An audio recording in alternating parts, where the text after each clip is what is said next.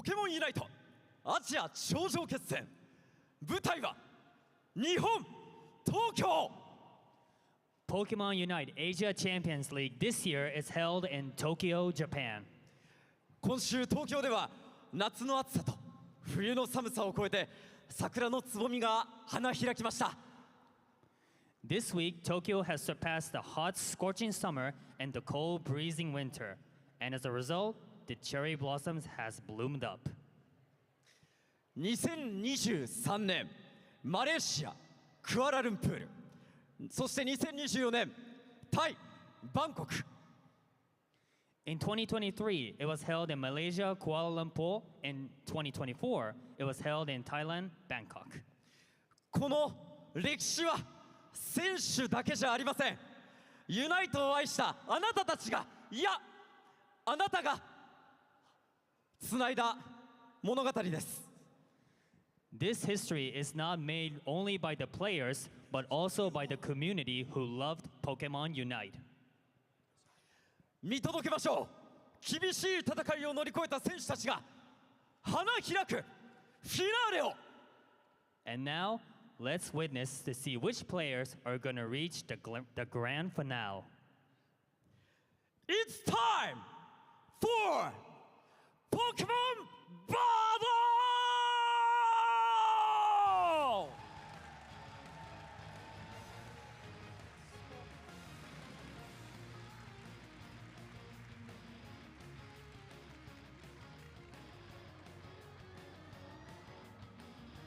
さあ皆さん改めましておはようございま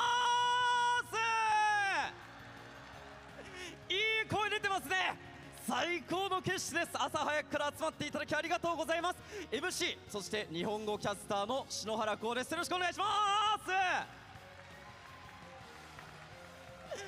す。そして今日は豪華にルイさんにも来ていただきました。はい、皆様おはようございます。アシスタント MC そして通訳の栗原ルイと申します。よろしくお願いします。よろしくお願いします。ルイさん、はい、今日の配信は日本から各地域、世界に向けて配信されています。せっかくなので英語でも自己紹介いいですか？はい。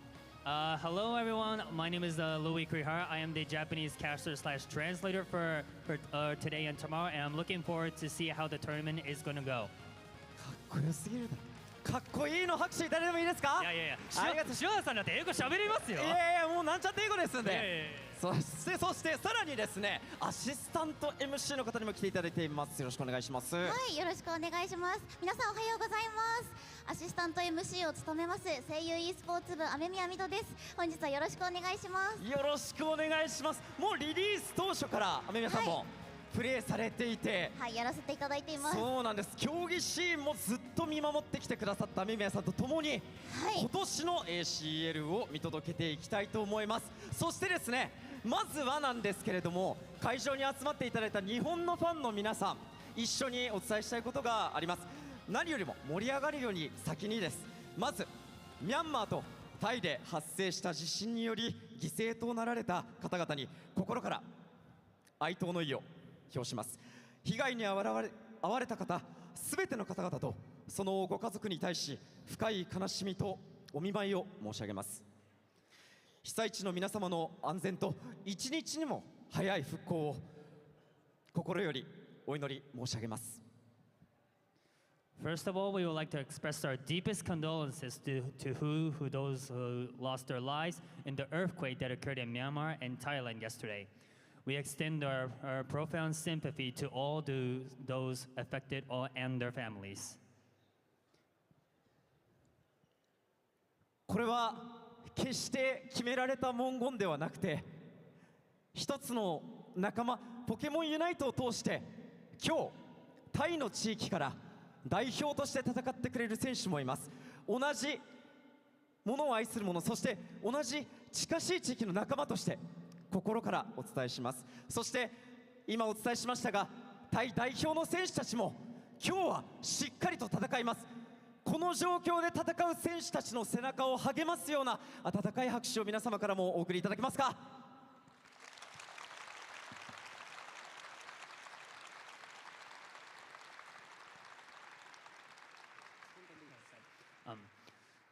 This occurrence is not propounded by anything. We would like to express our deepest condolences to all those in Thailand. Not only that, there are players from Thailand, so we would like you to spend your applauses to the players from Thailand as well. ありがとうございます。皆様からも気持ちを伝えていただき本当にありがとうございます。さてここからは今日という会場のことをいろいろ説明していきたいなと思うんですけれども、まずはめちゃくちゃ豪華です。先ほどルイさん、世界に向けても配信していると言ったんですが、実はこの会場の隣でですね、インターナショナルキャスターズ、海外キャスターのウォッチパーティーもやってるんですね。おお、マジですか。そうなんです。ということで、もしよろしければなんですけれども、ちょっと海外キャスターの方誰か来ていただけますか。ルイさんちょっと呼んでもらえますか。おー、Welcome to Japan! 大きな拍手をお迎えください。いや、ルイさん、めちゃくちゃ豪華。いや、やっぱユナイトの配信を見てたらもう試合者じゃなくていないでしょうっているぐらいもう名キャスターの方々ですね。まず日本のキャスターは洋服の派手さで彼らに追いつきたいと一生懸命頑張っている。We are trying our best to try and make our outfits flashy as you guys because well as we can see we are both dark but you guys are extravagant. Thank you very much. We are unbelievably excited to be here. Good morning, Japan. How you doing? 今日ここに来れることが嬉しいです。日本の皆さん元気ですか。楽しんでますか。イエーイ。そうです。皆さんせっかくなんで英語のタイミングで拍手をして通訳のタイミングで同じことでもう一回拍手していただけたらね、とっても嬉しいです。そしてドゥープスナック。Oh yes, Doop Snacks. How do you feel about this? Venue looks beautiful. You all look beautiful. We're so excited to be here. Let's play some Pokémon UNITE. 会場もここにいる皆さんも本当に素晴らしいのでポケモンユナイトを見れるのが楽しみにしています。Okay, and Zoinks! You all have been incredible hosts already. This is going to be an amazing tournament. I can't wait to get started. 司会の皆さんがとても素敵なのでもう今大会がどのように流れるかもう楽しみで仕方ありません。And last, Evan Hashimoto Wonder Chef! Hello. We are so honored to be able to be here at a Japanese tournament for the first time. We are so excited. Thank you for having us. 日本の大会に来るのは今回初めてなのでとても光栄な気持ちです。本当にありがとうございます。ありがとうございます。この豪華な4名でウォッチパーティーもやっておりますのでぜひ皆さん手元の配信で確認してみてください。とルイさん英語でもいいですか。豪華な4名で英語配信ウォッチパーやってるので手元でも見てくださいねって。We are also holding the watch party by these 4 lovely casters. So if you mind, why don't you also take a look at the English watch party as well? ありがとうございます。それでは彼らのハイテンションに負けないぐらい高い大きな声で大きな拍手をお送りください。そうそう。Let's go. 言っていいんだっていうのを彼らが示してくれましたんでね。ぜひぜひ声を出していただけたらなと思います。いやー、皆さん、びっくりしましたね。カンペだと誰か一人が One of my favorite parts is I wasn't sure exactly when we were leaving, but I felt like they wanted us to go. It was time to go, and it was time to be here where we are going to be watching games all weekend long. So if you're joining us right now, this is the watch party. This is the English broadcast where we're going to be watching not only the stuff on stage, but a ton of stuff that you would not see up on that main stage, as we're going to be following teams that we really want to check out, like Luminosity and things like that. This is going to be a celebration of ACL all weekend. I can't wait. It's going to be incredible. We got the graphic on screen right now of how these teams got here in the first place. Obviously, the Asia Champions League, a very different format to maybe more the people that were watching in the West. We have the Japan League, Southeast Asia, and the India League, and then of course LAIC winner, the Luminosity Gaming, joining the tournament. A lot of different formats across all these different regions, but it comes down to a 16-team group stage, and of course a single elimination bracket tomorrow. Well, right at the bottom of your screen, you see the Shenzhen Masters winners, those 2 teams that have come through an absolute barn burner tournament. And yes, they're playing a different mode out there in mainland China, but if you have slogged through 1,000 teams teams in your tournament, you know how to play the game a little bit. You know how to push the button. And the jackets, I think we both were like, oh yeah, China's pretty scary. And then we walked in, we saw their jackets, and we were like, they're going to win the whole thing. Oh, those jackets look so good. Yeah. Yeah, and here we have all of the teams qualified, a lot of names you probably know, especially if you've been watching Unite for a while. We have our world champions, Fennel here. We have our two-time world champions, Luminosity Gaming from the previous 2 years. As we just talked about, Litian Dream Factory and Utopia from mainland China, which is going to be so exciting to watch them perform. My earpiece is falling out of my ear again. And for everyone watching at home, this has happened 8,000 times before. We need to start a counter. We need to start a counter. That's true. One. Chat, can you track? Can you track that it the happens? popping out? And if it reaches 100, I don't know. What do we do? Yeah, we win? Big time stuff. Reminder too, we don't even have just world champions at this event as well. Like Zeta Division and of course Alter Ego as well. Both ACL champions of Correct. years as well. I'll be trying to get that trophy again. Some new forms of competition for this one though, and I mean, you got to be hearing it off our mics and the crowd sound. The crowd is electric here in venue. Those seats were filled up. There's, we were told 1,000 seats, and then about 200 to 300 standing room only, and then there's standing room at the B stage, and about 8:30, everything was full. Oh, yeah. Everything was full about 30 minutes before this thing actually kicked off. So exciting, great energy, and what a warm welcome by the Japanese fans to us. Can't thank them enough for that. Yeah, dude, it's just been so cool. And I mean, look at the competition we're going to see here today. I feel like there are a few tournaments throughout the year that really give you an idea of what this year in Pokemon Unite is going to look like. There's the AOS Cup and there is ACL. This is just a massive competition with some of the best teams in the world. This is probably the most stacked tournament we are going to see until Worlds. So this is just, I mean, look at this. We have two teams from India that had insane runs to make it here. We have FN Esports, who you may know as Zora Tigers Gaming from last year's Worlds. Just so many exciting teams, man. I think half of our roster is top 16 at the previous Worlds. Literally half of the teams that are here. And the other half, like, mostly didn't exist. Or it's Luminosity, which randomly was, like, one of the only teams that didn't make Day 2 last year. Right. But this year, they're looking a little bit better, I think. A little bit. Little bit. Holy. Teensy bit. Undersell of the century. So, like, why don't you walk us through this tournament format? Yeah, no problem. We're doing our classic group stage. We have 4 teams of 4 groups. We'll be playing best of 3 matches within this group stage. The top 2 teams that have served every single group will make it into Day 2, which of course is our knockout stage. Single elimination. There will be tiebreaker matches happening on the B stage in venue. I think the main stage will mostly be showcasing teams still with a chance to win the entire tournament. The only exception to the best of 3 rule will be that grand finals, which will be a best of 5. Yeah, these single elimination brackets on Day 2 that we've been having a lot lately are so exciting. Every single game is win or go home. Every single game matters so much. And you can see how we're going to seed into our Day 2 right here. The second out of Group A will go against the first of B. The first out of C will go up against the second of D, and on and on and on. So you're going to break these teams up from their groups. They possibly could run into their group again at some point all the way at the end of this thing. Yeah, some interesting implications here. I'm looking specifically near the top of that bracket with Groups C and D, by the way. Those two in particular are considered to be really, really strong groups. Seeing the first out of C and the second out of D will be a really interesting matchup. Either way, I think no matter where you look, we are going to be seeing incredible Unite matches all day long. There's some incredible teams here. I think we're going to be starting with one of the Japanese teams on this main broadcast. I'm very excited to see what Insomnia is going to bring to the table. We got a lot of great teams playing today. Now, what we're taking a look at here is draft in Pokemon Unite. If you've been playing for a while, if you're in Master Rank, you've seen this before, but if you haven't watched a lot of Unite yet, then you might not know what this draft phase is going to look like.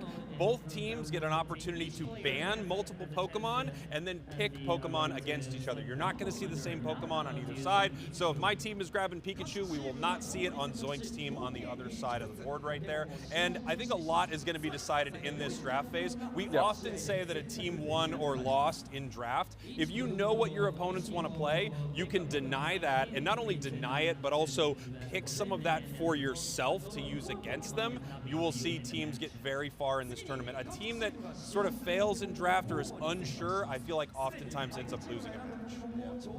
A lot of those teams are going to be kind of known factors when it comes to this phase of the game. Obviously, the playoffs of so many of these events have happened multiple months ago.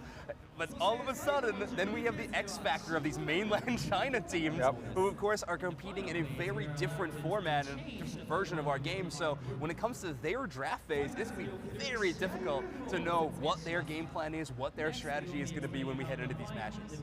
We talked about this before, that best of 3, grand finals, best of 5. Of course, we're here on Thea Sky Ruins, our ranked mode in the game. And we did talk about this. 2 teams from mainland China, not used to our game, but they had to slog through 1,000 teams. You take every region in Unite combined, you're probably got a little over 1,000 teams competing in our format. They had to beat 1,000 teams, so whether or not they play our game, these players are unbelievably good at games. And a very close version of Unite. They clearly understand how to press buttons, right? For sure. And we know they've gotten some minutes in on this mode of the game. It's not like it's brand new starting for them this weekend. They've got some games in without a doubt. I think it's going to be how quickly do they adjust to what is actually happening versus what they expected to happen and prepared for, right? Sometimes that's a bit different. There's plenty of odds out there, plenty of research because of the ACL structure that you have on these teams. Obviously, Luminosity has tons of video footage out there on them as well. So there's a lot of opportunity for them to have done some really good homework, step up, and like we said, press some buttons real darn good. Yeah, absolutely. I think one thing that's going to be really cool with the Chinese teams is I think that if they can survive the tournament for longer, they're going to get better and better and better, right? It's one of those things where it's like, if they get halfway through the tournament and they're still chilling, they make it to day 2, it's like they are going to be so much stronger than they were at the start of day 1. Can we start talking a little bit about our, our maybe a bit of a bias, but our home turf team? Of course. We got Luminosity Gaming entered into this event via LAIC, but I mean, this team is entering into this tournament with maybe the best pedigree that we have ever seen a team have. I mean, the only Fusion kind of rivals them in terms of a season performance so far, and it feels like, Luminosity might already be eclipsing that. So this tournament could be kind of that final mark on their guild there to finally prove that this is the best season that any team's ever had. Obviously, World Championship is going to be that final caveat, but a tournament win here would be sensational. Well, they've talked about having that perfect season at these live events, right? They won LAIC, they won AOS Cup, and now they are trying to come here to ACL and win it. And I know they have a lot of fans out there. Yeah, get it out of my ear. They have a lot of fans out there, and they have a lot of teams that also want to face them. But this is once again a crowd that is not on their side, which they are so used to. Yeah, they show up at LAIC and beat a team from Brazil. They show up at EUIC and in their semifinals match go up against an insane EU team. They have to beat them. Now they're here in Japan, so we'll see if they can do it again. They're going to have to. They're going to have to. And honestly, they kind of did it every time in front of crowds that weren't necessarily on their side, actually. Yes. I mean, Zoinks, you talk about the Overlord when he did the where I can't hear you anymore, when they absolutely rinsed Tuzi in Brazil. And then Komai shut down the entire crowd and said, we're gonna learn something. We're gonna learn them something today, or whatever he said to that crowd. There's no way it was that. That's how my brain perceived it. And I was like, that was actually really cool. I think he was gonna give them a reality check, if I remember right. They go learn today, just as I said. They go and learn today, Overlord. That's that quote. Doomsnag Overlord. We got a lot of players with personality here at this event, though. I hope we get a few of these players to join our watch party here at some point, or at least get some interviews throughout the day, because there's a lot of really exciting players that we maybe don't get to see at so many of our IC tournaments and things like that, but when they're competing out here, they're a lot of fun to talk to. We talked about some of the crew on the Alter Ego team are very fun, of great interviews. Fennel has always kind of delivered in some great interviews as well. By the way, Fennel's right there. Yeah, they are. Right, we have the best seats in the house, and I'm sorry to brag, but literally all the teams are around us. We are watching Fennel take their team photos. Ton is trying to figure out what to do with his hands. It's amazing. No, I love Fennel. You saying what a call out, too. What a call out. Not that the team looks great, and specifically it's relatable. I never know what to do with my hands. I never know what to do put with them my like this, and then when you're talking, you hold them like this. It's very simple. Not talking, talking. You can just do the absolute cinnamon. The kids love that. They love I do like you saying you have the best seat in the house when there is a very non-threatening Zero Aura. It's really close to me today. It's very. Yeah, Will moved it. Will, our producer, specifically moved it to add an extra creep factor on Chef. That is what he told me. Yeah, it's right there. Yeah, it's scary. It's very scary. I think it has a name. It has a nickname. We did nickname it in Pokemon fashion. We've nicknamed it Zero Aura Sarah. Sarah the Zero Aura. It's scary. Eventually, all the Pokemon will have nicknames by the Scary end Sarah the Zero Aura. Scary Sarah the Zero Aura, which might actually be a scary Pokemon this weekend. After its recent buffs, heading into a new meta, we're taking a look at our single round robin here. Insomnia, FN Esports, Revenant, and Utopia is Group A. Yeah, bit of a spoiler alert. My pick to win the tournament was in that last group. I've been pretty focused on FN Esports walking away with a victory here, but we'll see. Group B, we've got Fennel, Alter Ego, Godlike, and Exist rounding out this group. A very interesting one, but God, it's got to be terrifying going up against Fennel or Alter Ego right now. Oh, of course. I mean, Group C's got some real standouts here as well. Onic Rise is a team that a lot of people are talking about. They had, great performances at Worlds. Litian Dream Factory out of mainland China. I cannot wait to see them perform. If a team from China came in and won this whole thing, that would be so exciting. Crazy. Yeah. I mean, Group Z's a barn burner too, right? We've got our NA favorites, Luminosity, of course. Zeta Division, which is one of the strongest Japanese teams, literally won the ACL last year. Is that okay? A little subtle, but why don't we get very apparent with it? Do we have picks of who we think's going to win this tournament on this lobby? I'm hoping so. Hi, Fennel, I love you. We got a bit of a fan in our midst. Oh wow, my shirt burst open. For those of you at home, I did not put on weight. I just bought the wrong size shirt. And that's a lie. The lie detector determined that was a lie. That is so funny. Okay, I'm really curious. Who do we have all winning this tournament? I already mentioned a little bit. I actually think FN's got a solid chance at taking this whole thing down. Runner-ups at the World Championships, but Deuce Next is the mug a tell-all, or is that your team to win?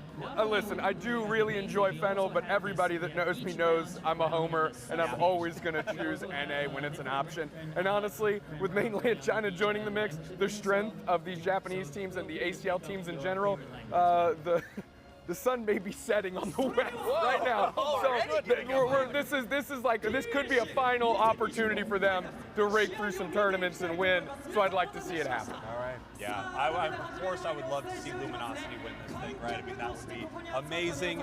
Moving towards kind of that perfect season, right? Fennel, the world champs from last year, it's going to be incredible. I love Zeta Division. I think they're just incredible, and they're in group with Luminosity, so that's a insanely scary group. It's a must-watch game. Yeah. We're getting an early Bridget mentioned, but Bridget just tweeted out our predictions from the podcast, and I forgot. But I did also go FN Esports. There you go. They're so strong. I feel the crowd loves FN Esports. That's here. Exactly. Let's go crowd. But you and I have been putting a lot of weight on their name recently. Not just recently. Like the past 2 years, even they proved it great in the last Worlds, getting second place, and now they're here again. They fought their way to the top of ACL. Exactly. It's also good for them. Well, that's the thing. This tournament has some wild opportunities to qualify for this event. The storylines coming out of this Godlike Esports from last seed into their playoffs, where they run all the way to the grand finals, win it to qualify. FN Esports having a really rough regular season of the Asia Champions League, lose an early game in their bracket, go on a crazy losers bracket run to win the whole thing for SCA. Zeta Division. First game, they lose, go into losers bracket, and then go on a demon tear through losers to qualify. What a weird way to start this tournament in the qualification process of these teams taking an early loss and then just absolutely crushing it in that winner-go-home scenario. Well, they're not going to have that opportunity. Sorry to cut you off, Soros. That's not an opportunity they have this weekend, right? Because this is single elim through here. We do have a kind of a losers bracket to determine seeds, right? Like where they finish in terms of rank. But once you make it out of group stage, that bracket tomorrow is single elim. So there is no opportunity for a sicko losers run. You're just done. Yeah, that's Good run. Yeah, you have to win on the day. You know, the impressive thing about a lot of those teams that you brought up is they did win on the day. Like they might have had a rocky start, they might have been a low seed, but they showed up and they won game after game after game. And when you head into that single elim, you have to have that momentum. You have to be able to win every single match in front of you. You are constantly running into another team who has won every single match that they have played. That's why it gets so exciting in that single elimination bracket. Yeah, I was distracted because they actually just brought the trophy out next to us. We're in like the most important spot in the entire day. Yeah, I don't even know if I don't think They're not going to let us touch that. It's I do sex, grab the trophy. I don't think you if they do, I mean, he you is should gone. touch it, but I don't think you can touch it. No, don't do it, don't do it. You can show it off. That's awesome. It's I on don't know why camera, but he is touching the Oh, trophy. he actually picked it up. Whoa. Okay. No. It's gone. Okay. Who took the trophy? Yeah, yeah. All right. It's gone. Now, I know there was a lot said about heists and rings and all that, but Well, by don't you, worry about by it. you. Zoinks has been trying to pull off a heist of something for... Allegedly. Allegedly. Allegedly. Yeah, yeah. Theoretically. The rings are awesome. hypothetically. The rings are awesome. The trophy's great. Very cool to see that. Stage is still exciting. Crowd's still exciting. I mean, I can't wait to get this event kicked off. Let's And- do it! Here we go. We have Japan against Korea in game number 1 here.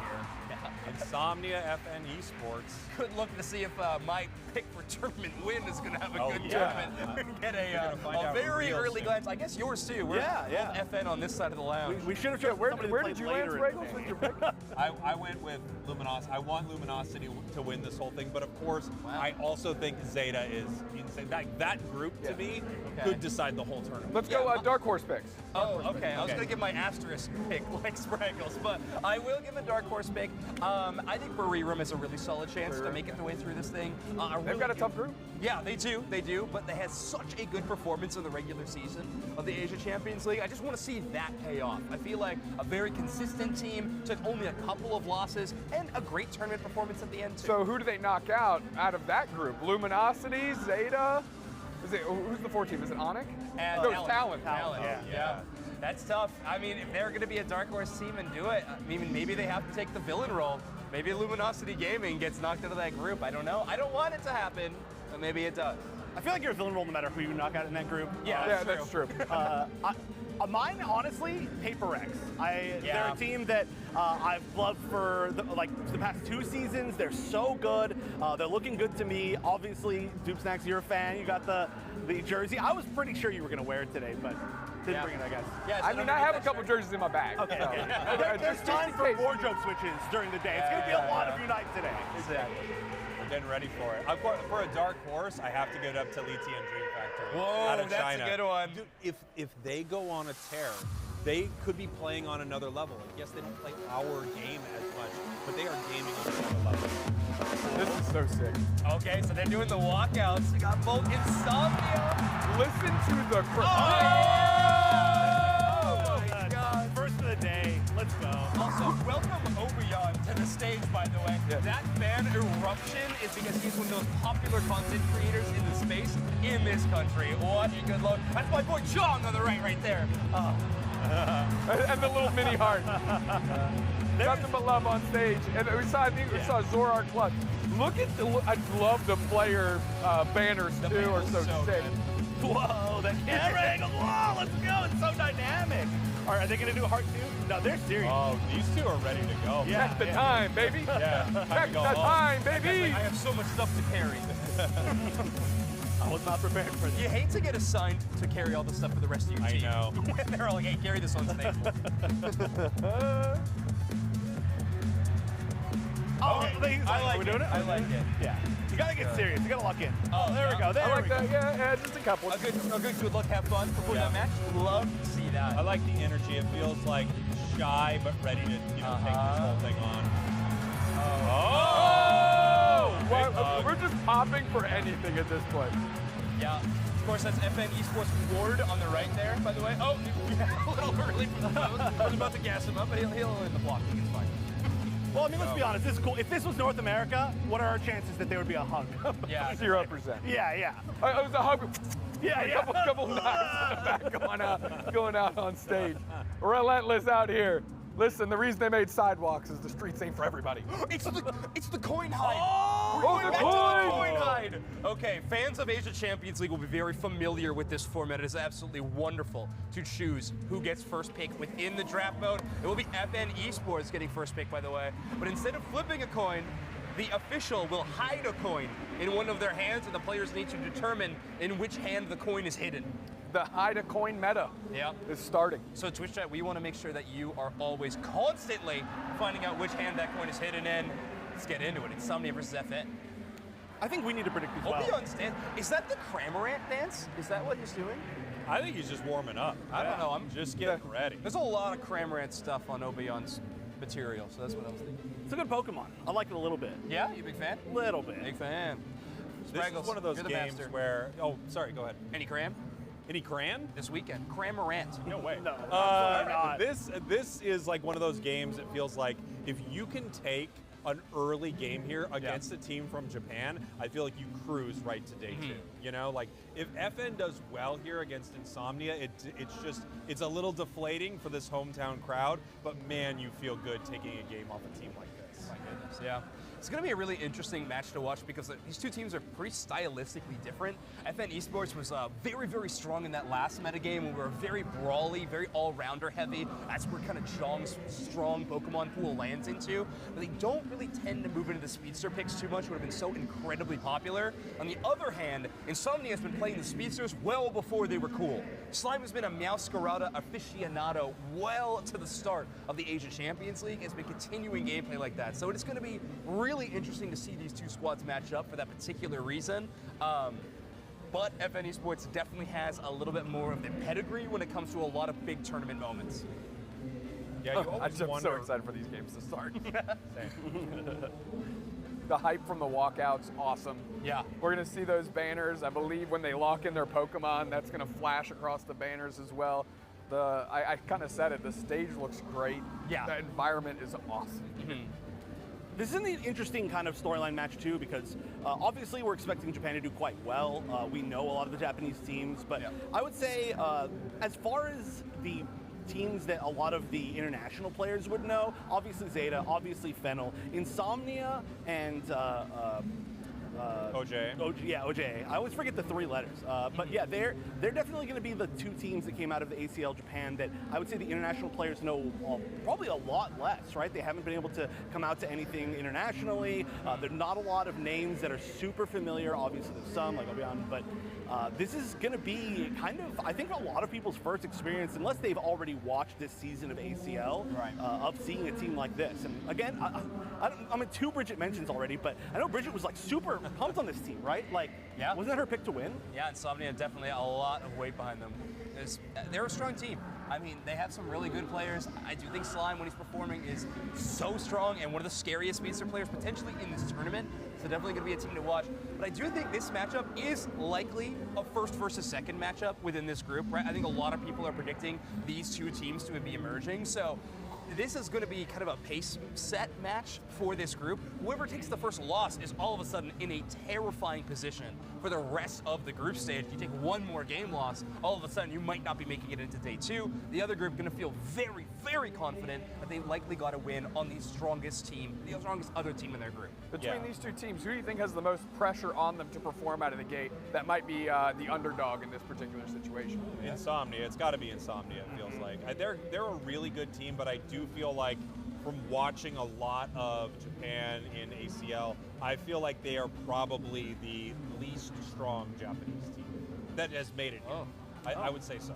They're a great team. Every team that's here is unbelievably good. But I mean, we're talking about the world champs. I think Zeta look amazing. So OJA, had a great run as well. So I do think this is maybe the least strong Japanese team in this tournament. Interesting. Okay. I mean, yeah, a bit of a hot take out of the Cowboy, but I like it. I like it. They can try to prove you wrong here on stage right now. It's going to be really exciting. Yeah. I'm really excited to get into this draft. FN choosing first pick right now is really interesting to me. We're probably going to see like a lot of really standard bans in these first games. That's always how tournaments begin, right? At the day 1 of our tournament, they are very by the book banning phases, and then we start to get a little creative, especially when we get into the best of 3 scenario, but even more so when we get into day 2 and our tournament meta has developed a little bit. Speaking of which, I'm really excited to see, this is more of a global picture, but if this evening, or morning for us, but evening for a lot of the Western world, influences the tournament literally going into the next day for some of the Western events. Like, do we see the metagame kind of shift because of what is played here at ACL? The teams go, oh, that's what's good, let's pick it up right now. Yeah, what else is changing is the trophy metagame, which they just put plastic over it, probably from when I touched it with my grimy North American fingers. That's so funny. They have secured that immediately. Jeff pointed out to me, and I was just like, of course, yeah. Another step to thwart our heist, it seems, but it's all right. Yeah, we've got plans for that. But yeah, why do you think we're here? No, as far as like the pressure, there's also definitely some added pressure here for Insomnia because they are a little bit like, obviously qualifying out of ACL is ridiculous, but they're a little bit lower, right? They're third place in ACL Japan. And then FN was first place in ACL SEA, which is, they're chilling, they're happy, right? Like, they're like, oh, nobody here has proven that they can beat us quite yet.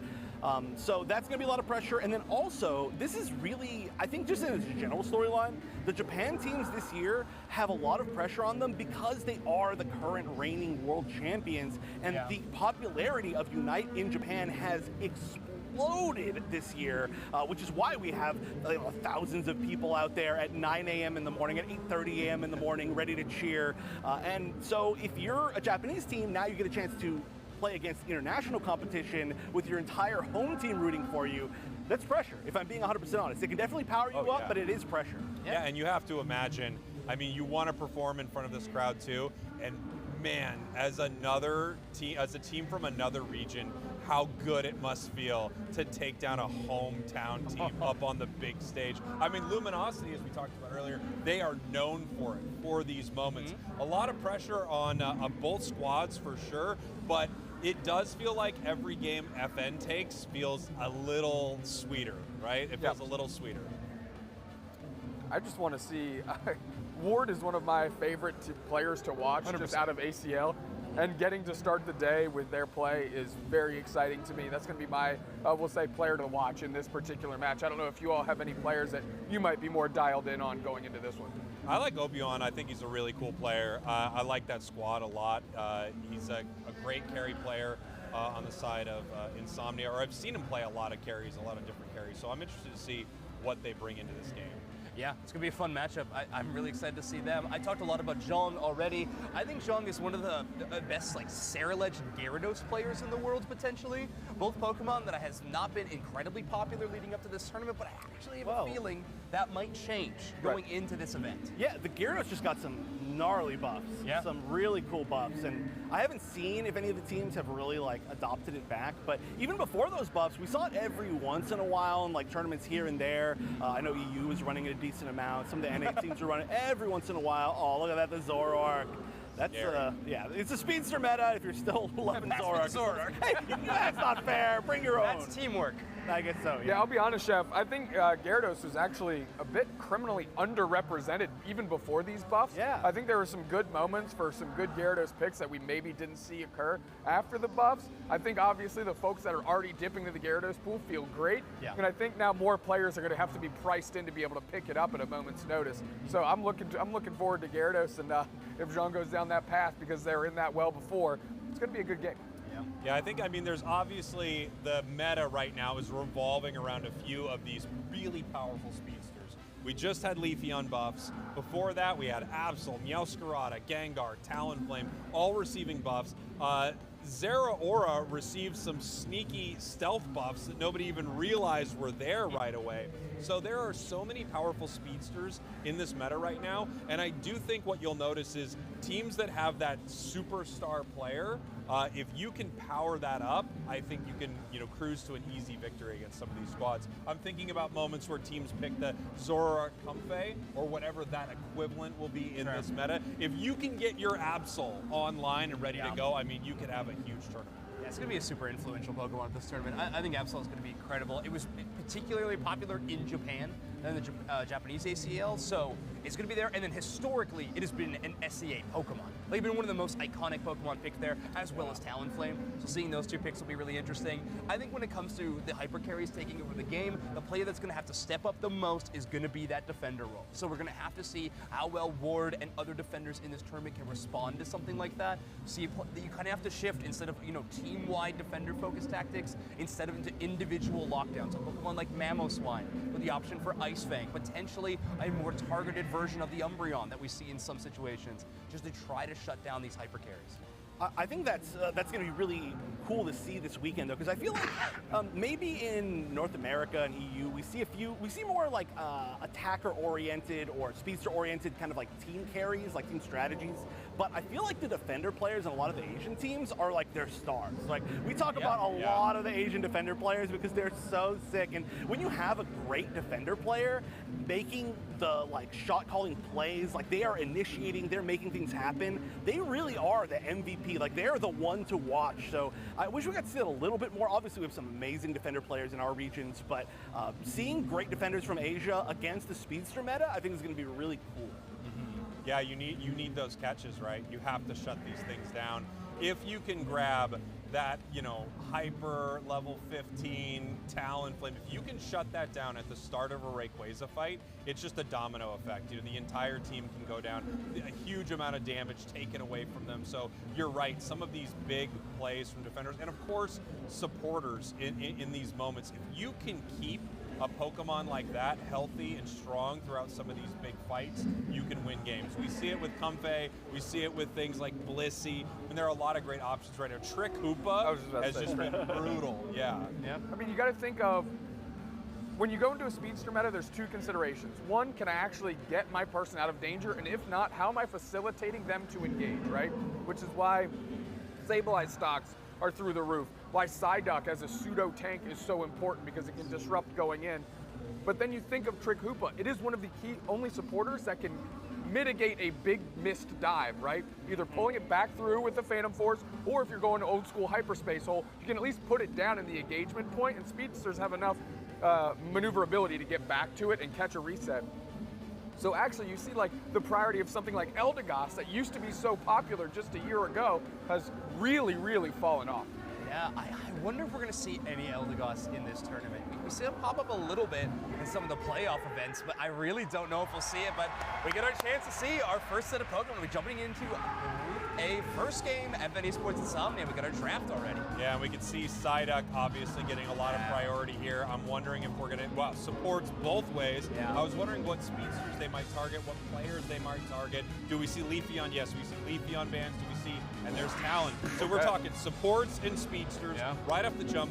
First pick over to FN Esports, and they're going to sort of set the tempo here, man. If they locked LD right away, that would be hilarious.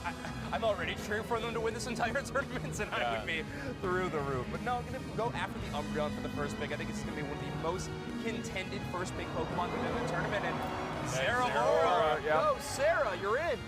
All right. Let's get Sarah to give some commentary on this. No, it's so cool that we're going to see Zeraora really in the middle. Okay, basically everything we've been talking about. We've talked about all Don't say it, Chef. Okay, we didn't talk about any of these Pokemon, so now it's time for us to sound a little less smart. Slime locking in the Scyther Scizor combo. I gotta be honest, I've not seen Slime play enough games to know, in fact, that I think we are probably looking at a Scyther. Yeah, I mean, you really don't see too much Scizor competitively at all. I think the only region I've seen run it is OC a little bit, and this doesn't look like a comp you would necessarily run it into. I mean, you could brawl decently well into this Umbreon, decently well into this Snorlax. Oh, boy! We got the Phalanx up on the main stage for Game 1. Let's go. Is this, so this is support Mewtwo Y. Yes. With kind of a defender role of Phalanx. Very interesting. Obion is such an interesting defender player. Like, we see them play picks like this so often in these tournaments, playing the tank role for their team, but opting into such weird picks. I do think Ward's pick makes a ton of sense with a Snorlax. It's a very simple into Hoopa answer, but seeing Phalanx is, well, somebody wanted to get the crowd hyped, and they're already done with 2 picks on their team. No hesitation on that lock-in either. Yeah, that was it the was plan. instant.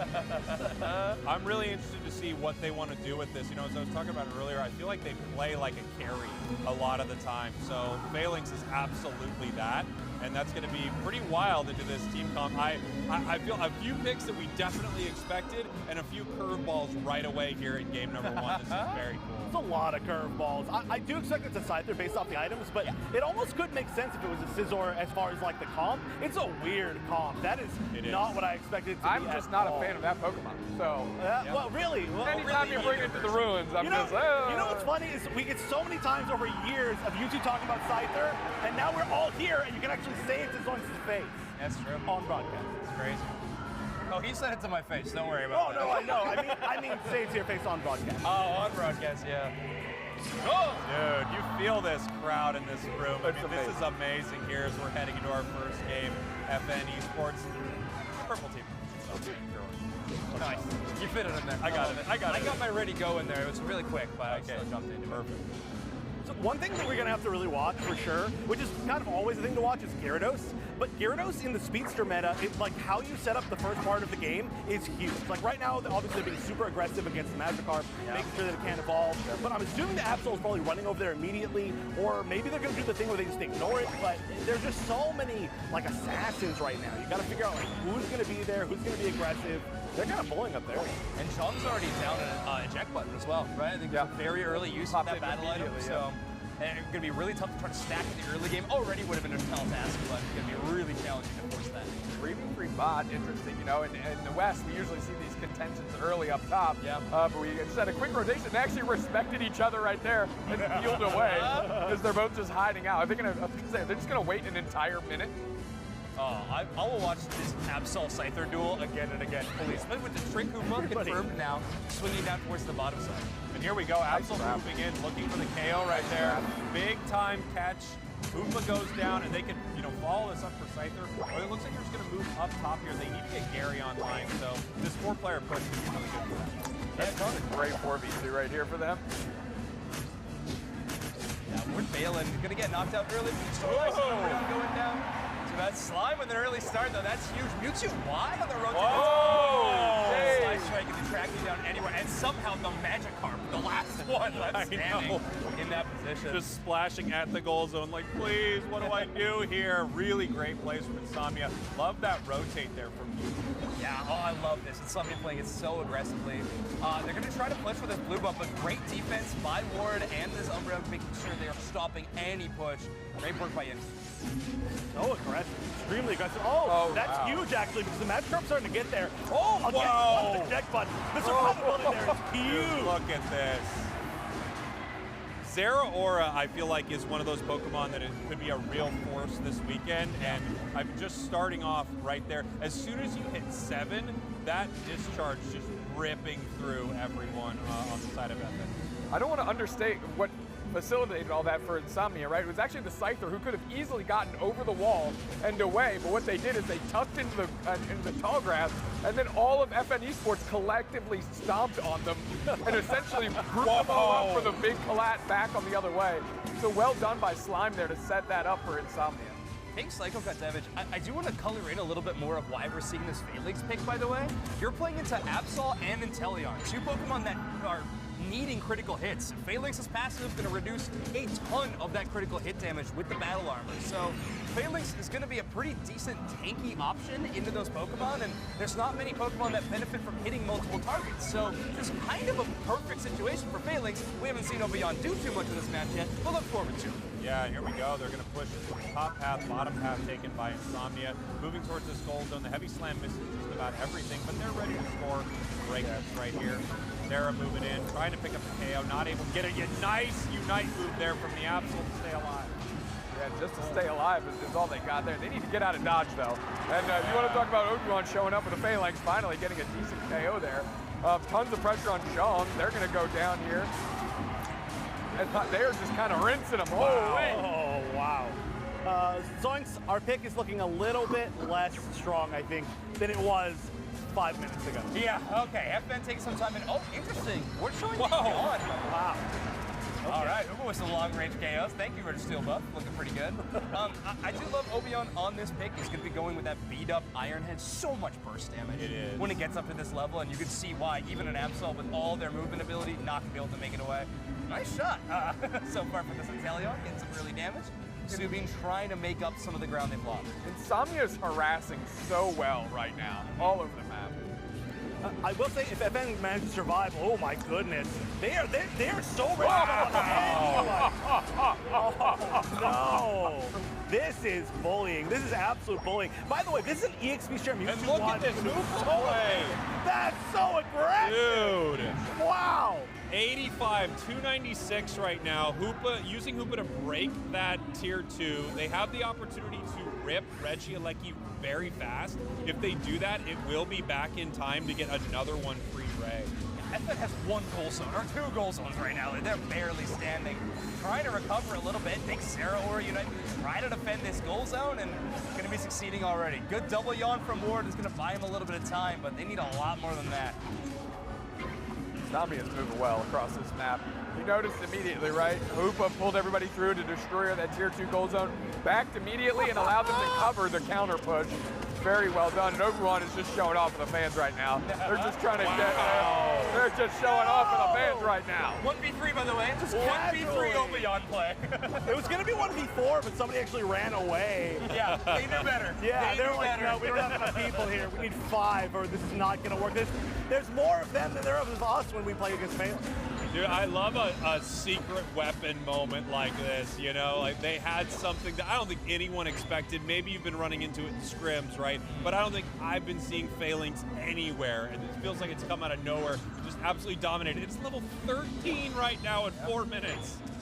It's so tanky, and then it's also just got ridiculous burst damage. Like, it can handle an Absol even with that Psycho Cut debuff. It's fine. Those critical hit reductions is actually paying off, and they have a Regirock to work with right now as well. That's going to be huge. Can I point out, too, I really love the Scyther play.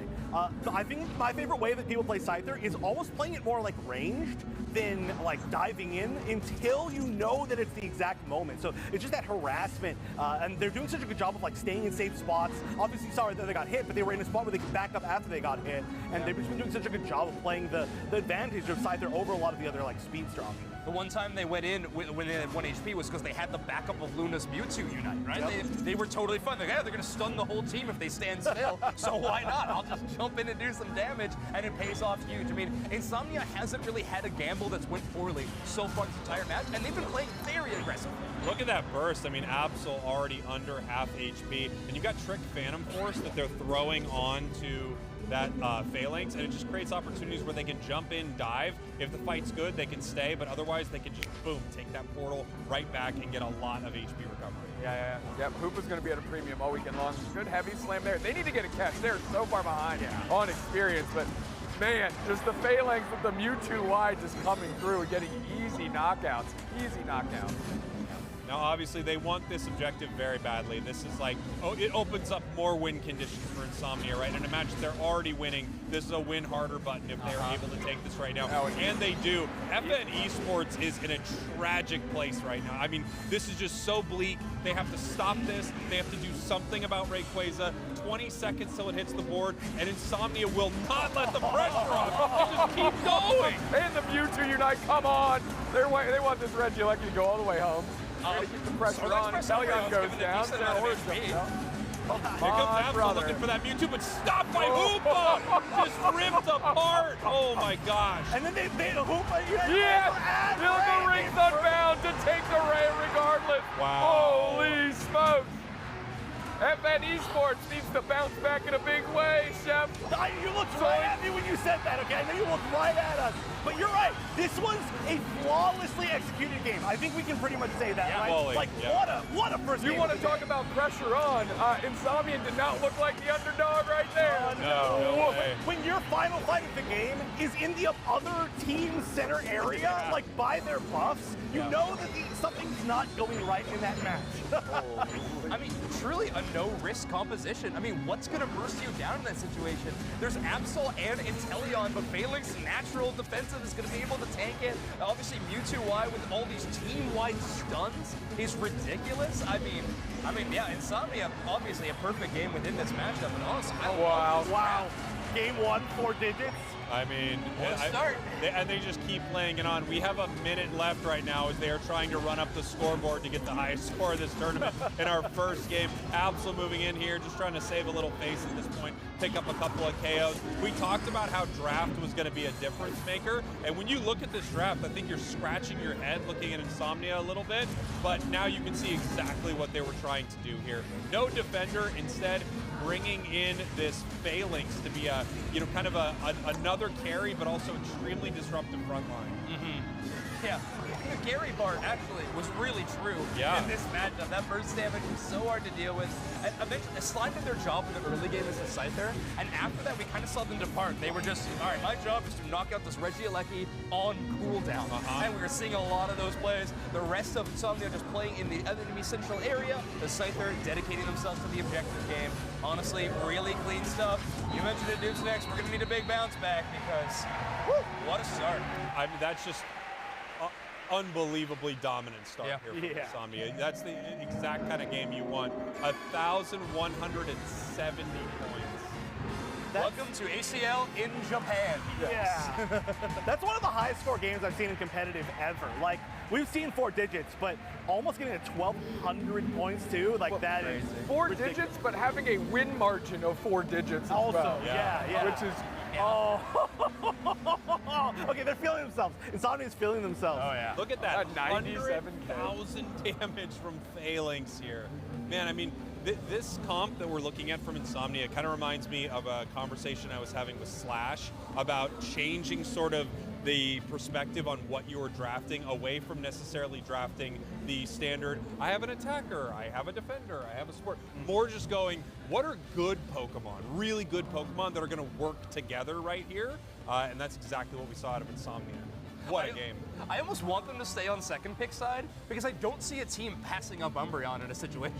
Like, I think we'll see Oblivion go to a more standard, boring pick if we see the swap over to their first pick side after this matchup. But FN Esports, with the loss, will have their choice of which side to pick and draft. So I imagine they'll be sticking with that first pick. But yeah, they're definitely going to need to rethink things almost entirely in this next game to have a better chance. Yeah. Well, okay, so they're I tried to talk about it in the game, but can we talk about how much damage the Mewtwo, the support Mewtwo did? That was ridiculous. That was as much as any of the carries, which is like, everybody on their team was doing damage. I mean, it was 60K across the board. And then also, I really want to talk about, like, their Hoopa play was so snappy. The Hoopa was everywhere before they needed to be there, and those were some of the most aggressive, perfect unites I've ever seen.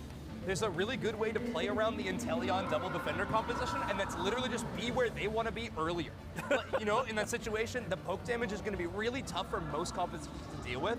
But when you have a chance to just play more aggressively than your opponent, don't give the Inteleon a time to get a good spot, don't allow Warder and Q to kind of make their own space, take it from them instead. It was a great answer. I mean, look at all these moments. They just have so much dive with the ability to peel back instantly, right? You can move in with Phalanx, pull back through the Trick Fan, of course, move in with Volt Switch, and then Volt Switch right back. They had so many opportunities to sort of bush check and figure out where FN was and take massive fights. And I love that Insomnia, it felt like they were calling fights the whole way through. They weren't like resting on their lead. Right here, you can see how aggressive they play this Regieleki, where some teams would just get ready for the objective, right? Yeah, look at them all bubbled up right here. Getting ready for the smoke replay, yeah. Oh, that's so cool. Yeah. Why don't we get to do that? Because we're going to. What are you talking about? We are the ones. That's right. That's right. Yeah, I'm sorry. They only gave you the option to do that. Imagine your retreat being cut off by a Regieleki walking to your home base. You try to make it out, you simply run into another Regieleki. Really tough to deal with. Jeez, Insomnia was such a good start to this event. Oh my goodness, that momentum, game one of the day, you gotta be feeling so good about that. Doing it off the back of a Phalanx too. Yeah. That's gotta be an extra pop of energy. Big brain, I'm telling you, that reduction to critical hit damage, I think it works. Certainly does. Yeah, it works a little bit. The 1v3 may have, the winning 1v3 may have been a little bit of a sign. I also want to point out the Gyarados, which I still think is a really strong pick, but I think Insomnia played super well against it. And FN Esports, they really chose not to prioritize like enabling it, right? They didn't send anybody up top, and we already saw literally from like second one of the fights up top when we had to see the eject button used to get out of there. It just meant that the Gyarados was not going to become a Gyarados for a long time. It didn't happen until like 7:30 on the clock, which is really crushing. Scyther put a lot of stop to that, I think. It really did. Scyther put so much pressure on it, and it's kind of hard to focus on enabling your Gyarados when you are, busy trying to, get buckets and throw water out of your sinking ship as it already is. Central when there's 4 people in it. It's like, there's no time to get Gary online. I'm sorry. Like, we're dealing with a lot of stuff here. The pressure from Insomnia was just really tough to deal with. And I wonder, I'm a big Gyarados fan, but when I was playing it, I did feel like the buffs were a little underwhelming compared to some of the things they've thrown around to a few of these Pokemon lately, specifically the speedsters. Yeah. I was hoping to see more Gary. After a match like that, though, I don't think there's any way FN picks it. Cut to them picking it immediately because that's how it works. If we're giving draft suggestions, I would love to see FN drop this Leafeon ban. In first pick position, I don't really think you need to be banning this Pokemon. It is a first pick available option that you could use. I mean, maybe you're giving Insomnia the Umbreon, but clearly they got a lot more problems than just what defender Obeon's going to be playing. True. Or what kind of like flex defender they're Right, whatever they find in the toolset. Yeah. By the way, these Hoopa plays, I mean, we were talking about it, just phenomenal stuff. You saw the Hoopa play at Rayquaza. They portaled at Ray, then ran into the fight, stunning and fighting, and then the team portaled to Ray to go and rip, honestly, flawless from Insomnia. I can't believe I said they were the third or fourth best Japanese You team. said they were the worst Japanese team here. Here. Here. Sure. Yeah. And Maybe that, they are. by the way, if that's the case, get ready for Japan to dominate this weekend. Yeah, it's going to be fun. I mean, we have 5 Japanese teams here in total. I'm really happy that we're already getting our first look at one. Oh, do we have 5? I don't know why I thought we had is going to be the 5th one. They've qualified through the winter tournament. Right. So, not through the Japan ACL League, but instead, and they were known as Kakagoya Rising just a short couple of weeks ago, but already picked up by an organization. Here we go. Insomnia, FN Esports once again. This is one of those moments where it feels like FN needs to completely rewrite what they're doing. They already started. They chose second pick. Yeah. They're going to be on orange side. Second pick, I think, seems really strong to me right now because there's so many powerhouse Pokemon. Like getting a double, it doesn't feel like there's one, unless the bans go strangely, that is going to completely change the game. I mean, obviously, like there's like 6-8 Pokemon right now that completely change the game. So you just take as many as you can, I guess. Yeah. All right, does FN Ben the Leafeon or the Umbreon? The question. Potentially nobody. Uh-oh. We might have a technical issue possibly on stage if there was a problem with the ban. Likely, yeah. We'll see what happens. I think Insomnia's just got to carry forward as you would in this situation, no matter what. And Psyduck being available, that makes sense as the first pick. Okay, so I think we're remaking this game. I don't know. That seems What like gives you that idea? Well, part of what gives me that idea is Eldegoss, based on what we talked about. But a real huge part of it might be the worst Pokemon currently in the game, Galarian Rapidash getting chosen. However, if we don't remake this, I'm rooting for FN so hard. I mean, okay, there we go. I don't know. I think the 4th pick, Leafeon, is a pretty smart choice after the Galarian Rapidash. Imagine agreed. leaving Leafeon and picking Galarian. I know. All right. Greater things have happened already. Who knows? Small update, by the way. Small update. The trophy meta is even further. They simply removed it from our area. They have. Yeah. They heard us talking about the plastic and how much of a non-deterrent that was. Yeah. And they're like, we gotta take it a step further. It's definitely. They're just like they took him in a car. They're just driving away with it as far as they can. True. They left clues though. We will. We'll figure out where the trophy couldn't have gone too far.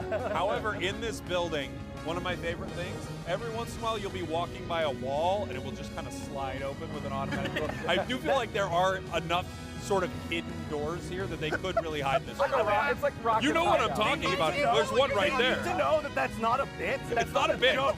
That is literally like it's just like a normal wall, and you walk past it and it goes.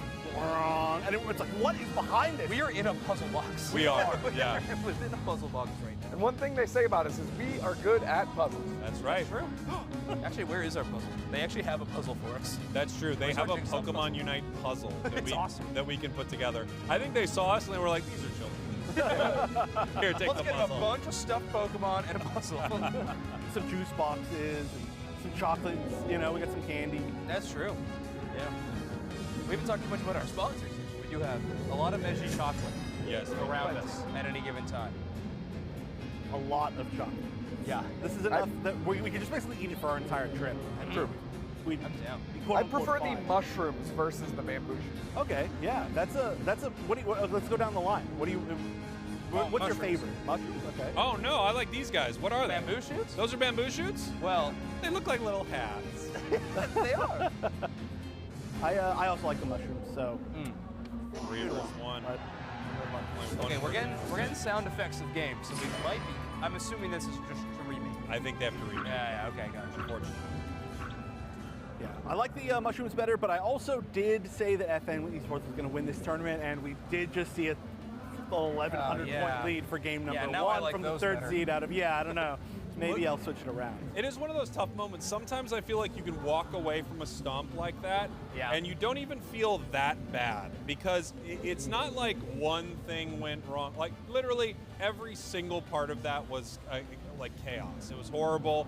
Every piece of it. You didn't do well in center. You didn't do well top. You didn't do well bottom. The nice thing about that, I feel like you just shake that entire match off. You say we reapproach this whole thing. Is he looking right at This is my amazing. heart? He's been like this for like 45 seconds. Oh my god. No, he Wow. blinked. He blinked. We all saw it. At home, did you win the staring contest? Yeah. Wow. Let us know. Sarah really wants a chance at a staring contest. Oh, yeah, versus definitely Sylveon. winning. Okay, so one thing for seriousness though, that's great for FN Esports is that they are one of the teams here that has been together as a team the longest, right? Yeah. As a full team. I don't think they've had any major switches for like almost like 2 seasons, like as far as I can remember at least. So if there's anything, you know, they've got tons of competitive experience. They're together as a team, so it's not going to be one of those things where it's like, oh, I just started the season with this guy. Maybe he's the reason we lost. It's going to be like, okay, we all know how each other like play. We all have confidence in each other, obviously, or they would have broken up years ago. So if anybody can come back from a loss like this, I think it's one of the teams that's like they know each other and they trust each other. They also felt like they kind of came back from losses day 1 at Worlds last year. Yeah. To be have a really impressive run, right? So I think day 1, I don't think they looked phenomenal, and then they moved into day 2 and made it all the way to the grand finals, right? Yeah, they had a good rhythm. And they also had a really bad start for the ACL season, right? Or was that them? Yeah. Or was that yeah? Yeah, it was a really tough break in the bad season, start. They yeah. were like down to like the last place, I think, and then they of course came back and won the entire thing. So maybe it's just one of those teams where they got to lose a little bit. Unfortunately, they don't have that much opportunity to lose in this tournament. But you know, if you got to lose at least once, maybe the first game of the day is it. That was a vicious loss.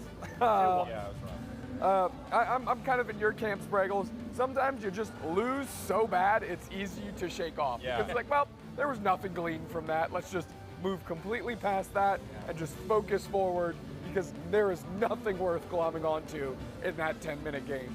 Yeah, there's definitely no, oh, you didn't use your United Ray. No, we all just got completely beat across the board. Let's go to another strategy, switch it into another gear. We know how good we are. We know that we deserve to be here. Let's show them why. Do you consider a Hoopa ban in this situation at all? If you're FN? Oh, absolutely. Yeah, I think without it's a doubt. devastating. I think Hoopa might be one of the more banned Pokemon this weekend. Yeah. Trick Hoopa, I think, is in a meta like this where things want to dive in and then you have kind of a get out of jail free card. It's you know, it's giving Comfey, but not exactly. Yeah. Yeah. I mean, it's actually almost scarier with certain Pokemon, right? Like, obviously we've been seeing it banned a lot, but current Talonflame, where it becomes basically, if you land on a group of people with a Brave Bird, it becomes basically invincible, right, for several seconds. And then immediately once you're almost vulnerable, you're like, okay, I'm just getting out of here with Hoopa.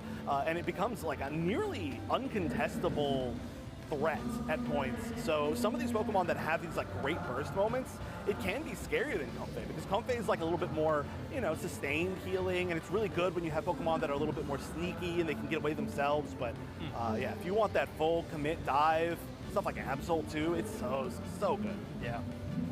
That's one Pokemon I think I would like FN to return to and just have another shot at is the Absol. I think that Pokemon is incredible. A tough matchup that we saw, but let's see if they can change it up in game number 2. Insomnia, feeling pretty confident heading into this draft. They might have to play against like the Larian Rapidash. And here we see the Blissey right into the Hoopa, ban for the Talon. Final ban, this is what we did not get to see last time. We could be seeing Psyduck, and we do. Obviously, we saw the Psyduck didn't get to get banned, and it was the first pick from Insomnia here. So now the draft is going to have a different texture. Leafeon on very the little table right now. So that's Yeah. Leafeon on the table, Umbreon on the table, Mewtwo Wow. incredibly contested pick. Honestly, Umbreon Leafeon feels awesome right here. Yeah. Like, lock that in. Evolution comp, let's go. I would love to see Can you imagine if we got all 5? I would love it. Crazy. Triple attacker from here on out. Almost works right now. They're not the highest in the meta. I honestly do think, though, despite the fact that it's obviously really, really strong, Mewtwo Y as the first pick was a pretty interesting pick, and now it's the Speedster. So we're getting a pretty similar concept to what we saw last time in a way, but this time they're going to be the ones taking the Absol, and we didn't get a chance to see that. So you kind of got your wish halfway. Yeah, I'm excited to see Slime's Absol. It's going to be a really fun one. Obviously, they got Zeraora on the other side, or sorry, on their own side again. Wow, we're returning to the well. We're going back to Gary here, and you know, again, that match was chaos. You can't really take that much from it, and obviously they've been playing this. It did just receive buffs, but boy, it didn't look great, and you have to look at the other side of the map. You've got things that are fast and ready to... No way! Fluffy tail. Fluffy tail. Can I gotta go to the booth and buy an Insomnia shirt right away. Yeah. They only take cash, by the way. And also, by the way, all 4 Japanese teams have merch booths here, which I've visited every single one. Well, 3 out of 4, and then Reject as well, who's not playing in this tournament. Yeah. 3 out of 4, Reject who's not playing this tournament, but I bought stuff from everybody. Except for Insomnia, because it's cash only, so you go to an ATM so I can go buy a shirt, because turns out we're all fans all of a sudden. Yeah, we are huge fans right now, and obviously we're not asking for cash from the audience here. If you're in venue, I can't stop you from handing me cash as I walk by. This is something I say every broadcast. I simply can't. If you want to come up and shake my hand and you have a $5 bill in it, I won't mind. That's why I have the fennel cup, so I can shake it for change. After every cast, we just gotta walk out to the audience, hoping somebody just throws a few bucks our way. Tips. Yeah. What do you guys think of that one? Pretty good, huh? What we should have done when we were upstage and talking to the Japanese crew, we should have been like, hey, everybody, please give us money. Can you imagine if the translator would have had to go, okay, so at the end of that, I think he asked you to give him money. Oh my goodness.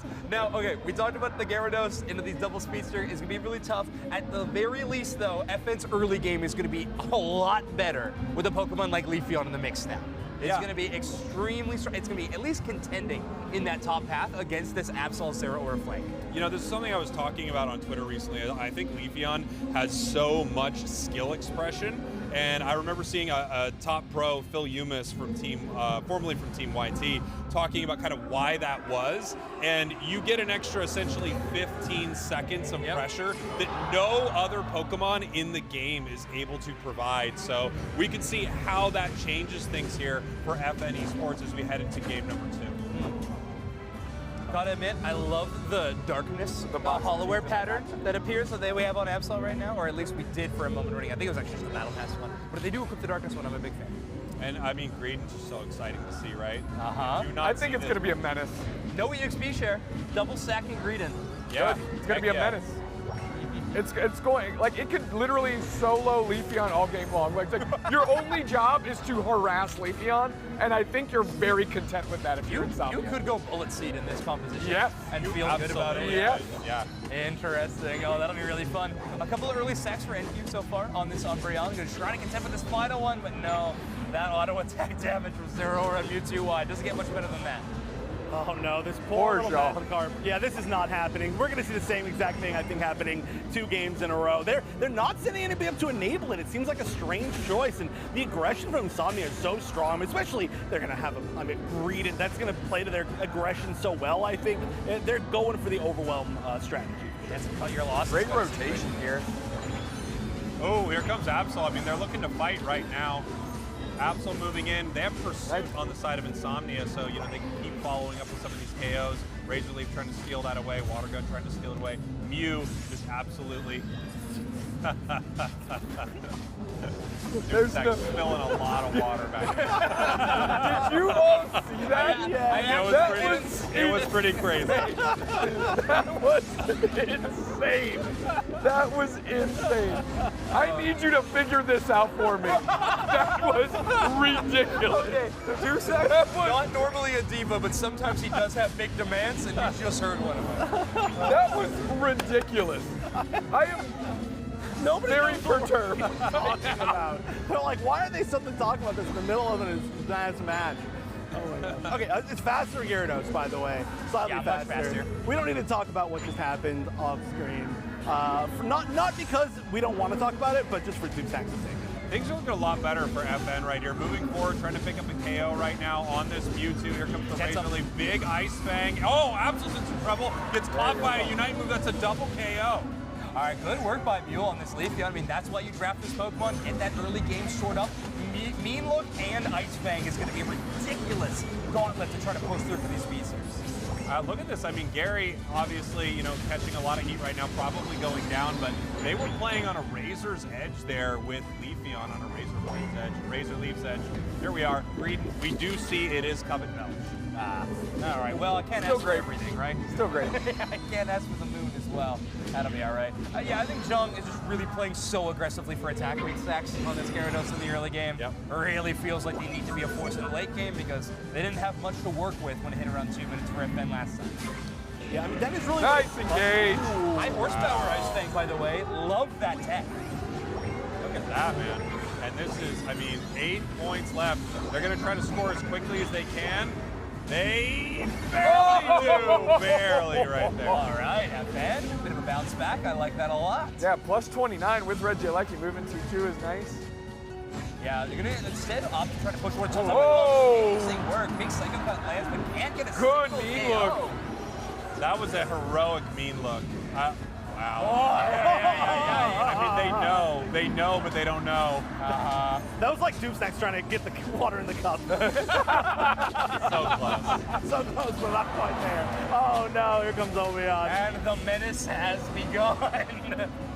Yeah, now this is part of the game where Obeyon takes over and decides to play an entirely different video game for approximately 5 minutes and 54 seconds. Yeah, that's what I was kind of, talking about with this player. I feel like approaching the game as a defender in a different way than you would expect, right? This isn't your frontline tank that's helping you set up all the fights. Constant harassment, and with a build like Belch Covet, we are seeing something kind of similar to Phalanx. Huge burst from something really bulky that kind of moves towards the enemy, squishier Pokemon. Zhang had a bit of a 1v2 fight in the bottom path. Did use their Unite move, but he's still able to walk away and tell the tale. So not a bad investment, and they're not going to have it for the basement Reggie fight, but if Regieleki does spawn, they should have it up by then. This has been a really aggressive turnaround from FN. They're definitely not afraid. Now that they've got a fighting chance, more than a fighting chance, honestly. Look at their just standing. They're just standing all the way in the enemy center area. They're getting vision. Literally, we could have Ward playing as a Ward, which is a pretty cool thing to say. But I definitely doesn't seem like they were as phased as a team could be after that last game. They're not like, oh, whoa, we're making it. What's happening? They're everywhere. Not going to be taking that Regieleki. Or, sorry, basement Reggie. Reggie, they are going to be taking. Right off spawn. Well, warm welcome to Regieleki to the map. Snipe shot to the dome. That's going to be a quick one. Yeah, really nice stuff here. I mean, obviously, both these teams are deciding what they want to prioritize right now. Absolutely moving in with the Unite. That mean look has definitely gotten some value so far. Huge Ice Fang into a Mammo Unite move. Mew deciding to Unite to head straight home. We had the snipe shot lined up. Mew was able to use its Unite move and then recall inside there while invulnerable. If they want, they can head right home in a moment like that. Helps pick up a huge KO. Yeah, I think Leafeon did get the blue buff for a moment, but Absol taking it right back. It's the delivery system, blue buff delivery system. Obi-Wan going in. Defender on defender action here. Yeah, nice time for a mean look, right? To stop this Covet Belch. But Covet Belch actually recently got that big move speed decrease buff. I don't know if you guys remember that one, but you know, kind of giving it more of an option as a defender in a moment like that.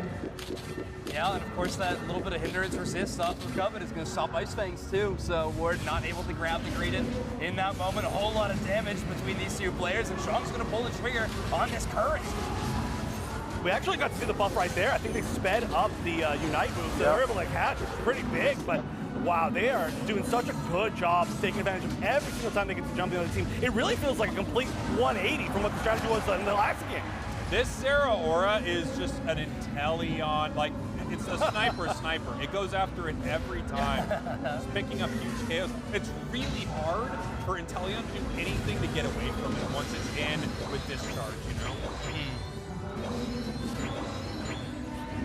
Felsinger not having enough range to really pull you out in any of those major situations. Somnia's going to have the advantage for this basement Reggie fight, but FN Esports has been prioritizing topside most of this match. And I think with Inteleon getting a quick look at that Mewtwo Y in that tall grass, they're going to probably, I don't know, they're going to actually go in fully aggressive. Mewtwo Y is going to be picked up by that Ice Fang. A great start for FN. They're going to push Insomnia completely out of this Registeel fight, and nobody having a look at Regieleki on topside so far. Ward's doing great on this Mammoth line right now. Facilitating a lot of stuff for them and really just putting the fear in Insomnia, essentially keeping them from committing to that basement Reggie right there. In other moments, we've already seen great engagements that they've had. And NQ playing this mean look Umbreon allows Ward to play way more aggressively on the Mamoswine. Yep. You can afford to use your Ice Fang in positions where you're trying to get KOs because the peel for your backline is created by the mean look from the Umbreon. So NQ is going to play a lot more passively, Ward is going to play a lot more aggressively, but it works well in this double defender setup where maybe the Snorlax wasn't exactly getting the job done. FN's up a little bit here. We can see Apps kind of moving around looking for this. No! They're going for Leafeon, and they're not able to take it down. Big start for FN. They're going to want to take this fight now. Terrifying 1v1 to lose in that situation. Mew is going to walk away from those snipe shot damage with the coaching, but now it's Obeon's turn. Yeah, going straight into the back line. You can see the aggression they're trying to put on. Nice little serve. Wow. New follow-up supporting, forcing out the Inteleon. Holy! I can't believe Subine's still standing. Yeah, that was a barely charged snipe shot into 2 auto attacks. He's able to fully burst down that Mew. And there it is. FN Esports. Yeah, they really had that fight top to bottom, it felt like, and they had a couple like near misses, right, that just went their way. Leafeon barely escaped, Inteleon barely escaping right here. We have Mew trying to stop this, but it's Umbreon with a Ray Shield. That's going in. Mamo in the main, bringing us up to 369. I love the fact that when you see teams like this play, you know what their strategies are and their calls are. Like the way that the Mew dove the Inteleon, and exactly like Duke said, you just see the Inteleon go the entire game. It's like somebody needs to be on it. We know this is our win condition. Yep. This felt like a Pokemon to me that we might not even see this weekend, and it would just get banned so much, and that's Leafeon. But to be fair, I mean, so many speedsters are incredibly powerful. It's hard to ban enough of them. But boy, Leafs, it feels like such a great difference maker.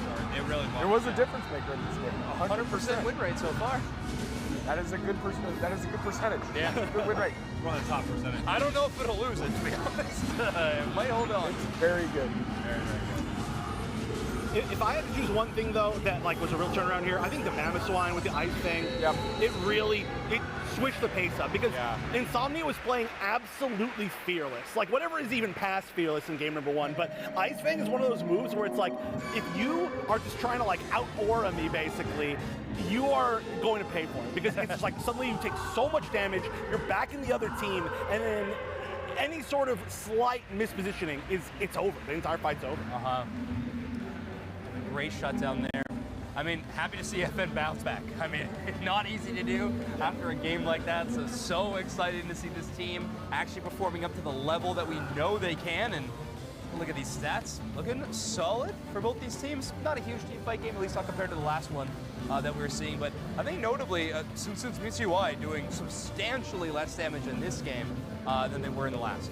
Yeah, I mean, also Gary really had a match here, right? I was wondering if they were going to head back to that well. I think the early pressure from Leafeon, kind of not getting shut down so hard like they did in game number 1, allowed them to get Gyarados online, make some big plays. Chef called it out. I think we talked about the Unite move buff. It was able to chase Absol so much better, and I think they timed it where it was even in the second tier of damage, I believe, but they had to let it go early enough to catch Absol, and they could. Old Gary would not have been able to make that play, so I see why they're bringing Gyarados into this match. It worked out really well in game 2. Leafeon is, again, the story of this game for me. It was like because there's a lot of similar things that FN Esports was trying to do this game as game 1. Obviously, it did not work in game 1. But Leafeon just helping Zhong, helping put pressure in different paths, stressing Insomnia so they didn't quite get to leverage Zero Oro and Absol as well because there was a pound-for-pound counter-puncher on the other side with Mule on this Leafeon, which helped keep things from sliding out of control too quickly, especially when you have a Magikarp that you need to get online at that point in time. Yeah. I'm sure we'll take a look at it in some of the replays that they'll pull it on in just a moment, but like that end game was just, it was a really good illustration of the two different play styles that these teams like to play. Insomnia is such a dive composition team. They will run all the way towards your home base if it means they'll get a KO to give them an advantage in some of these situations. Yep. Whereas FN Esports is kind of the opposite. They're a very patient team. They like playing more brawl style of strategies. Obviously, Leafeon is a bit of an exception, but in that final team fight, it wasn't really. It used a really solid defensive Unite move to kind of bail itself out and take the Absol out of that final team fight. It was cool to see these two teams' styles clashing so early, and then of course, like early on in the tournament rather, but late in the game. Do you think the Hoopa, not having Trick, not having that option, really hurt them? I mean, because it feels like, as you were talking about, so dive heavy, they were looking for fights, but they didn't have that shield, they didn't have a way to peel out of these engagements, and multiple times they went down, especially at Ray. Yeah, I mean, it's so hard to think about an Absol going in with Unite and not getting the KO, but it keeps happening. So, yeah, I do think without having some kind of bail option, like Hoopa, or we talked a lot about Comfey, I think it's a very realistic option too, that would achieve something like this. But we're not seeing either. Instead, just a lot of reliance on the, we either get the KO or we don't. Yeah. And that is going to be the end game, which something Doomsnack's is a big fan of. But I actually think that I kind of like their draft in a way, but it was like a really committal draft, right? It was all offense. The fact that we had Mew and Mewtwo with the EXP shares means that the entire strategy here is like, we are, well, okay, not only that, but we also have like very early Pokemon. I mean, it was basically everything was already evolved as we got into the game. So they really had to dominate early game, which I think they felt confident that they could because of how game number 1 went.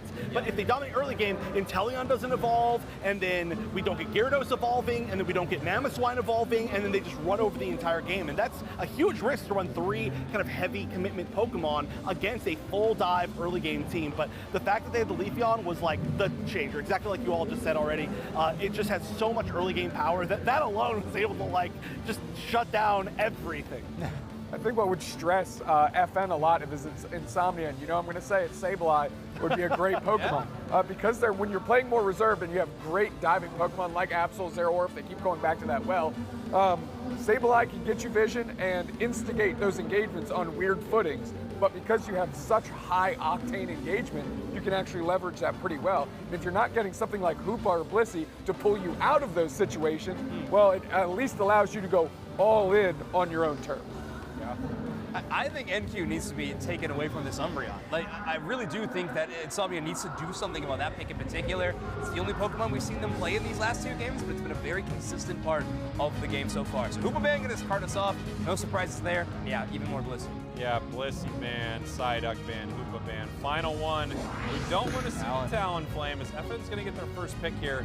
And now, yeah, you wonder, is it Leafeon or are you going back to that Umbreon? Well, I feel like Leafeon was just so dang good for them, and I don't think they want to hand it over to Insomnia. We'll see. Tough. MUTUI was another Pokemon that was chosen in that first pick position last time, but yeah, in this situation, if FN's in first pick, I do think Umbreon is the most, I think it's the best lock-in. I would pick Umbreon over Leafeon. Wow, they got them both. Leafeon going very late. I mean, now they can kind of get it for free, and they do. Gary, Leafeon, Zeraora, MUTUI on the other side. That combination from Insomnia has been brutal. Yeah. Absol, I mean, we're running it back right here. Yep. Yeah. Almost exactly. I mean, they're going to keep going. What's our greed encounter then? What's FN's ace in the whole greed encounter with these final 2 picks? Yeah, I mean, I think we'll see. Espeon's, I mean, great against dive. Yeah, but they like, I mean, Inteleon snipe shot, obviously. Thousands of points. They're playing it straight up. Okay, so what I was saying earlier about how this could be a really potentially risky comp to run against a very aggressive early comp, it still holds true, I think. All right, we're back. It popped off so hard game 1. It's really hard not to want it again. But yeah, I mean, still, it also works well. It has got really great early game pressure. The level of, I mean, literally everything is fully evolved on this team already for Insomnia. You do not need to enable anything. Yeah, great point. You're gonna trade the bulk and chase ability of Greedent for just that burst damage, with also a fair amount of bulk. Yeah. With the Phalanx, but instead you're gonna have a Pokemon down. We're gonna have a really good amount of burst damage from that Iron Head and the beat up combo. Looks really good there. I want to see a better look from Subin in this game in particular. In the first game, I feel like it took them a really long time to get online in that bottom path against this lineup.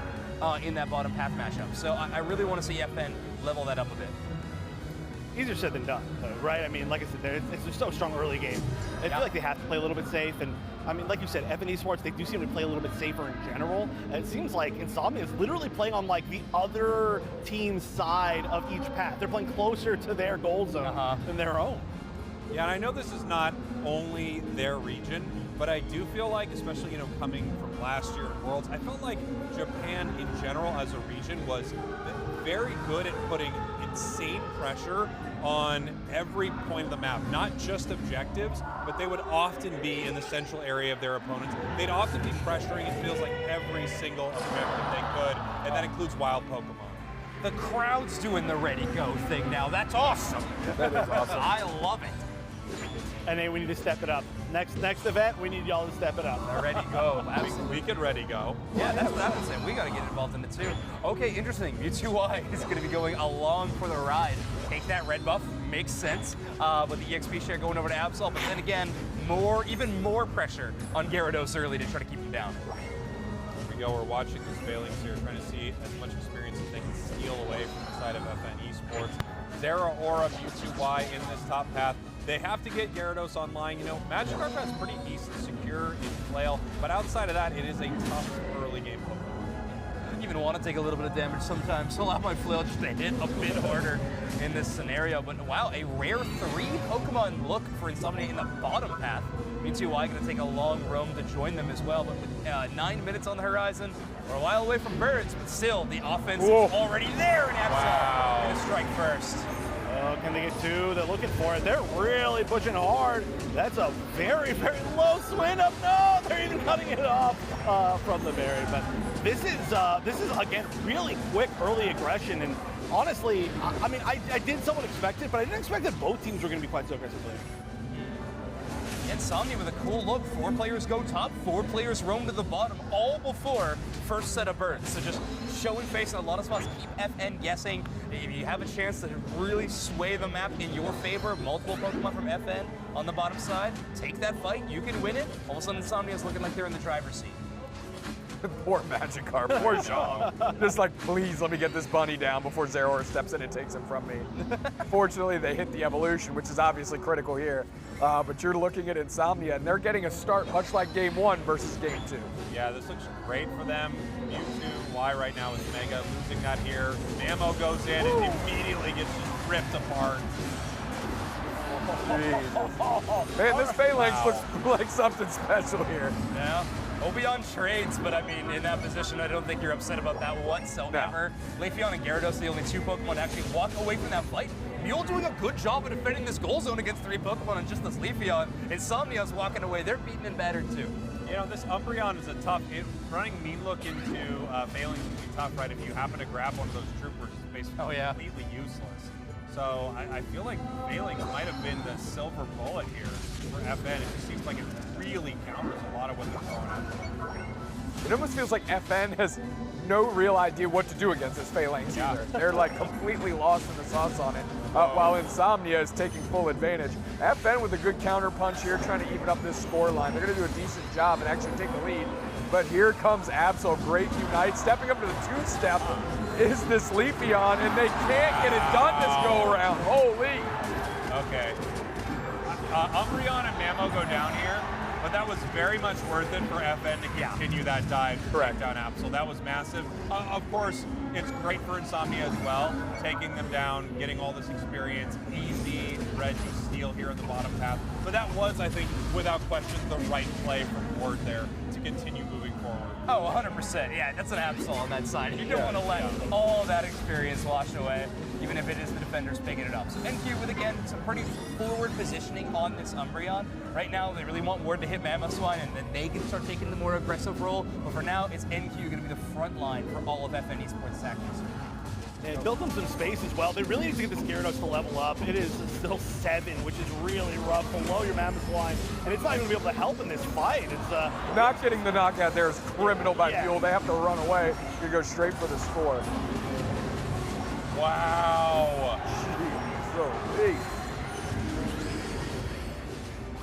Yeah, good luck so far. NQ going to try to get in a couple of stacks if they can in the meantime with their Reggie LAIC buff, but other than that, it's Insomnia walking away with all the spoils of that last fight, taking their time to knock out as many wild Pokemon as they can, get that experience, but it won't be a huge overdub, but a solid one with these 9 points from Absol sneaking in before the big break. Yeah, 157 now, 173, but you got tier 1s up on the top and bottom there for Insomnia, which means there's less experience on the map for them, and they do end up breaking that tier 1 number. Not very 5 points, another KO from the Phalanx.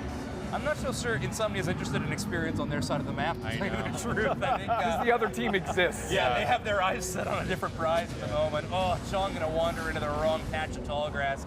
Take quite a bit of damage. Dragon Breast, the Volt Switch target there, just in case we have the Insomnia member run back, but so far, no such luck. All right, we need to engage on Zapsel. They are trapped. That's a knockout you need to get, forcing out the Unite move at least. And that's a good win for FN Esports, not losing a single person. There's a 2 by Zhang right now. So they're finally starting to level up. And honestly, the experience both sides look terrible until that exchange. Zeraor gets it right back though. But Zeraor is something special this tournament. What a full heal from Musakazu. Goes in on the Umbreon, uses their Unite move, doesn't full heal, not afraid of the mean looks. They know they can burst them down in time. Has it for the Ice Fang to walk away and win that fight against 2. Really impressive stuff. Isn't it weird the way they were fighting? It almost felt like they were the team from the opposite side of the map. The way they crossed. The way they crossed. It just like kind of messes with your brain a bit. Like, no, they were actually going towards the circle. Nice. Dust Devil formation, a little too strong. Phalanx getting a couple KOs. John taking that knockout.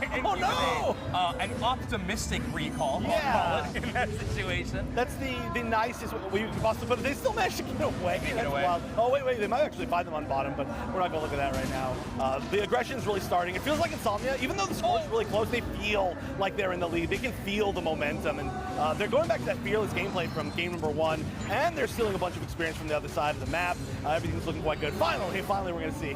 I mean, Mule's only at level 11 right now. Like, this is really tough for them. Yeah, it's real bad. Is too, but a Leafeon at that low of a level at this stage of the game is so tough. Mule's got to make a tough decision. Elects to go to the top side, but that means you're just going to let points rain into the bottom side, and Reggie LAIC's going to land. So best of both worlds for Insomnia. A huge point crash on the bottom, and Reggie LAIC making that goal fall. That's nasty. That is so bad for FN.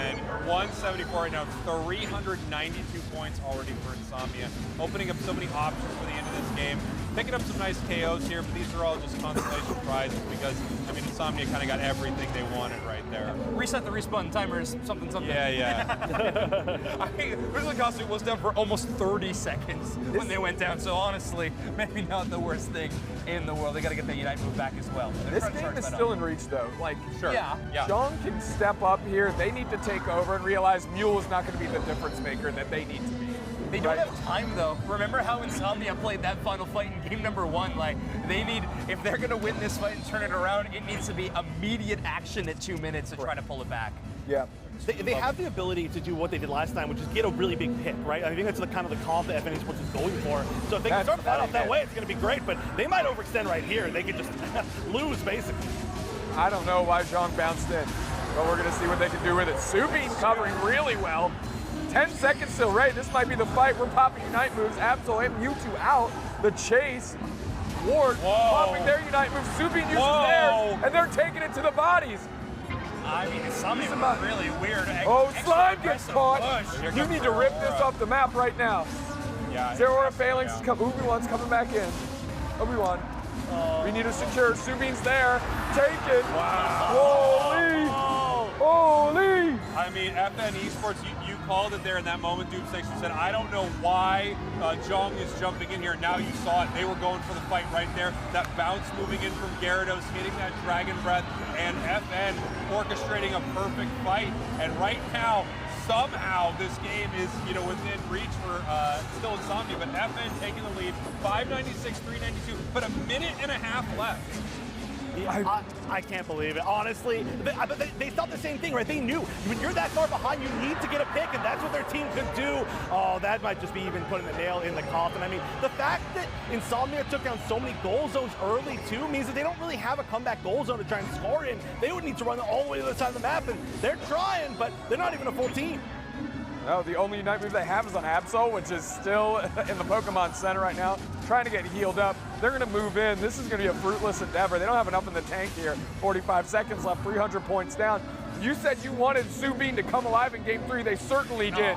They absolutely facilitated that. Zhang went in what I thought looked a little wonky, but actually the coverage that they got on Obi-Wan because of Subin stepping up, hitting the snipe shot, getting the knockout, is all of a sudden Insomnia going, well, our level 14 leading the charge for our squad went down instantly.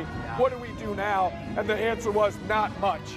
I honestly think Insomnia's kind of doubled down into that team fight was the real problem in the situation. Yeah. I think they trusted Soon's Mewtwo Y Unite a little too much. They were hoping for that team-wide stun to really turn things around like it did in Game 1, but unfortunately, not gonna happen. And first Japanese team's gonna take a loss, and FN Esports, I never doubted. I mean, okay. Never doubted. No, you didn't. I will not lie. I may have been a little bit shaky, but have we ever seen a team lose by almost 1,200 points and then win the set? Yes, Paps, year 2. You're right. They did it all of the time. It was like their calling card, except they wouldn't even put points on the board. That's true. They'd lose 1,200 to nothing. Yeah. They were pretty good at it. Pretty good at losing. They were a very odd team, right? With that phenomenal, they would get look at that, get absolutely dumpstered, and then come back and win games.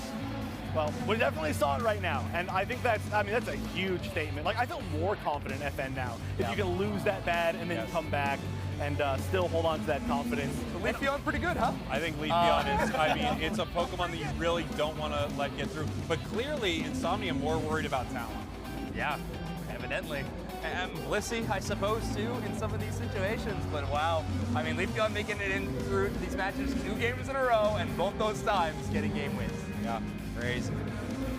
I don't even think it was the solution, that Game 3, though. I mean, it wins, right? Its win rate stays 100%. It certainly did some things. But going to the late stages of the game, we were kind of talking about it. Mule was stuck at level 12. Zhang was taking over, and it became a new path to success. It was actually through the Gyarados and Subin kind of coming alive in the last 2 minutes and 30 seconds to me. So I consider that a bit of a false positive for Leafeon there in that Game 3. All right. Game 2, it was certainly the reason. Game 3, I think you can make an argument that the team stepped up because Mule wasn't quite there to make it happen for them like they did in Game 2. Fair enough. I think we really got a chance to see why Gyarados is being picked right now. We got to see all the buffs in action. That last one where you said oh, I'm surprised that they're jumping in. I was surprised too, but you could see the slight more survivability on the scaling on the shield from bounce. What really made them really hard to take down, and then we saw the speed of the Unite in the previous game. So all of it together, you can see the little bits that actually mattered, it felt like, but it seems like it's really tough to take full advantage of the buffs. And obviously it didn't work every single game, but I really like it, and it's really cool, by the way. We can see all the points. Hey! Zhang stepping through and saying, Gyarados, baby! My boys over there. Yeah. That was sick. And we talked a little bit about it, how important that game is within the confines of Group A. Seriously, these 2 teams are likely the strongest 2 teams within that group. And now FN is able to breathe just a little bit easier, having that game win. And now Insomnia's like, okay, we got to win out, or else we're not making it into day 2. A very scary spot to be. At least that's a 2-1 series, right? Which helps for some situations moving forward. Rather, I actually don't know the tiebreaker rules. well, I would assume it'd be better than We getting know 0-2. the tiebreaker rules, and it sounds it? like a winning game should help you. There's no way it doesn't.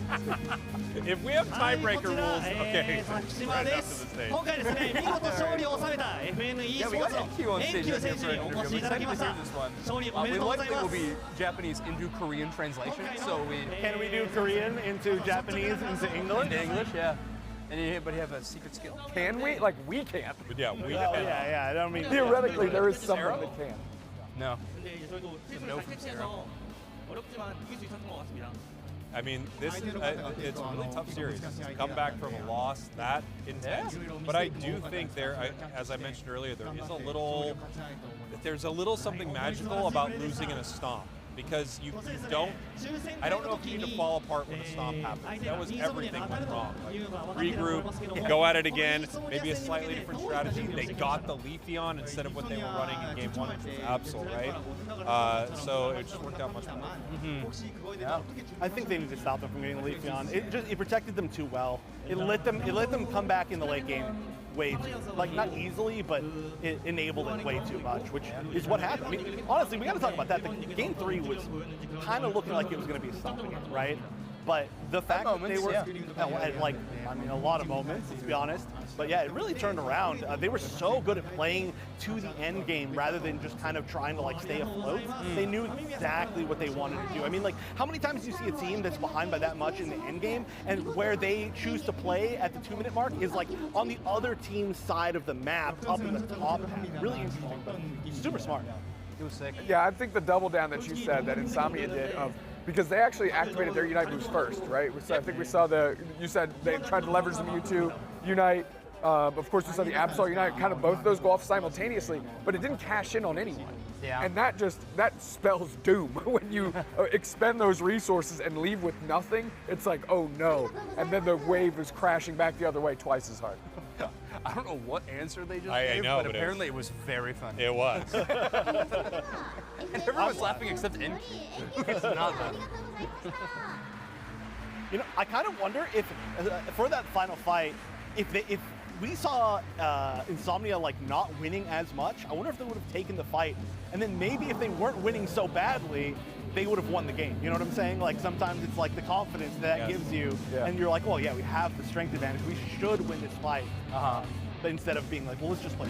Yeah, in those moments where you kind of play it a little too safe, you decide not to engage, you're trying to peel back, all of a sudden one Pokemon goes down, and a fight really switches. Even though you have that huge level advantage, 5v4, things change in a big way, and it just got out of hand.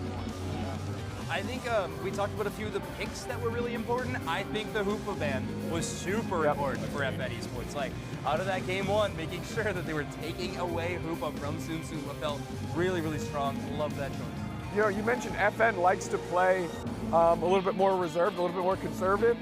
When your team has a historic record of playing that way, when you jump on another team, sometimes just that in and of itself surprises you, right? It's like, oh, maybe they were just getting vision. Zhang might try and bounce away rather than going in. On top of the fact, maybe a little bit of the wax wings flying too close to the sun. We're up by 200 points. We're over level. We're feeling big right now. And each little thing is kind of like a KO by 1,000 cuts type situation. FN with a great win. And what a good match to start off the day. I know. So you always love seeing a team kind of crawl their way back from that level of adversity, right? When you lose a game that hard and then show up in game 2 and 3 to turn the tide, it's really impressive, especially in front of that crowd who did not want them to. I mean, you heard, I'm sure at home, how hard they were popping up for the hometown team. Yeah, it was great. Yeah, true. Also, I think we have NQ posing up for an interview to come in and join us here. Do we want to move down, or a couple of us bounce up? What do we think? Yeah, I mean we could shift down if they'd like to come in for an interview. Yeah. You guys coming in? Yeah. Come on in. Here, I'll just step away. Okay. I'll just step away. All right, bye, Dibs next. Oh, okay, I'm staying. Just kidding. You're actually staying. I'm actually just staying. Yeah. Congratulations. That was amazing. What do you think for you guys was the big difference maker? Was it Leafeon? Was it banning Koopa? Like, what changed from game 1 that was really tough to game 2 and 3?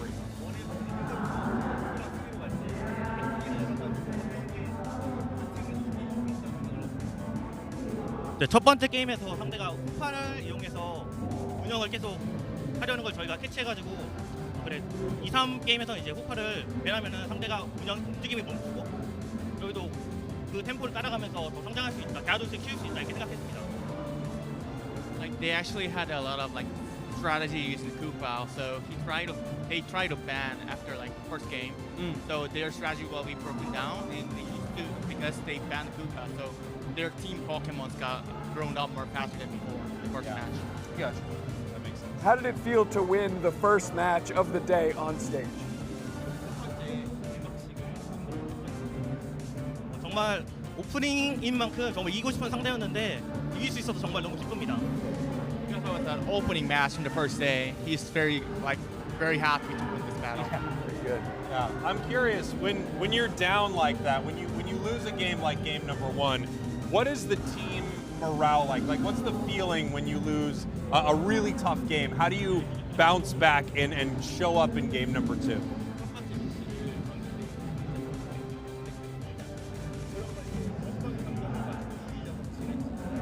솔직히 첫 번째 게임은 저희의 실수 때문에 졌다고 생각했기 때문에 두 번째, 세 번째 후파만 배나면은 충분히 저희가 성장해서 이길 수 있다 생각했습니다.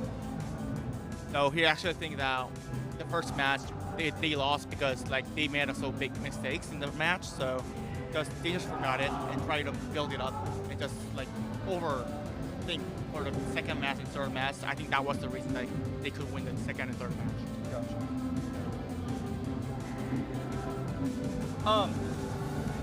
Wonder Chef and I have chosen your team to win the whole tournament. Do you think you can do it?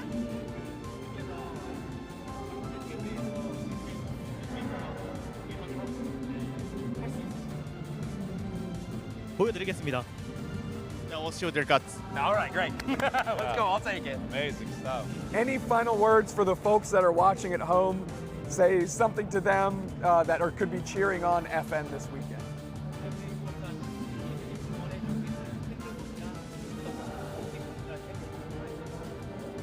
네, 팬 여러분 정말 응원해 주셔서 정말 감사드리고 저희가 앞으로도 계속 이어나가서 그 응원에 보답하도록 하겠습니다. 감사합니다.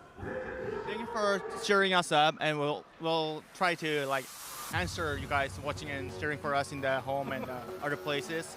Just watching us, we'll win the battle. Yeah, thank you. Thank you. Thank you for stopping by, and good luck in the rest of the game.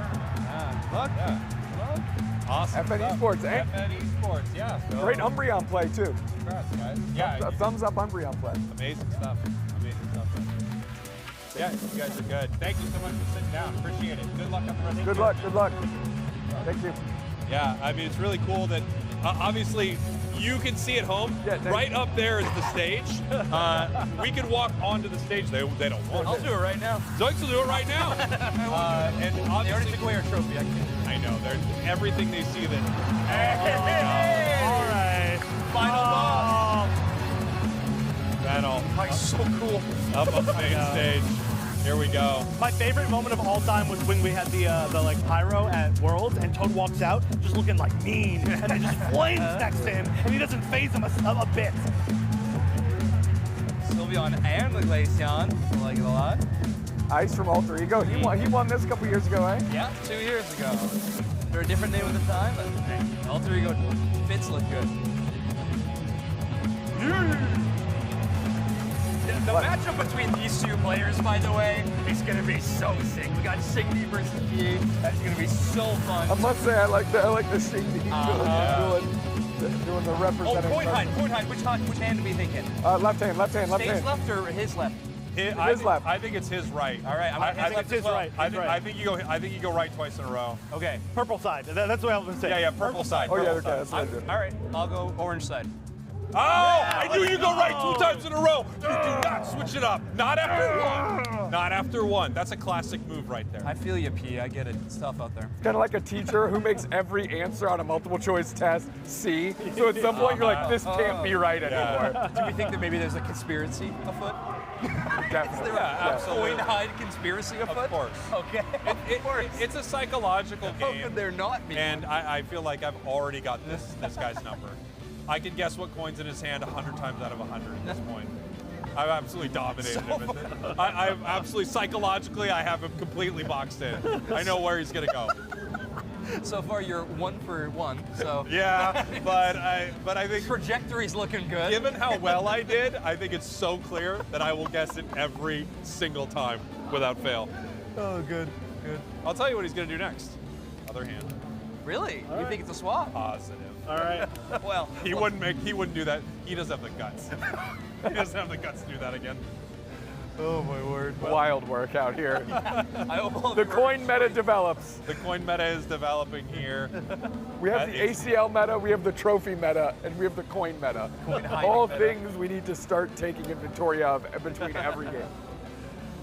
So I mean, okay. So the real meta. We should talk about this match too. I feel like we didn't even I didn't even know this match was coming up because we had that great interview. Obviously. By the way, great job to that the interpreter, the translator for esports stuff.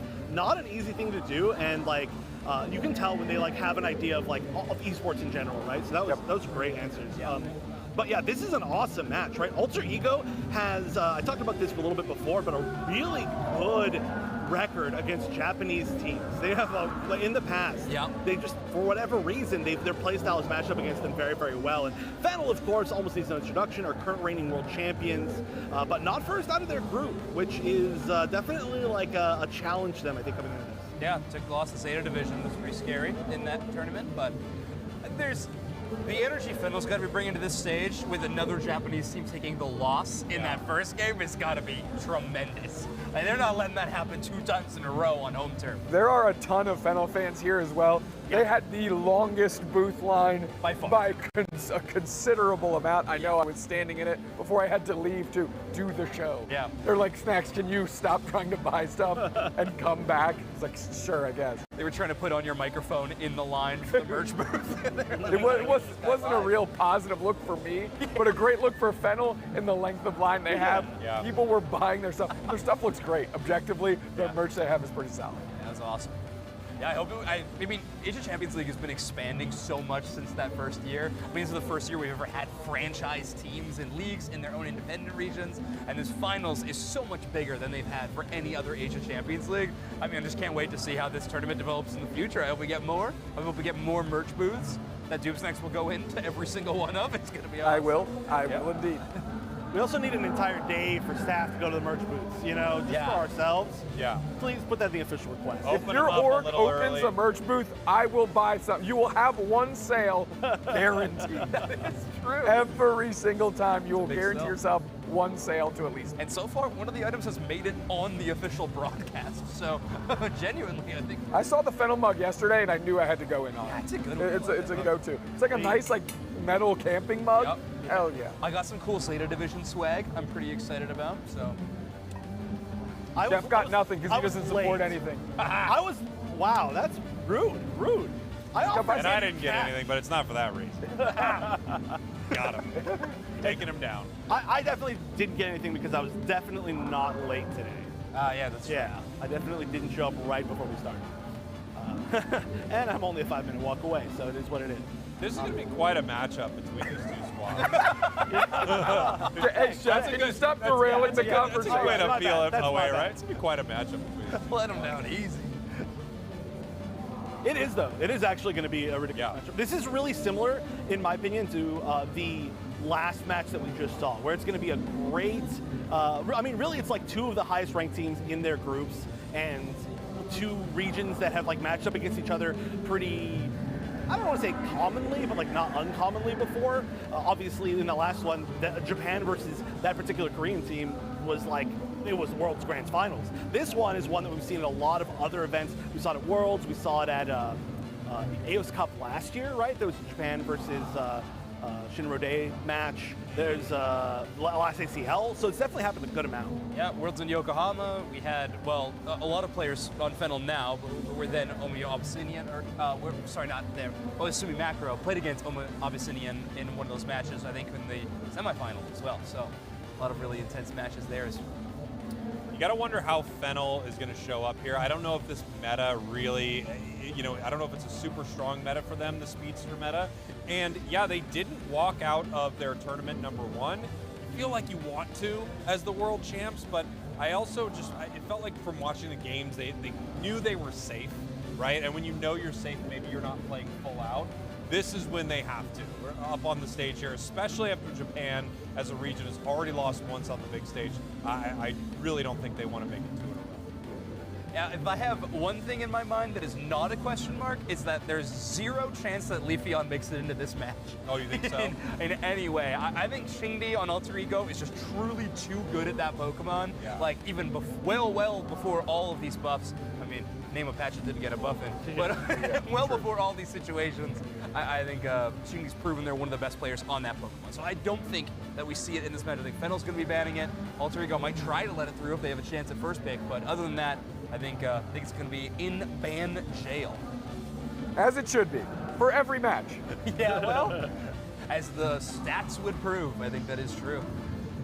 You know, I was, when we were chatting about this yesterday, I believe it was yesterday, if at some point you feel confident enough to let Leafeon through because you don't think the other team has a Leafeon player, you should not be in this event. Like, at this point, your team needs to have a Leafeon player. Pre-rec. You need to have somebody that can pick up any one of these speedsters at any point in time just in case they catch a buff, because you have to be able to use it if it squeaks through.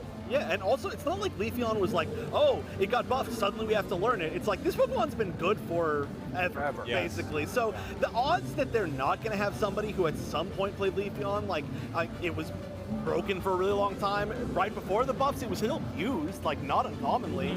So yeah, the odds that they don't have a Leafeon player, I agree. It's like, why are you even here? What are you playing? Maybe 5 defender comp. I don't know. Which I guess that might have. Yep, exactly. Could happen. Good energy through Fennel though. They look kind of ready to go. Yeah. Chuckling a little bit. Tone is dialed in. When is he not? It's true. We got a good plushie game on stage. I do like the Sylveon Glaceon duo up there. I like it a lot. I do love it when they bring it out, right? When they bring the plushies out, I think that's very cool. Yeah. Do you think we see any Glaceon at all this weekend? It got a lot of play in ACL, but with these speedsters, it always is tough, right?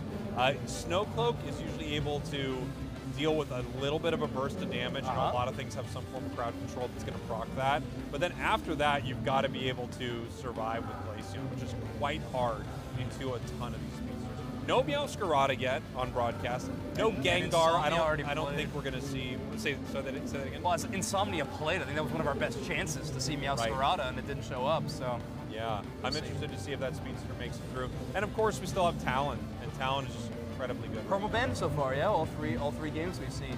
Obviously, a very small sample size. Yeah.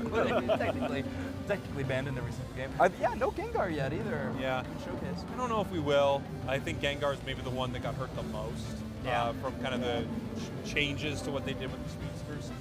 Gengar got a little bit of a, well, they all got really nice buffs, and then they had to tone them all back a little bit here. And it seems like most of the speeds are still feeling pretty good. Everyone massaging each other on stage and here in the booth. as terrific. Yeah, we're all doing that. Yeah, I think we're probably not going to see any Glaceon, as fun as that would be. Because again, yeah, like you could even just use Mascot on counter.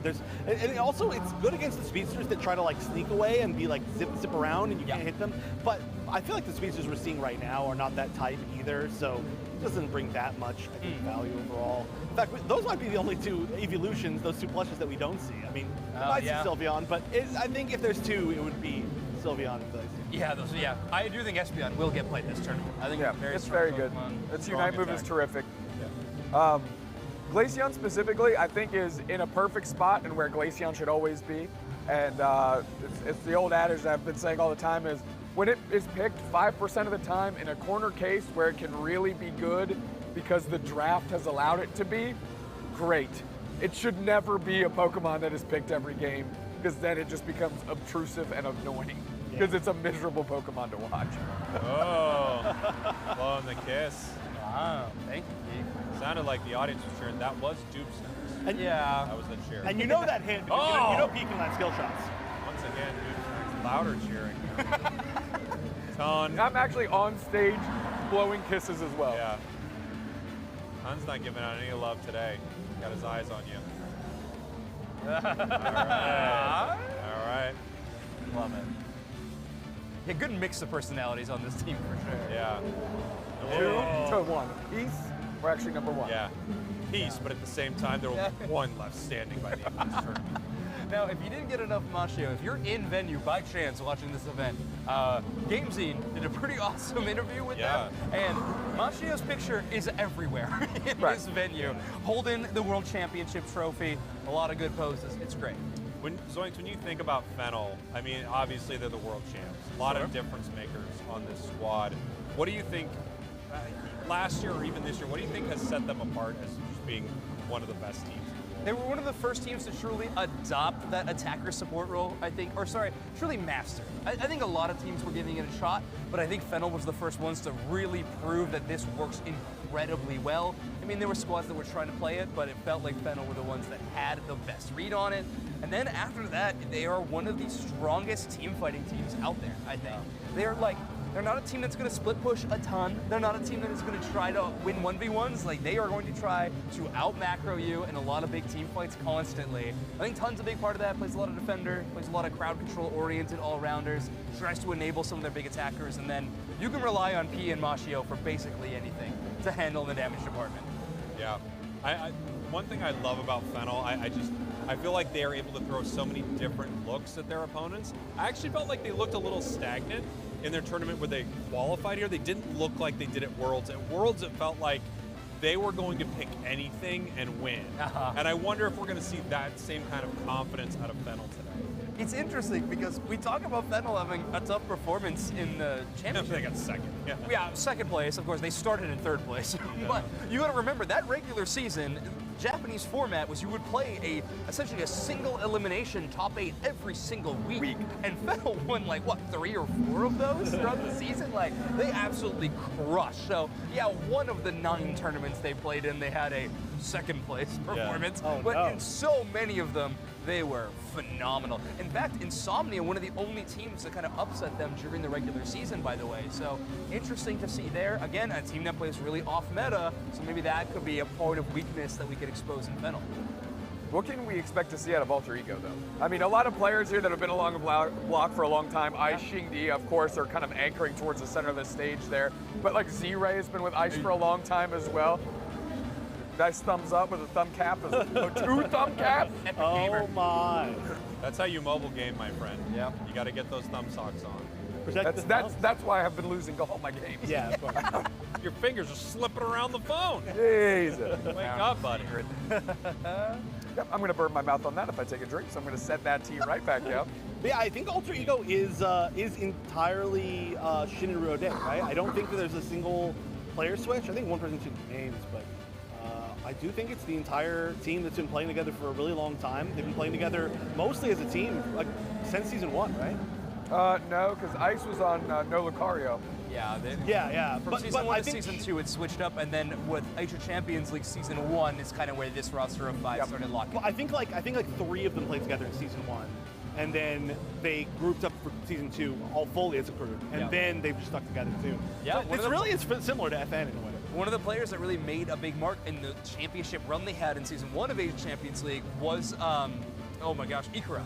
Ikura had such an amazing performance when they were playing under a different banner at that time, but I think they're another player that we got to be watching. Another really phenomenal Italian player that we're going to see some of, so look out for a little bit of that from this team. I think that is going to be the most contested attack, well, maybe Mewtwo Y would be the most contested attacker in this tournament, but Italian, second place, right there locked in. Mammal Swine spotted. Can you name every plushie? Koopa Gumi. No. We see a Gumi. Yeah. Oh, that's pretty great. In the palm, I like in the palm. Glaceon. Couple of Pikas. Oh yeah. Mew. We got a Zarina up there. I see Pika and Vaporeon. Jigglypuff. Oh, they got a Comfey out there. Oh, nice. Yeah, show us your plushies. This is great. Oh, they have the Ditto Squirtle that over at the Pikachu very head far is end. large. Dude, look at that Gengar. wide head. Gengar. Mimikyu. 2 Mimikyus. W. Those are Pikachu. Oh, we have a Rinky Dink up there. It's the Psyduck. Yeah. Oh, he's so adorable, that Psyduck. I believe did you buy that Fennel banner? Yes. Nice. A lot of. Oh no, that lie detector determined that was a lie. I just got the mug. I just got the mug. I see.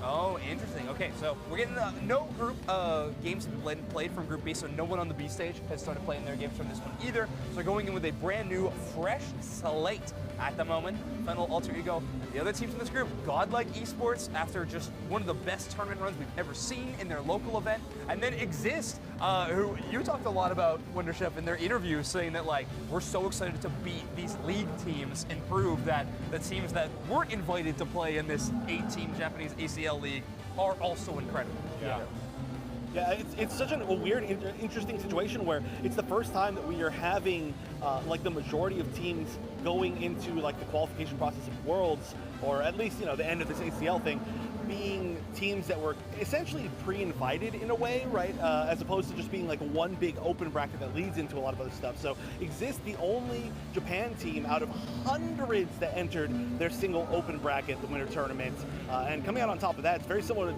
Dubes, what you were saying about the Chinese teams. It's like there were a lot of people that really wanted to prove something, because now you're the world champions, the interest is higher than ever, and you want to be up on that stage. So if you didn't have a chance to be an ACL, this is your one shot, and they're the ones who took it. Well, if I'm in Exist's position, not only do I want to show that we belong here as well, right? But this could be a great opportunity to say, we should be in the ACL next year. Yeah. We should. There are a bunch of teams that were in ACL that did not make it this far, and we are showing that we can stand toe to toe. We should get one of their spots. I am curious to find out what happened on that B stage. We have Revenant X-Spark against Utopia. That was the game from Group A that was going on at the same time. Oh, so that's a Chinese team, yeah? Yeah. Utopia, yeah. So that would be really interesting to find out. I want to know the scores. I want to know everything about like how any of. I'll go ahead. Chinese teams. All right. Oh, Zoinks That's great. We are kind of allowed to. You're still mic'd, Get by up the and way. walk around. Yeah, I know. Just wanted. Oh, he's mic'd. All right, let's hear the adventure of Zoinks going to ask what happened on the B stage. Zoinks can actually walk away, and we can still talk to him and hear him. He's made his way over to Luke. Hey, Zoinks, I'm going to talk in your ear while you're trying to ask a question. We to the can production. also use this moment to explain that we do not have a cough button this weekend. Oh, true. So if you hear us cough, we apologize. We're trying to cover our mics and lean away, but I think I personally have been unsuccessful so far. So I apologize for that viewing experience of him. They're trying to figure out what's happening with that game on the B stage right now. You can see Zoinks, he's trying to cover his microphone, shaking his head a little bit. He's now picked up our producer's hat. He's putting it on, kind of doing a little bit of a dance, and almost showing off that he took his hat. Now our producer's taking the hat back. You see they're sort of admonishing Zoinks right here. You guys hear me? Yeah, are you all right? Did you get finished with a hat? Huh? Okay. Yeah. Okay. All right, we're coming. All right, I'm sorry. I did not find out. Okay. all that All right. for not information. Look, we got all weekend to find out. Be nice to give some kind of real-time updates. For sure, yes. I do like the fact that we're one game in, and I think we were all planning on maybe being a little bit more casual to start things off. And the last set was just so good immediately that we were like locked in. We were pretty like, into it. We were like, oh, there's like 12 games today or something like that. There's going to be a lot of Unite. Like, you know, there's 4 of us here. Let's have a watch party. No, I don't think we're going to get a break the entire day. Like this is going to be intense games for the entire weekend. I can't wait for this one. I genuinely, either of these teams could be considered a tournament favorite potentially. Like, well, maybe Alter Ego not a tournament favorite, but I could see a world in which Alter Ego wins this event. Like, Fully, yes. These are 2 incredibly strong squads. A world champ versus a former ACL champ. Yep. You did make power rankings, kind of, right, Zoinks? You did make individual power rankings, kind of. I went away from power rankings for this event specifically. I went with the tier lists. That's boring. Fennel is one of the 3 teams I had in S tier, or did I have 4? Maybe I had 4. Okay, what were they? Fennel, Zeta Division, FN Esports, and Luminosity game. I think those are very fair picks. Yeah.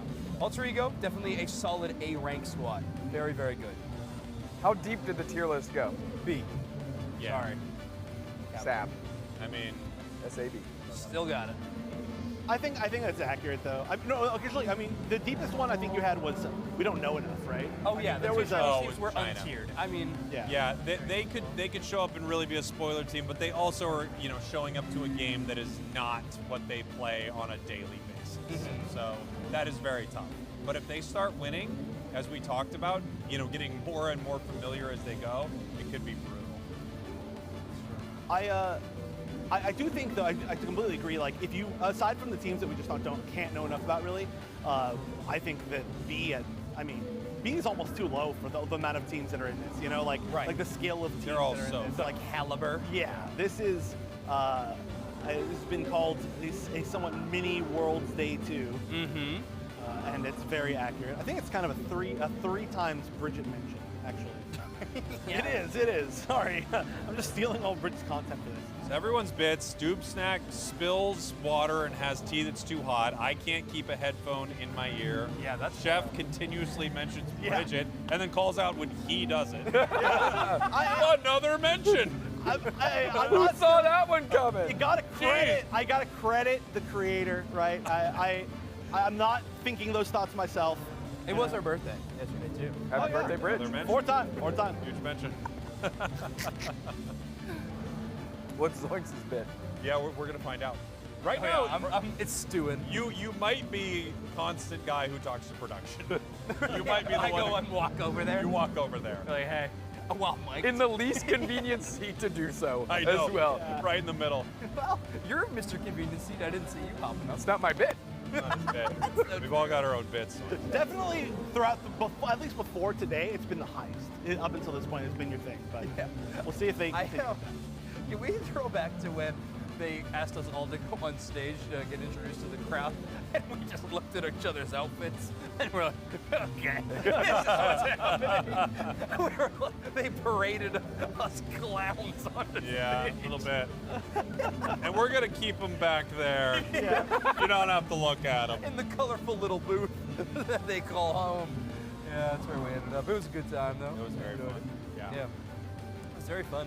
Now, you can see here, obviously, with this shot, the crowd is packed, obviously, but there is like a seating area in the front, and then a largely... Dude, unbelievable. Oh, that's You got, your ears hate headphones. It's crazy. It's unbelievable, but it's my bit. At this point, I don't want it to stay in my ear. And the people at home don't want it either, okay? I know everyone at home is like, what? It's in his ear for a little while? Don't worry. This bad boy, it just pops right out. Half the time, I don't know I can barely hear what's happening in here because the crowd is so loud. I don't even care. It's just part of the bit at this point. Yeah. I live for the bit. For those of you with bingo boards, I really hope that Sprinkles loses the headphone out of his ear. He's on it frequently. Dude. It's the free spot in the middle. That is the free spot in the middle. Yeah. Either that or Bridget mentioned. Yeah. Another one. Another one. We're going for blackout.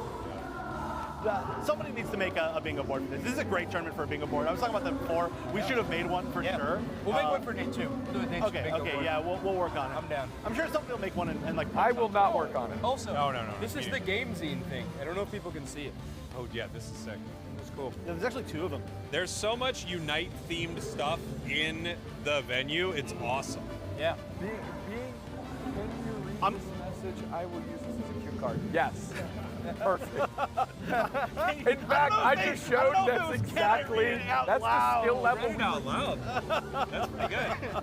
Okay, but only you can read it. Well, Yeah, I can't see maybe it. Chef can. I can. But the monitor's blocking it for me. So I'm Immediately breaking the veil of production as fast as humanly possible. When do we not?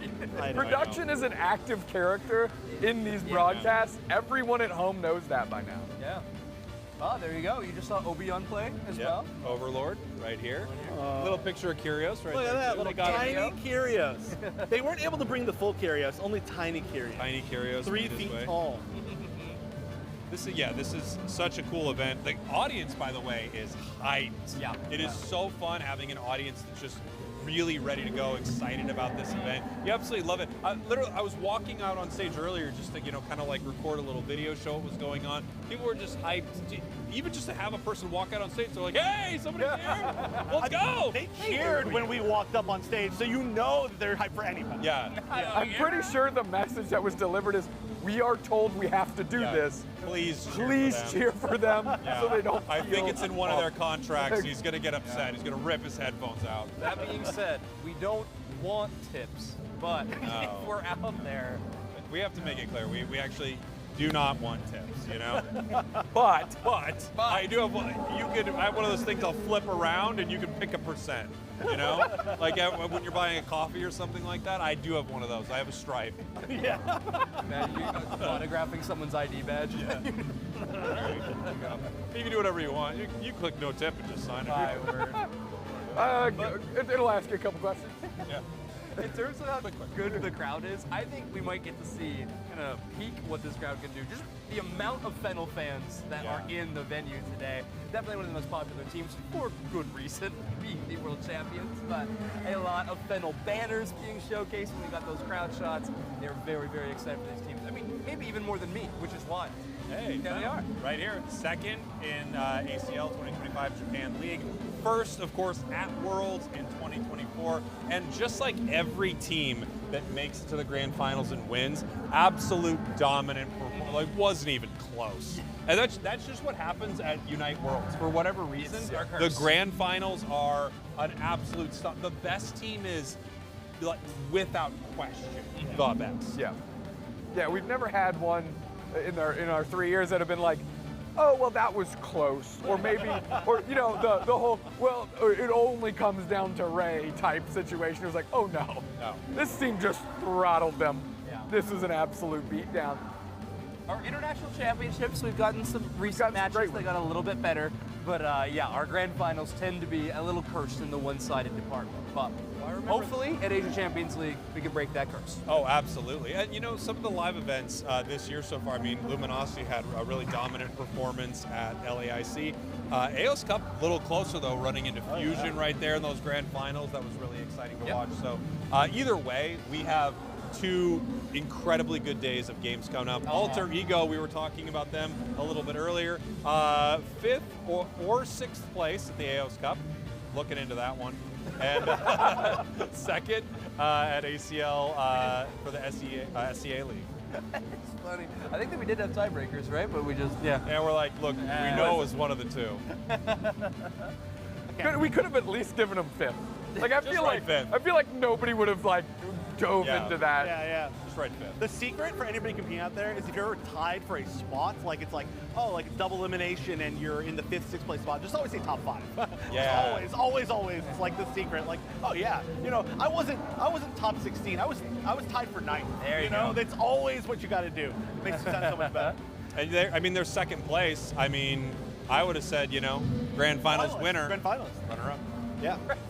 One thing that I must like say, that one. Just add more. just to bring it back to what we're looking at on screen. Sure, why not? I really appreciate these players that have put all the time and effort over the last 4 years of the UCS season, getting recognized in this, finding some organizations, getting an opportunity to play in ACL. Again, I mentioned it before, Shingy, IZ, Ray, you know, Occur's been around the block too. They've been around for a minute, and it's nice to see them, you know, get their stripes a little bit and get rewarded for committing to the game. And as the game is growing, being a part of that success, I think is really neat. And those types of players are all around this event right now. Yeah. All around this event. Do you remember why everyone started talking about Ikura in the first place at the first Asian Champions League? Wasn't gameplay, was the hint.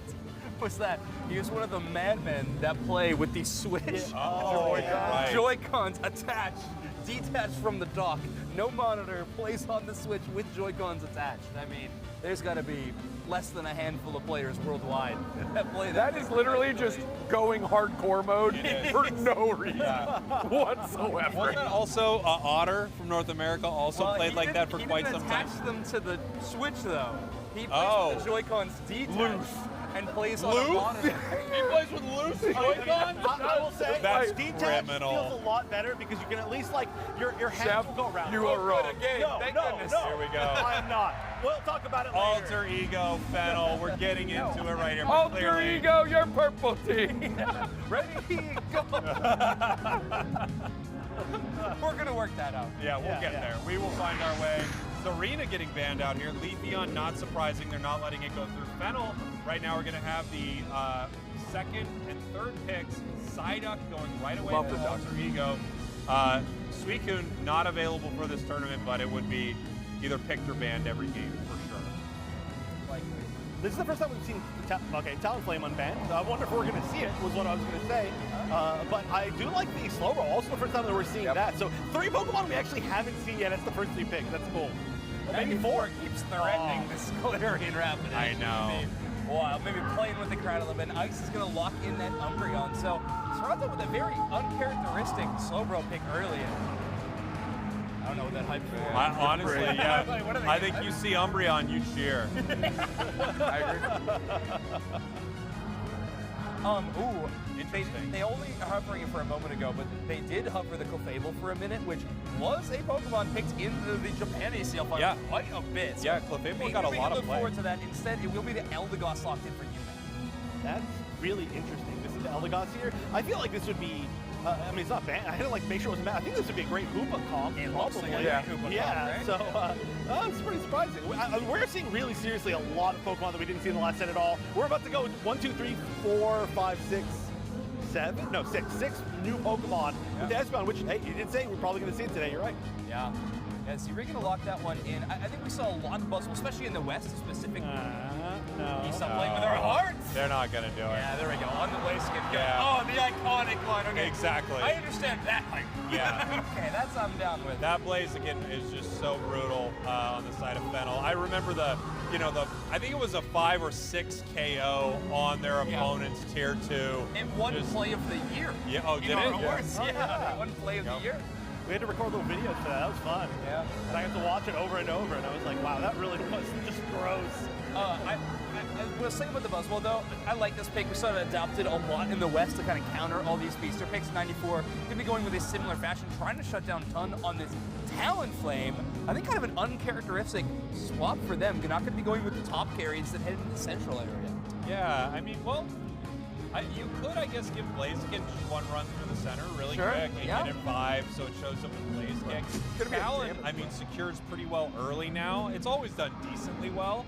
And then you can switch off, right? As soon as you get Blaziken, send it into the path. So we'll see what they decide to do here. One thing is for sure, if either of these Pokemon, if basically Mewtwo, Talonflame, Blaziken, if any of them are around this Buzzwole without their Unstoppable or a way to get away, I mean, you really are going to be looking to shut down with Buzz all game if they can do it. Really similar to what Mamoswine was trying to do in the last game, right? I think those kind of Pokemon, the like you are not sneaking away from us type Pokemon are so important in the meta right now. I don't know if they're going to switch Slowbro around if we didn't see, I didn't quite catch the final preparations, but if not, that is a damaged Slowbro because Mewtwo is carrying the EXP share. So it might be a step up Skullbro and try to slow things down up front and really make it difficult for Fennel to move forward. Fennel, Alter Ego. Just Alter Ego. A critical hit, ignore your burn damage reduction? No. Okay. We missed it. We missed Ready Go. Stop! So bad at this. We only have like 22 more games I think, over the weekend to try it. Well, not games. Time to Hey, Alter Ego, you're prepping to battle your orange team. Here we go. SCA versus Japan. So Serrata's going to be like a top path brawler, like pseudo all-rounder out of this Slowbro. That's a good answer in a Buzzwole. I like that response. Do you remember back when Buzzwole was like every game? It was like the meta choice. The Skullbro was like one of the interesting picks that people were choosing against it. Still lost a lot, but if we look at the past and we say today, it's not as broken. So that's a good thought. Yeah, there we go.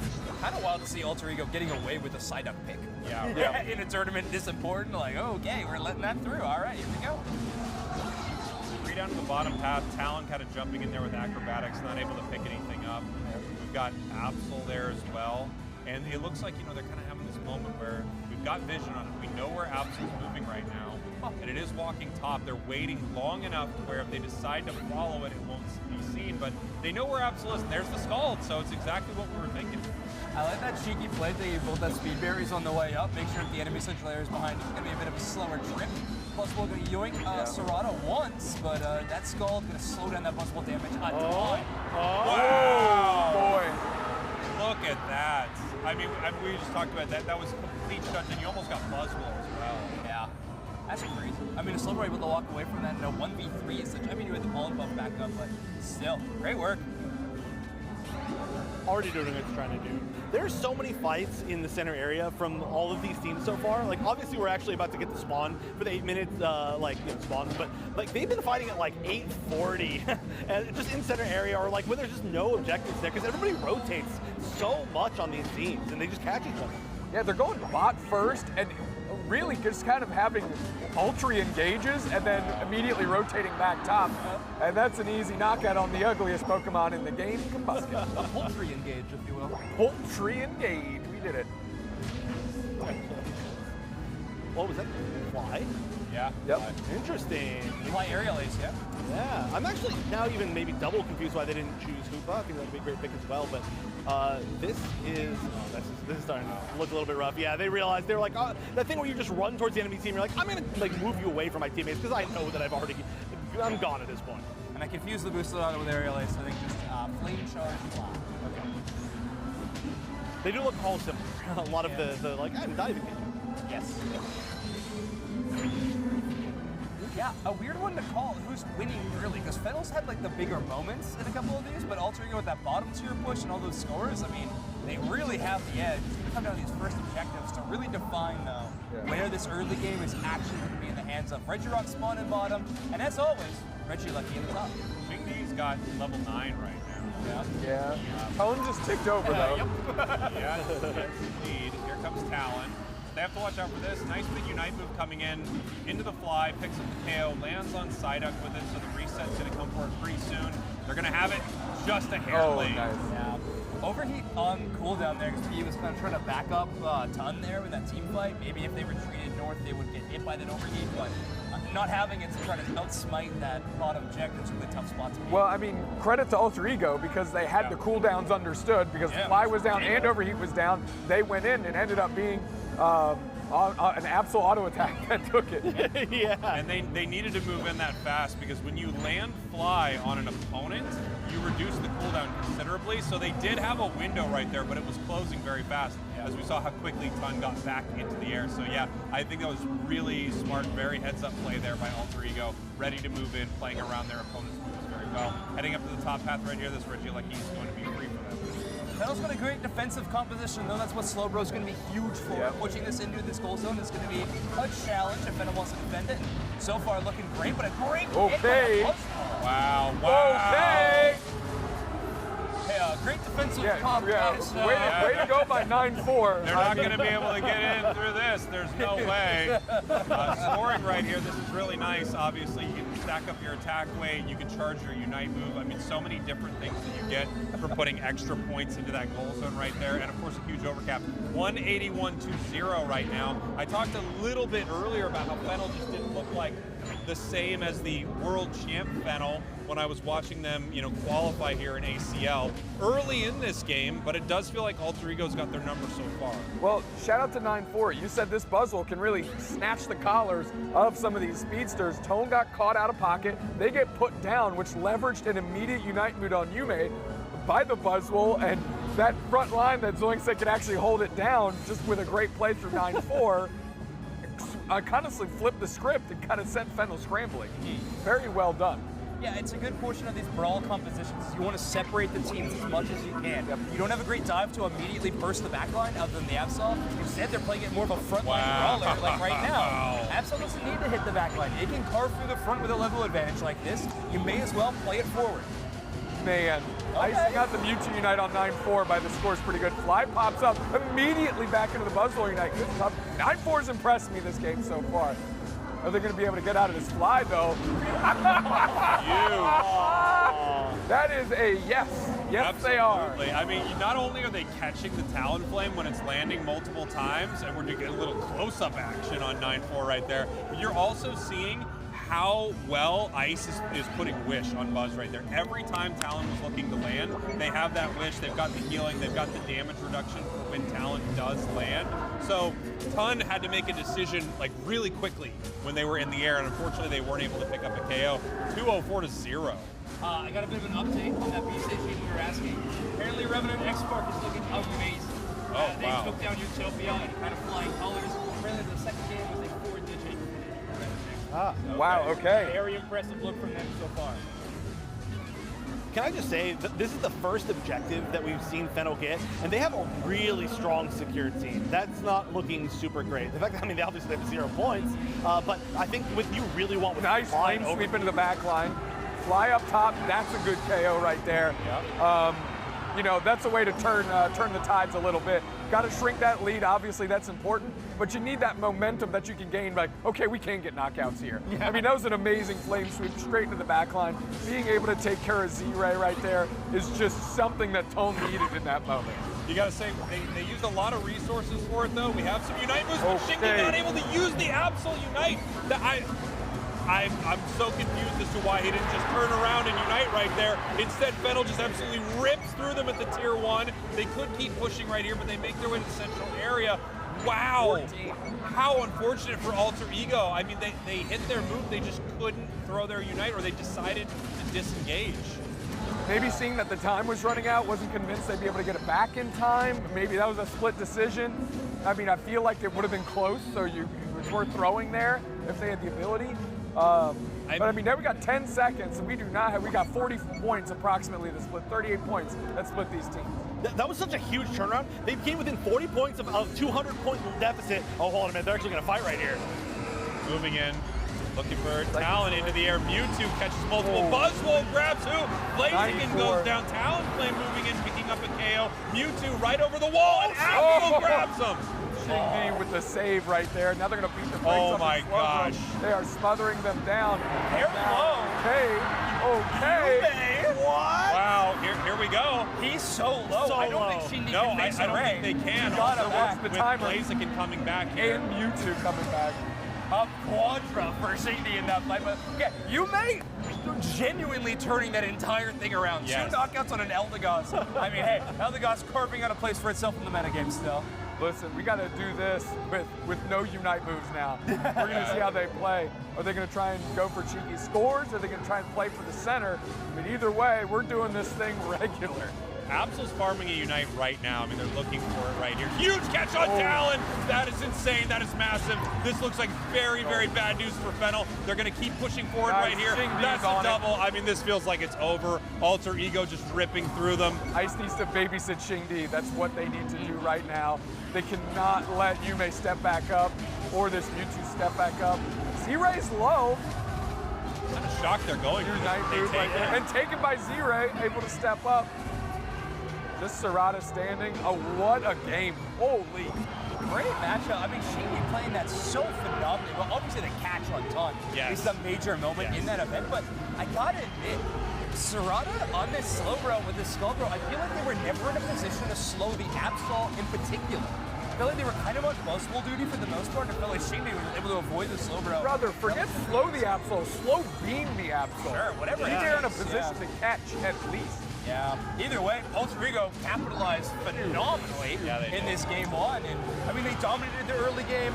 That final moment around 2:30 gets a little scary, but they're able to capitalize after that. Fennel going to be down 1-0. Well, you know, I remember watching that moment, I'm thinking, dang, you've got a huge opportunity to take this right here. And Absol farms a Unite really well, but of course, Alter Ego knew exactly what they were trying to do right there. They weren't going to give up their resources at that fight.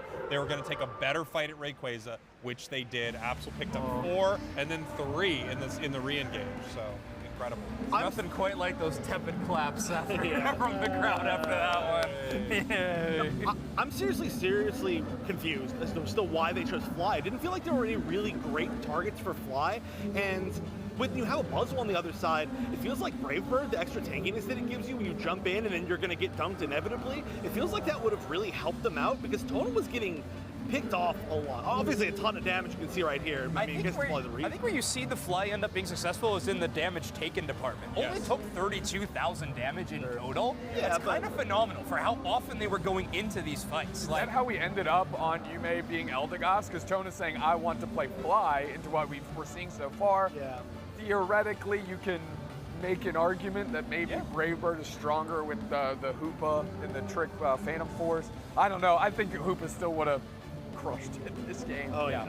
It was a surprise to not see it. Guaranteed. It was a shock to not see the Hooper. Absolutely. Yeah, it feels like that combination just works so well together. I kind of love Fly there just because they did have a lot of options to punish you once you were there, you know, especially something like Espeon can be really annoying with its Unite move and also has stored power. There are lots of things you can avoid, but you're right. If you have the ability, if you dive in and hit 2 on the other side with Brave Bird, the damage reduction is so considerable that you might be able to start just like sweeping through the team or survive through that Buzzwole catch, which Tun was not able to do. It's hard to come back with a Brave Bird style composition though. Like if you're playing from behind, that is so much harder. I feel like Fly is one of those situations where it's a little safer, but you can play it a little bit better if you are at a level deficit.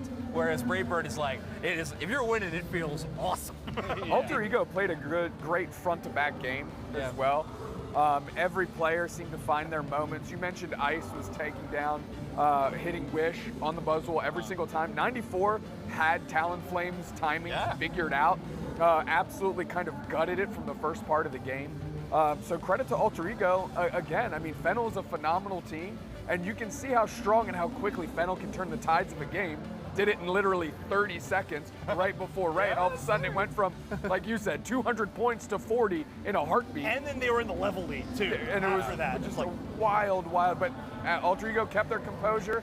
Xingdi, you know, when you have an all-star player, you expect them to do all-star things, and they certainly balled out of control. That KO Shriek, a 4-step back up, and immediately catching Tone again. I mean, well done, bell to bell. And that's only game 1. I have a feeling we're going to have a lot of game 3s today, and they're all going to be flamethrowers. Absol is an APAC Pokemon. They want to keep that identity, I think. They're like, you know, we were the ones to play this in Season 1 of Worlds constantly. We're holding on to this pick. I love it. The problem, though, is like, what do? You're going to ban Absol? Because there's so many other Pokemon that you need to choose, right? Like, the pool is so wide for the really good speedster players right now. You can only get rid of so many, and so it's tough because, like, what really is your answer? I think something like the Buzzwole is a great pick. The Mamoswine in the previous set, great pick to be able to deal with stuff like that, but I don't know. We'll see. I think that Buzzwole was such a difference maker. And speaking of, would you ban Absol? Immediate ban. Leafeon right the other way. Psyduck has the second ban from Fennel. Oh, is he going to be left up? This will be open? Yeah, they do not want to deal with this Serena. Okay, so a lot of power picks available, mostly in the support category, of course. Psyduck the only one in that role getting banned. Talonflame will still be the first pick, but wow, they could go like Blissey Umbreon here. Umbreon feels awesome here. I mean, I love that draft pick. It's like one of my favorites. Just I feel like I'm never going to lose if we lock in that option. And currently, Alter Ego feeling it too. There we go. I mean, it's so strong. Yep. It's so strong. And like they naturally give good coverage to the first pick that Fennel went with, which is a great spot to be in. You're not just choosing raw power. It actually plays well into what they're doing. And also those 2 picks play really well on the team with Talonflame, so you want to get them away from them as well. So it's just all one big win-win-win-win-win. Okay, are we actually going to see the first Comfey? We are going to see the first Comfey. I expected a pretty good amount of Comfey this weekend. Same. I feel the same way. You can easily see it. Snap Zeraora too. I like this pick a lot. When I think Z-Ray, I actually think this Inteleon as well. So like, if I'm Alter Ego, I think we're feeling very comfortable right now. Yeah, Fennel's going to go back to the Slowbro again. I was kind of concerned about that because they were holding Serrata's pick for so long. I don't know. I'm not confident in this pick whatsoever, especially after game 1. We'll see how they can pull it off. Game number 2, Machio. Going to bring in the Dodrio, and do we actually get Meowscarada? Would be so sick. I mean, this would be a while. They have 2 speedsters on both sides. This is actually the Glaceon game. Yeah. This feels like the Buzzwole game again. Yes, to be honest. But I mean, let's go, Meowscarada. I mean, maybe agility and full heal is just simply too much for Buzzwole to play into in that spot. Like, Dodrio's got a lot of moves to ignore those pulls. On the other hand, we got a lot of fun double team scenarios we can land with 94 here.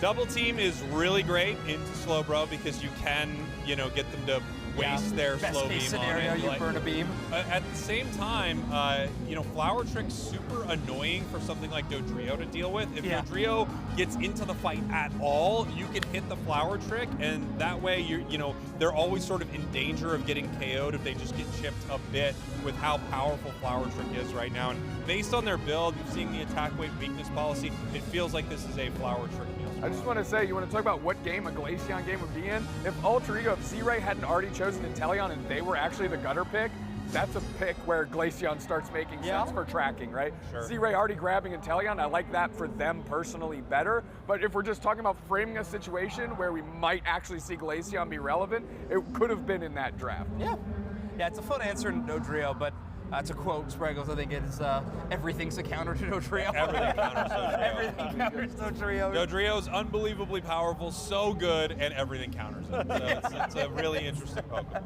Everybody's got to move to hurt Dodrio a little bit more.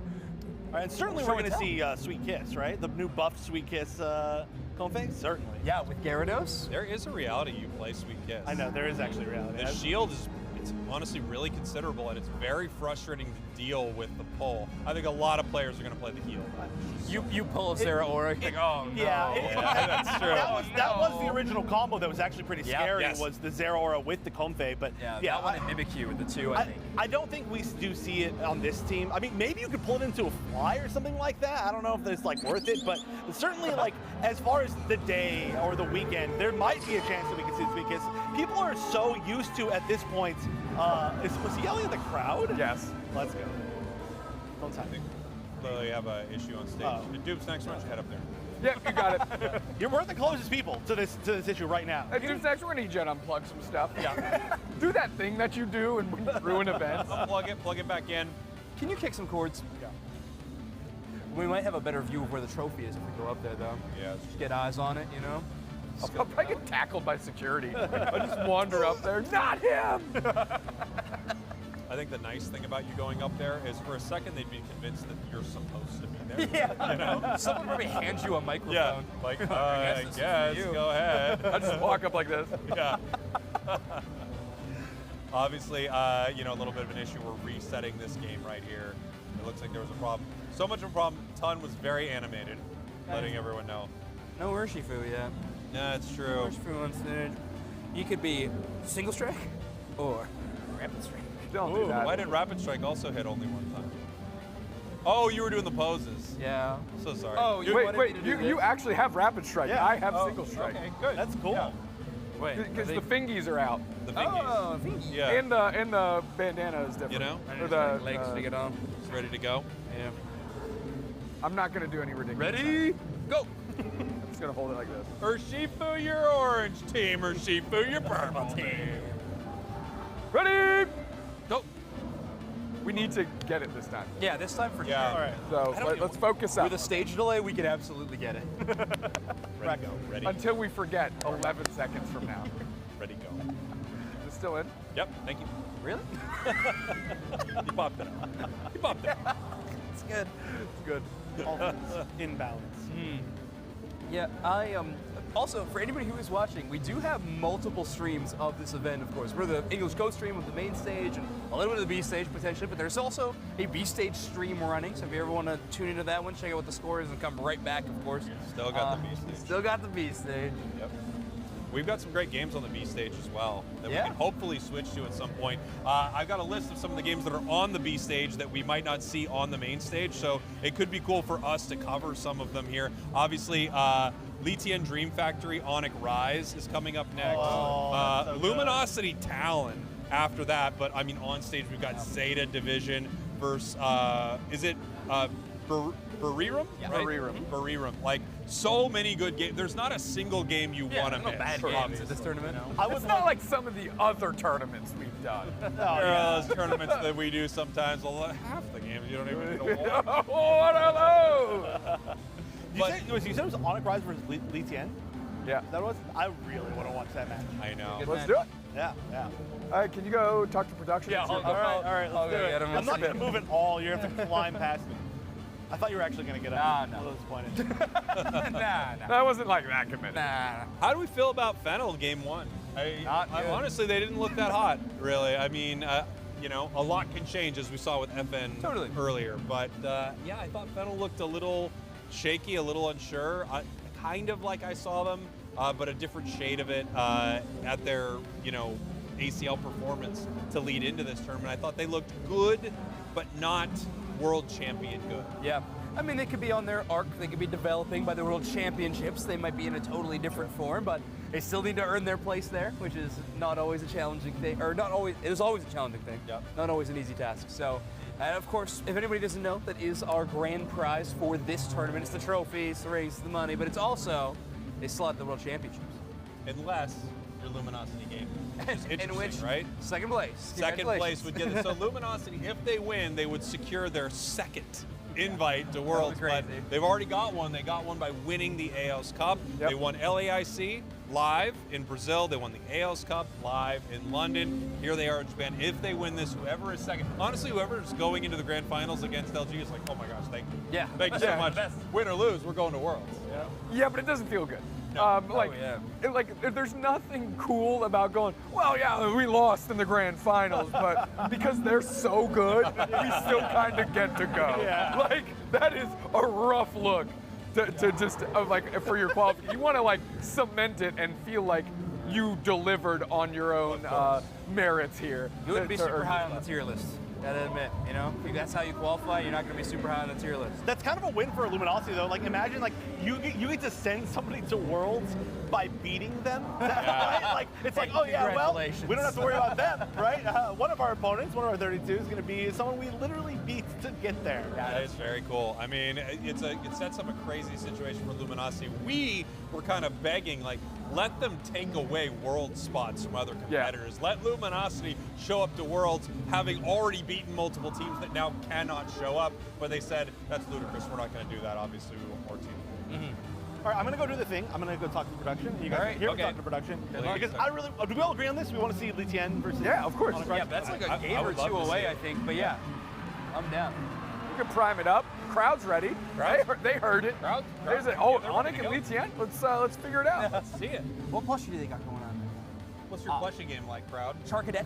Are we and a Dwebble. Okay. Good options. Good Kofi. You like that? And just an entire Nintendo Switch. Yeah, hey, which I love. The Nintendo Switch. We do get to hear Chef asking production. See, coming back now. Yeah. He looks distraught. It does look distraught. I don't think he was being yelled at. Wait, now our producer is yelling at him. Yeah. What do you mean?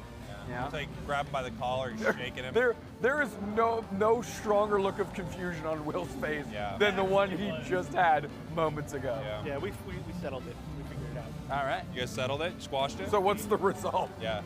He said no, we can't do anything. No, yeah, he said we'll try. Okay, great. Be cool to see.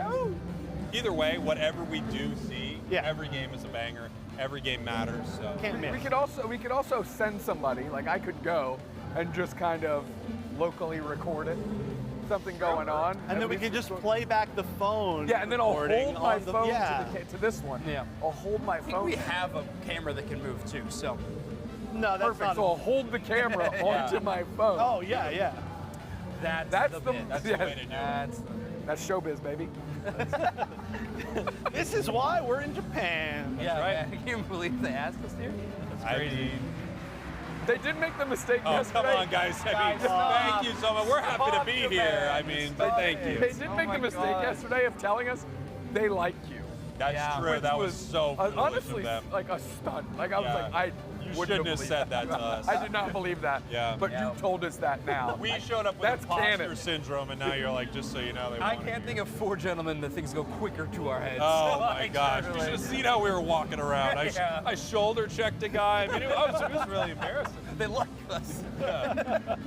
Like me now, huh? He crossed the other side of the sidewalk just to shoulder check someone. Thank you guys. So we're seeing we're notified, Mashio is actually changing up for Lucapo right now. Whoa. Oh, really? Yeah. That's interesting. Super who they're swapping out? Wow. Interesting. I mean, we're talking about... Well, this was a big thing with Fennel, right? Midway through the season, Lucapo no longer on the roster. They make that swap out, and now it looks like Machio is going to be going out. In that picture, I think the play profiles are Serrano are wrong. swapped. Yeah, their names are swapped on that graphic, but either way, Lukapo entering, I mean, he was a huge part of their crazy run at the World Championships. Sometimes the hindrance, you know, Lukapo, one of those young gamers who's unbelievably cracked at the game, sometimes goes in a little too deep and loses it, but sometimes it works and it looks amazing. At the World Championships, it looks great. So, wow, what a return for Lukapo. Yeah, I mean, this is the moment to do it, right? You're down a game. Maybe last game was the moment to do it, but... Well, I mean, the pivot, it's really interesting to see the pivot right now, especially, I mean, we're talking about the pivot for the player who is literally on the magazine here, the front of the magazine for this event. Yeah, that's kind of wild. So Machio going to be taking a seat. So likely we might see some role swaps amongst the team. Otherwise, it'll be Lukapo picking up the attacker role, which they did play a decent amount of, but only when like Glaceon was incredibly popular would they like swap into that Pokemon specifically. Maybe they heard Dupe Snacks saying it was a great Glaceon game. He was backstage. Like, he heard you. He was like, Glaceon's the pick. I'm in. Yeah. Dupe Snacks said it. The Prophets. That would be hilarious though if we didn't. Do you think that's who Tun was yelling at? Was Lukapo? Yeah, in the crowd. In the crowd. We get over here on stage. Could be. I mean, yeah, you have to wonder what's going to force a player switch out, right? It's very interesting to think about what could cause you. Hopefully, like obviously, hopefully everything's okay, and it's like a Absolutely. strategic switch of some sort. That's what you would and, you know, there's nothing. Yeah, the Pokemon nefarious Unite going English commentary team hopes that everything is fine. Yeah. I will say though, it's very interesting that it's post-draft, right? So I wonder, is it, or was there an issue in? I don't know. Maybe that draft doesn't count, which would Who be a knows? little bit of a shame. We'll because have that was answers a to very that momentarily. Yeah. Maybe, maybe we won't, but we'll get a game. Well, we'll see if the draft, you know, proceeds exactly as it did before. Yeah. Now let's all say the draft and recite it by memory. So, it was. Talon was the first pick. Lissy Umbreon. Yeah. Lissy Umbreon. Gyarados.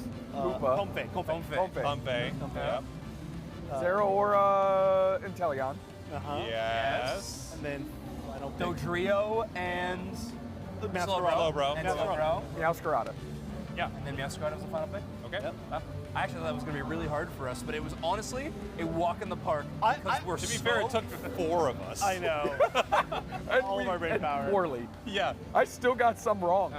I think spoke up with the confidence of just of people liking me here. Yeah. Such a dangerous confidence. Yeah, if there's any decision that the Japanese broadcast team is going to regret after this weekend, I'm sure will be complimenting us before we started. And on the second regret will be not having more security on the on the trophy. On the trophy. Yeah. Well, Look, they can they can put as much as they want. Maybe the problem is they hadn't revealed the trophy yet, so maybe nobody was supposed to see it until they rolled it out there. Which hindsight is forever 2020.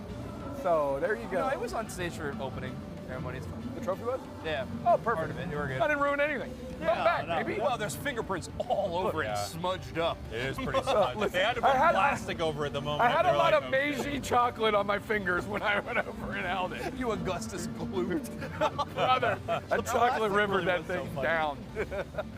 Holy. Can we talk about how sick this venue is, by the way? I don't know if we've really had a chance to talk about it, but this is a, like a 70-story building, right?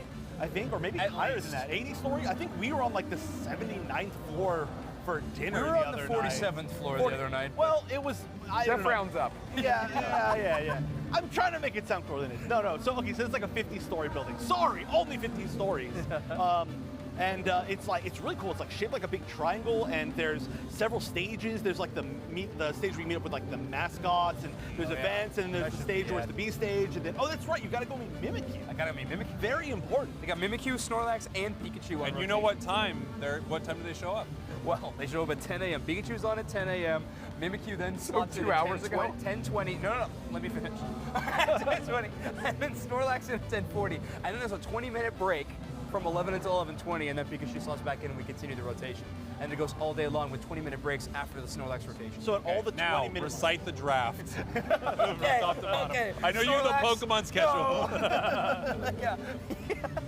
Lois would have been ready for this event, but instead he was memorizing the Pokemon appearance schedule, which somebody had to. Somebody needed to. Somebody had to. We all have our part to play. What do you think about Alter Ego? I think they'd probably take a great picture with Mimikyu if I had to pick. 10, 20, maybe 40. Yeah. They want to go for Snorlax. There'll be a break, so then they wouldn't be able to take a picture. Subject matter expert right here. Honestly, we should all be taking pictures with Sarah the Zeraora. I think it's just gonna, yeah. I think that it's gonna show up in one of our rooms. Yeah. That's horrifying. It's so scary. Can you imagine if you opened your eye, you woke up from, asleep in the middle of the night and that was in there? No, Scary. I do not want to envision that. These are expensive. I would be down. I'd be like, Well, awesome. dude, it's awesome. Yeah. But it's intimidating. That's great. It is. If it shows up It's out of right- nowhere, I'm very scared. It's so. Why is it right behind me? It is like directly behind me. Like, But it's got a bit of a smile now. So Sarah's got a bit of a grin. I think they're enjoying the matches a little bit more now. Yeah, it's true. It is a little bit of a Rorschach test. How you're feeling is how Zara's feeling. Zara is That's feeling. a good. it's got a great stance. I'm gonna get up so you can see it. Like the Yeah. stance where it's like. Yeah, please. Get close up on it. There we go. Very nice. Yeah. Good. It looks determined to me, Fist bump. Zero. It knows it's top tier. It also is confident this weekend. It was Yeah. also told that it was quite good. I think he's gonna have a good weekend. Yeah. It It already has. didn't do great in Insomnia games, I guess, unfortunately. But Still did otherwise, well. could crush. I do think in the third Insomnia game, despite them losing, it still had the most damage in the I line. guess that's fair. Like, it did well. I don't know if Yeah. that was the reason Yeah. that it was the thing in the loss. Zeraora. It's a cool one. What's easier to say, Zeraora or Zorar? Zoroark is harder. Yeah. The problem with Zeraora and Zoroark is they're so close. Yeah. They're just so close. It's so easy to Then we have start heading Zacian down the in the mix, too. Zoroark path and run into Zeraora. We got years without really consistently having to see both of them in the same game. And there was like one point in time, like earlier this year, where a few teams we would see them both in the same game, and I was like, finally it's happening. I'm not even gonna try this. I'm not even gonna try it. Hard. I'm gonna be like, yellow Pokemon, yellow cat Pokemon, There you go. doing pretty well. Not Yeah. bad. Electric Boogaloo. We got a few electric Pokemon on the stand. We got Pikachu down there, and we got Palmy representing on the stand as well. We got Meiji chocolates. So much Meiji chocolate. And this poster that I put up, and I'm pretty sure is straight up and down, but I couldn't guarantee it. Well, Tommy's our only non-Unite Pokemon. Huh? Yeah. so far. Interesting. I Wink. know. No, that's actually not a hint. I don't think it's is coming. It's not. It's actually funny though. I think we were talking about which Pokemon we would like in the game, and I think I chose Palmy as, or well, Palmod as mine. Yeah. Because I think it has that cool like revival mechanic. It'd be in it. crazy if you got your wish. It would be. Wink. You know how to wink? Huh? I don't know if it's the angle, but every time you'd like. So I don't know if you were actually winking or if you were just like moving in. like thinking you were winking. Prospect your eye to the Wink. My first question was going to be, do you not know how to wink? That's kind of what I saw for the sound. I was like, I don't think he's actually winking. Yeah, I don't know how to wink, and Palmy's not coming to the game.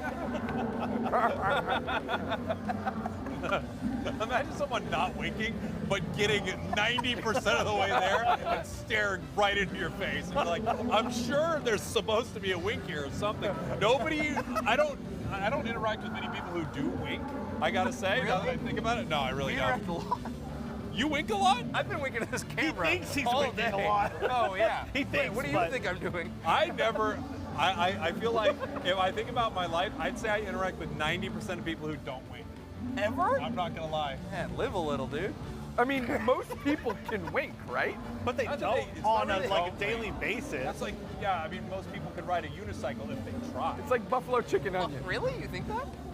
Maybe not most, but I think about as many people could ride a unicycle as people who often wink.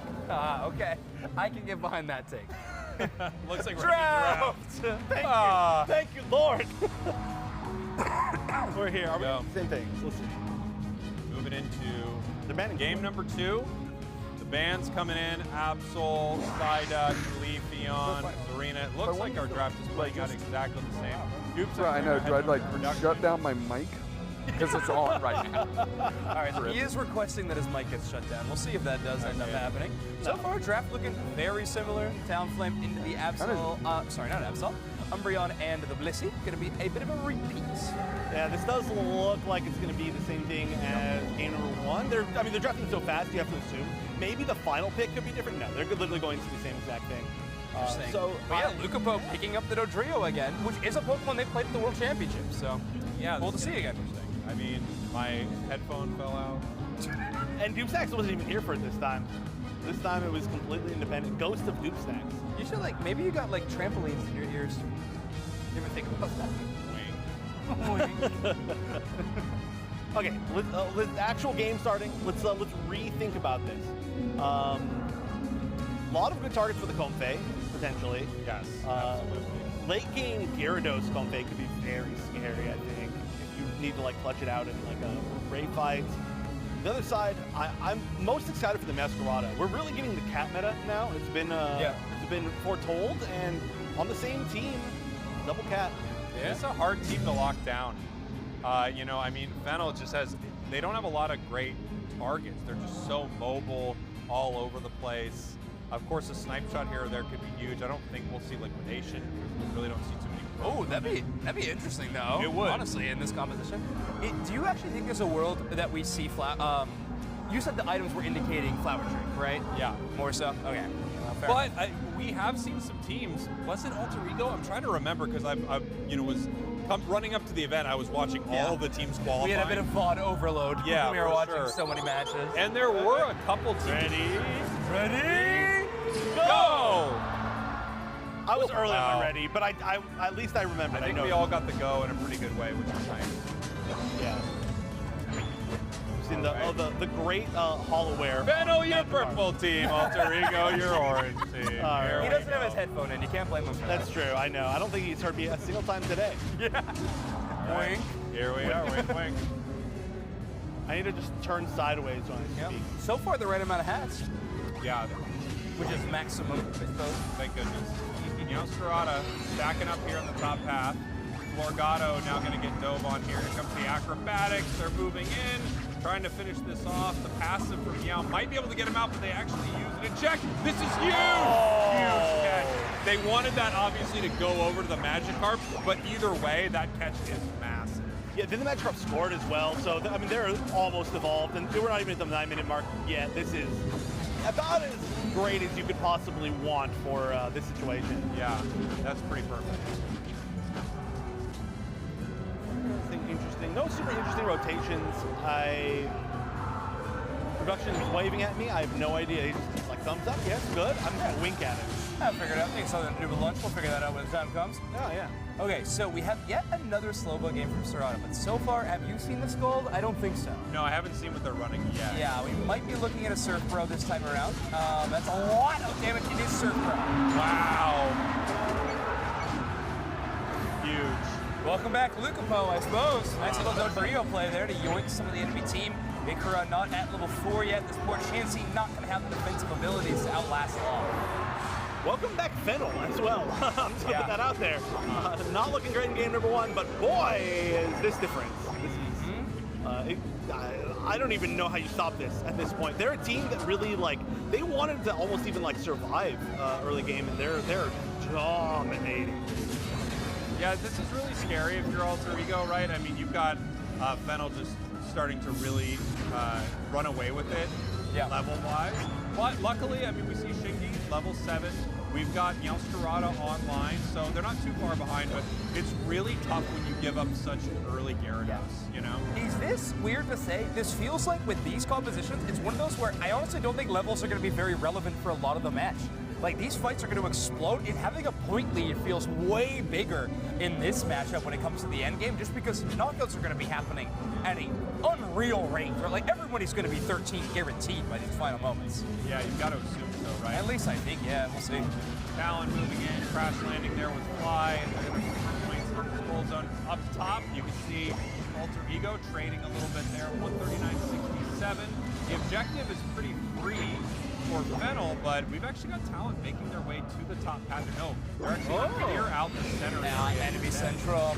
Yeah, Tun's got a really good mental block on those enemy central area timers. They got both buffs. You see a red and a blue. Whoa! All the way. That was so close. He'll get some KO too. That was a berserk attempt at that. I really, truly appreciate that. What timing too. He had to time that eject button right before he hit the wall. That was pretty beautiful. Pretty cool attack coming out of Tun's Talon Flame. Really impressive play. Heading up to score in this top path right here.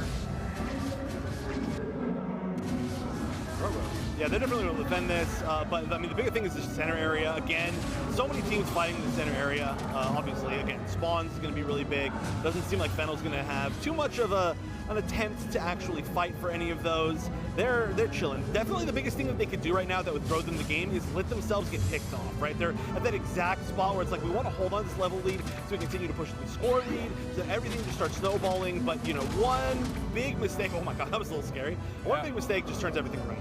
I gotta admit, one of the moves I'm really surprised by in this match is Magical Leap on Comfey.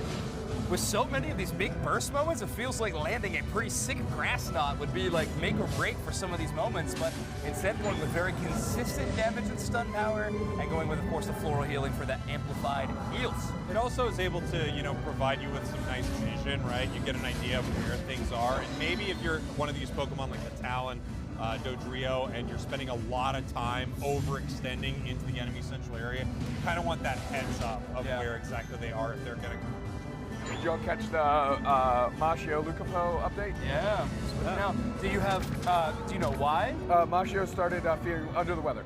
Understood. Okay. Gotcha. Wasn't feeling too good, so just a precautionary health swap. It sounded like there. Okay. Well, you know, it's why you have a sub too. Yeah. If you need to make a call like that, huge Unite, and they catch them right here. Gyarados throwing some Dragon Breath their way, but it looks like they're going to continue this fight. Zera Aura moving in. Meowscarada lands the Flower Trick, but Gary heads underwater and catches 3 with that. Great Bliss Assistance coverage, though. Once Gyarados is committed, they went in and followed.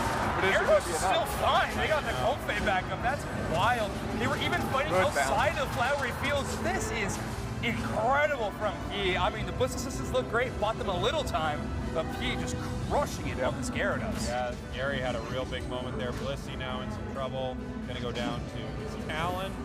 139.95, game 2 looking so much better. Yeah, Icarus is trying to get the Unite move back as quick as possible, I think. As soon as that Blissey uses it, runs to the enemy central area, begging to get KO'd, get it back as soon as possible. This is a scary combination to Comfey on the Gyarados, because the amount that it got buffed as far as its defense, Comfey, like, amplifies that, right? For every little more defense that you have, Comfey is going to heal you that much more because you're going to be alive for that much longer, and then it kind of just builds on itself, and like we saw in that fight, like, I cannot believe he didn't go down.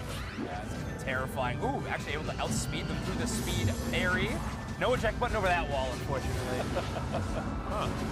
Talon moving in there, I mean, really aggressive. Yeah, able to make it out. The Unite move. It's weird play, but okay. They're fine. If they were there, it would have been sick, you know? Yeah. If they landed on that Meowscarada, it would have been a big payoff.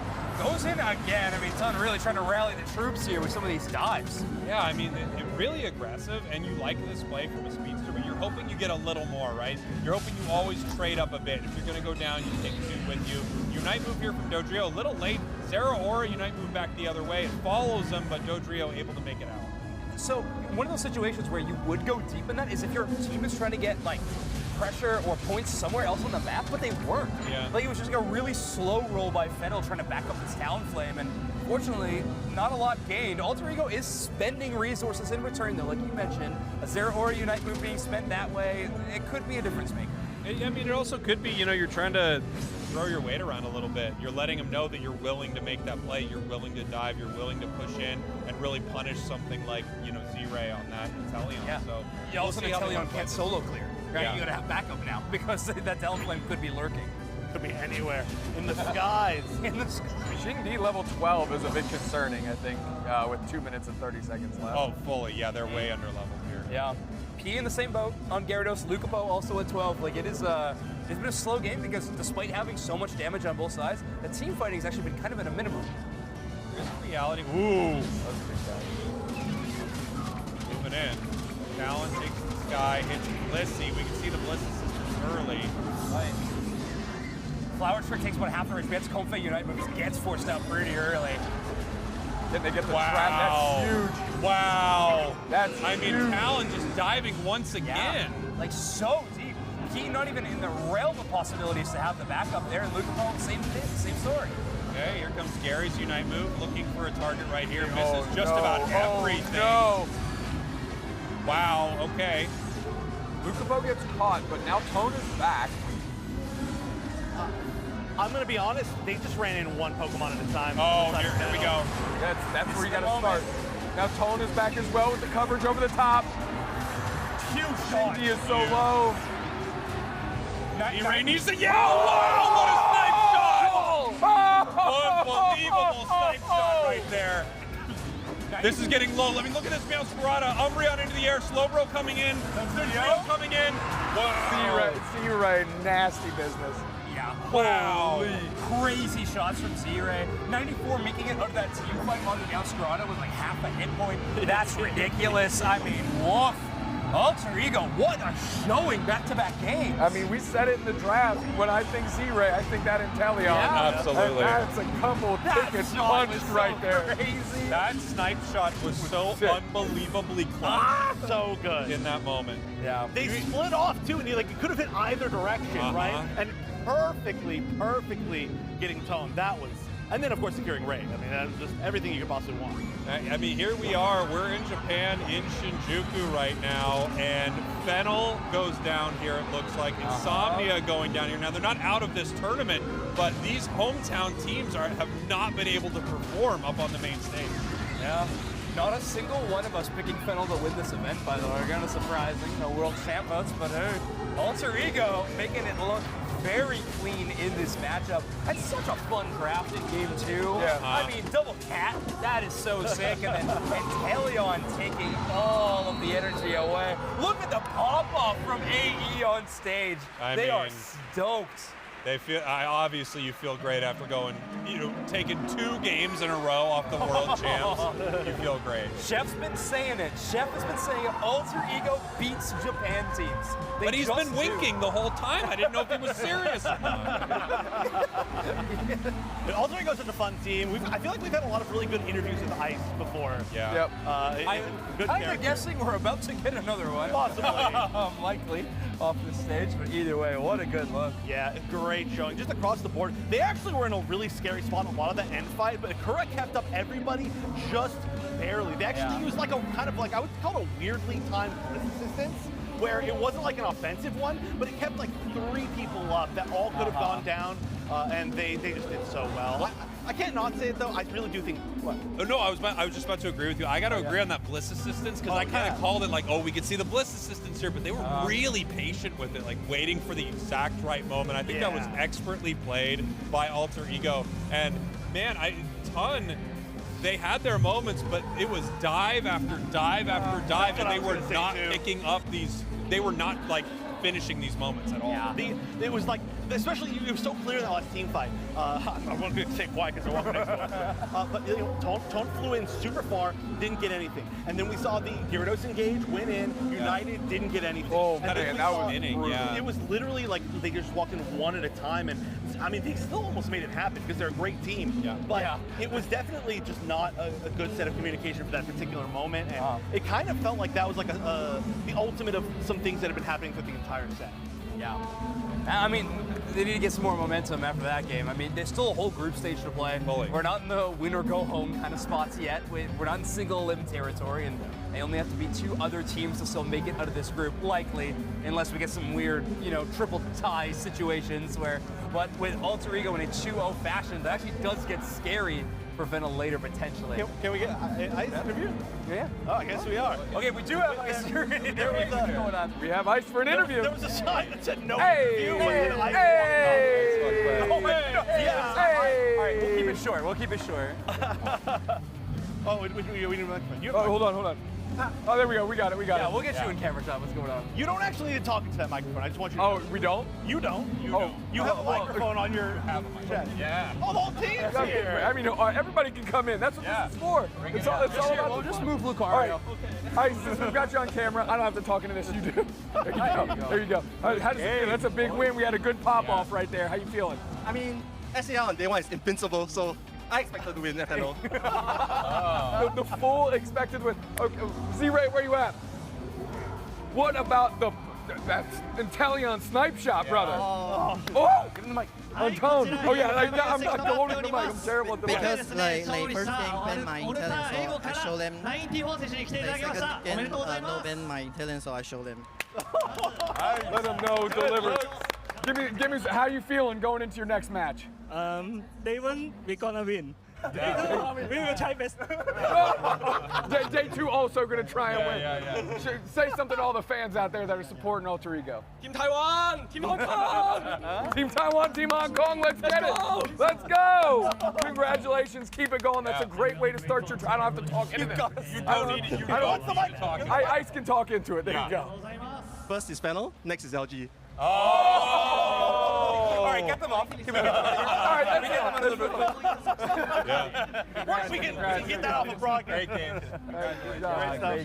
Seriously, so much. And that's what's great about being in this spot is the teams are literally walking off stage from a big And we're win. allowed to grab them, bring them here. We force them to have an interview. What was amazing is on our little queue thing, it said no interview. Yeah. Oh, And then did the it? entire team walked up. We're rule breakers out here. What are we gonna do? What are they gonna do? Uninvite us? It's funny that they set up a cue card for you to read, and you're the one who's already. The thing is I saw it. I saw it say no interview, and I said, we're doing it. Yeah. Wild card. Well, I mean, okay, literally, like 30 seconds before that, I was like, we always get great interviews from ICE, and it's like immediately walks down. Listen, the whole team stepping in was great. Yeah. We're hoping to bring them. Bro. What'd you say? Well, you said I showed them. It was my first time playing Inteleon, so I showed them. Yeah. I think they banned it game 1, let it through game 2, and again delivered on a huge snipe shot in a critical moment. That was so massive. And that's why you picked that. Yeah, that was like the one X factor for Fennel. That was their one chance. Maybe Talonflame can out-secure here. Yeah, No so it was such perfect. luck. I mean, what a tough start for Japan. Yeah. Right, Oh, to start here. I mean, Who's up next for Japan to play on main stage? Nagoya, or is it Zeta Division? I believe gotta it's be not Nagoya. Zeta because No, Zeta it's D. D. I think they So, go yeah. A, B, C, D, right? Okay, Yeah. got it. So we got Nagoya OJA up on stage next. OJA, Interesting. yeah. What were they? Third? Right? No, they were fourth. They were fourth. They were fourth. Okay. Yeah, Insomnia was third. Okay. Right. Fourth, and then was it Ignite is the Exist. Yeah. I Winter keep getting the Open name wrong too, because it's IBZIST, which is it's a great org, but my brain it says the wrong name every time. Yeah. I'm like, I get you.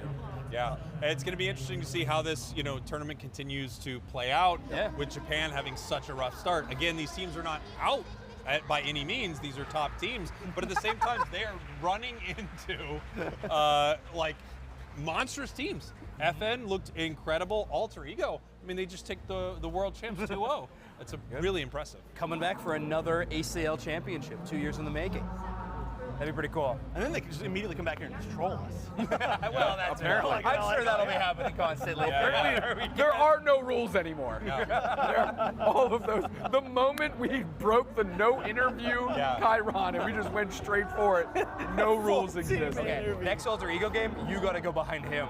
And get the on stage when the camera on pans. stage, Yeah, perfect. They love it. They love it when I do that. Yeah. They love it when I do that. Yeah.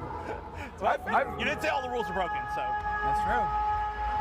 We got something happening. Yeah, we missed something exciting apparently. I hear it. It's pretty epic. They might just be introducing the next Japanese team on the main stage. That's kind of my assumption. I'm not too sure though. Well, assuming that's what they're doing, let's talk about it. Well, are we looking for that game, or are we pivoting to our B stage game? I like how you think I have the answer, but I tried my Production! best. I don't know. Production. Screams. Are we sticking with main stage? Are we looking at the? Litian Dream Factory match. We couldn't think of a better way to ask it than how I we would just love did. to see Litian versus Enterprise. I would love Inside baseball, for those of you at home, usually we have a box with buttons. Yeah. Hey, we're up. This is B stage right now. Oh, okay. Game 3, godlike 2 minutes right now. left, final match, okay. Oh, this is a game right here. This is a game. There's a Greninja and a Zacian. Yeah. Greninja If boss. India wins this, that is gargantuan. Yeah, that would be massive. Right now, things are looking pretty good for Exist. I This would mean, be gargantuan for India. It'd be honestly crazy for Japan to go 0-3 to start this day. it would be pretty wild. That would be Factual information. Good positioning right here from Exist, right there. You have a Blastoise in the choke. You're feeling good. Yeah. Got a level 14 ninja, too. Yeah, weird holowear on the Yeah, they are Snorlax, like, not gonna lie. Godlike is mad underleveled. Yeah. That's a good way to catch a Blastoise, though. Wow. Whoa, that's- Five-person Hydro type. They're ripping. And They're look ripping. at, yeah, they're just going to rip it off the board. Zacian's there. Mewtwo Unite, not able to get it, though. Very well done. Wow. That was a smart choice of the Mewtwo Unite, but Unite still. almost stealing it away. Wow, not being in position. That was the biggest Hydro Typhoon of all time that wasn't followed up for a KO. Yeah. Right? Yeah. It hit everybody and just slowed them down.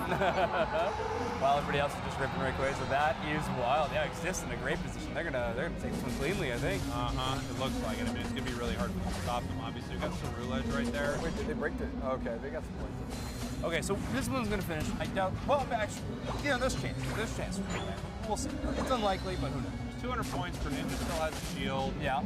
Arena is triple axling all over the place, knocked up by the side strike right here. We still have Greninja with the opportunity to go score. It looks like it caught Absol. The question is who goes down from this, and it could be Absol. Greninja lost their shields. Yeah. It's good. Oh, wow. Okay. One auto tech shuts him down. Yeah, that might be it. I think it was the only chance to make a comeback. I know we didn't get to see much though, but Godlike Esports taking it 2-3 games against a Japanese squad. Yeah. You know, India again, we've always been curious. How have they leveled up? We didn't get to see them at the World Championships last year. Right. You know, they obviously had a long ACL season. Second place at Asian Champions League last year. Yep. So, yeah, that is really exciting. But hey, Exist, about to win this 2-0. First Japanese team to get a win so far in our tournament today. Kind of good looks for them. Okay, now that it's said, does anybody want to tag out for a break with the 2 people on this for next one? 2 people grab lunch? Sure, I'll tag out. I'm sure I'll be back. We get to do whatever we want. Yep, that's sure. Snacks, you're tagging out too? Yeah. Okay. All right, good. Shoot up. Going to the duos. All right, well, we get to watch GTN then, I think. Yeah, that's exciting. Okay, and then maybe Ice Wolf. Do you want to move and see, so you want to take a knee? Yeah, well, actually, I don't know what's best. They just take our ISOs, or I don't know. Well, whatever you want to do. Yeah, so just move down one. Yeah. Cool. All right. Well, yeah, congratulations Exist. They're definitely a team that I was, you successfully have said a few times. I've been talking about a lot, and I'm glad to see them win. That's a really weird comp, by the way. Yeah. A lot of Pokemon we haven't seen at all. I didn't expect any Zacian today at all. Looks like it did pretty well, but wow. Whoa, look at the damage numbers on their, I mean, 124k damage on Zarina. That is wild stuff. Jeez, very good look. 96k on the Greninja as well. Like that's definitely a big pick. I mean, it did just get some changes. Yeah, I mean, into double defender compositions, you're honestly going to see a whole lot of high damage numbers, right? There's just going to be a lot of sustain. You can see Umbreon took over 120,000 damage. Like, they're absorbing a lot of that mainframe, but good stuff there. So, oh, you guys coming back? Yeah, just grabbing some stuff right here. All right, great. Wink. I'm gonna start saying kick the TVs. All right. Whoa, you kicked me. Pretty bad track record for kicking. I think. That's true. Yeah. No more kicking for Spraggles. Ban. At least not when I'm within range of it. That's terrifying. So yeah, just us now. Yeah. Not awkward. Welcome Hey, back to the everybody. Cool Guys stream. What's going on? We needed to get sunglasses. Yeah, that's true. Where's my sunglasses? Cool Guys. Someone broke my sunglasses What? at that event. Yeah. It was me. No, it wasn't you. But yeah, no, I'm really excited to see how China plays. I really do hope we get to see that. Otherwise, what's the next mainstream match? It would be It's Nagoya OJA versus whoever they're playing against. I honestly don't know. Right. So in their group, I'm trying to remember all the groups now. I did the group poll stream. I should remember this. Right. But C was Nagoya, OJA. It was Onyx Rise, another one. Was it C? Yeah, wasn't it? Onyx, Litien. Oh, and then Litien, and then what is it? Revenant in that? No, not Revenant. Revenant was in the other previous one. It'd be an APAC team. It's not Bariram. It was. Who are the end qualifiers? Paper X. Yeah. We found it.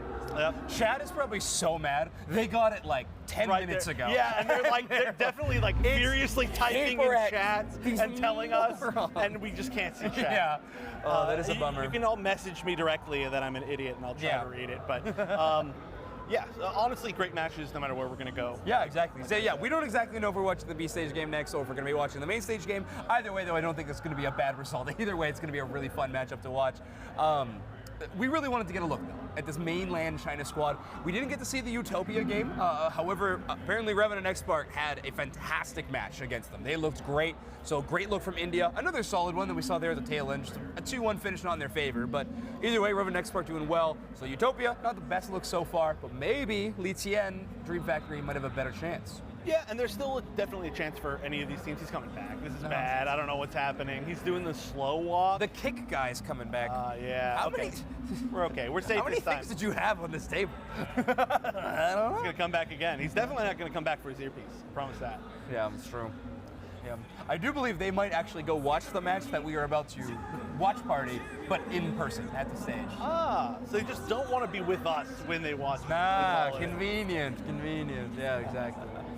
By the way, this has been an amazing trip. Of course, we didn't really get a chance to talk about it much, but we're out here in Japan, right? True. It's been so cool seeing all the Japanese players and all the Japanese crowd. Yeah. We did get a chance to talk about how many people are out there. Obviously, you've been seeing the camera shots all day, but this is like really like no other crowd I think we've seen for any of these. Yeah, and the crowd packed at 9 a.m. Like, can you imagine like tomorrow when we start getting into like evening primetime hours? Like, it is gonna be so wild to see. You were mentioning it before, the venue, a really cool space, like huge ceiling, so the cheers and like the acoustics are very exciting. Everything's so loud and epic. And I know the players on the stage are having a blast with it too. I mean, you saw Alter Ego popping off after they were able to, you know, quiet down this loud crowd of Fennel a little bit, which was really sick. Yeah, and then they got to do their second pop-off back here with us. What do we think was the loudest cheer? It might have genuinely been when Obion locked in Phalanx for Insomnia. That might have been the loudest eruption of the crowd we've seen so far. I get it. The Phalanx looked really good. It was so fun to watch, and I do think into the Absol and Teleon, it is a good look, and gosh, it was so fun. Do you think we're going to see Phalanx more from any other teams, or do you think that's like a one-off? I don't know many other teams that would play it. Obion did play it within the qualifier tournament, so there is a little bit of evidence of them playing it in previous matches, but I doubt it. I don't think it's a very popular Pokemon in APAC whatsoever, so I don't see it showing up there. Honestly, All-Rounder is kind of at an all-time low in a lot of those APAC regions, right? Just kind of rotating over to Speedsters instead, playing with a little more adrenaline. They've always, I feel like APAC and LATAM have always had a lot of really strong speedster players. I feel like the current meta is really good for APAC. Totally. I mean, obviously we've just seen a bunch of the SEA teams do extremely well and win. Yep. So I feel like it's not like a weird thing to say that like they're looking like, I feel like that region could kind of dominate this tournament. Still no NA match though. We need to see that. Come on. They're making us wait for it. I know, yeah, definitely. I mean, they're in Group D, which they've been going alphabetically, so it's hard to critique them for doing that. But either way, I am excited to see it happening. Yeah, it has been fun. Specifically, I want to go back all the way to our first match of the day. Well, you and I kind of pulling for FN Esports here a little bit, mostly doing our predictions, trying to say I think that team could potentially win this whole tournament. But Korea playing in the APAC SEA League for ACL, it's a tough look with some longer range on the ping and things like that when they're playing all the way in Korea. But when they get to play in these in-person events, they really start showing up. Not only did they do that, in the playoffs they were showing up in a major way. I don't know, it's just been really cool to see Korea leveling up as a whole. They get very few chances at world slots for that region. So I don't know, FN just really paving the way, maybe being everyone like, hey, look alive, like this region is going to be super strong. Yeah, it's like a whole different thing this time as well. I mean, the fact that they are, within, because they had their own region completely last time, right? And now they have, they got to be a part of SEA ACL as well, right? That's different than last season, is that right? I believe so, yeah. Yeah, well, I guess they also technically were, like, their region went into ACL directly, right? That's how it went? Okay, yeah. So yeah, that's how they qualified. So this time around, I actually don't know. Do you know if Korea actually has their own spot aside from their ACL potential spot? At Worlds? Yeah. Yes. Okay, they have so one slot at Worlds. That's really cool because obviously we see the top Korean team a lot, but we don't get a chance to see They might only have one. I don't know if they have two or one. Okay, well, I mean, but regardless, Chat, let us know. Yeah. Well, the chance is there. Of course, I was saying that assuming that FN was going to win because that's our prediction. Right, there we go. Oh yeah, then they get an additional one. Here Of we go. course. The +1 invite. We'd love to see that. That'd be really cool. Or if they get second to LG, I guess. Or that condition too. Either way, like we said, we have a couple of matches primed up. We're gonna cast one of them at minimum. Maybe. Yeah, we have Nagoya OJ versus Paper Rex, which honestly does sound like a pretty exciting matchup that could be coming up. And then the other one will be that Litian Dream Factory versus Onic Rise. So now, obviously, we're just so excited to see what Litian has to offer, like as a team. Who knows what they can bring up? We do have the player names in front of you. We got Mewtwo, New Fire, SSY, HJ, and XGG. Yeah, players that we really aren't as familiar with. Obviously, we saw the, huge shout outs to Fifi for doing the interview, which is really kind of our only window into, their thoughts going into this. They are here. I would love to be able to talk to them. I actually had a chance to potentially go hang out with them with Fifi, and I couldn't because I was here yesterday. So hopefully we get a chance to meet them because they seem like they're really passionate about the game, right? Oh, yeah. And that's the biggest thing. Like, whether they do well or not, I just love that we have an entire of the region that loves the game. 100%. And they have their eyes on qualifying for the World Championships as well. It's amazing that they get the chance to play here at the Asian Champions League, to play against people maybe a little bit closer geographically to them. But you can hear when you talk to these players, the World Championships are the end goal basically no matter what. They want to qualify. If they can qualify via this tournament, the Asian Champions League, great, they'll take it. I think otherwise they have to qualify within the next couple of weeks at a tournament, in a local event for their event. So it's going to be interesting to see that one play out. But yeah, cool to see, get a look at Litian so far. Yeah, it's to kind of look back and there's Onic Rise, by the way, an incredibly strong team. We're talking to was it Overlord that said that? It was one of the members that said that that Onic Rise was looking like potentially the best team out of their region. Yeah. Right? Can't remember which Luminosity member it was at this point. I don't know. I'm tired. I think Slash was talking about a bunch too. Oh, Slash. Maybe it was Slash. Yeah. But a lot of names that everybody should be very, very familiar with. Unbelievably strong team. And hey, Paper X walking by. What's up, Paper X guys? Very easy to see with their super bright, they have incredible jerseys. Yes, honestly, Onic Rice's look was pretty good too. I liked their like NASCAR-looking jackets. I thought those were kind of sick. But either way, great stuff so far. Very excited. I think that's with the team names across the board. That is honestly final confirmation. We are going to be watching Litian going up against Onic Rise. And like you mentioned, a team that is getting a lot of hype from teams that are scrimming against them. They're practicing against this team, getting a lot of energy. But Onic Rise, throughout the Asian Champions League, kind of a different story. They're middle of the road regular season, not poor by any means, but also not amazing. And then, of course, not qualifying, getting that 5th place, and not able to make it into the APAC tournament. And had to qualify via their Winter Open. Same story as Talon. So they got a lot to prove on this main stage. Sounds like they've already been doing so player to player. They're your favorite player's favorite team kind of thing. Yeah. But we'll see how that turns out when we actually get these teams going.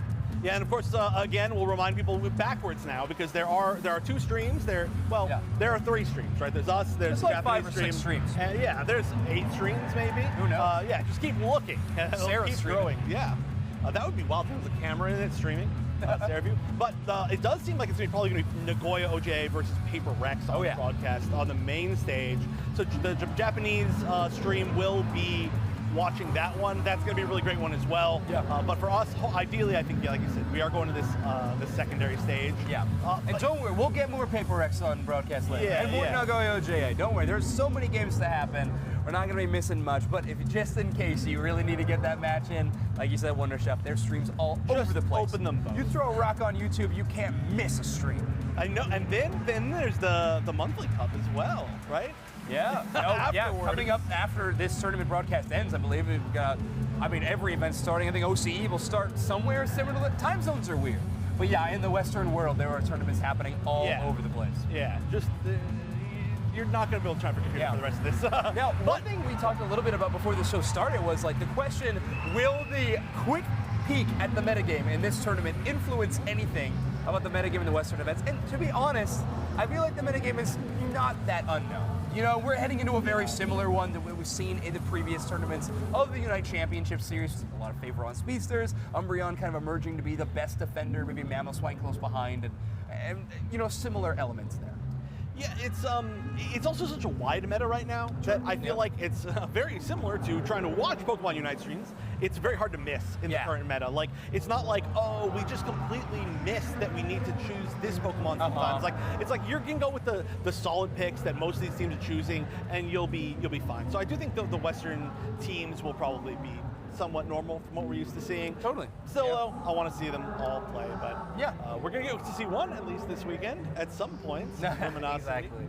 I mean, that's one of my favorite things about these tournaments is that you can pick out regional playstyles if you watch enough Pokemon Unite, right? That's as an element to how North America plays the game in comparison to Europe, in comparison to Japan, and so on and so forth. And Asia Champions League is a great stage to try to fight those regional playstyles against each other. Fight them against each other. A very common phrase people say. Oh yeah, always fight them against each other and see who wins fighting against each other. That's what they say.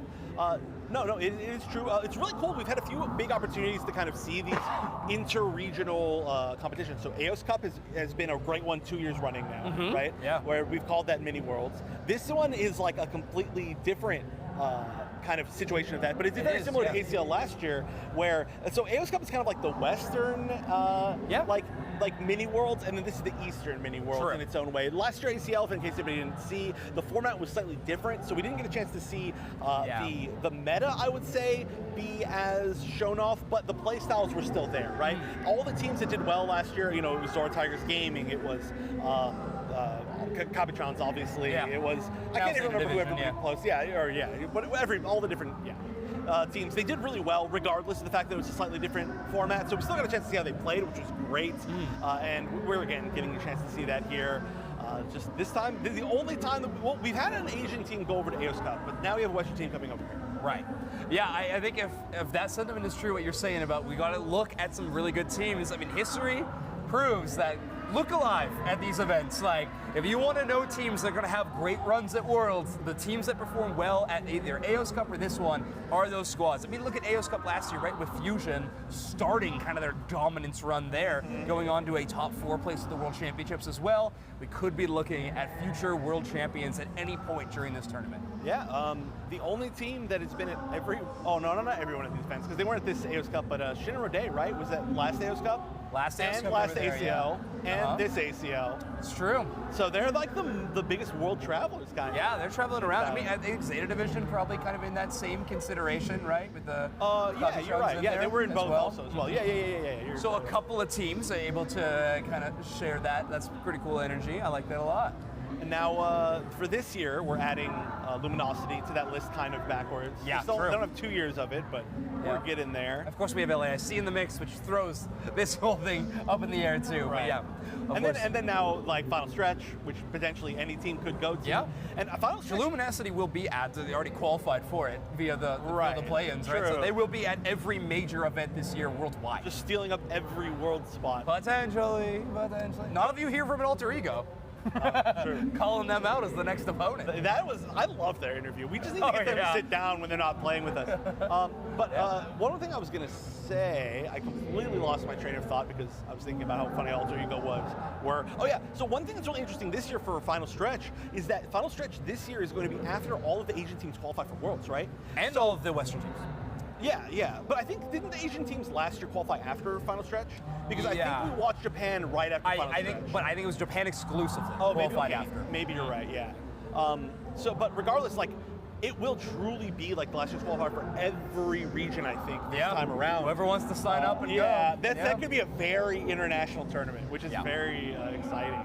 Of course, we have the invited teams who are going to be flown out from every Western region, of course, and then we have who knows? Who else wants to make the trip? You've mentioned a couple times that Shinrude were traveling to a few of these events. We have some Japanese teams invited to some of these events in the past, so who knows what kind of competition is going to show up on each of these stages. It's crazy. And in this upcoming match that we're going to get to watch, whenever they're set on the B stage, we don't really have a ETA for you. Sorry about that. Yeah. But we're going to get a brand new look and a whole brand new region playing in the game in mainland China. How spoiled are we? Like, just think about like from the past seasons going up to now. Like this season, it's like, oh yeah, we get to watch and meet these teams from like Brazil and Latin America, and they're fighting against our teams, and you know, like SEA teams and OCE teams are coming over, and Japan teams, and like just like 5 events. It's like, oh yeah, they're going to be at like all of these huge offline events that we're at. And like a few years ago, it was just like, well, we are watching our regions, and we try to watch as much of the other regions as we can, and talk about how cool they are.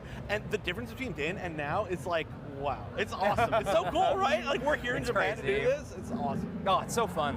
I mean, you know, Pokemon Unite, it is a growing game, especially when you get evidence like this. You take a look at this event, in specific regions, it is extremely popular and it's succeeding really well, and I'm just so happy that we get to celebrate that here in Japan at this event. I mean, the crowd has been proving that they are an incredible one, really making a great case to have Asia Champions League maybe in this venue in future years, which is awesome. It's a good venue. I would definitely be down for that as a repeat. Yeah. But yeah, like you said, China going to be making their first, well, not first broadcast debut, but first for us. Maybe people saw the B stream, got to see how that previous match went with Utopia, but played. It's always hard to say, because also we don't really know how well Revenant is doing against the rest of the field. So we don't I'm excited have to see another Revenant game for sure. Like I really want to see where they land. And Godlike with a close match against another unknown quantity in Exist. So it's like, I don't know, it's really tough to land on where India is at the moment. Yeah, we're gonna have to like wait until kind of at least halfway through today to kind of at least see where everybody is. I think it's pretty clear that the SEA teams are... They're good. They're good. I think our FN bet, we can say that while the other two aren't here, it's looking pretty good. Looking good, yeah. Thank goodness they pulled it back after that game won, because otherwise it wouldn't have been looking good for us. But it's all right. So far, we're feeling comfortable with it. Alter Ego, though, looking amazing. Jeez, they look fantastic. I almost want to change my thing to that. You know, the thing about that is I can't think of a much better metagame for Alter Ego right now. I mean, Shindy gets just the pick of the litter in all of their incredible Pokemon choices that they have. Zera keeps getting Inteleon in these drafts. They're going to be feeling fantastic in that situation. It feels like the damage core of Alter Ego is sorted in the situation that they're going to be in. I think Onyx Rise is going to be an interesting option with them as well. Obviously, I think they're an incredibly strong team, and performances maybe not backing it up recently, but this is their chance to really redeem that Onyx Rise name. I mean, top 3 at the World Championships this year. That's pretty good. Yeah, that's decent. Pretty good. Yeah. And they had to play Fennel in the semifinal, so I mean, really. Yeah, they could have gone second. That was a lot of people talking about. They were probably the second best team there, which I will fight to, belligerently. Yeah, well, all right. We know you love FN. Sword Tiger Gaming. Yeah. It's also, by the way, on a personal note, how cool is it that like we did like the watch party super late at night last year, and like how cool is this ACL event? Like I know that we're here. Teams, like personally for the first time, and now we're literally here, and we have to literally see these teams. It's like, sorry, we've talked about the venue a few times, but like obviously the crowd is really huge in that main hall area. But if you just walk around within this arena, there's a lot of really cool things to check out. I've talked a lot about the Pokemon meetups that I still have not been able to get to because those guys took lunch first, by the way. But whatever. But there is some really cool stuff there. We talked about how some of the teams have merch stores in venue, so it's just cool. I mean, it's a brand new look. We've had organizations involved in Pokemon Unite for quite some time, but like this is an entirely different event. We have organizations being represented to the point where they're allowed to have merch pop-ups in the venue, and there's really cool support for their teams. Every single team that is at this event, out of all 16 teams, is represented by an organization. That's just like, I don't know, it's a really cool look for this game. Yeah, and even the teams that got there, they got picked up a little bit later on. They're getting picked up by big orgs. Like Exist is a large org. I believe they are just a fully Japanese org. And every team, it's very, very cool. I think Litien also maybe got picked up partway, like maybe before this tournament. I think they weren't Litien before, or like when they qualified, or maybe a little bit before that. They were Champion Road. That's right. I remember that. Champion Road? Yeah. like the same team name as the Japanese team? Yeah, whatever it was. They were CHR. Oh yeah. Oh, maybe that's what that stood for. Is that just a secret? If you name your team that, you're eventually gonna get signed. And Yeah, that's great. That's the ticket. Yeah, The but yeah, thinking. they were CHR. Yeah, that's what it was. So yeah, all these teams, they're doing great, and hopefully we get a chance to see that spread over to the West, right? A little bit. That'd be fun. Yeah. Fun to get some bigger names in. That'd be really cool. We do have more and more names popping up in the West, though, which is really exciting. We got a few new ones in EU recently, which is cool. And hey, maybe World Championships will be this. Maybe it's a peek into what the World Championships will look like, with a bunch of really cool big names, players making names for themselves on the stage. I love that stuff. Okay, if you could choose one org from all the sponsors across every region, to have merch for, what would you? I mean, I think the answer is we just got to get an announce shop in there, honestly. Yeah. Like, I mean, they've just been representing for so long, been supporting the Unite community. Like, it feels like let's get a little shop in there. That'd be pretty cool. Yeah, they've got the easy ones. They got the glasses. Yeah. I wore the glasses for an interview. Luminosity Gaming's got some sweet jerseys too, though. I wouldn't mind picking up one of those. Yeah, it's hard for me not to see the Paper X jerseys. Oh yeah, maybe we just see a Paper X. yeah. I wonder what other merch they would have. I wish they had. They don't have a shop here, right? No, unfortunately not. Yeah, only a few teams, but that's all right. Either way, we got some really good stuff. We've been picking up team merch, of course, but there's also been like a lot of fun Pokemon stuff just around in general that we're trying to get as well. So we'll see how much my suitcase will be able to fill before we bring it home. I brought 2. I checked my flight and it said you have 2 free check bags, and I went, all right, bet. One of those is empty. One will have my stuff in it. Yeah. Checkmate. Good strategy. Yeah, exactly. I went when I was here last time for Worlds. I actually had to buy an entirely new suitcase to bring stuff home, which was very expensive. It was not a good strategy. So I think yours is much smarter. Thank you. I do think there's. Oh no, there aren't any. They're just getting a picture over there with Spraggles. Spraggles, even backstage, gets asked for interviews. That's great. And pictures. I mean, I don't see them tipping him though, so interesting. That's true. Well, he didn't bring out his his iPad to spin around. Yeah. It's true. Unfortunately, that's all right. No. They did manage to take their break at the perfect time because we were waiting for this match to start. They can actually sub in. Yeah, and we can go. And then we'll go. Yeah. Just a reminder for anybody out there who's wondering, like, why are these guys talking for so long? We are the No one's thinking that. Yeah, no. Everyone's thinking that. every single chat, somebody's like, why are they talking? Start the games. Yeah. But true. yeah, for anybody who isn't familiar and maybe just showed up, this is the English watch party here at ACL in Japan, and we are going through different stages. There's 2 stages, stage A, currently the main stage, stage B, where we're getting the offstage stuff, and we're waiting for a stage B match to start, and we're just kind of doing a watch party. Spraggles and Doob Snacks are here as well, but they're currently eating some lunch, which is delicious, even if it's from the konbini. So we're just waiting for this match to start. We're going to be watching Li Tian and I immediately from Onyx Rise. We just talked about them a lot. So 2 teams that we haven't had a chance to see yet, but we're really excited to see this Chinese team for the first time. So that's why we're sitting here and yapping and enjoying the event. I gotta admit it. I'm more excited to see what Onyx Rise has got. Like, I genuinely More excited? I'm excited about Li Tian. I am. Like, they're a really cool team, but Onyx Rise, there's a lot of players that I am personally close with, I suppose, but I'm also just so excited to see how well they perform. But this is that Li Tian squad that I really do think is going to be making some heads turn in this tournament. They're obviously coming into this event with a lot of confidence, qualifying through literally 1,000 teams into Swiss in a bracket format, and also something we don't talk about too much, qualifying for this event at an in-person tournament. So it's not like lack of stage experience is going to be an element in this matchup. Both these teams have so much experience playing in front of a large and live crowd. Right, Onyx Rise has a ridiculous amount of the biggest possible tournaments you could possibly go to. So they are going to be confident for sure. I'm very excited to see. I mean, okay, listen. I'm very excited to see Onyx Rise do well, or like what they bring, but that's true for like a lot of the teams. But also, I know these teams are going to bring something really great to the game today, right? Yeah. Like I know Paper X is going to be doing awesome. I know Onyx Rise is going to be doing awesome. So yes, I am very excited, but I couldn't say more excited than China. True. We've never seen them before. Like Sar, you only had 2-3 full seasons to watch Onyx Rise play. The heart wants what the heart wants. All right, I don't know how to fight it, but yeah, no. Either way, I think this is just going to be a really exciting match. No matter which team is going to walk away with the win, but seeing Li Tian get a win here would be really cool. We've seen a lot of APAC winning so far. A lot of APAC winning. Only on our watch party. Yeah, well, only also 2 teams. So. More than one, more accurate stats than one. Exactly. But hey, if you're a fan of Japanese Pokemon Unite, do not worry. They did get a 1-match win already with Exist, getting that win over Godlike really, really big. And a lot of these matches near the day have been front-loaded with a lot of the really important group stage games, to be honest. Like, we're looking at a lot of first versus second, likely.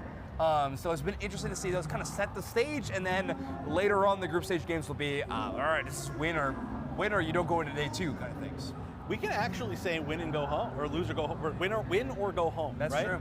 We usually say that when teams are at home already. Oh, and yeah. It's not accurate, but this time it's actually true. Yeah, it's true. By the way, we also have another sponsor, which is very cool. Meiji's sponsoring this, so there's a bunch of chocolate. I don't think we could possibly explain how many boxes of these there are across just backstage. Thousands. Like, yes, like literally, I mean, ideally at some point they're going to see a certain video where you're going to see quite a few of them, but I don't know if you've ever had these. They're classic candies. I'm failing at opening it. Let's get some chocolate going on. This is embarrassing. I should not have tried this. That is really loud on my microphone. Oh, yeah. That is incredibly loud. This is great. I'm going to try to open it For as far those as of you at possible. home that are really excited about this ASMR. It's crumpling, yeah. What we got for you? Okay. So Okay, it's over. They are quite good. Now there's two shapes, right? There's the bamboo shoot shape. Oh, okay. Oh. Well, I don't know. I'll let you choose your own. You know, you got to choose a fresh one. All right. Ready? Cheers. Okay. Oh my gosh. They are really good. These are so delicious. I know. All right. I think maybe we're just hungry. Uh-huh. The other two went off to eat lunch, and we're like, well, we've got chocolate. Uh-huh. Got like 3 already. All right, here, take this away. You need to move them far away from you. But yeah, so cool. Not a sponsor that one would usually get. Oh, look at that. You get the little... You can copy it exactly. That is so loud. I'm going to stop this. I'm sorry, stream. Yeah, I'm it's sorry. like you tried to hit every piece of the wrapper when you put your hand in. They're really good, though. But yeah, a really cool sponsor. I mean, this is a huge snack company in Japan that makes a lot of really good stuff. Yeah, In the US as we well. got You should for definitely this try. event, right? I think the KO train line also sponsored this event, and then Republic of Gamers, I believe, is the full entourage. A lot of different sponsors. Uh-huh. Not to mention, we got Pokemon all over the place. We got Lucario right here, just hanging out. He's a sponsor of the event. Oh, yeah, yeah. Lucario makes a lot. Uh-huh. Yeah, dude. Sick. That's expensive. That's expensive plush, that thing. That's so certainly doesn't make a lot of money. Yeah, he's right there. Yeah, look at that guy. Look, I love Masquerada. Like, just hiding. Just like, yeah, it's so ominous over there. I mean, okay, Dragon Pult's seen it's better taking days. a nap. I'll fix him. It's taking a nap. Its eyes are closed, so taking a nap actually makes sense. Oh, it's just me now. Okay, I wrecked everything else trying to fix him. Easy. All right, there we go. Oh, Pikachu's knocked over too. You gotta fix Pikachu. No. All right. Yeah, look at that. Dude, I love how it's chilling. It's just chilling. It's like its eyes are closed. I It's know. just like, Well, they're squinty, but yeah, they are open, technically. well, whatever. It's close enough. No, but I get what you're saying. He's vibing. And it's vibing. This is how we're vibing. And we're vibing.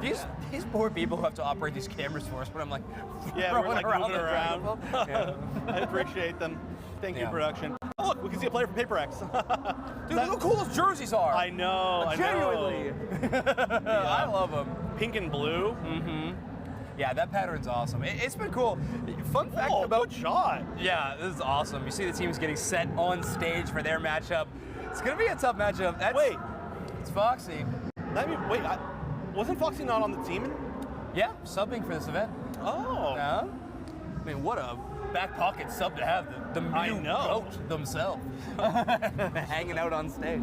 Just to make him a main player. This is a big matchup for Paper X, though, that matchup on stage. Playing against Nagoya JA, a team that I think people are considering to be kind of the weakest of the 4 when it comes to the qualified Japanese teams, but I mean, it's so tough to call that. They are such a strong region, and that final tournament was so amazing. They had some really cool techs, relying on a lot of interesting tank picks. So we'll see.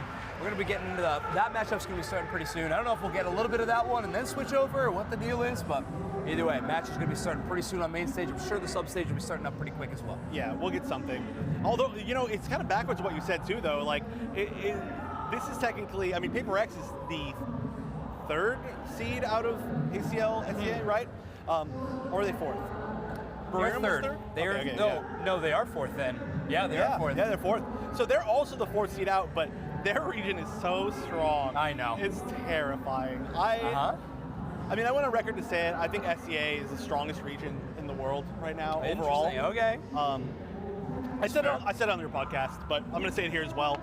They have teams that are so strong so far down. Yeah. Like the fact that the last chance qualifying teams are Talon and Onyx Rise, and Onyx Rise beat Evo's Onyx to make it there, like was another World's quality team.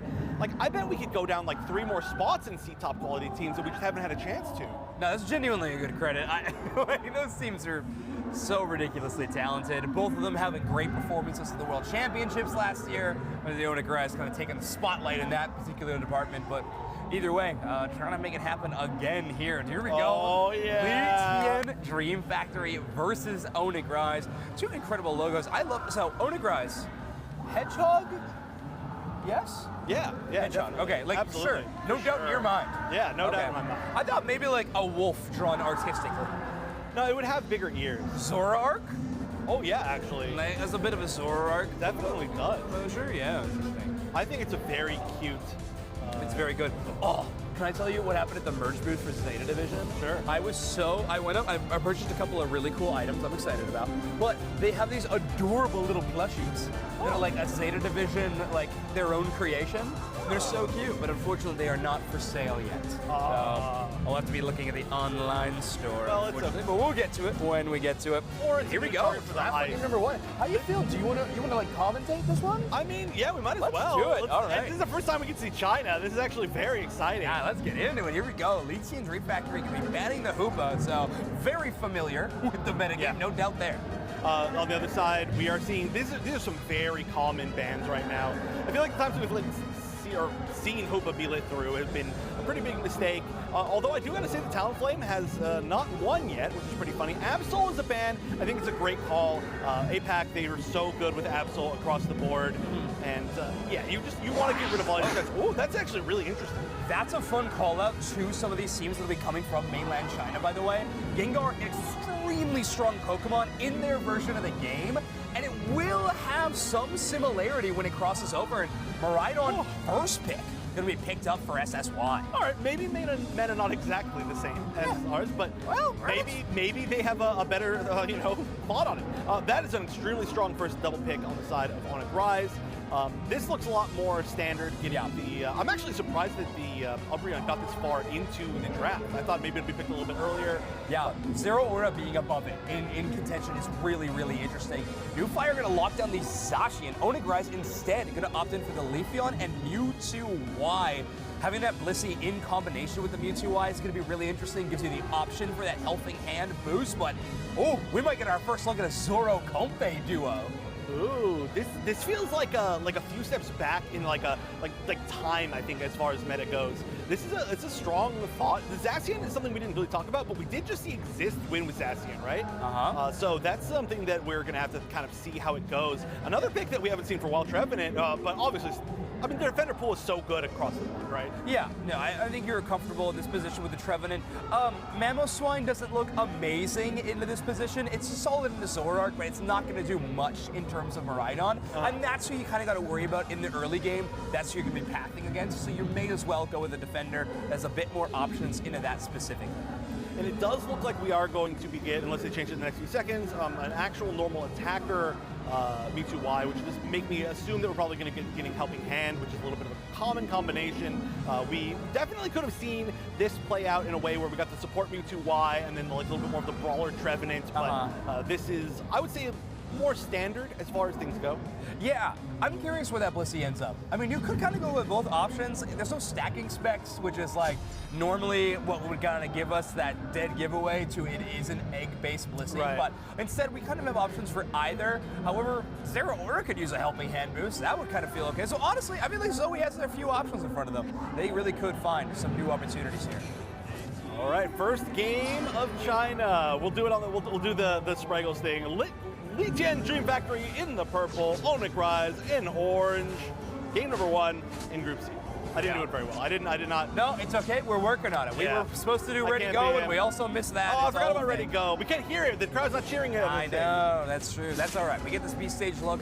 Ooh, interesting clear from LAIC. They're going to have the Comfey and the Zorg start off together, meaning that Miraidon is going to be solo in that bottom path to allow the Mewtwo and Trevenant to play a lot more aggressively, try to force this Miraidon back. Don't give them the chance to get some of these early experienced Pokemon. I will say, though, for an early game Pokemon to be solo, I think Miraidon is a really cool choice there, and that probably does explain why they're valuing it quite so much. I mean, first pick, that's definitely the biggest surprise that we saw in the draft so far. Up top, though, we've seen so many top path Zeraoras so far, and it's looking like it's going to be a solid pick probably throughout the entire tournament, but now we really got to see how things go as the Zoroark is up to at least the first power spike. You are having a nasty flank there on the Leafeon. They got full vision of the Zoroark walking up alongside that Comfey, which is likely just going to be a full-time duo at this point. Bursting down to about half HP, but it's Slow Smoke going to give them just enough time to get away. It's pretty, I want to say like slow game so far, but no KOs, which is pretty big. Yeah, they're playing pretty, I would say, patient, especially considering the fact that the past teams that we've seen on stage have been so aggressive. But these teams, they're going in, they're just poking each other, they're getting the farm, and then they're getting back out. So nothing huge, although this could be a first little bit of aggression, as this is a very far forward tree. Yeah, Luna feeling really strong in this Trevenant, enough to actually try to threaten to steal away this blue buff from the Zoroark Comfey. Not going to be able to get the last hit secure, but is able to walk away from this one. Umbreon can slow you down for a time, but that speed barrier on the other side, no problems for Trevenant escaping. That felt like that was like an early invade, the way that was going, right? Like, that was very similar. Like, you kind of don't expect that at the 8-minute mark already, but I do like the fact that they're throwing in a little bit of aggression. Finally, I think it was our K opener, and Miraidon being the one to go down, so that was Eeyore going to be able to score as well. Yeah, we see XGG make the rotation of that middle burst, and I think they actually are able to burst down a decent amount of them before Onigrice can show up.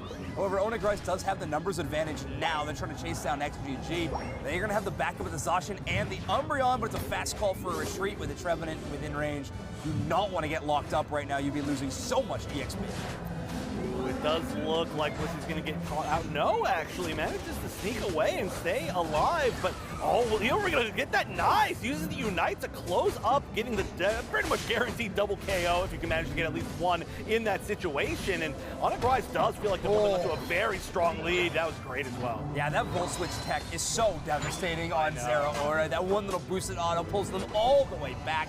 Great look for Onigrice mechanically so far. But I like this foul play. Slow down coming up from Mewtwo, trying to slow this scoring attempt from Onigrice. But right now, this game is all in Onigrice's momentum.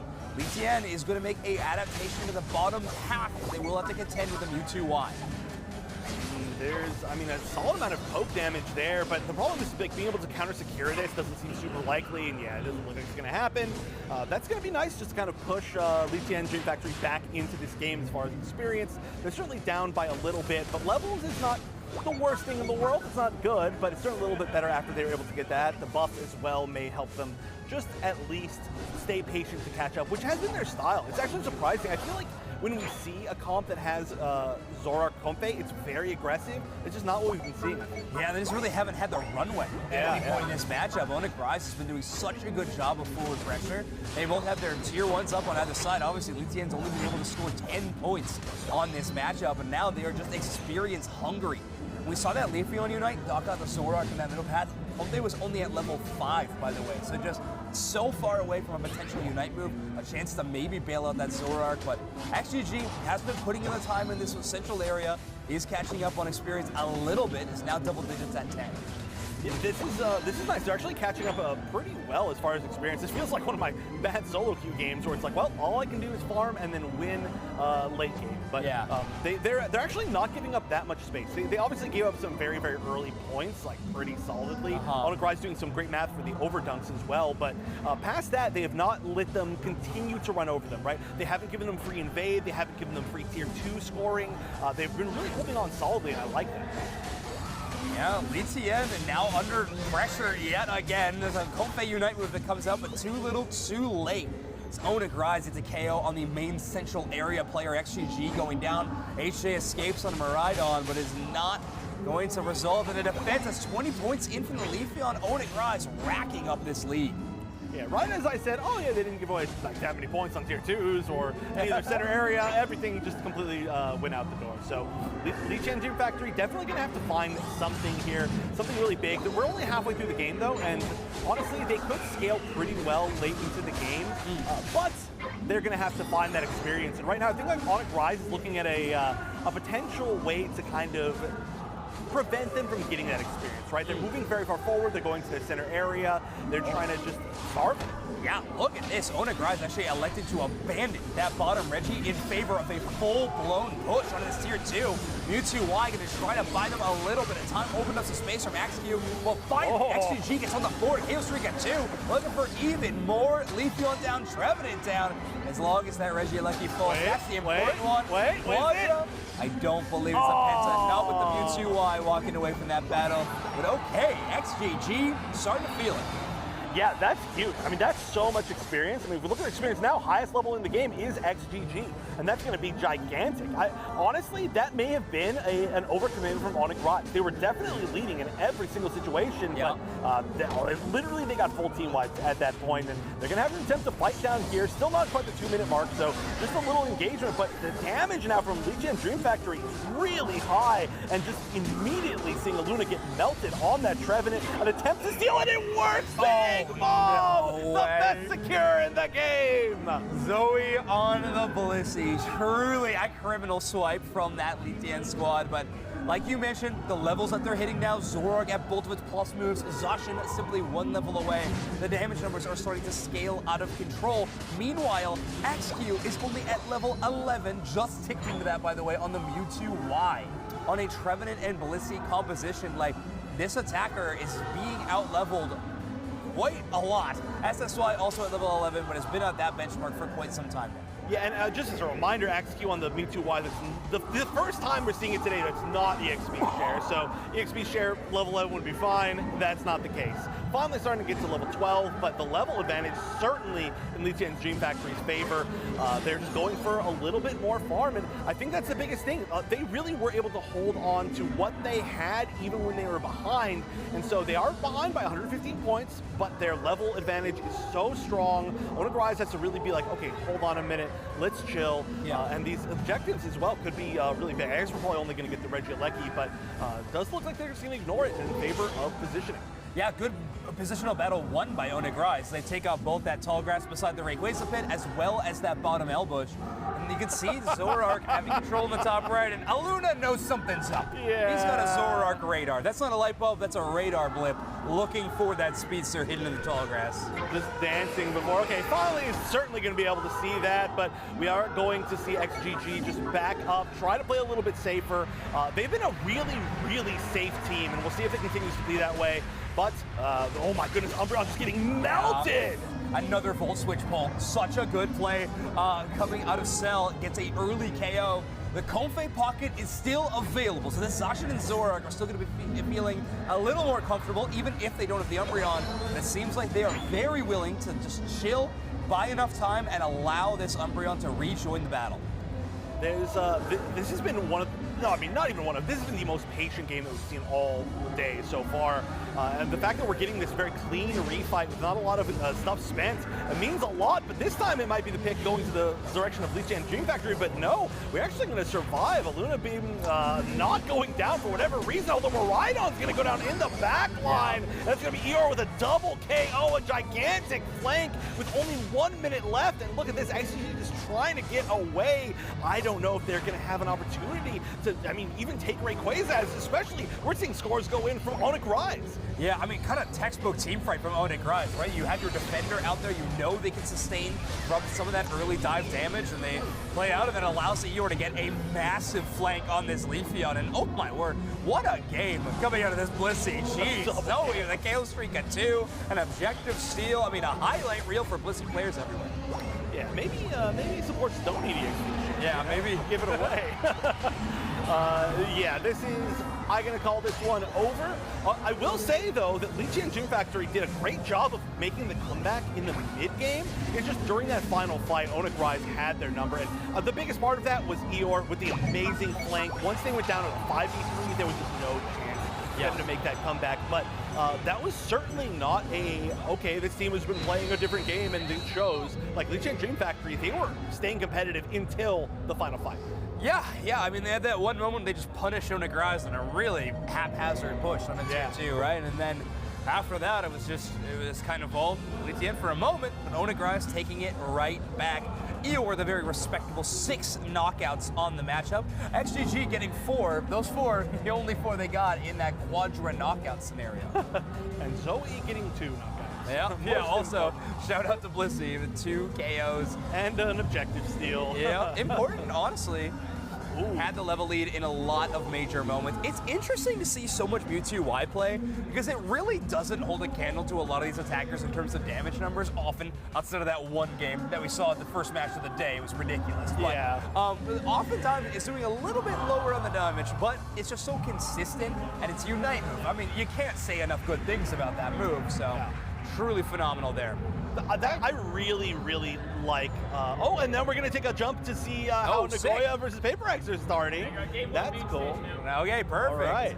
Okay, we're jumping right into game 1. Nagoya J versus Paper X. I don't know if we're going back and forth or what the situation is, but here we go. They finally got that match set on stage. Let's get into it. Look at these drafts. Oh, there's so much going on. Psyduck got through. Darkrai's being picked. The Sprigatito's on board. We're going to see the Metagross. There's a lot to think about as these first 30 seconds appear. Yeah, interesting. Okay, so our second game of Meowscarada, but Darkrai doing a lot of early damage. Snorlax going to capitalize, so obviously we might see a Yawn Snorlax in this scenario, maybe to try to synergize with the Darkrai a little bit. We saw Yawn played earlier today. I think Ward was playing it on their Snorlax, so we have a chance of seeing it. Otherwise, the block buffs are pretty phenomenal. You might just want to run that. You were also playing Yawn last night in real life. Oh yeah, yeah, that's you true, really man. were a lot. I'm feeling good today, though. Yeah, you got all the yawns out. I'm really interested to see if it is going to be yawn, but that does make sense. I mean, this is another great defender that we're seeing. Oh, they're jumping on that Psyduck. And classic Psyduck, classic. He's got a headache. You can't hit him. I know. It's not fair. Imagine ever being able to KO a Psyduck. That's a low life. No, sorry, not happening. All right, well, Paper X did leave a few back experience for Yemu to try to pick up. It's already at level 5 and almost filled that effort gauge, honestly, on a pretty good track record, despite how well that path is going for Yama with that Metang. Gyarados actually catching up. Yeah, and Gyarados it's buff made it stronger earlier. Like it scales well, but it also has like a big boost at the start. What a great escape to get out of this situation. I mean, the Darkrai's about to catch up, so that might be the end of your opportunity. But the trick with the speed boost is actually going to be able to get them out there.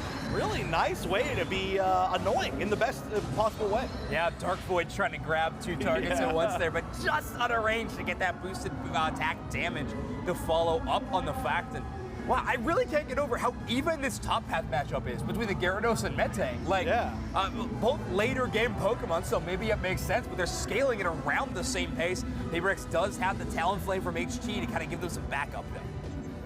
This has also been like kind of the first time that we've seen like the top half just completely left alone, like the classic 1v1 where they both just kind of like do their thing. Yeah. But like you said, they are not so lonely now. Yeah, no, it's a party, and they are already gone. All those spawns in the center. It looks like we're going to see an aggressive push from Nagoya OJA. They do have they're starting to hit some power spikes, I should say. Yeah. The problem is I don't know if they're going to hit the maximum number of power spikes they need to actually push down an entirely defended goal zone. And it does seem like they're going to retreat just slightly, but we're going to see the true objectives now spawn. Yeah, I think no Meowscarada Unite move in that situation means you can't push past that goal zone. Not the case anymore, though. We do have that on the line for Apura. Side Strike goes on a long-range hit, going to hit that Gyarados, but good bubbling by the Snorlax. Buys a little bit of time, but that burst damage from Nagoya OJA is no joke. They push Paper X all the way back to their tier 1. Ah, jeez. This is a pretty, it's a tough game because neither team can like break the other team's defenses quite yet. This might be the opportunity now though. Like you said, the Unite from the Masquerade, it's a great way to break through a goal zone like defense or to defend a goal zone if you really need to. Just got that perfect range, but there we go. We're gonna see it attempted, not quite enough to get that Gyarados. It might be able to come back in. No, it's gonna retreat, which means probably we're gonna see this goal zone go down, or maybe not go down, at least get close to going down regardless. Lead jumping up hugely for Nagoya OJA. And this is one of those difficult situations when you play Darkrai attacker. it is really difficult to have kind of staying power on these goal zones because you have to deal damage from mid to short range instead of being able to stop people attempting to score from long range. So PaperX instead having to kind of abandon ship on that goal zone as Nagoya is actually taking control, and there is that trick combo. So devastating with the Metagross. Yeah, I love to see it. Trick is such a fun move, but another thing that we didn't get a chance to talk about because we didn't see draft, but there is no range on PaperX's side, so their attacks, like their aggression needs to be up close, it needs to be committal, and you can see this, they're running in, they're getting zoned out slightly, they're not able to get the damage that they want to. It has to start with maybe like a great bounce or something like that, something from the Snorlax, and it's just not happening. This looks like another big win for Nagoya OJA, they're going to take down possibly the second goal zone, yep. Honestly, sometimes one of my favorite scenarios is when the compute and crash doesn't make the walls on Metagross. Honestly, use it for a one-target chase and just get some damage there. OJ opening up enough space in that situation to, you know, finally get another goal zone break. Reggie and Lecky gonna be walking towards tier 2, and PaperX sitting on a donut in their scoreline right now. No, well, there's 40. Yeah, well, it's still a donut. It's just a 4 and then a donut. So how you doing, Jake? 4 donuts. Am I on? I think so. It sounds like you're on. Hey, guys. Hey, I'm going to scoot back to my chair. I was watching this a little backstage with some members of PaperX. How they feeling? They looked like they were feeling pretty good. I asked them, what's with the Gengar ban? Who plays Gengar? And they all said, nobody. No idea why that was banned. Oh, you mean in the Litien game? Oh, right here, Gengar. Oh, yeah, what do you know? Oh, yeah, we didn't even look at bans. We jumped into this very quickly on our side, so I did not get a chance to Aegis ban as well. We didn't talk about that. Nobody. Who knows why they banned? Yeah, that's funny. What's great about that is they said nobody, and then they realized that there was players from OJA sitting in front of them like, oh, well, everybody. Yeah, wait, actually, though, everybody, yeah. Backstage politics, always fun. Oh, yeah, I can see them all right there. Well, I know y'all were watching, but so far, Nagoya looking amazing right now. Metagross absolutely bringing the house down. What a Pokemon to boots the house down, by the way. We've seen, I feel like Metagross has been like very barely irrelevant for a very long time, but when it pops off, it pops off. Yeah.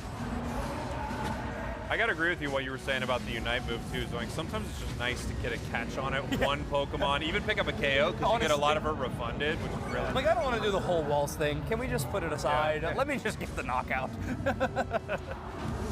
Inconvenient. Yeah, honestly, at this point.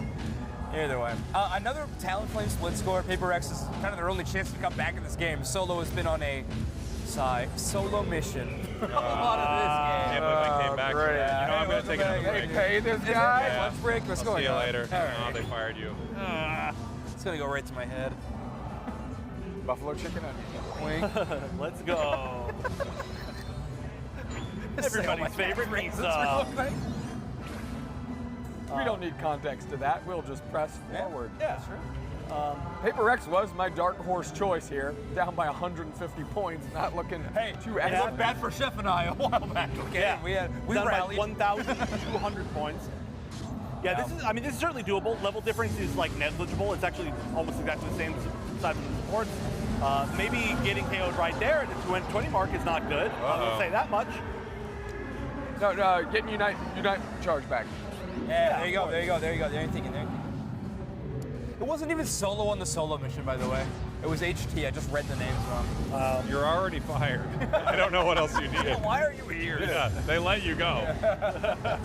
Ooh, Talonflame. Wow, what a combo. That was beautiful. Snorlax into the Talon right there. Holy. Looking clean.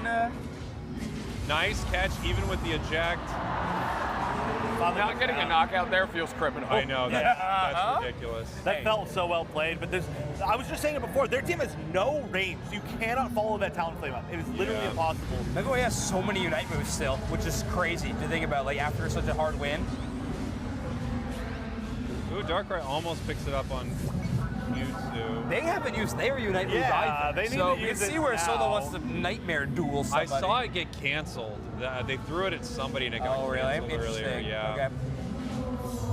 Bliss Assistance at least needs to show up at some point. Oh my, that went so far. They still brought it to Blissey in a way. They didn't need to Oh, in the air. no. Wow, man. That was rings unbound, fist stuns, and everybody just folded. That looked really good for OJ. Okay, so they knock out the Hoopa. Is HT got enough in the tank? Is HT just ripping Rayquaza right now? Oh, no, they're abandoning it. Okay. Yeah, no shot. Why leave them? Well, they might as well have just kept attacking Ray at that point, I think. Do something. Nobody's coming back. Yeah, they're cutting off their respawns here. Great positioning. You know, you can leave those goal zones, just play for the middle of the map. now we're back on Ray. Oh, that's not doing enough damage. Maybe they're just trying to pull They him. have all their Unite moves back, so I mean, you got to do something now, right? Yes, immediately. Here comes the rip. Yeah, they're ripping it down. Okay. Unite move. Meow's in here. Talonfly gets it. Oh, they got it. They got it. 15 seconds left. 15. How many scores are in the middle? One or just or two? Oh, dang. Metagross scored another. And Hoopa scored. 276. Yeah, they don't have enough. It's over. I think Talon needed to hit it earlier, even though it would have put him in a dangerous position. I think they needed more time on the clock. Yeah. Fun score race there at the end. Yeah, that was cool. Yes, Grottigan 66, a bit of a... Nagoya, OJA, the game win. Summoning demons out here. Right. Holy. Two Paper X players running up on stage to help their teammates. How many Paper X think players that are there? Rebonks and Night Mew Foxy are the two that are riding the pine right now. Yeah. Squad. It's Two awesome really players. interesting, right? Yeah. Some good backup. I looked over. We got a chance to like see Night Mew Foxy like standing right there on the camera, and I was like, "That's your sub?" Yeah. Like what? Feeling good. Tough one for Paper Rex there. It felt like they were just behind the whole game. Oh, we're back to the lit. No, perfect. In game two. Game two. Yeah, you know, I was watching game one of this on the side while you guys were casting it, and it really did feel like there were some decent moments for LAIC Dream Factory, but at times I was wondering if they didn't even know how their Zora combo worked. Probably. Which was tough, you know, because they had some big pop-off moments with it, but they didn't have the finesse of someone who's playing a lot of Zora. Totally. Yeah.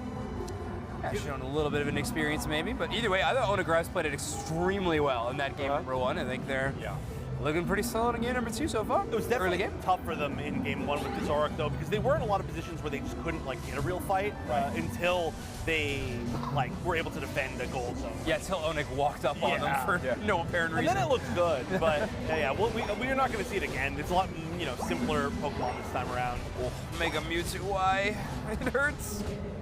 Mewtwo Y is such a star this tournament so far. I mean, it's just been playing so well recently. Man, it's so face that consistency, right? Like the damage numbers don't even need to be amazing for it to feel like a relevant, strong pick. I will say though, after seeing both types, I really like the XP share better. It feels like it does nearly as much damage. Like it's so good, and when you could instead have something else getting like some valuable EXP, I don't know. I mean, it's just such a good Pokemon in general. That's the thing. It's like it's hard to mess it up, even giving it less EXP. Yeah, that's fair. I mean, it just goes back to the speedster meta. Do you actually need the healing, or do you need a facilitator? And U2Y with Psy Strike and its Unite move facilitates engagements incredibly well. Wow, I mean, what a catch there from Trevenant. Holy. Aluna lining them up with a massive catch. Yeah, like imagine if you were able to get that experience over to Trevenant, right? Like that could be so good. I don't know. We are seeing more and more Paper Rex players. There's behind this. It's so many Paper X players. I'm assuming it's like bathroom break or something that they're all running back for. Who knows? But either way. Oh, big Psycho Cut lands on almost every single member of LAIC. But heal back with the Night Slash. Oh my gosh, here comes Arena, Trevenant. Man, oh man. Onyx just looks so good here. Feeling good. This is Arena. Finally, we get to see it a little bit. I feel like we talked about it leading up to this event so much. A Pokemon that is so popular in a lot of these eastern regions, and we finally get a little bit of a look at it. Well, I mean, it was catching quality bans in the final matchup, right? I mean, literally enough fear to get rid of it completely. So it's nice to see it out here scissor kicking again. Yeah, Cell was playing great on the Zero Aura, or sorry, the Zero Aura in that first game, and then now this Arena in game number 2. I think they're a really cool addition to this team. Doing really strong, like combining with like their positioning with Eeyore's positioning has been so good. They're just sandwiching them so well. Stealth rock. Stealth rock. Yeah. Okay. You love to see it. Get secure. Yeah, it seems like in the end, though, this fight likely going to be going in the favor of Onic Rise. LAIC just don't quite have the firepower. And it's given time to contest. They do get the objective. They're going to have a red steel buff, but not on many of their Pokemon any longer with those KOs. Yeah, I mean, these levels, you got 2 level 10s on the side of Onic Rise. They just look really, really solid. Obviously, you know, LAIC and Dream Factory, a great team, but this is not their game yet, it seems like. Yeah, tough luck for them so far, but there's a lot of tournament left. Yeah, it's really hard to say though too. Like we've heard, right, that Onic Rise is doing really well. Luminosity told us that yesterday, and this is like it's a winning game, but it's certainly not like the stompiest game we've seen. Not even absolutely, today. yeah. So it is kind of hard to like make a full judgment yet, whether or not maybe Onyx. What they're just throwing that Zelma around like all over the place. All right, Onic Rise, we've made this mistake before with the same LAIC push. Seems like they're going to show a little more hesitation. No Trevenant Unite move invested into that team fight. Not over pushing all the way on a tier 2. They're going to play a little more safe. Oh, look at this. Nice catch on the Trevenant right here. Trevenant with the Horn Leech pushed him back. Huge Wood Hammer. Unite move from the Absol. Picks up the KO. Absol now running in to try to score. Zacian trying to stop it, and it looks like Onic is going to be able to peel out there after what looked like a pretty nice catch from Buzz, but I mean, level-wise, it's always tough. Yeah, I mean, they're so under-leveled that it's hard for them to scrap right now, right? Yeah, Aluna didn't even have to Unite move to get out of that situation. Just a solid Horn Leech was enough to buy them some time. They did Mewtwo. XQ did drop the Mewtwo Unite for a little bit of coverage to try to get some stuns and things like that. Also, XQ might have the best player profile picture. Look at this. The hands are all epic. I was like, does he have like an effect on the side? And no, he's just really posing. He's having a good time. Jojo? Oh. You know, it's like not going well for you when you're engaged to an engage for the other team. You know, you're like, oh yeah, our team. Rough. Eject and double teleport gets out of a rock tomb. That is so nasty. Missing that Buzz will Unite stuff. We've got nice rip, you know, with Stealth Rock. It really does tear down these objectives pretty fast. They would love to have Zacian there with it. Umbreon just kind of watching menacingly. They don't put the Stealth Rock on the objective, but they still get it. Yep. Yeah, pretty huge. Another big Trevenant engage. Yeah, poor Buzzwole. Simply nowhere to go other than to land a Unite. They do get Bliss assistance, but even that isn't going to be enough.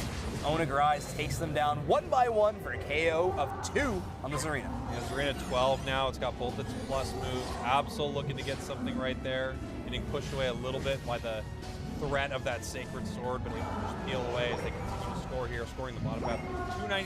297-44 here. Really, I mean, Onic is looking pretty beautiful, but you're right, this is not a full blowout.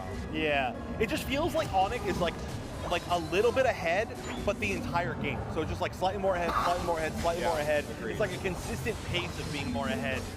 And yeah, I mean, the score is starting to get a little bit one-sided at this point. It's feeling a little bit more EXP, but the levels aren't the worst thing in the world. We've certainly seen, you know, late game team fights won by bigger discrepancies in levels. Well, sure. The problem is Zarina and Absol on the side of Onic Rise that are leading the charge. Absol taking over to 13 right now. And there's not much on Dream Factory's side that can scrap with it straight up. So they're going to have to get clever and actually probably leverage this Crustle very well if they're going to try and find opportunities in the closing minutes of this game. Crustle Umbreon, though, that's going to be a tough like Unite matchup, right? Oh, you have to find the right timing for that. In fact, you actively don't want to Unite. Yeah, it's true. Unless Umbreon goes down. If they can get Umbreon down, they're in a good spot. Yeah. Look at that. Absolutely ripping through them. Yeah, those critical hits care not for how much defense that your Crustle has. Instead, just take care of it. Make it go away. 13 isn't bad. 5 seconds, but they're kind of getting bullied out of the central. Yeah, they're like bullied out of the pit. Onic just has such good positioning to start this. Yeah, Crustle already down to about half HP. Bliss is going to be so careful about how they Bliss assistance in this team fight. Umbreon is just ready. Yeah, there's no real fear on the side of Onic Rise. Like, poaching a tree doesn't get you anywhere. It kind of brings them in, you know? Yeah.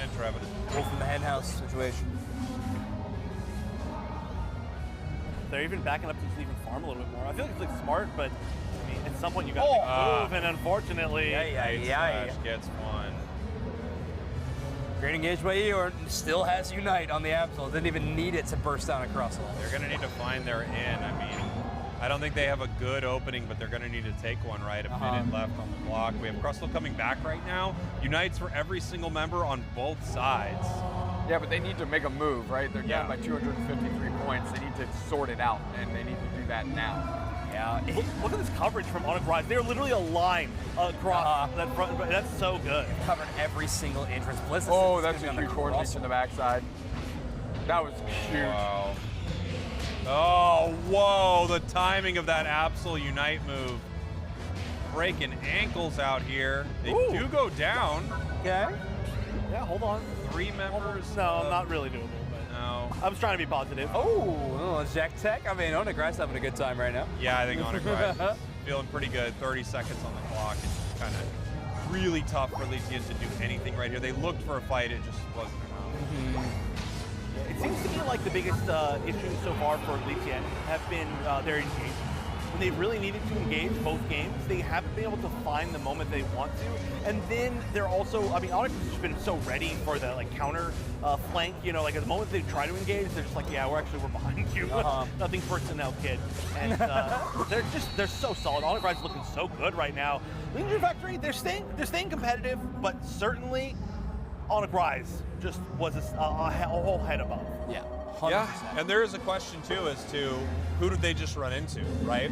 Because they could have run into a team that's very good, but they also could have just run into the team that's going to win this whole tournament. So it's really it's tough to know exactly where they kind of rest here. And now we head into another game here.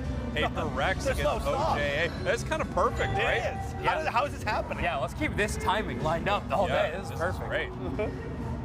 The bands, we got a sword band, which I find interesting. Wow. I don't feel like a lot of people are playing Aegislash after the nerfs, but... Yeah, I don't see this one. It was such a small nerf, but it does feel like it was a pretty relevant change. Yeah, I think it's always tough. Like that wide guard shield is so massive. I think taking that away a little bit just opens you up to getting KO'd in moments you otherwise wouldn't have. Yeah, we'll see. Maybe some teams are going to pick it up, and maybe there was a really solid ban. I don't know. I feel like Aegislash isn't like super friendly into the meta right now either, because I think it's like so good at. It's so good when like attackers are really strong, like ranged attackers, and it's great at diving and like being in their face and being annoying and letting your team follow through. But there's so many speedsters and stuff right now that I don't know. I feel like it kind of just doesn't run into them as well. Maybe I'm wrong on that. No, Ali has been a menace for 2 consecutive games. Whom? The Hoopa? Oh yeah. I said it right before you guys were on here, but I don't understand why anybody's letting Hoopa through right now. It just seems like it might need to be like a perma ban right now. Yeah, Holly's Trick Hoopa's sick. We might get to see Bravebird this time around too because of it. Fortunate applause. But we might get to see the Bravebird Talonflame to combo with the Hoopa. Yep. Yeah. Looks like we got a device issue on stage. Hey, we're back. We're in the booth. The stage is up there. There are Pokemon. The thing came out of my ear. Let's go. I didn't even. Oh yeah. There you go. Sorry. Checkmate. I've got mine in. Yeah, Perfect. Heck yeah. This is the way to do it. I think you guys got the good ear pierces. Yeah. Those ones are good. Maybe. I don't know. They stay in. Well, I like this one better. I think it's based on ears. That's what I've found. It's based on ears. Ear power ranking? I have what are known as slender ears. Okay? I don't want them to be known as that. It's not a medical condition, all right? I don't want them to be known not as officially acknowledged. I fight every day to get it. Yet. And one day it will. Imagine this. You have headphones that constantly pop out of your ears. You try to put earrings on. They say your ears are too paper thin to even hold them. So yeah, it's not ideal. But it's okay. No, it's okay. I soldier through. I'd like to think of myself as brave, you know? Yeah. Put a 1 in the chat if you want to see Spraggles with gauges. Yeah. I mean, that'll do it. Just enough ones. That's all I need is to know that there were a lot of ones. And then I think that would be pretty huge. It's huge. Kind of going through this day, it's been interesting to see Japan, right? It's been interesting to sort of see them do well, them do poorly. Obviously, OJA looking pretty good here against Paper Rex. Exist getting a win. Exist getting a win. And then we had kind of some big dogs, Insomnia and Fennel, having a really tough start. So I wonder what it's going to look like as the day moves on. There could be a reality where some of the best or top Japanese teams don't move forward to day 2, which would be a real shocker. Zeta's probably getting a little nervous right now, watching all those other teams lose. Okay, we gotta and follow Group that D's up. about to get started here. I think after this other The conclusion B of these matches. Yeah. Yeah. After this, Luminosity Talon's going to be on the backside stage. Yeah, there. Luminosity Talon, and then we'll have, believe we said it'd be Bariram versus Zeta Division. Will be on this stage. That's right. Huge games. Yeah, like that. Like Group D is my group to watch. Yeah. Every team just It's has so like, scary. if you say any of those two teams like they make it out, there's a world where you just go, yeah, I get it. Yeah, like I Group of Doom, if you will. Yeah, absolutely. D for Doom. D for Doom. Spelling. But yeah, I was saying, like, so, you know, it hasn't been a great day for Japan so far, but I think rather than saying that, we can just say it's been a great day for SCA so far. Yeah. Totally. Yeah, they are. Korea keeps sneaking into the SCA category, well, but I guess that yeah, makes sense. They were part of the tournament. Yeah, they were part of the ACL tournament. You're right. That counts. Yeah. Looking great. Yeah, all their teams looking so good. Yeah, of course. Potentially, the only, like, well, so far, you know, the one that's looking the worst, which is not over yet, is the Paper Rex match, because they've lost the game, but that doesn't necessarily mean they're going to lose the entire thing. Obviously, we saw from game 1 of today. But every other team from that region has won that we've seen on broadcast. There we go, heading back into it. Paper Rex, OJA. They're down a game right now. The bans are interesting. Leafeon not making it through right here. Mewtwo has just been, we were just talking about it a moment ago. What a superstar Pokemon throughout this tournament. Hoopa barely making it out right there. Espeon on the stage finally for Siu. Let's see how it does. I mean, right now it's doing okay for some, only level 4. It's like pretty challenging spot to be, and Mewtwo, and Serena are gonna make quick work. Espeon pretty desperate to score in that spot. What do we think of that Darkrai game 1? I meant to ask when we had a little pause here. So while we've got a small lull in the action, how does that weigh in? I wasn't a big fan. Yeah, I haven't ever been a big fan of the Darkrai attacker. A few teams have tried it again and again. It's like, if you want your attacker to have a Mimikyu Unite move is kind of the option you're looking at, but it doesn't seem like enough. And Talonflame. Talonflame, good. Oh, they go back. They're going back in. They got tricked. Great Espeon coverage though, right? Yeah. Like if Siu wasn't there, you can't do that. That's confidence. Just great teamwork from Nagoya OJM, Correct. honestly. Yeah. You're trusting your Hoopa to back you up that whole way, and when they can't, Espeon covers the rest. Yeah, I think going back to the Darkrai thought, I think the thing for me too was I felt like the comp didn't like enable it very well. They were so, I don't know, they're short ranged. It didn't feel like it ever had the chance. Like I feel like when you get something like that, you gotta like, it can't be like, it's gotta be like the last thing they're thinking about for it to work. And it was not the last thing they were thinking about. Huge Brave Bird. Oh, Yeah, and then immediately back. That's perfect into that Phantom Force. I love that. Also, I feel like we haven't seen a Stomp Zarina in a hot minute, too. Nice. Wow. We're seeing a stomp something right now. Why is Hoopa in this game? Well, because we're banning Aegislash and Teleon. Yeah, the fact that they didn't ban Talonflame or Hoopa, and then they gave them both to Nagoya OGA, this might be like one of the biggest draft dips. Yo, Paper Rex is my dark horse team, but not if they're drafted like this. Holy smokes. We take it back, we take it back. Okay, well, Paper Rex are going to be able to get a pretty solid score here. 30 points is tough to line up an overdunk, but we need to get a few stacks in. Yeah, they get to stack up this arena, which is actually really nice. Yeah. I do like Stomp on it because, You do? yeah, if you know you're not going to have extended fights, right? You just get an opportunity like, can I catch Talon? Can I do enough damage to it the moment it lands? That is kind of nice. Yeah. Oh my god. Brave Bird is mean. That was a decent Mewtwo Unite follow-up. Yep. Try and get cover, but they're alone now. Hey, this really brings me back and makes me think. I don't know why. Fel had the opportunity to pick up Hoopa Talonflame as well, but then also they would fly the entire time. Which again, I didn't dislike fly, but I don't know. It's just Brave Bird's so good right now. Like, look at this. It's crazy. I mean, it's not a wrong choice. Really good into this comp. I mean, yeah, they're doing well. But yeah, you're right. The last team to pick it up went fly to try to avoid Buzzwole stuns, and now this team was no fear in it and doing pretty well. Yeah. But it is a close matchup, 171 to 174. I mean, this game is extremely close, but Nagoya OJA just have so much momentum that it feels like, all right, well, Sure, the scoreline's close, but what can PaperX actually do here? PaperX needs to set up traps, essentially. Like how do we frame up? Honestly, the target for me would be Hoopa. How do we get on top of Hoopa? That would be awesome. And cause static so it can't just do what it wants to do unencumbered, right? You can force out its Unite at 230. You're feeling awesome. Correct. Like that would be such a good situation. That's another tough thing about PaperX's draft, though, is they don't really have like an assassin type, right? Like, who's diving? The Serena, really? Serena? Yeah. I mean, what else can you do? It's a very, very like They want to brawl. static comp. Yeah, they do. They want to brawl, and it feels like OJA can just kind of play around that pretty well. I gotta say, I haven't been in love with Gyarados so far, but man, we've seen a ton of it. Clearly, teams are giving it a lot of priority. It's working for them, but I have not been a huge Gary fan so far. Oh, yeah. Disrespect your score in a second. Why not?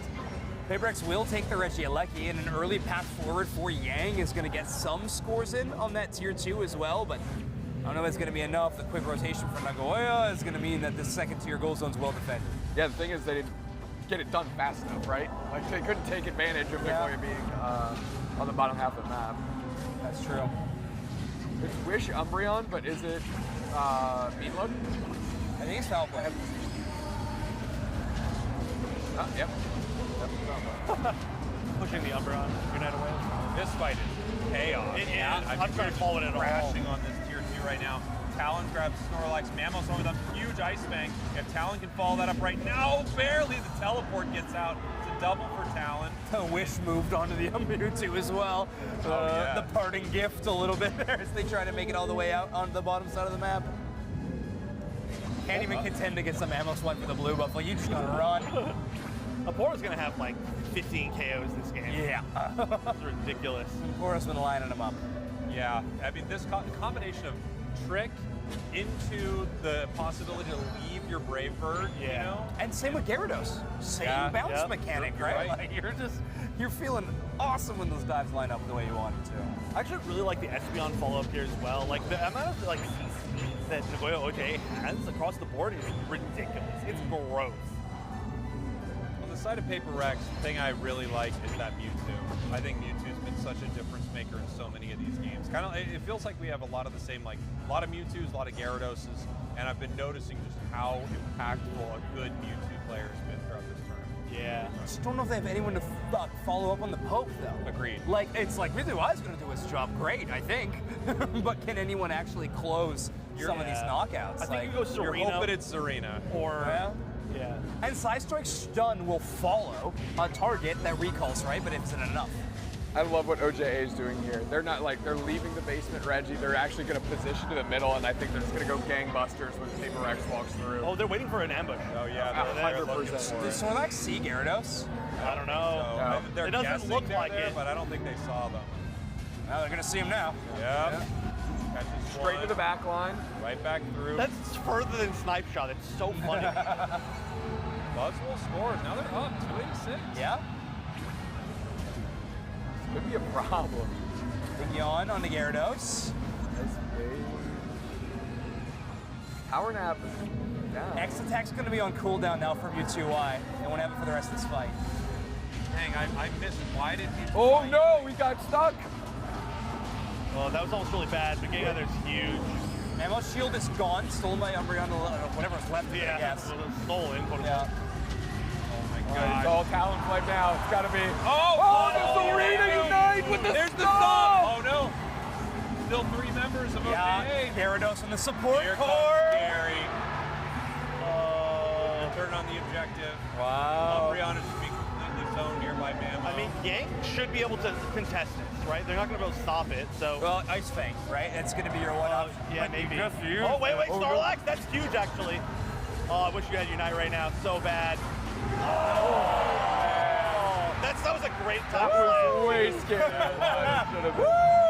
Got scary, but yeah, they got it. Nice. Euros going to secure the Rayquaza and Nagoya OJA. 4th place out of the Japan ACL tournament. And we taking a 2-0 victory over PaperX. Yeah, they looked awesome. This is a group, by the way, that a lot of people were predicting, and me included, Paper Rex and Onyx to make it out. And Nagoya just showcasing some incredible talent in their drafts and being, oh man, what a team to watch this event now. Yeah. I really want to see the stats on this Talonflame at the end of the game. I'm just like, I want to see big numbers. Big numbers go up, I get happy. But this is the Japanese team I was least familiar with by a huge margin. And so this is great to be able to see them, and they're looking really good. Yeah, they've done a good team. I mean, obviously mechanically, Paper Rex is really good. I'm a big fan of their team overall.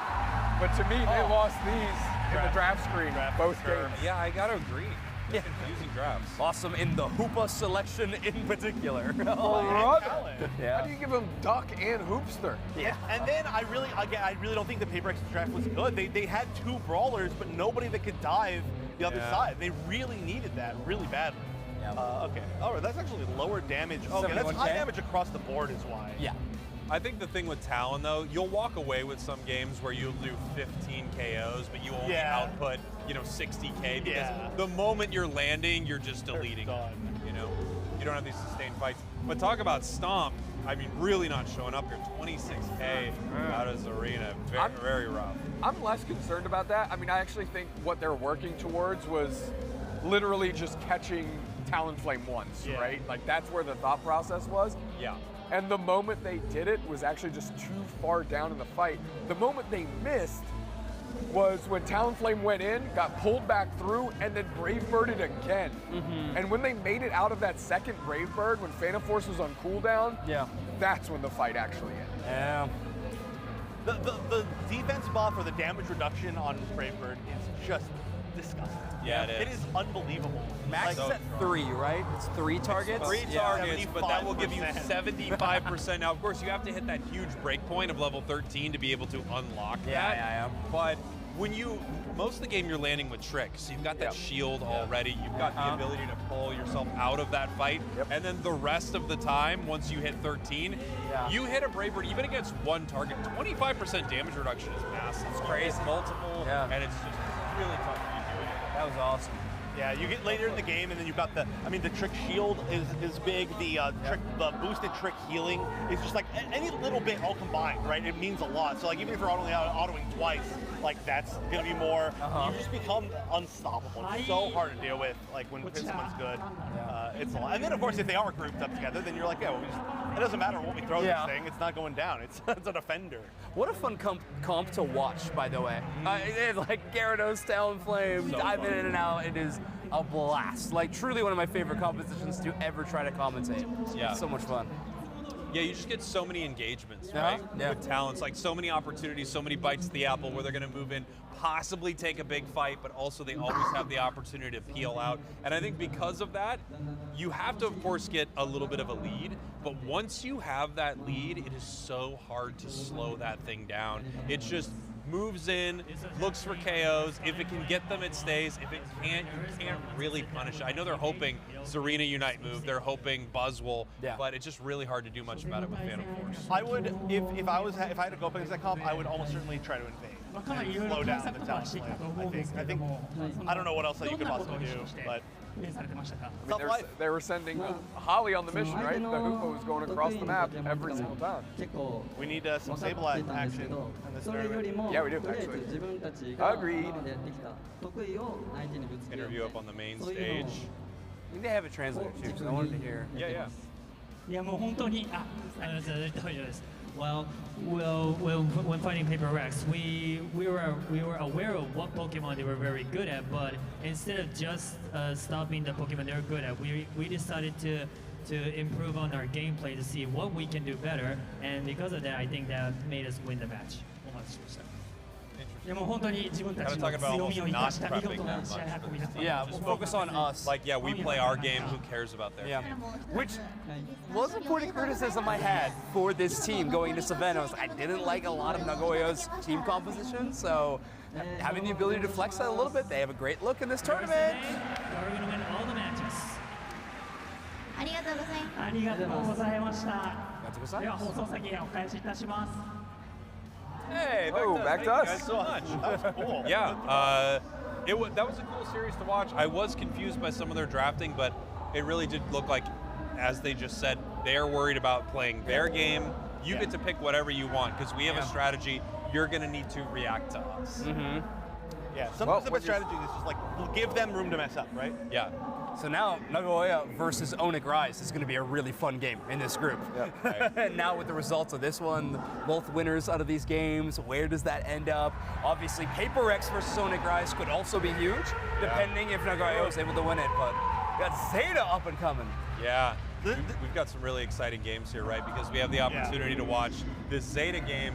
We're going to try to focus, if we can, on the Luminosity game. Luminosity Talon, that's going to be an amazing set, right? And they're on the B stage, so I think it's a good opportunity for us to see the first and only North American team in this tournament. It's the first game from them, which would be very, very cool to check out. Obviously, I think we're all hoping to see a deep run from Luminosity. And I think a lot of these teams are expecting it as well. You want to somehow see Luminosity and the best from Japan, or Fennel, Zeta. You want to see that matchup for sure. Yeah. Ooh, good photos from the Luminosity gang this time around. Looking great.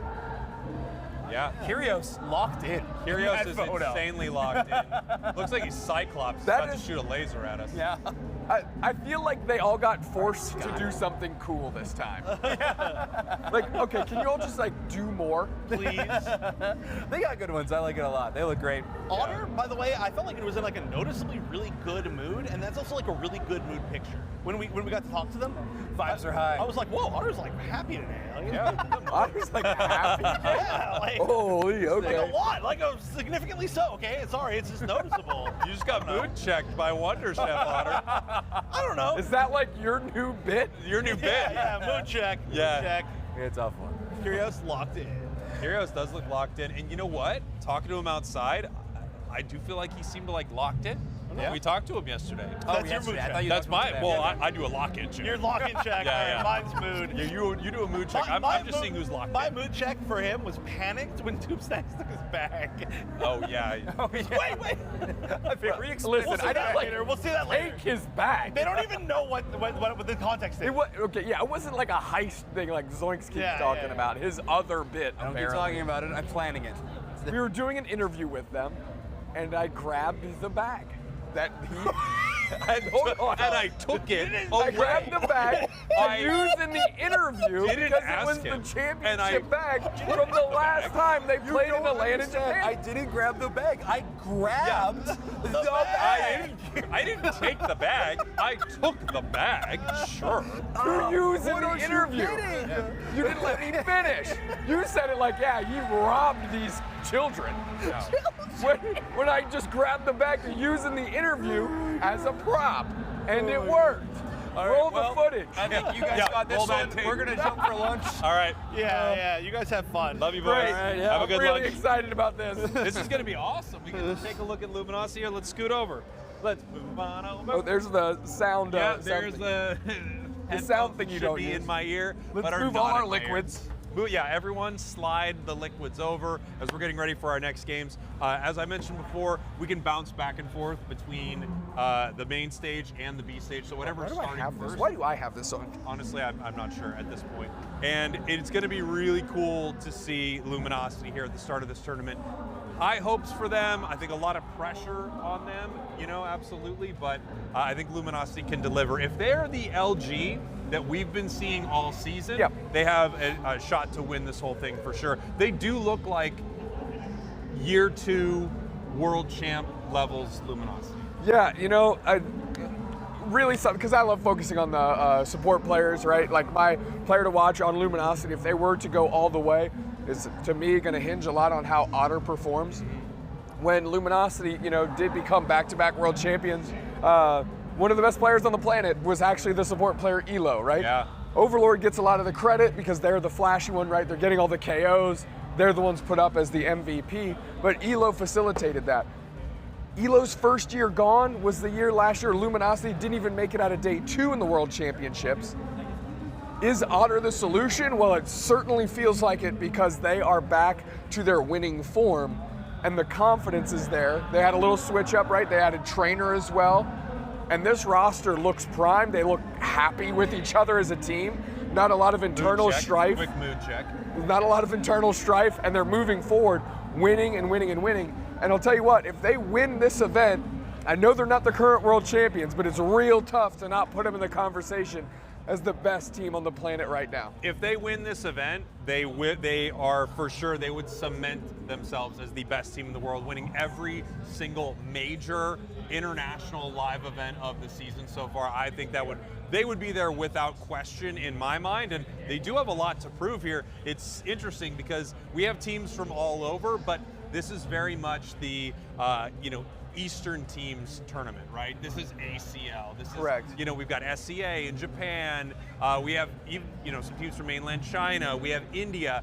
One team from the regions that we cover most of the time. One team from North America. And the only reason they have this slot is not just because they're well liked and a great team. They had to earn it through a live event in Brazil right at the start of the season. So I do think they're kind of outnumbered almost, It's like they are unequivocally outnumbered. They are the lone squad representing sort of half of the Pokemon Unite world. So it's going to be really interesting to see how they perform with that kind of pressure on. One thing I do want to point out too, you could make the argument that this is also the hardest LAN event they've been at all year, because both LAIC and EUIC both had an open bracket play-in where it wasn't these necessarily highest level competitive teams trying to earn their spots into the tournament, right? So you can say that the litmus test of the teams that have made it to these ACL finals is a little bit more battle tested than what we've seen in the potential, top seeds going to the next days of those other events. So again, just another proving ground to say we deserve to be here. And in a lot of those conversations, you're talking about these teams, a lot of respect from the Eastern region teams to Luminosity specifically. They know the road to a world championship title for them is gonna have to cross Luminosity at some point in time.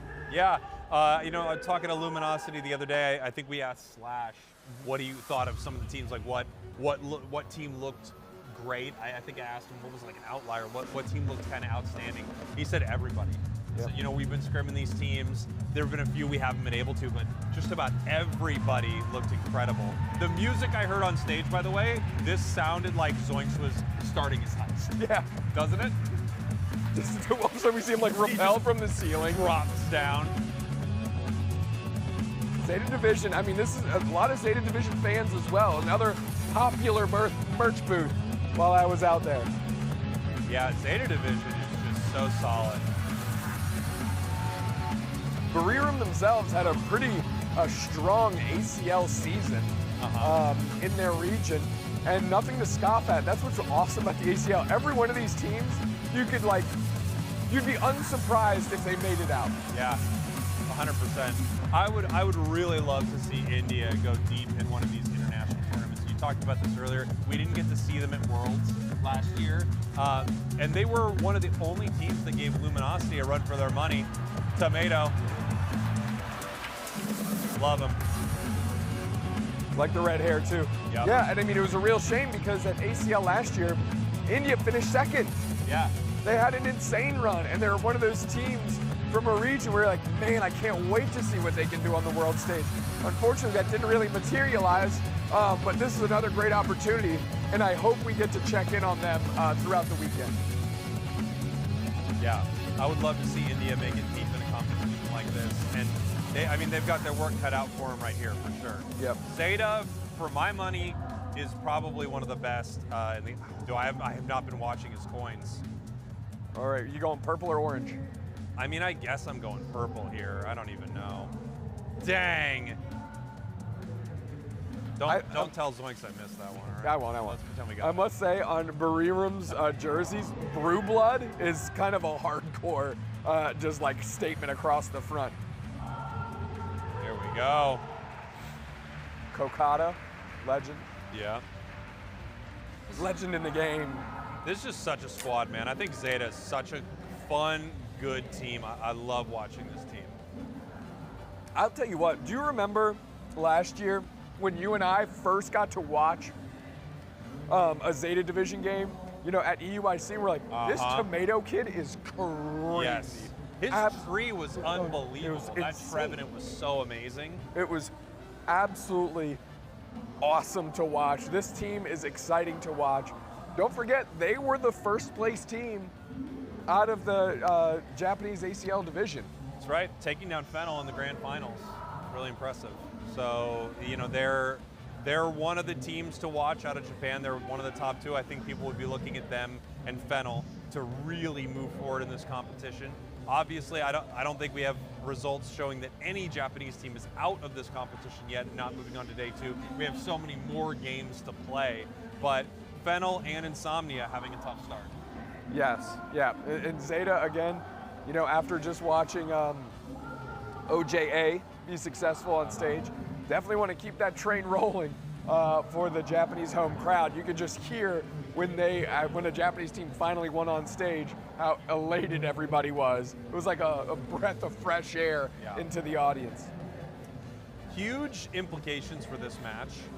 If Zeta loses this, that would be very scary for them because their group is, as we talked about earlier, the group of doom. I mean, Group D is unbelievably scary. Yep. They have Talon and Luminosity in that group. Both of the games that are happening right now feel so incredibly important.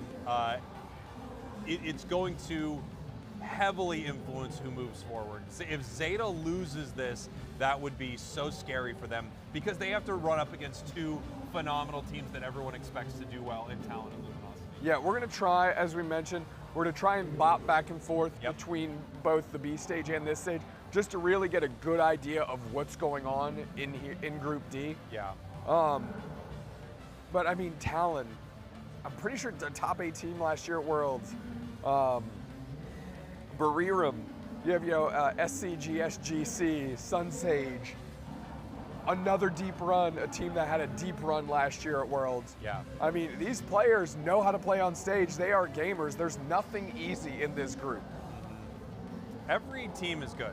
Every team is worthy of being here. Any team can make it all the way to the end of this tournament. And there are going to be spoiler teams or upset moments, I guess I should say, along the way, right? We saw multiple upset moments, it felt like earlier. Fennel, that was a crazy upset. FN Esports versus Insomnia, that one felt a lot closer. But after game 1, I think it was kind of shocking how game 2 and 3 went. I mean, we're saying Fennel got upset by former ACL champion, the alter ego, you know? So it's like even the upsets aren't like upsets. Yes. It's like, okay, well, obviously this team is also insane. Telling each other some jokes up on the big stage, it's important. Every team, of course, has ideally a sub that can play for them. They have people, you know, that help manage the team, some handlers, things like that. There is usually they either call it a comedian or roast master. Some teams essentially have a roast master that just moves through and gently roasts the team as they're up there. Kind of for LG, it's Chef, apparently. For LG, it's Wonder Chef. He's actually, he walks straight over to the B stage. Like, I gotta go make fun of them some more. That's what he's gonna do. He's gonna mood check the entire squad. But yeah, I don't think LG is traveling with a professional roaster, so that probably is good for Chef. Fortunately for them, we see them a lot, and we fill those shoes pretty well. True. Happy to roast them. Happy to knock them down a peg, 2-time world champs. to be humbled by two people that the last time we played together, 0-5. Just an absolute catastrophe of a run. Yeah, it wasn't ideal for us. Shout out to Pufaza, one of my favorite gamer tags that we get to say all the time. That's a great one. Anti-shout out to SCG SGC. I fully agree with you. That's a hard one. Yeah, that's a tough one. A lot of great members of all these squads here. You know, it was interesting. We were talking about some of the people on Paper Rex, the team we were just watching, that we didn't see on stage. I mean, we had Foxy and Rebongs back here. Yeah. That is so, I mean, these are like top players. Correct. Yeah, I'm not too sure what the story is behind who they chose to represent, who their sub was, who's the coach maybe, stuff like that. You know, some of these great players were on teams that didn't necessarily qualify for the ACL. And there's some value to say, hey, how much value do we gain by having Rebongs as our sub and Foxy as our coach? You would absolutely want that expertise if that team didn't happen to make it forward, right? As we're trying to figure out which game we're going to head into, Talon, Luminosity here. This is from, again, our B stage. Something we really wanted to take a look at were these two teams. Luminosity from North America, the squad that we're kind of following through this tournament more than any other team. Yeah, you and I are not ashamed to say that we are huge homers. Oh yeah. Anytime we have the opportunity to choose an NA squad, we do. This is no exception here. I would love to see them have a great performance, but this is a tough group, and Talon's a tough team. Talon is a tough team, and I find them to be really aggressive. First ban, it looks like they could go for an early Comfey ban, kind of shutting down any opportunity for Overlord to have that Comfey collar here. Psyduck on the side of Luminosity Gaming. Psyduck feels safe. Comfey obviously feels targeted here. Yep, and so does Leafeon. Yep. I mean, Leafeon is just saying, look, trainer, we're not going to let you have it, buddy. I feel like Leafeon should just be a global ban because it's so good. And this Talonflame, incredibly impressive. When we were talking to Luminosity yesterday, they literally said, I think we put these Japanese teams on Talonflame because when we started scrimming against them when we got here 2 weeks ago, we were getting it for free every single draft. And now all of a sudden it becomes a pretty contentious pick. First pick over here, they are going to take the Umbreon, which has, you have a few options here for the side of Luminosity. I mean, you can go Blissey easy here. I think you're pretty content with that. Potter looking at Blissey. Trainer now, I mean, Mimikyu is definitely within his wheelhouse, but they're giving Zeraora to Overlord. Now, Overlord played kind of, I would say it was a little bit of a controversial Zeraora at Worlds last year. It was close, they had some really good moments with it, but now this Pokemon has been buffed, so we could see some huge plays out of it. On the other side, Hoopa. That is a nasty trio here for Talon. We've said how strong Hoopa is, but I mean, Luminosity is in their bag right now too, right? Not necessarily as individually powerful are these Pokemon, but these are Pokemon that they are comfortable with, that they know and love, and think they can be successful. Sync 1, do you remember at Worlds, Sync 1's insane Metagross game? I do, yeah. Absolutely popping off, coming unglued. I like Inteleon here. I don't love it. I don't always love it into Mimikyu. I think Mimikyu counters Inteleon pretty hard sometimes. Final pick, Curios getting the Gutter Mewtwo Y. That's a great slot for them. I like both these squads. I honestly, I think they both have a great draft right here.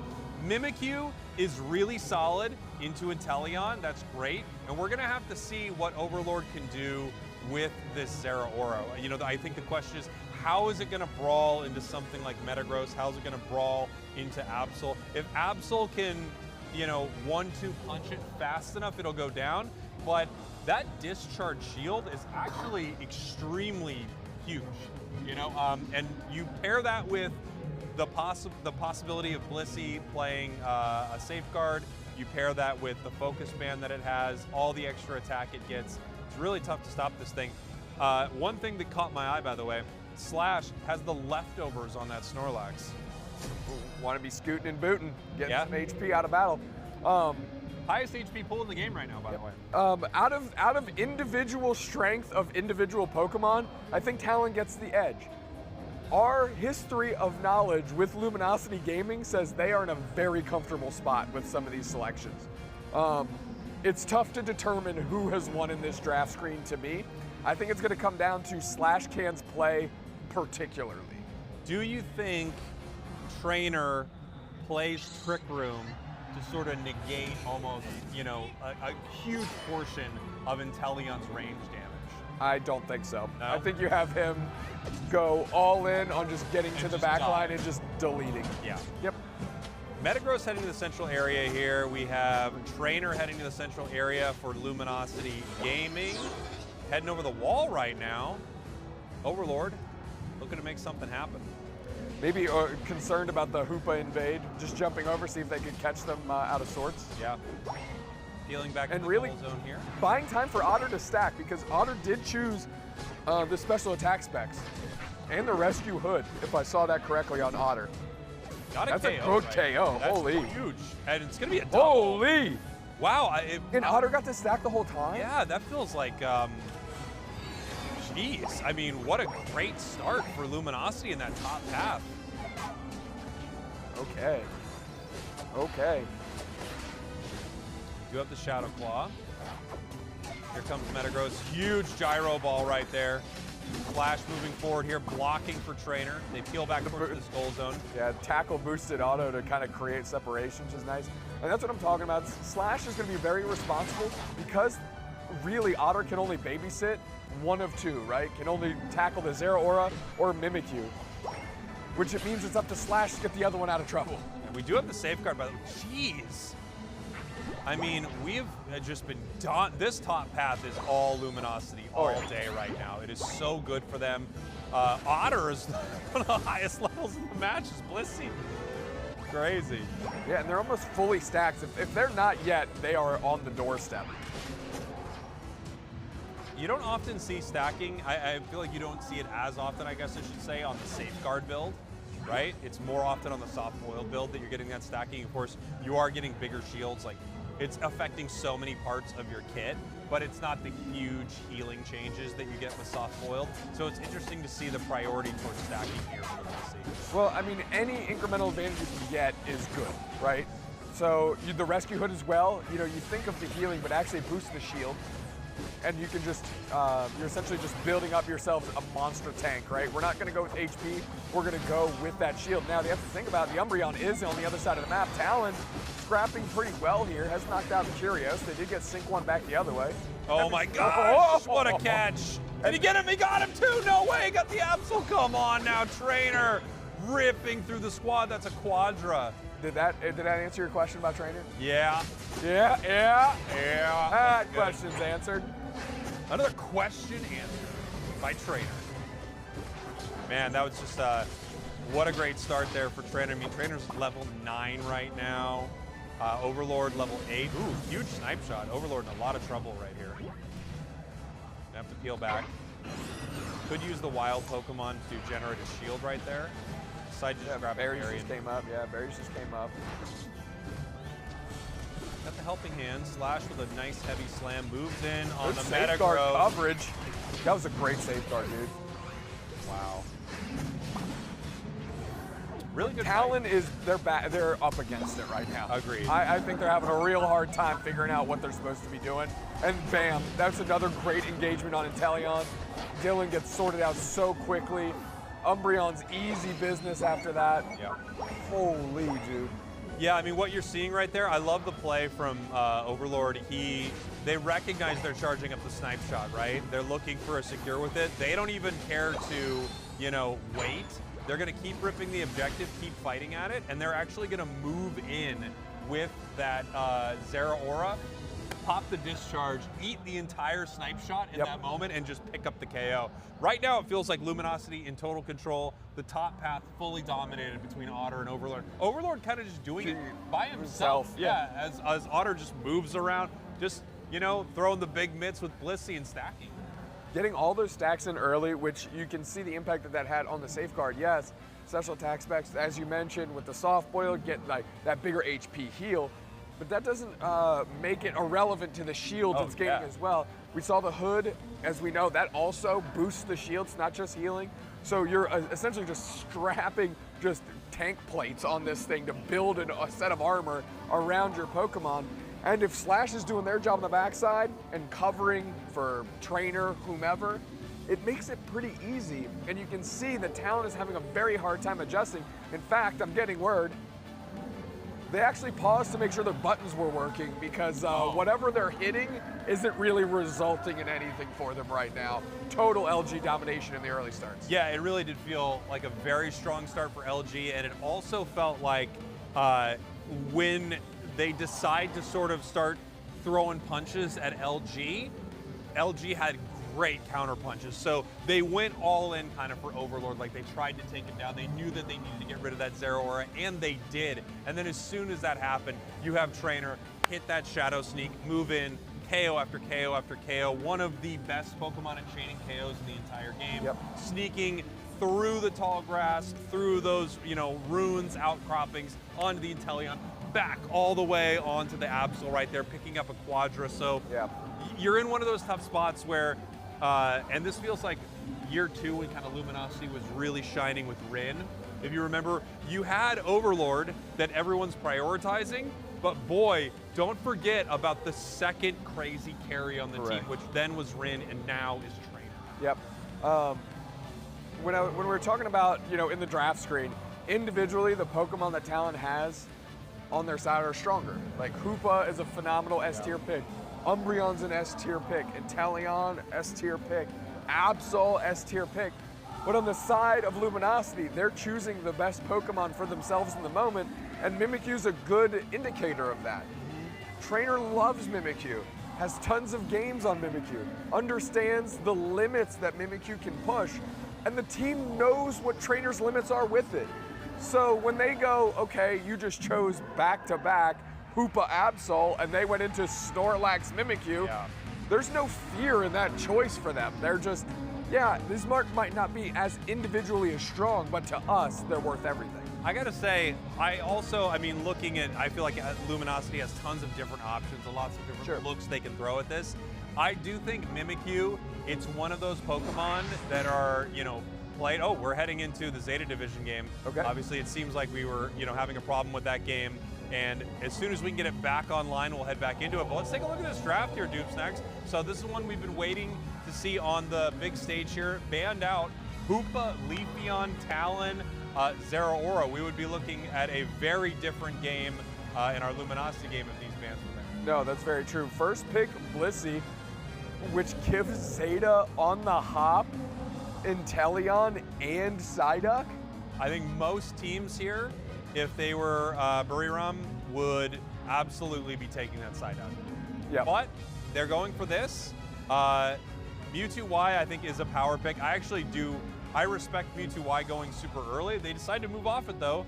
For Mamo, they don't want that taken. It's weird, after I see, we're heading back to it. After I see Psyduck, I don't think my opponents are going to grab Mamo, but I also don't know their specific strategy. Maybe they Sure. Nice little push here by Luminosity using the Regieleki. Slash is kind of babysitting, see if they can get any value. Deep engage here by Umbreon. Rubix is trying to get it done, and we're scrapping here. 2 players down, 3 players down for Talon. And it's going to be another one real quick if Sync 1 can't turn it around here. LG says we've given up enough resources, we're just going to bounce out because Sync 1 does get a couple KOs for themselves. It's really hard. I mean, Tier 2, obviously, massive shields, massive healing. Look at this steal. Massive shields and healing. Metagross also, if you hit 2 with Gyro Ball, you are just, you have such an incredible shield. Yep. The low cooldown on that paired with that Tier 2 is just going to make it really hard to KO. Inteleon Unite is out, and that's just to defend this goal zone here, maybe thinking they're not going to get a good opportunity for it. Safeguards are there, putting them in the Coliseum. Slash goes down, but look at this backline stun action. I say backline, but they're actually getting dove on by LG. Yeah, and here they go, able to take down Trainer. Trainer right there used kind of the combo I was talking about a little earlier on this Inteleon. I do think Mimikyu is such a great counter for this Pokemon. You dive in, you catch it with a Shadow Sneak. Once you move in and hit it once right into your Unite move, it's almost an instant KO. It's really hard for Inteleon to do much about it. Did you see how low all of Talon was? They only got 1 KO. Kyrios was only able to get 1 KO. But the coverage they provided for Overlord to get out, the amount of damage they were able to put in, speaks volumes into how good Mewtwo Y has been all weekend long. Yeah, Mewtwo Y is just a real superstar Pokemon this event. Already level 13, by the way, for Overlord. In fact, level's looking pretty good across the board here, but a level 13 Zeraora this early is so brutal. Scoring in this bottom path, 255, 105, Inteleon pushing back with the Unite move. Nice yawn right there, sets up a big play into a Mewtwo Unite move. I mean, don't forget the Trainer's also level 13 here. Moving forward, a decent job by Talon to run coverage. Power nap there by Slash up front just so the rest of the team can get out. Are they going to be able to, that was a 3-person yawn? Was that what that was? Holy dude. Slash's yawns have been on point. And it's weird because block was the thing that got buffed a little while back. You'd expect to see it more. They're trying to chase him down. Look at this. Got only Absol with the yawn right into a full heal. Yeah, good play. That full heal was down though. Mutant Crash straight onto Otter in the back line here, but that just means the Metagross gets caught. Gosh. Level 14 Zeraora picking up a quadra here. 105-255. You have to be worried if you're this Inteleon here too, because you walk towards this Rayquaza fight and you just know, that's a level 15 Zera by the way, and you just know that if they see you and Mimikyu gets close to you, it's on sight. Overlord is trying to get their Unite move back before this 2-minute mark. And if I'm Talon, we have to devise a plan here. We need a trap. It's if you catch Overlord or catch Trainer, if you can possibly get one of them down in this fight, it's, you know, pedal to the floor, do everything you can to finish it right there. Wow. Wow, okay. Nice start, really nice start. Is the team gonna pull the trigger on that? Looks like they're actually gonna try and buy time. It's just an 8 seconds, so they come back straight at Curios, but that Mimikyu missed. He missed the Shadow Sneak in the backside as Overlord. Does get a knockout on Inteleon, which is a prime target, Spraggles. Yeah, that's coming what you're looking back through the portal is the Umbreon, and now Slash is back. Mewtwo Unite is still down. Psystrike gonna go into the back line. Luminosity's kind of turtled them out. It's a tough spot for Talon. I mean, they had the Snorlax down, now they let it come back. Huge Umbreon Unite, Bliss assistance now onto the Zeraora, but back in, Blissey goes down without the Bliss assistance actually popping right there. We have Hoopa going down, that's 4 down. They're gonna continue the chase, looking for it right here. There's the Mimikyu Unite move. That is an ace. The entirety of Talon is down. Luminosity looking pretty phenomenal here in game 1. Wow, that was very impressive. Trainer having their moment. Shortly thereafter, Overlord having their moment. Curios stepping up, running coverage. I mean, this is a well-oiled machine of a team. They know what they're trying to do in these games, and they're playing pretty selfless to make that happen. I agree. Yeah, I mean, they're playing great. They're such a hard team to beat. They really do look like vintage Luminosity, the kind of Luminosity that won Worlds. Yep. They're so impressive this season, and I think every team needs to worry about them. We've got 40 seconds here. What does Talon need to do to adjust? Game 2? Yeah. Yeah. I do like their bans. I like the targeted bans. I don't think they can play Inteleon into Zeraora and Mimikyu. I just think it's so hard. It's so easy for those Pokemon to dive you, you know? You might need something else. Maybe you steal away Mewtwo Y, honestly. With Teleport, Psystrike, and you take it from Curios, Mewtwo Y might be a good steal. Yeah.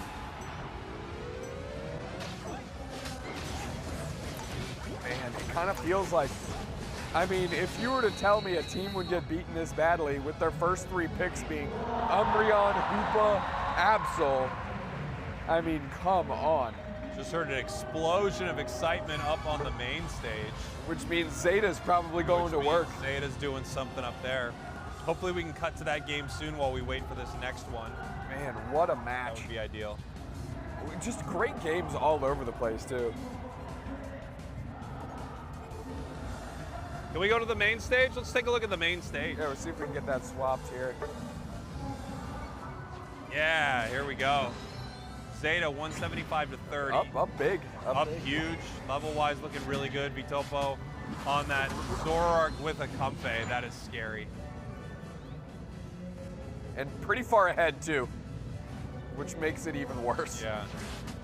5 minutes in. It's nice here. We're kind of the Unite red zone right now almost, you know? Yep. We get to pop back into these games and see some big moments here. Really nice combination there. Comfey actually picks up a KO. Huge. That's insane.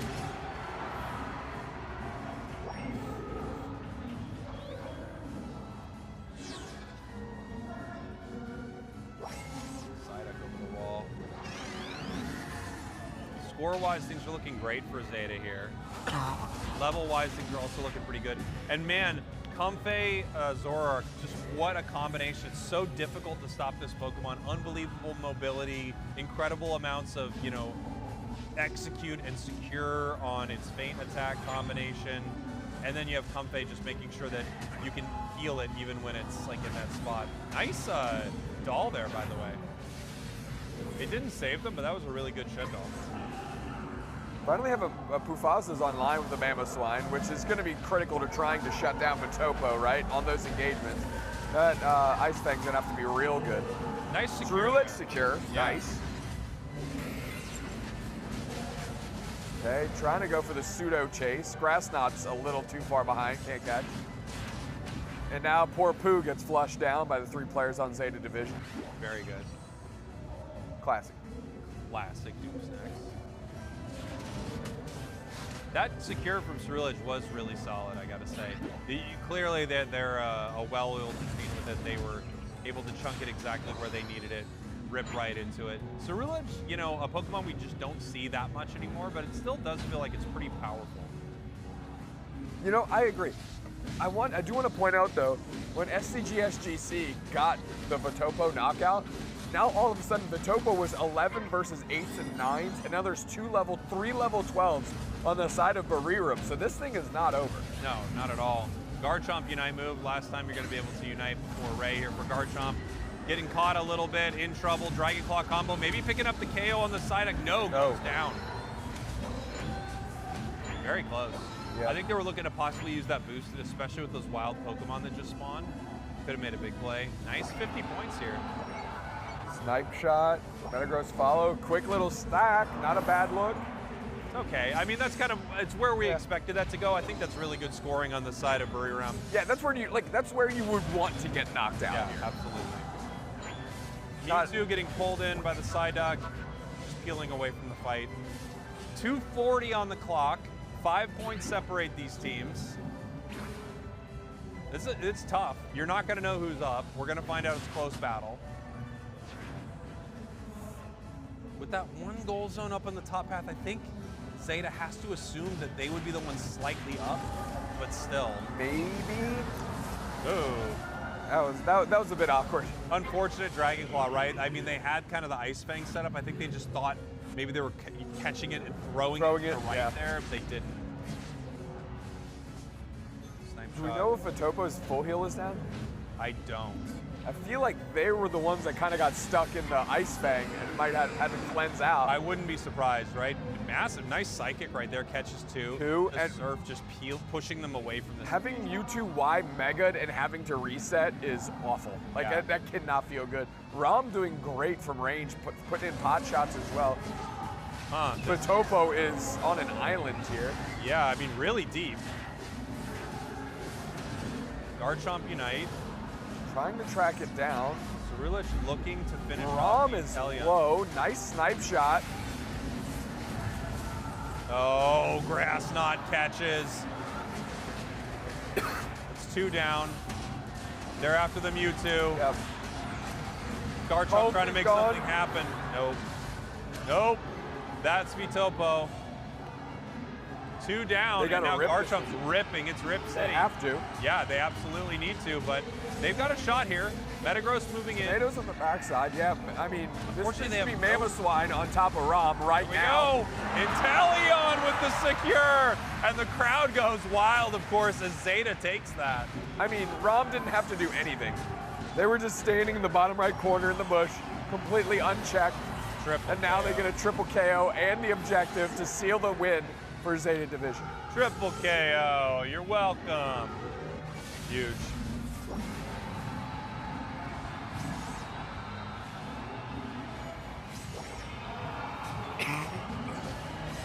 All right, Zeta gonna take game number 1 here against Buriram.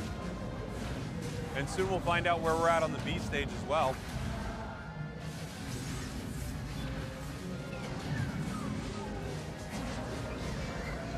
I think if you were to ask someone before these 2 matches how they would go, and I know we're not through them, right? But you would say Zeta wins, Luminosity wins. So far, that's what it's looking like. Yeah. In Group D right here. Barirum keeping it a lot closer with Zeta. Yep. Than what we saw from the Talon LG game. Agreed. Yeah. But I mean, well done by Zeta here. Well done by Rom, just staying alive. I know.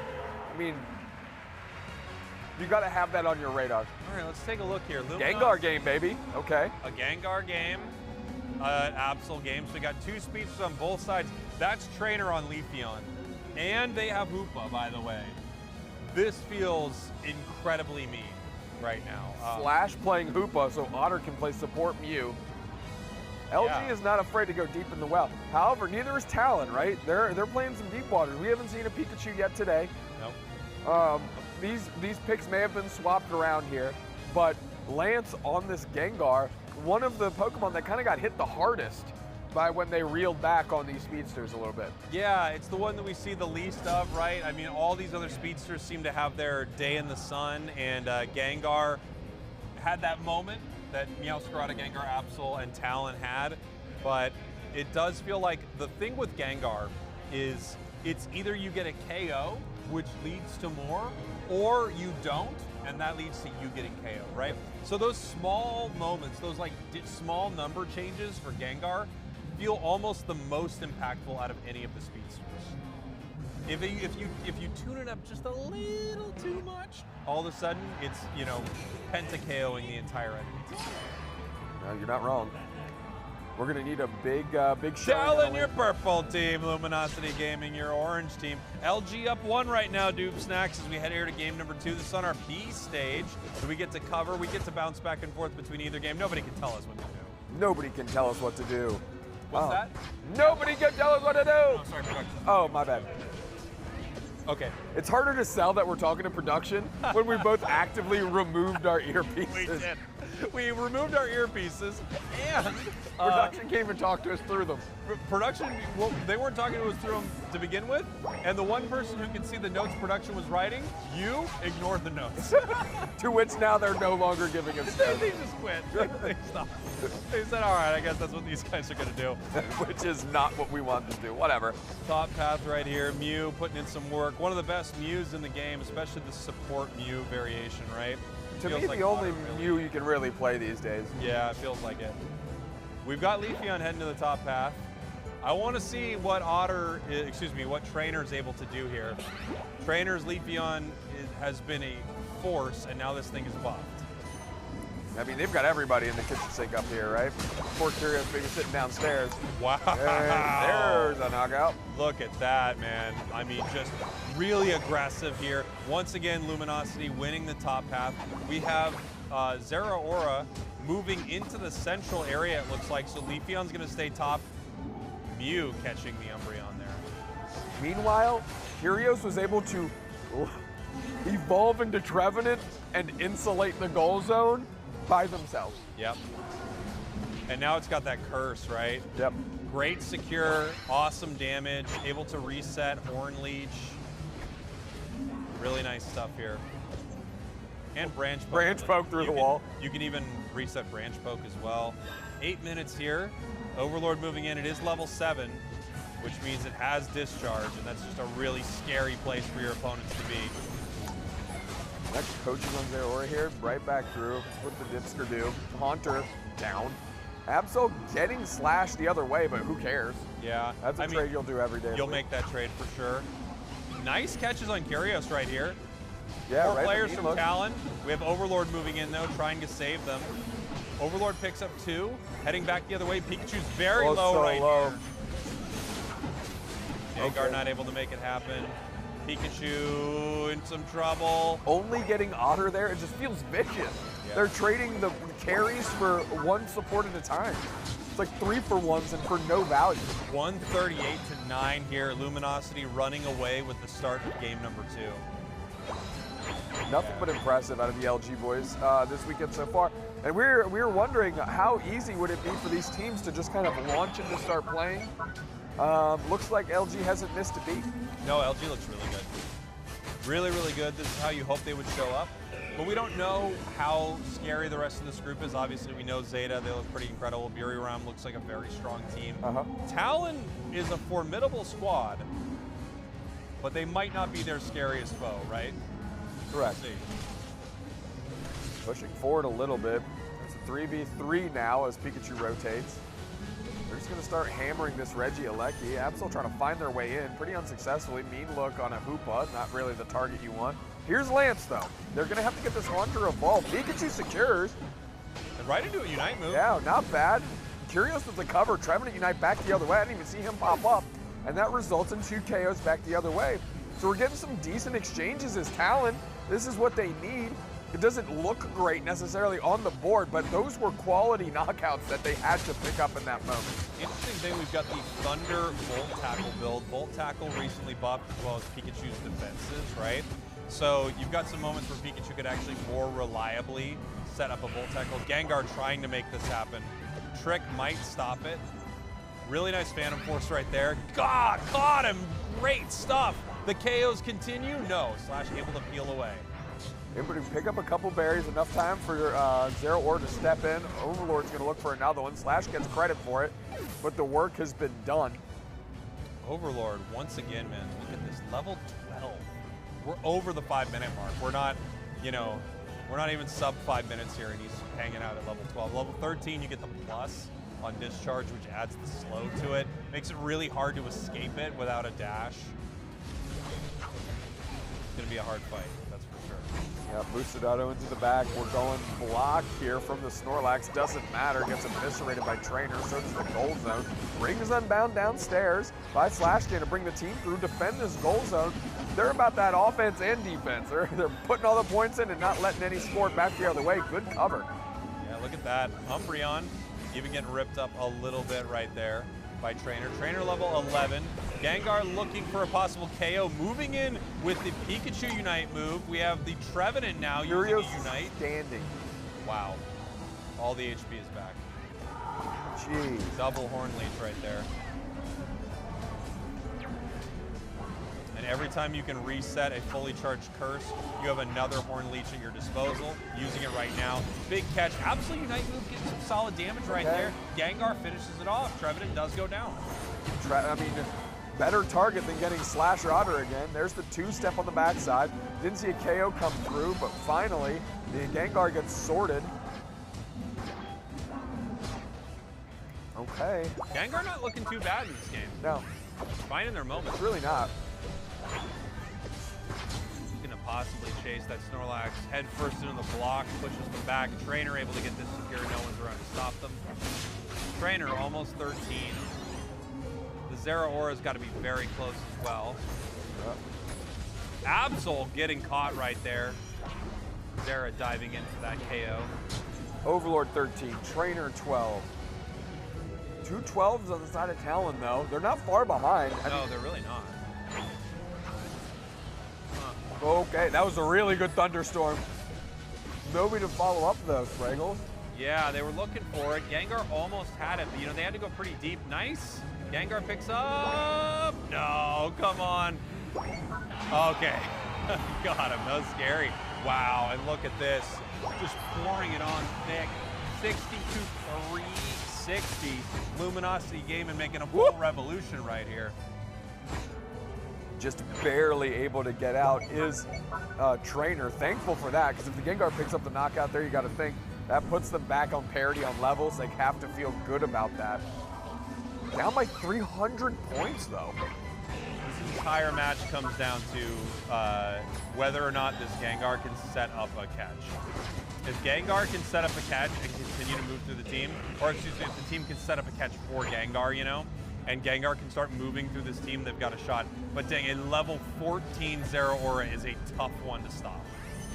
It really is. I mean, Overlord kind of flying a little close to the sun right now. They are a primo target. Okay. I like this play by Gengar. You don't expect him to do it before the 2-minute mark, right? You put in an easy 50 points, get that goal a little lower. I think LG has an opportunity to send people on a mission right here, Spraggles, especially with Slash, obviously on Hoopa. They can just pull everybody back. You're up by so many points. You're up by 250 points. Send everybody on a scoring mission. Yeah. Things get froggy, pull everybody back through, smash them with all your Unite moves right in the middle. You are way up. Yeah, it's going to make it tough for Talent to contend with that. And even if you get like one Hundo Burger, maybe even two, and then you come back through and just use all your Night moves, you can still technically lose Ray and have more players go scramble and score anyways. So I think LG's in a pretty great spot if they're willing to put the pressure on and make the first move to force Talent to react. Yeah. Because it's predictable, right? Once Talent sees everybody around their goal zones, they're going to start ripping. There's no sense in waiting. At least then you can Rings Unbound. You have a chance to kind of beat them to the punch. But that's what LG expects, and you can work around that. Yeah, and the question I think really is, does LG want to continue to lay points on? Do they want to kind of convince them that they can make this play at any moment? Or do they just want to take a fight because they've been taking fights throughout this series and doing pretty dang well with it? The Zero Aura now 14, Talon, excuse me, not Talon, Leafeon at 13 here. The only thing I worry about, and the reason I think your play sounds pretty ideal in a lot of senses, is if that Gengar, you know, can hit with a Dream Eater Shadow Ball, if Pikachu can grab Volt Tackle in a Thunder, you got the curse damage, you got Pikachu holding them, then at the same time, you're able to just push forward into the Shadow Ball, Dream Eater combination, pick up 1 KO with Gengar. That's the kind of thing that chains throughout the squad. So Luminosity might say, yeah, we don't want to open ourselves up to the possibility of the Gengar domino effect befalling us here at Rayquaza. So we can see them peel off. Can't get dominoed through if you're scoring behind everybody. And you can't get, what was it, a barbecue chicken onion pizza unless you're Zoinks. Buffalo chicken onion. Buffalo chicken onion. Buffalo chicken onion. Should we put context to this for the people at home? Or yeah, you know, while we're taking a minute here, we see some pizza being delivered here in Japan from Domino's. We're like, hey, Domino's is pretty good. Both of us like it. Not a sponsor, by the way. Yeah, not sponsored. Both of us like it. And Zoinks, as if we're going to enthusiastically agree with them immediately, says, Buffalo chicken onion. You know, the pizza that everyone immediately thinks of. So we've been making fun of him for about 16 hours. Because if you give people 5 guesses at what they would put on your pizza, buffalo chicken onion. It's not mentioned once. I'll give you buffalo chicken, okay? I just don't know if we're gonna, adding the onion is like, that's fine. I'm not against this pizza, by the way. I want to make that very clear. It seems like a fine pizza. It seems like a fine pizza, and I hope that everyone who likes this pizza enjoys it. It just felt like a little presumptive to think that we would all huzzah that pie. Everyone's favorite? Everyone's the favorite buffalo chicken onion? Of course. There's certainly a game on a screen somewhere that we could be watching. There is. Instead of telling horrible inside jokes. Yeah, but to be fair, it wasn't that horrible. It was very funny. It was to us, very it was funny. hysterical. Yeah. To you at home, I feel like the moment is probably past because it is past. I don't know if I've ever heard someone tell an inside joke where I went, well, now it feels like I was there. So I gotta understand people Which is crazy because we end up doing this every single broadcast. A lot of broadcasts that makes its way in. If there's a moment where you think, what are they talking about there? It's probably some very dumb inside joke that we're playing around with. We're waiting for this game on the B stage. We have a pause at right before Ray, essentially. Right at Ray, yeah. So I understand why we're not cutting to the main stage because at any moment that game could start back up. A lot of zip back and forth. Look. But something is absolutely happening. It sounds very exciting. I'm curious, by the way. I don't know what this is like, but the roar we hear from this crowd. We've had some big crowds for some Unite games with like amazing energy. The roar from this crowd is unmatched. Yeah, they're crushing it. It's amazing. It helps that every single match on stage has had a Japanese team so far. And all of these fans here are very invested in their region's success and come unglued whenever they get like a knockout. Like the KO streak of 2 from the Comfy eruption out there. I like it. I like it. It's great energy. I absolutely love it. You hear that, New Orleans, for the final stretch? You hear that, Anaheim, for Worlds? You got to cheer on North America, okay? It's the home. Or just show up and cheer. Just show up and cheer. Just show up and cheer. Hey man, just show up and cheer. Just show up and cheer. Do your part, show up and cheer. Show up and do what? When you show up, what are you supposed to do then, Spraggles? Buffalo chicken onion. Absolutely. Every time. Full circle. We brought it right back around. Just like a pizza. We did it. We did it, everybody. As we're waiting for our match, I think we're finding out that we might be moving over to the main stage, it kind of looks like. It looks like we're discussing whether or not we want to do that. A lot of pointing. I can do an impression of our producer, Will, pointing at this screen. And then you can do the other guy. You do the other guy as Will's talking. I'll do Will. And you're kind of looking. Yeah. Yeah, he's tapping his headset. Very good. And looks like a decision has been made. But not one that impacts us, apparently. Nope. And here we are. Hey, we did it. Zeta Division, Buriram, 5 minutes into the match here. At any moment, of course, we could hop back into our B stage game with Luminosity as soon as we have that available. We are going to take a look at what's been happening out here. That's a Metal Claw Zacian diving forward. Nice catch by the Psyduck right there. Big psychic. Looks like no real changes on the side of Zeta Division with their composition here. Bringing back the exact same thing. Are we watching the exact? No, Trevenant wasn't in the last game. And then here we've got, I mean, this Metal Claw Zacian is interesting. We've seen some teams run it. It definitely had a moment where it was very powerful in the meta, but it got nerfed. Not so much that it's taken out of consideration. You still see a lot of top path players prefer Zacian. Yeah, you know, we've only seen Zacian, Dream Factory played it earlier.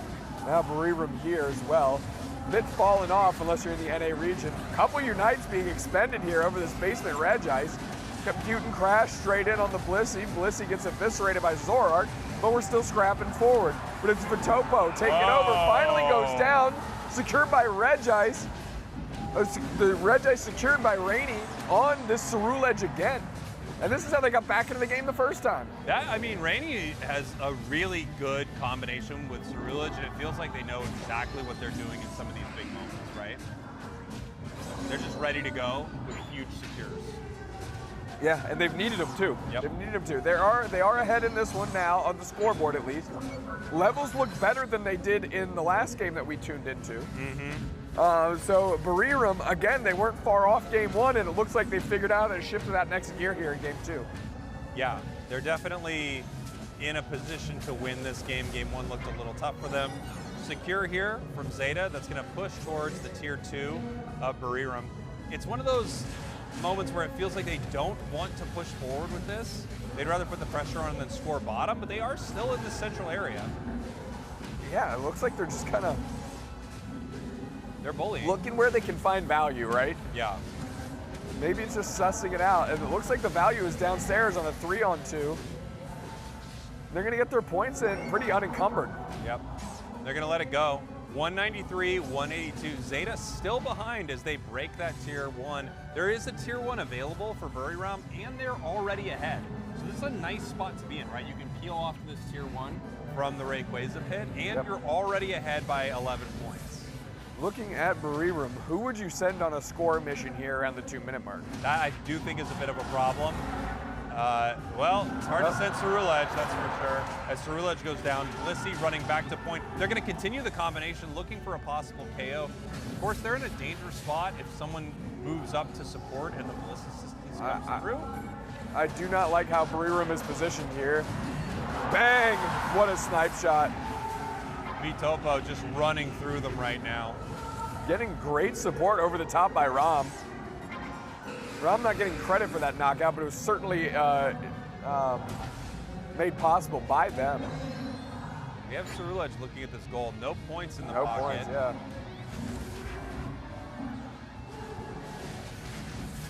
They find Psyduck. Forcing the eject button back over the wall, though, just to make that play possible. They're slightly ahead here, but it's very slight. Zorark once again, I mean, just in that central area, targeting Blissey by themselves. Vitopo has been on that Blissey the entire time, and then it became easy money after that. Yeah. All they were trying to do for the last minute was get the Blissey knockout. Wow. Great plays by Zeta there. 368 now. They're going to be way up after these scores. You're going to put another 200 in right here. No, 300, excuse me. Very well done. Yeah, really great. I felt like they just couldn't get themselves positioned together. We didn't see a Bliss assistance at Ray. That is heartbreaking when you're playing Blissey on your squad. That is not the entire reason you want the Pokemon. The Pokemon's so good, but boy, no Bliss assistance at Ray feels devastating. Yeah, oh, absolutely, absolutely. And that was, you know, credit to Zeta Division for cutting off Very Sad from the rest of the team. Not a good look by the rest of the team for not recognizing what was happening and giving them some help. Because it was literally Vitopo versus Very Sad for a minute straight. Here we go. Just continuing to lay the points on. Zeta 2-0 in their series against Buriram. Buriram felt like they had some good moments here. Yeah, but definitely. I feel like Zeta, I mean, you've got Vitopo on Zoroark with that comfy collar. That is really hard to deal with. Really. Yeah. And they didn't figure it out. They had 2 games to kind of crack the code. Didn't adjust in a meaningful way here and found themselves on the backside of a loss. Now, Zeta feeling good in their group. LG also going to be feeling pretty decent in their group here. Yeah. If they can cash in this second game. Yep. There's a lot of work to be done here still in Group D. Good start. Good start for them. Oh, here we are. Right back, Rayquaza. Whoa, this is exactly what I talked about. Gengar with a catch. Catches 1, almost into 2. We have Mew possibly heading back to base No, right they now. decided to stick around. Pikachu Unite move. Now we have multiple down. I cannot believe we have Gengar doing exactly what we talked about Gengar possibly doing. Overlord Flash right now looking for their moment. Do we have the Unite move? No, we don't. We decide to actually wait on it. It's possible that they're going to use it later. No Unite from Slash, no Unite from Overlord. We're going to try to score in the bottom path here, and we do. It's going to bring the 440, but we have a ton of points on the side of Talon. Talon now, 394. They're still down. They have a shield. 494. To 494. They're now up by 54 points, Dupe Stacks, and I believe they still have a shield on Snorlax, right? Yeah, but Slash and Overlord both have Unite moves. Sync 1 still has a shield. They need to get rid of that. Snorlax has a shield. They need to get rid of that. This is going to be a problem, dude. They need to break these shields. They have multiple shields on the side of Talon. They have to run to the other side of the map, but at the same time, I mean, look at these. Overlord needs to smash 2 shields right now at this home goal zone. We have the Unite move onto Snorlax, but it's not enough. Another 100 points, and Gengar might have done the, well, not impossible, but the possible for a Gengar, right? Golly, you got to wonder what in the hell just happened. Here we go. They're looking to score. Good Pikachu Unite. Pikachu's in trouble. Going down. They're all scoring in this main goal zone, but do they have enough points? 746, 582. No, they just don't have enough points in their pocket. Wow. Wow, what a game. And yeah, I mean, Overlord got caught, right? Yep. Got caught instantly. Didn't even get to use their Unite move. And it was the Gengar show after that. And don't forget, I mean, Gengar was 2 levels behind Overlord at that point. At least 1. This is exactly what they, like, literally. There was a moment I think you looked to me mid-match and said, "What can Talon possibly do here?"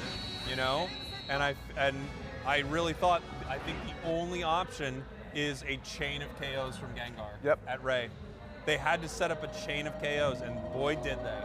786, 630. Talon gonna tie this series. Good night. Why was Overlord there? Yo, that's great. It is. Why was Overlord there? Welcome back, Zoinks. Thank you. Zoinks is back, ladies and gentlemen. You better believe it. I don't know if you got to see much of this series here, but Luminosity really powerfully ahead, I would say, in both games. But this one just had a Gengar on the side of Talon that really let them sort of chain a big KO for a finish there, which is pretty awesome. Yeah, it worked out. It worked out. That's what they needed. What is, oh, I guess we're hearing the stage. Yeah. I was like, because they're doing an interview. That's what they're doing on the stage. And soon we're going to be heading, obviously, over to Game 3 on that B stage. Now, this is a scary place for, obviously, both of these squads here. Luminosity wanted to 2-0 this and move on. You have Zeta Division 2-0 up on the big stage. So to stay competitive in this group, I really do think what happens between Luminosity and Talon here is massively important. Bariram, again, was playing well, though. Yes, they got 2-0'd, but it wasn't like a stomp 2-0. They were within the realm of possibility at the 2-minute mark. The point thresholds were close. The levels were close. I think their execution was off. But, I mean, we've just seen LG's execution was way off there. Yeah. Right? And they're up by 250 points. So this is a tight group. They're playing each other very well right now. Yeah. I don't think Rom should get Inteleon ever again. If I'm a team going into that draft phase, I think that's an immediate ban. I don't think we see that problem. Smooth past anymore. But I mean, of course, there's so many threats on Zeta Division, of course. You got Vitopo, who's unbelievable, like world-class level talent, of course. And there's a lot of great players on that team. But I mean, come on. Rom's Inteleon. It's truly nuts. It's a problem. It's a problem. The Vitopo, Comfy with Wajiro is a problem. Yeah. And Tomato's a problem. Like everybody on that team is just a problem. Yeah, it really it's a really good squad. Yep. And Bariram played them close. They're a good team as well. Sync 1 was making Metagross look like a real pick. and they're going to be able to play LG and Talon to the same level if LG and Talon can wade through themselves right now. Obviously, that's what they have to deal with. Right. But this group is close. Yeah, really close. Yeah, So- I'm interested to see what will happen in Game 3 between Talon and Luminosity, because Luminosity, I mean, they handedly won Game 1, from what I could see. I mean, They that should was, have handedly won Game 2. Of course. Yeah, I mean, of course, there's unfortunate pause or whatever, right? It's kind of annoying to deal with, but you got to win when the game starts going. So, no exceptions there. But yeah, I'm interested to see, like, if Talon wins that Game 3, like, what a crazy upset, like, for the entire event. It would be a really big swing in that group. Uh-huh. Absolutely. And it would put Luminosity in a position where they absolutely have to probably 2-0 the next teams that they run into, which is tough. You'd be running into Zeta and Buriram, who are great teams.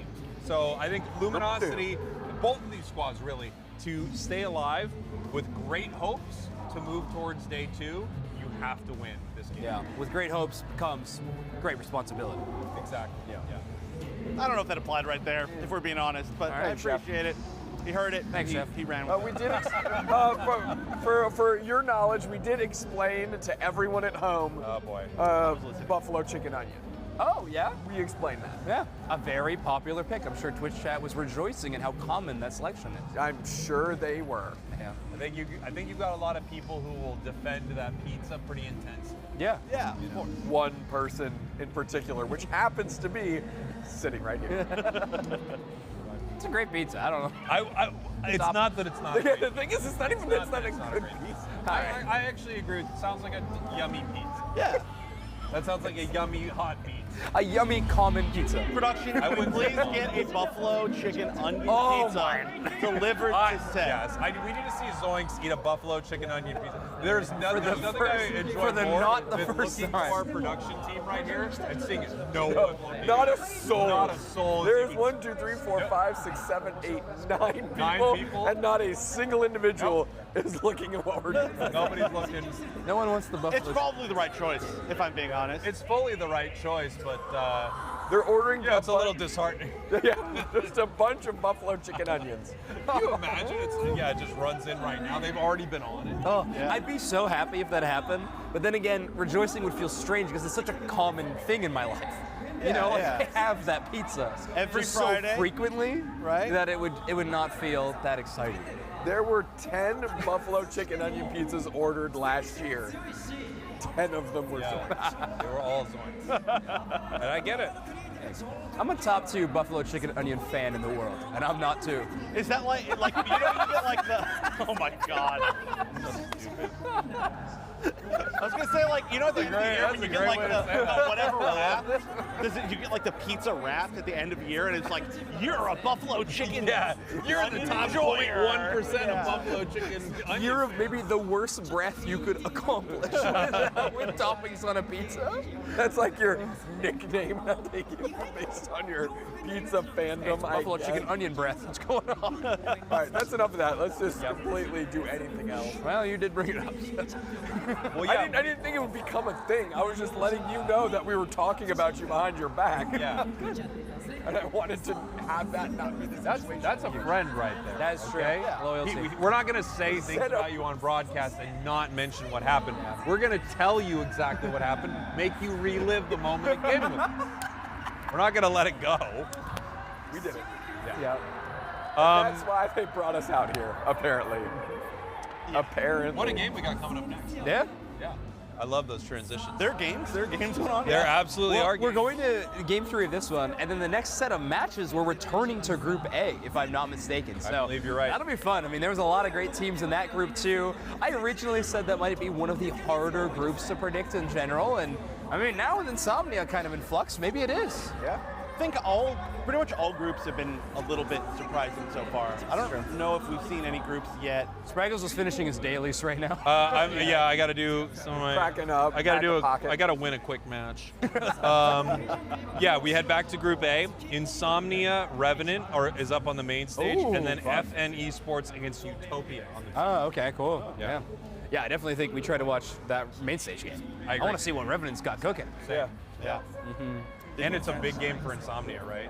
Mm-hmm. I mean, they coming off a loss here. They need to get their... Yeah, it's 0-1 versus a 1-0, which is such an important matchup here. Yep. And if Revenant wins this, they like basically confirm that they're out, right? Yep. Yeah. Well, I see that weird. They confirmed that they are moving on. Yeah. As long as head-to-head is a tiebreaker in this scenario, then yeah, for sure. Yes. Yeah. It's true that we don't know tiebreakers. We know the tiebreakers. We never have. We know the tiebreakers. We just don't want you all to know. Yeah. So we're keeping it a surprise for everyone at home. But we do know things. It builds suspense. How do they work, production? 1, 2, 3, 4. I gotta look that time. Actually, I think. I don't think they looked. Just a glare. I think they looked over towards our direction, generally. I don't. Getting ready for our next game. Yeah. So somebody's got to be playing.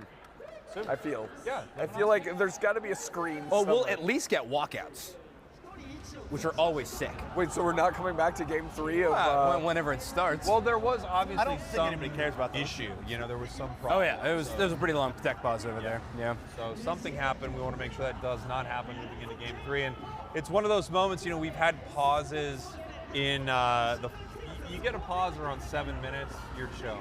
You get a pause at 2 minutes, you have to break ways of fight. It's a very tough situation for everyone involved. Yeah. I'm sure they'll bounce back in game number 3. They're Luminosity Gaming. They look pretty amazing in those first I two agree. sets. So I think they're gonna going to be feeling pretty good. But hey, if Talon's got a chance at this thing, run it down. Like you mentioned, there's some great players on that team that are playing really, really well right now. And look, you have to seize your moment when it presents itself. They did with Gengar. Yeah, that was a cool pick. We talked about we might not see that speedster at all this tournament. So very exciting to see a little bit of a debut on that Pokemon. And it did exactly what they needed it to do, right? Explode things. Yeah. We've actually seen so many Pokemon already today. Icarus, if you're at home, do our stats, please. No, but I mean, if you just think about it, like we've seen almost every. I mean, I don't want to say almost every Pokemon, but like aside from the ones that you just never see competitively, we've seen like just I can't like describe it in numbers, but just a huge variety, right? Yeah, like agreed. Like we've seen pretty much everybody that we expected to see, and then some. Like then a lot more even. You know what we haven't seen? Machamp. Oh, True. Yeah. I thought Yeah, not a Machamp was single going to be time. bigger this weekend. It felt like just watching old ACL mods and maybe how scrims have been going that Machamp would be more of a presence. And Ranked ladder. it is completely fallen off. Not being banned, not being picked. Yeah. It is a ghost town for Machamp. Only a dabble of Zarina at the same time. I think we've seen a decent amount. I mean, we didn't see it like every game, but we've seen a lot of bans for it and stuff too. But Yeah, because we saw, well, it was the Fennel double ban, right? yeah. Fennel double ban, and then we just saw it in the Paper X match. Yeah, it was stomped. I wonder if Machamp, you know, you start to scrim some of these teams coming in from different regions, and something that's been working a lot in your region, or seems to be getting a lot of traction, like, you know, Submission Machamp, just isn't playing that well into the other teams that are coming in, because we haven't seen it a single time, right? And I know a lot of teams were messing with it. They were bringing it into their comps. The nice thing about Submission is you're unstoppable. Yep. So no matter what they throw at you, you're kind of able to maneuver around them and set up big picks for the team. That's true. Well, I guess if you really want to play like a brawler now that's going to steal somebody away from the other team, you just pick Zero Aura and you just kidnap them now. Yeah, just like snatch them. Yeah, whoop. Go way further than Submission. Yeah. Maybe there's just like less CC focus or something. Because like Machamp being able to just scramble forward pretty unencumbered and reposition somebody is strong in and of itself. But if you're not super concerned about setting up your engages, which is what you're trying to do with Machamp, right? There's certainly other stronger Pokemon to go to. If you don't need that very specific sequence of events to get your fights going. Well, even still, when people are looking for those events, we've seen a good amount of Buzzwole. There we go. That's the word I'm looking for. There's a lot of Pokemon.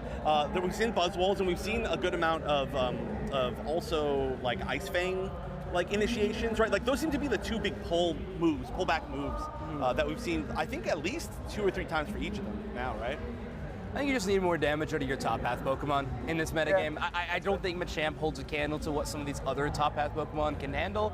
Maybe when you hit the late game, when you hit level 9, but that's a ways away. It feels like Garchomp is able to hit those numbers a little bit quicker. And once it does, it's a great team fighter and objective Pokemon, whereas Machamp is kind of a little more pigeonholed. Take a look at Revenant right here. A name that, I mean, always sticks out to me is Crowley. Mr. That's Mr. Crowley to you. Mr. Crowley to me, sorry. Crowley is just such an unbelievably strong player. I feel like it was year 1, right? That we really saw Crowley show up on the world stage and put on an impressive show for India. Well, yeah, literally was put everybody in, like they picked Zarina and they were like, okay, for this one game, everybody in my backpack. They won that game, and then after that, literally everybody in the venue said, oh, if we play against this team, all we need to do is shut down Crowley and we got ourselves a good chance. Now, I believe it was 2 years ago, or excuse me, for last year, Crowley specifically jumped on a team with Tensai, who I believe is their tank player, if they're still playing that, and kind of foregone or went away from the other players they were playing with at that point in time. And it kind of cost them the opportunity at making the World Championships last year, but sticking together is this team and able to win their winter tournament in India to make it here. And starting 1-0 is exactly what you want. And India's a region that we didn't get to see at Worlds. So this is an exciting opportunity for us to see how they kind of measure up, at least from their half of the globe. And also, to another two of these members, I believe it's Sissel and Vulcan. Sorry if I'm wrong on that. But two of them were from Team True Gravity, who did extremely well last ACL, and we all thought we were going to see them more, and we ended up not. So it's a pretty cool combination of like people we've seen before from different places, like combined into like this kind of super team. Yeah, it sounds like a little bit of an Indian super team, which is very cool. So we're calling them now the Indian super team. And a phenomenal regular season in India. Like they got that first place seed handedly. Like they were crushing it week in and week out. Obviously getting second place to Godlike in the eventual final event, but still the regular season consistency, really, really cool to see. It almost seems as the first seed when you're watching a team like Godlike going on a Godlike tear, you're like, it's inevitable. Like, like we've been on ice for 7 hours watching them destroy everybody. Time for our first game of the day. Like, that makes it a little tough. It makes it a little tough. So scary. I have always thought about that, you know, how that must feel for them. We're taking a look here. Group A, 1 point handed on over to Insomnia, 3 points for both FN Esports and Revenant Spark. Utopia with 0 points here. Yeah, so you can see on the final column, of course, of the first colored area, that #1, that is the placement that they currently stand within the group. So right now, Revenant X Spark, the first team out of the group, FN Esports second. Yeah, and you see that? That's where the tiebreaker comes out, 2-0, 2-1. That's why they get the nod over FN. We knew the tiebreakers all along. We just wanted this graphic so we could explain it to you at home. I can't believe you guys didn't call out Zoinks for calling it the hashtag. It's the number sign. It's the number.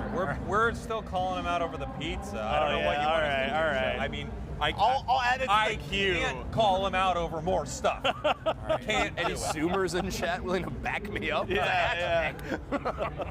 Is that the pound symbol? When you guys all dial on the phone, do you spin it like on a wheel? Yes. Of course, we all do that. True story. Last night we were with one of our producers, and he looked at Zoinks and was like, "You are that young?" Yeah. real true story. And then everybody else fell down.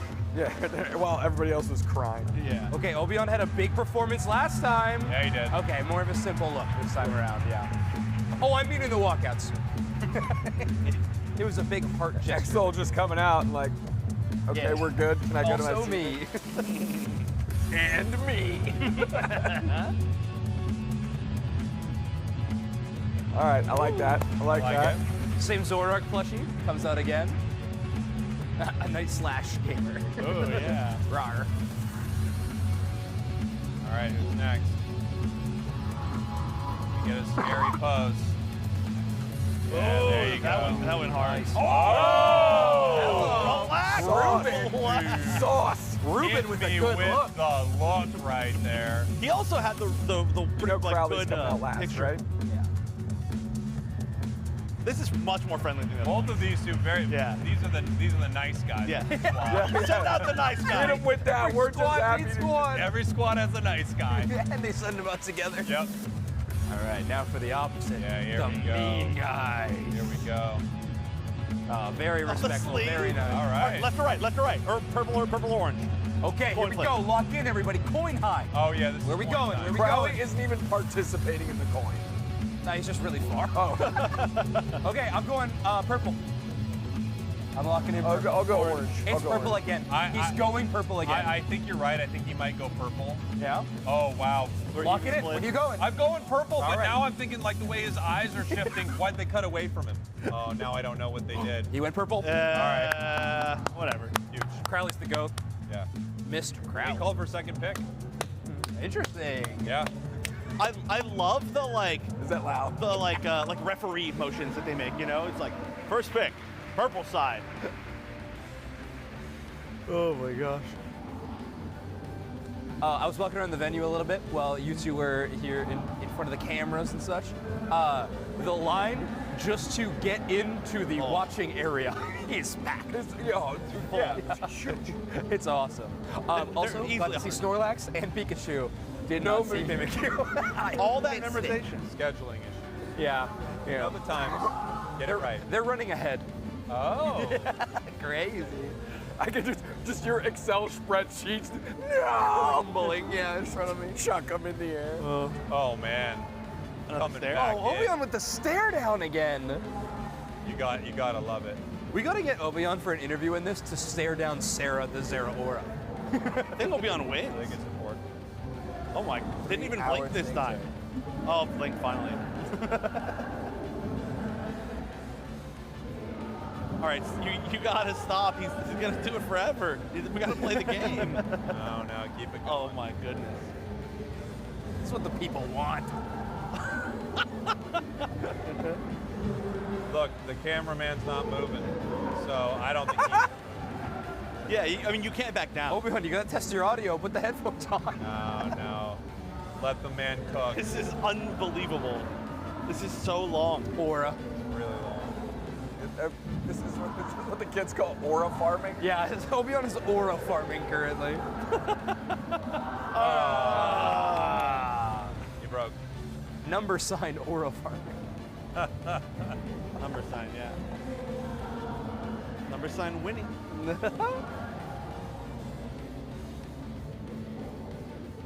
right. I'm really excited to see what the team's gonna do. I mean, we never get to watch India, so this is so exciting for that alone. And then, yeah, a return to watching this Insomnia team is so exciting. Well, we also have the opportunity to possibly see LP. I don't even know who that is. I'm just kidding. Yeah, I really do hope we get a chance to see that third game. That was obviously that's potentially like a huge upset, right? Yeah, it'd be massive. We didn't get a chance to watch any of Revenant's game on their side stage match. Yeah. So we didn't get a chance to look at any of the drafting strategies that this team's been employing, but historically, India has been a very fun region when it comes to off the beaten path Pokemon picks. I mean, this region kind of put a Zoomeril on the map, like event in and event out. So that would be really exciting to see something like that, but obviously that's many moons and many metas ago, so who knows what we're going into. There's Asia Champions League 2025. I mean, with a heavy speedster meta, you got to assume that you're bringing one or two of these options into most matches. A lot of players have been bringing that out. PUACL been extremely popular over the day so far. And then, of course, all the supports you would expect. Hoopa is having quite a weekend. Psyduck is incredibly powerful. It does feel like the defender choices are a little more personal preference. Yeah. I think there are just a lot of great options, and you can kind of get your pick. Yeah, that's true. Yeah, we've seen kind of everything in terms of defender, eh? We've seen Mamoswine, we've seen Russell, Snorlax, and Trevenant back in the meta. That's kind of cool to see. So, have we seen any tank-focused Psyduck this weekend, or has it been only support Psyduck from what we've seen so far? I don't remember because we haven't seen that much Psyduck. Yeah, it's keeps getting banned. It's banned a lot. It might be the most banned Pokemon so far, right? It's up there. I mean, Leafeon's probably pretty high up there, but it's been sneaking its way through. We're gonna head back to Luminosity versus Talon right here on our B stage. Obviously, this is a really important match for this group. We're 1-1 in this series, and the winner of this, it truly could decide how the rest of this goes. Now, it doesn't mean that either one of these teams would be out if they lose this, but when it comes to tiebreakers and running through the rest of this bracket, it could be pretty scary to drop this first game. Yeah, you never want to lose your first game of the day. In a group stage, it just gets so scary. Yes, 2 teams are making it out of every group, but still, it is such a terrifying prospect to go down. Especially in this group. This is the group you do not want to lose in. You are not getting any. I mean, there's no free wins in the entire tournament, it's appearing, but you are fighting for your life in every single match. 100%. All right, here we go into our draft. It'll be Luminosity Gaming and Talon for game number 3. So, Sprinkles, you've seen a couple of these draft screens already from these 2 teams. Do you expect any targeted bans due to the game set of what's on so far? Well, they've been very intentionally banning this Comfey every single time. So that's been very important for them. They also banned, I want to say, Leafeon in game 1. Okay. Now it's going to be Blissey here, so 2 supports banned, like 3 total. Yeah. Supports banned here. Talon, and then we have Psyduck, Comfey, Blissey. First pick over to Luminosity. I'm thinking, what do you want to grab here? U2Y, potentially? No, they go Hoopa right away. I like that. I like that as well. It felt like Talon was trying to bait them into a carry so they could get the Hoopa in that second spot. It's what it feels like with a double support ban. Maybe the U2Y is a consideration, maybe Leafeon a consideration, but... Well, we've seen Overlord repeatedly grab this Zeraora, and now it's been taken away from him. Trainer now, still hovering a classic pick for them with the Mimikyu. Overlord moving through their Rolodex of Pokemon. Yeah. A lot of great options. Dodrio's kind of fun into a few of those spots, but not going to be opting into it. Instead, we're going to lock down the Curios pick of the Inteleon. I like that a lot. They are going to be giving up U2Y to Talon, but at least Blissey's not on the option list for that really kind of power duo. But either way, it's still a good look. I think that would have been too early to pick the Dodrio, right? Like, you have to wait, because, as you said, everything counters it. Everything counters Dodrio, yeah. Just too early to give away that strat. Fables. This is a Pokemon we've seen a few teams start to pick up more and more, and that's a considerable amount of healing that they're going to need to get through on top of a shield that Zeraora already has. Double Luminosity. A lot of crowd control on the side of Talon. Oftentimes in these situations, Overlord will flex some kind of range option, but not going to be going with that this time around. Instead, just going for an Absol, wants to have some tank buster potential for that Umbreon and Clefable. I think it's a good, solid pick, right? I mean, especially being able to pick the Mammoth up, that means you're going to have so much burst like that between, just them and Curios, basically, altogether is going to be able to just shut anything down. Why are you laughing, Zoinks? I have received multiple messages saying buffalo chicken onion pizza is so good. Oh. Insane. That's fake, right? You have people, he probably did.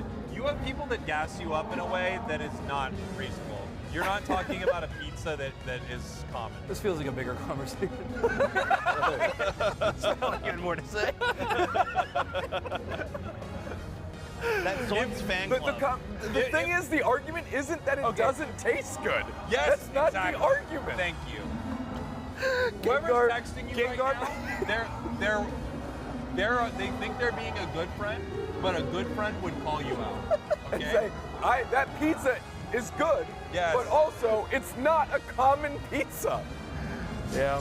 Anyway, Gengar back and Leafeon not banned or picked in game number 3, which is a pretty wild turn of events. I know, right? It was coming right down to the end there. I understand the Gengar, choice here because it was instrumental in them winning game number 2, and it's kind of hard not to bring that into game number 3.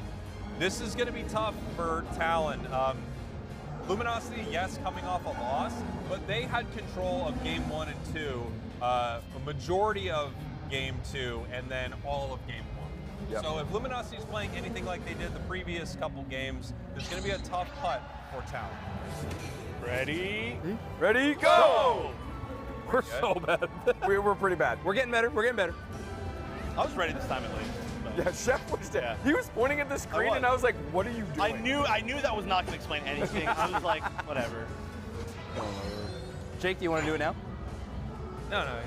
That's interesting. Lane, Gengar, and then Yeah, that's what they Luminosity Gaming, your purple team. Talon, your orange team, as we head in here to game number 3. A lot on the line for these two absolute squads. clown show out here. I knew he was going to absolute clown. Talon did send their Gengar top path in game 2 as well.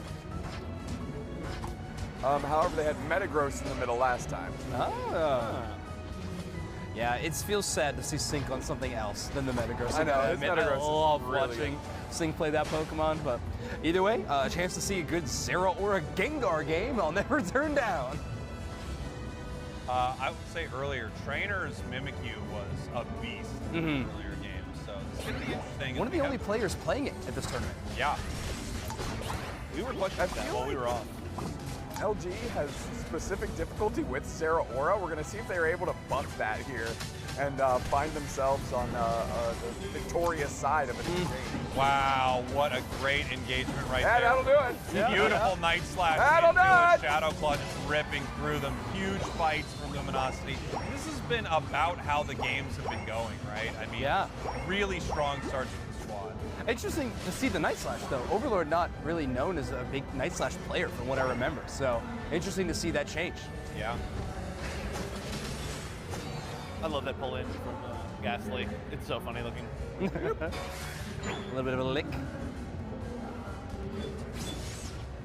Kirio's going to be joining a long list of Inteleon players at this tournament. It has been one of the most impactful attackers I think we have seen in any of our games so far. And so a super quick level 7 out of Curios there as well. Very quick. Yeah, contending against an Espeon too, a Pokemon with really solid early game secure. So great job. I actually feel like it's rare that we see Curios on a ranged attacker nowadays. It's been so much flexing other weird little roles that he will literally fill any gap, right? Yeah, he does. And I would trust him, honestly. But it's nice to see, like, okay, back to your roots. Looking for, I don't think. On the Ice Fang, I think he was trying to poach literally any other character that was there. Ended up nabbing the Umbreon. Oh, whoa. The Absol combo looking pretty solid there with that Psycho Cut. And look at that. Whoa, look at that damage on the snipe shot. Here we go. Need a Phalanx. Need it now. Jeez. Umbreon trying to make it out of here. It looks like they actually do. Pretty impressive. Nice jukes. Be giving up a lot of points in their goal zone. I mean, Luminosity gaming before 7 minutes. It's a scoreline of 155 right now. That is colossal. Yeah. They're going to be taking it for free. And it looks like they maybe are going to take Regieleki for free, too. It's level 10 Absol right now. Yeah, and Mimikyu. They got 2 level 10, so we're not even at 6 minutes yet. This is Luminosity Gaming truly in form. Had a minute to wait until this game number 3, but now that they've arrived, they are starting to debut. Wow. Yeah, I feel like Fable hasn't been with the team at all. Been looking to stack I think, primarily. Like stacking on the backside, but I mean, that's a potential difference maker. It can't be, don't count your chickens before the eggs hatch. It's true. See if they escort this in. Good Unite move. It is. Okay. Yeah, Fable, the first Pokemon being taken down the support, that means your front line is all but gone. Zeraora is threatening at level 9, but Sid gets hit with that Shadow Sneak, and that's all she wrote. Great dive by Trainer. Trainer's Mimikyu has been a thing of beauty in this tournament so far. And also, always. Yes. Like, the casual Quadra. Yeah, easy. And the tier 2 break. Yep. Like, we don't really... Was that the first? That was the first Regieleki of the game, right? Correct. First Regieleki of the game when we broke tier 2. Yeah. Okay. The Trainer has to have one of the highest hit percentages for long-range Shadow Sneaks of any player in the world. I think it's got it. Very good at it. All right, with the rotation down the bottom side, we're still ways away from the next Reggie, but early positioning never hurt nobody. How is everybody this huge on Luminosity Gaming right now? Where are they getting the experience? Where are they finding it?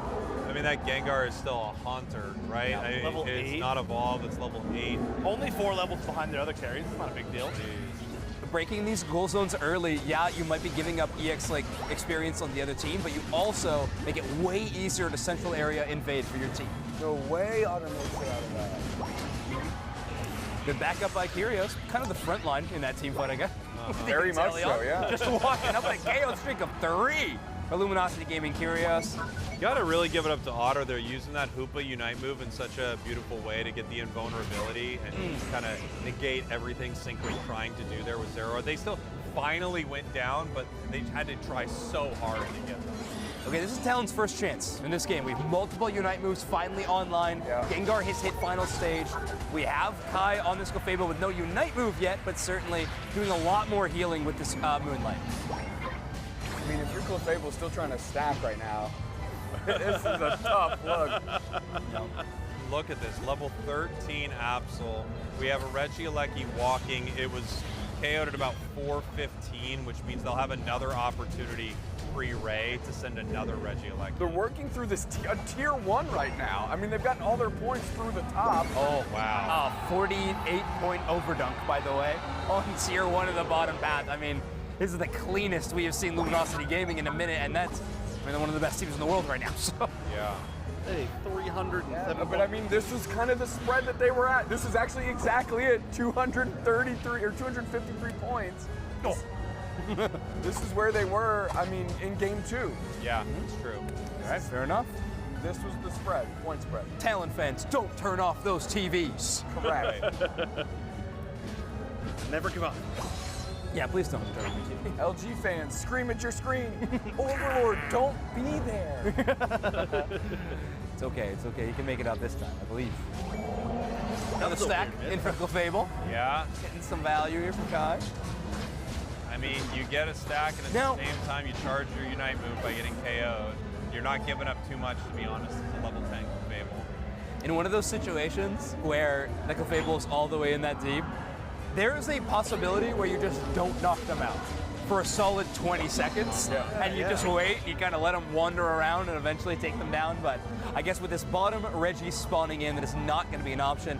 Talon forced into this top play, by the way. They cannot afford a Regieleki to walk to them, so they can't even show up for this Registeel fight in the bottom side. Look at this Clefable, though. That's really scary. I feel like that is a potential for like a huge pick. It didn't happen in the end, but I just feel like it's scary. Yeah, all of Talon is just setting a trap here. They actually could have set a trap into like the bottom tall grass, right? Like to catch them coming back up potentially, but maybe a bit of a concern that like everybody's so huge that Slash knows exactly where he Slash is had to too. download. Oh my word! Check the exact tall grass they needed to. Shadow Sneak gonna go wide of the Espeon now. They could like rip this on LG if they see that nobody's close by. Like it's definitely a huge potential. If Umbreon goes down, it means your Inteleon's not going to really have much to contend with the body block in front of it, so all of a sudden your Snipe Shot gets a lot better with Slash. In a tough spot very early, but the Unite move is going to give him a bit of bulk. Finding two decent targets, Ice Fang down. Nice Snipe Shot by Curio. There we go, looking for it, not able to make it happen. Mimikyu Unite move, shutting him down. That's 2 for the Inteleon, 3 for the Inteleon. Very nice stuff there. Luminosity continuing the KOs, looking for another, just trying to get Clefable, and then they're backing up. Yeah, with Zero Aura Unite move, not enough to close out an Inteleon. I feel like that might just be a little too tough to contend with Trainer LGC picking up the Rayquaze on the Mimikyu. Yeah, that one was automatic. The Mimikyu Unite right there was huge, because I think that Gengar was really their only opportunity, like just kind of melt their entire backline and then win the fight, but before it had an opportunity to really do anything, it was just Trainer shutting it down immediately. Beautiful stuff. Yeah, I think Trainer's playing a really solid game. Yeah. Trainer looks great. This is Luminosity Gaming's first game of the day, by the way, so we got a lot more to look forward to from them, but good that they're feeling extremely strong. Talon definitely having a decent look in that game 2, playing to their outs really well, but this game 3, all LG. Yeah, trying to rekindle some of the magic from that Gengar, but much better strategy out of LG the way they approached that. Yeah. Yeah, I really liked every piece of it. Like, this Absol Mimikyu duo is so strong. And Curios, I mean, literally felt like he was un-KOable in some of these situations, even on an attacker. But they did the Zero Aura Unite move and specifically target down the Intel, and it wasn't even enough. Yeah. This season, I feel like he's been really good when he is playing special attacker at, and like some of last season as well. Well, not last season, but the previous time we saw him. You know what I'm saying? Yeah. Being like a really self-sustaining ranged attacker, where a lot of times his team kind of left him alone in like the previous version of LG that he was in. So I think he got really good at always having such good positioning. And now that his team isn't like just running off without him a little bit more, he makes sure that he's always alive. Here we are to the main stage. Fast swap. All right, we've only seen, we're only at 8.5 minutes, so we're barely into this matchup. We want to take a quick look at the draft. Revenant X-Spark, got that Absol, the Inteleon, of course, the Mamoswine, and Gyarados Scyther from Insomnia. I mean, we've got a Battle Stoys there too. I doubt Crowley's wearing the light bulb. Yeah, that's true. Insomnia ran that before, right? The Gyarados Scyther. Was this Insomnia that did it? Up against FN, that they were winning super strong. So we'll see if that happens again. Ooh, Curse Trevenant too. You've not seen very much of that in this tournament. Oh, it's because it's not EXP share. It's EXP share Miraidon and Mewtwo. That's so funny. Okay, so, I mean, we're probably looking at Horn Leech Curse, right? It's the more likely combination for Obion. Absolutely. We locking that one in. And I mean, yet again, another defender with a fun spin on it. No Blissey ban, no Blissey pick. What are we doing? Yeah. Hoopa and Psyduck both taking the ban now, though. Yeah, especially because Revenant X-Spark's composition feels like they could use one really, really well. Honestly, Insomnia too, so opting into some more unique picks. This game again. Slime loving this Scyther yet again. It feels weird to not see them on Meowscarada, but the Scyther still working really well for them. Yeah, this is clearly like some sort of comp that they've practiced. I mean, it's so unique to Gyarados Scyther. Yeah, Gen 1 comp. But it did look really good. We'll see if they can punish the Scyther maybe a little bit harder than last time. I would love to know when the Gyarados evolved, but we got here a little bit late. Yeah. Insomnia, your purple team. Revenant X-Spark, your orange team. Regirock going down to Insomnia here up in this top half. We have Reggie, Alecki. They're pushing forward looking for KOs instead. That's Waterfall Gyarados, by the way. This team rules. I know. Insomnia's so fun. Insomnia is very cool. Trying out a lot of stuff. That is a EXP share Miraidon and an EXP share Mewtwo. EX Pokemon, what? EXP share Pokemon. EXP share Pokemon. I'm a really big fan of Waterfall as like a fun pick, but I'm not 100% sure what the strategy here is. It does allow you to dive a little bit more, which is pretty ironic, but you can get into that back line and like stay there a little bit longer without having to be like the initiator, and they do have a really strong initiator in the form of Trevenant. All right, Reggie Alecki so far locked down by Insomnia. Revenant X-Spark gotta back up. That Waterfall just buying him too much space. You walk into the poke, Miraidon, it's scary. Surf comes close, but not gonna be enough to contend with that Reggie Alecki. Instead, Insomnia have a chance to get a really big break on this tier 1. Slime real deep. Got out though. Impressive, jumping around. Wow, really nice break Huge. right there. What was that, 39 over? Yeah? Yep. 221.86 now for Insomnia. And where does Insomnia go? And they got even a little bit of room into the enemy central. You can see them roaming through it right now. Big Absol Unite. I mean, if they can advance, so can I. Ruben crushing it. Wow. Can you escape though? That's the bigger question. Oh, not the Escavalier stun. Oh! No way. Okay. Oh, yeah. All right. Maybe if it wasn't a Waterfall. I mean, the job was done though. They got theirs. Yes. Ruben's got to be happy about that. Closed a little bit of this experience gap, but I mean, they've got to get more going. Yeah, Regice not even really a question there. Nowhere near it for Revenant X-Spark. That is going to be an objective going over to Insomnia. Reggie Alecki will be spawning in shortly after this one, I believe. So Regice buff going to be on the hands of the Insomnia squad. Bit of extra HP. I'm surprised we're not seeing attempts to steal. I feel like Revenant X-Spark could steal a lot of these objectives, right? Like if you just want to give up an Absol and like maybe just Unite in, or if you just want to try at least for a snipe shot, but they're not contesting even a little bit. I feel like that experience could really help them because they're just barely below, right? Well, no, but they've caught up on yeah, you're right, actually. In the meantime, yeah. I'm a little concerned with Crowley's Surf Stoys. I'm not too sure what we're trying to achieve there. Yeah, it looks like a bit more of just a full combo kind of a look from Blastoise so far, I think. Specifically, maybe a bit of anti-dive when it comes to Scyther and Gyarados, but now's the time to show it. Absol going to Unite move, but immediately countered by that Gyarados Unite. That was actually a really cool way to get around that. It just looked like Inteleon just barely going to get away. A lot of just barely escaping in this match, although finally they're going to... Oh, my God. Slime time indeed. Holy slime time. I love that. Yeah, Slime crushing it. That green illusion dive, I mean, it's the one silver lining about Scyther, is that its Unite move can truly pop off and domino affect some knockouts. That was a weirdly negative comment about Scyther from you, Zoinks. I'm starting to lean into it. I've already made a big stance on a pizza. I can't do another Pokemon. You gotta pick your hills, you know? True. No, I think this is honestly some of the best Scyther play we've seen in a long time. I agree. They're really good. So safe, like never getting caught out at all. I mean, yeah, maybe 0 KOs is what I know. I'm definitely we all knocked on the table. but yeah, just using the range so well. Like I do really like this combo they pulled. And they spend a lot of time off laning, so they're cleaning up experience really quickly, cleaning up objectives that no one else is showing up to. And every time they do show up to a fight, they have a Unite and they're a high level, which has just been really powerful. No. Another objective that Revenant X-Spark just unfortunately does not have the ability to kind of contend with. Instead, you're going to be playing towards that middle area, and Crowley is going to be getting some levels on their safe experience and spawning on the top side.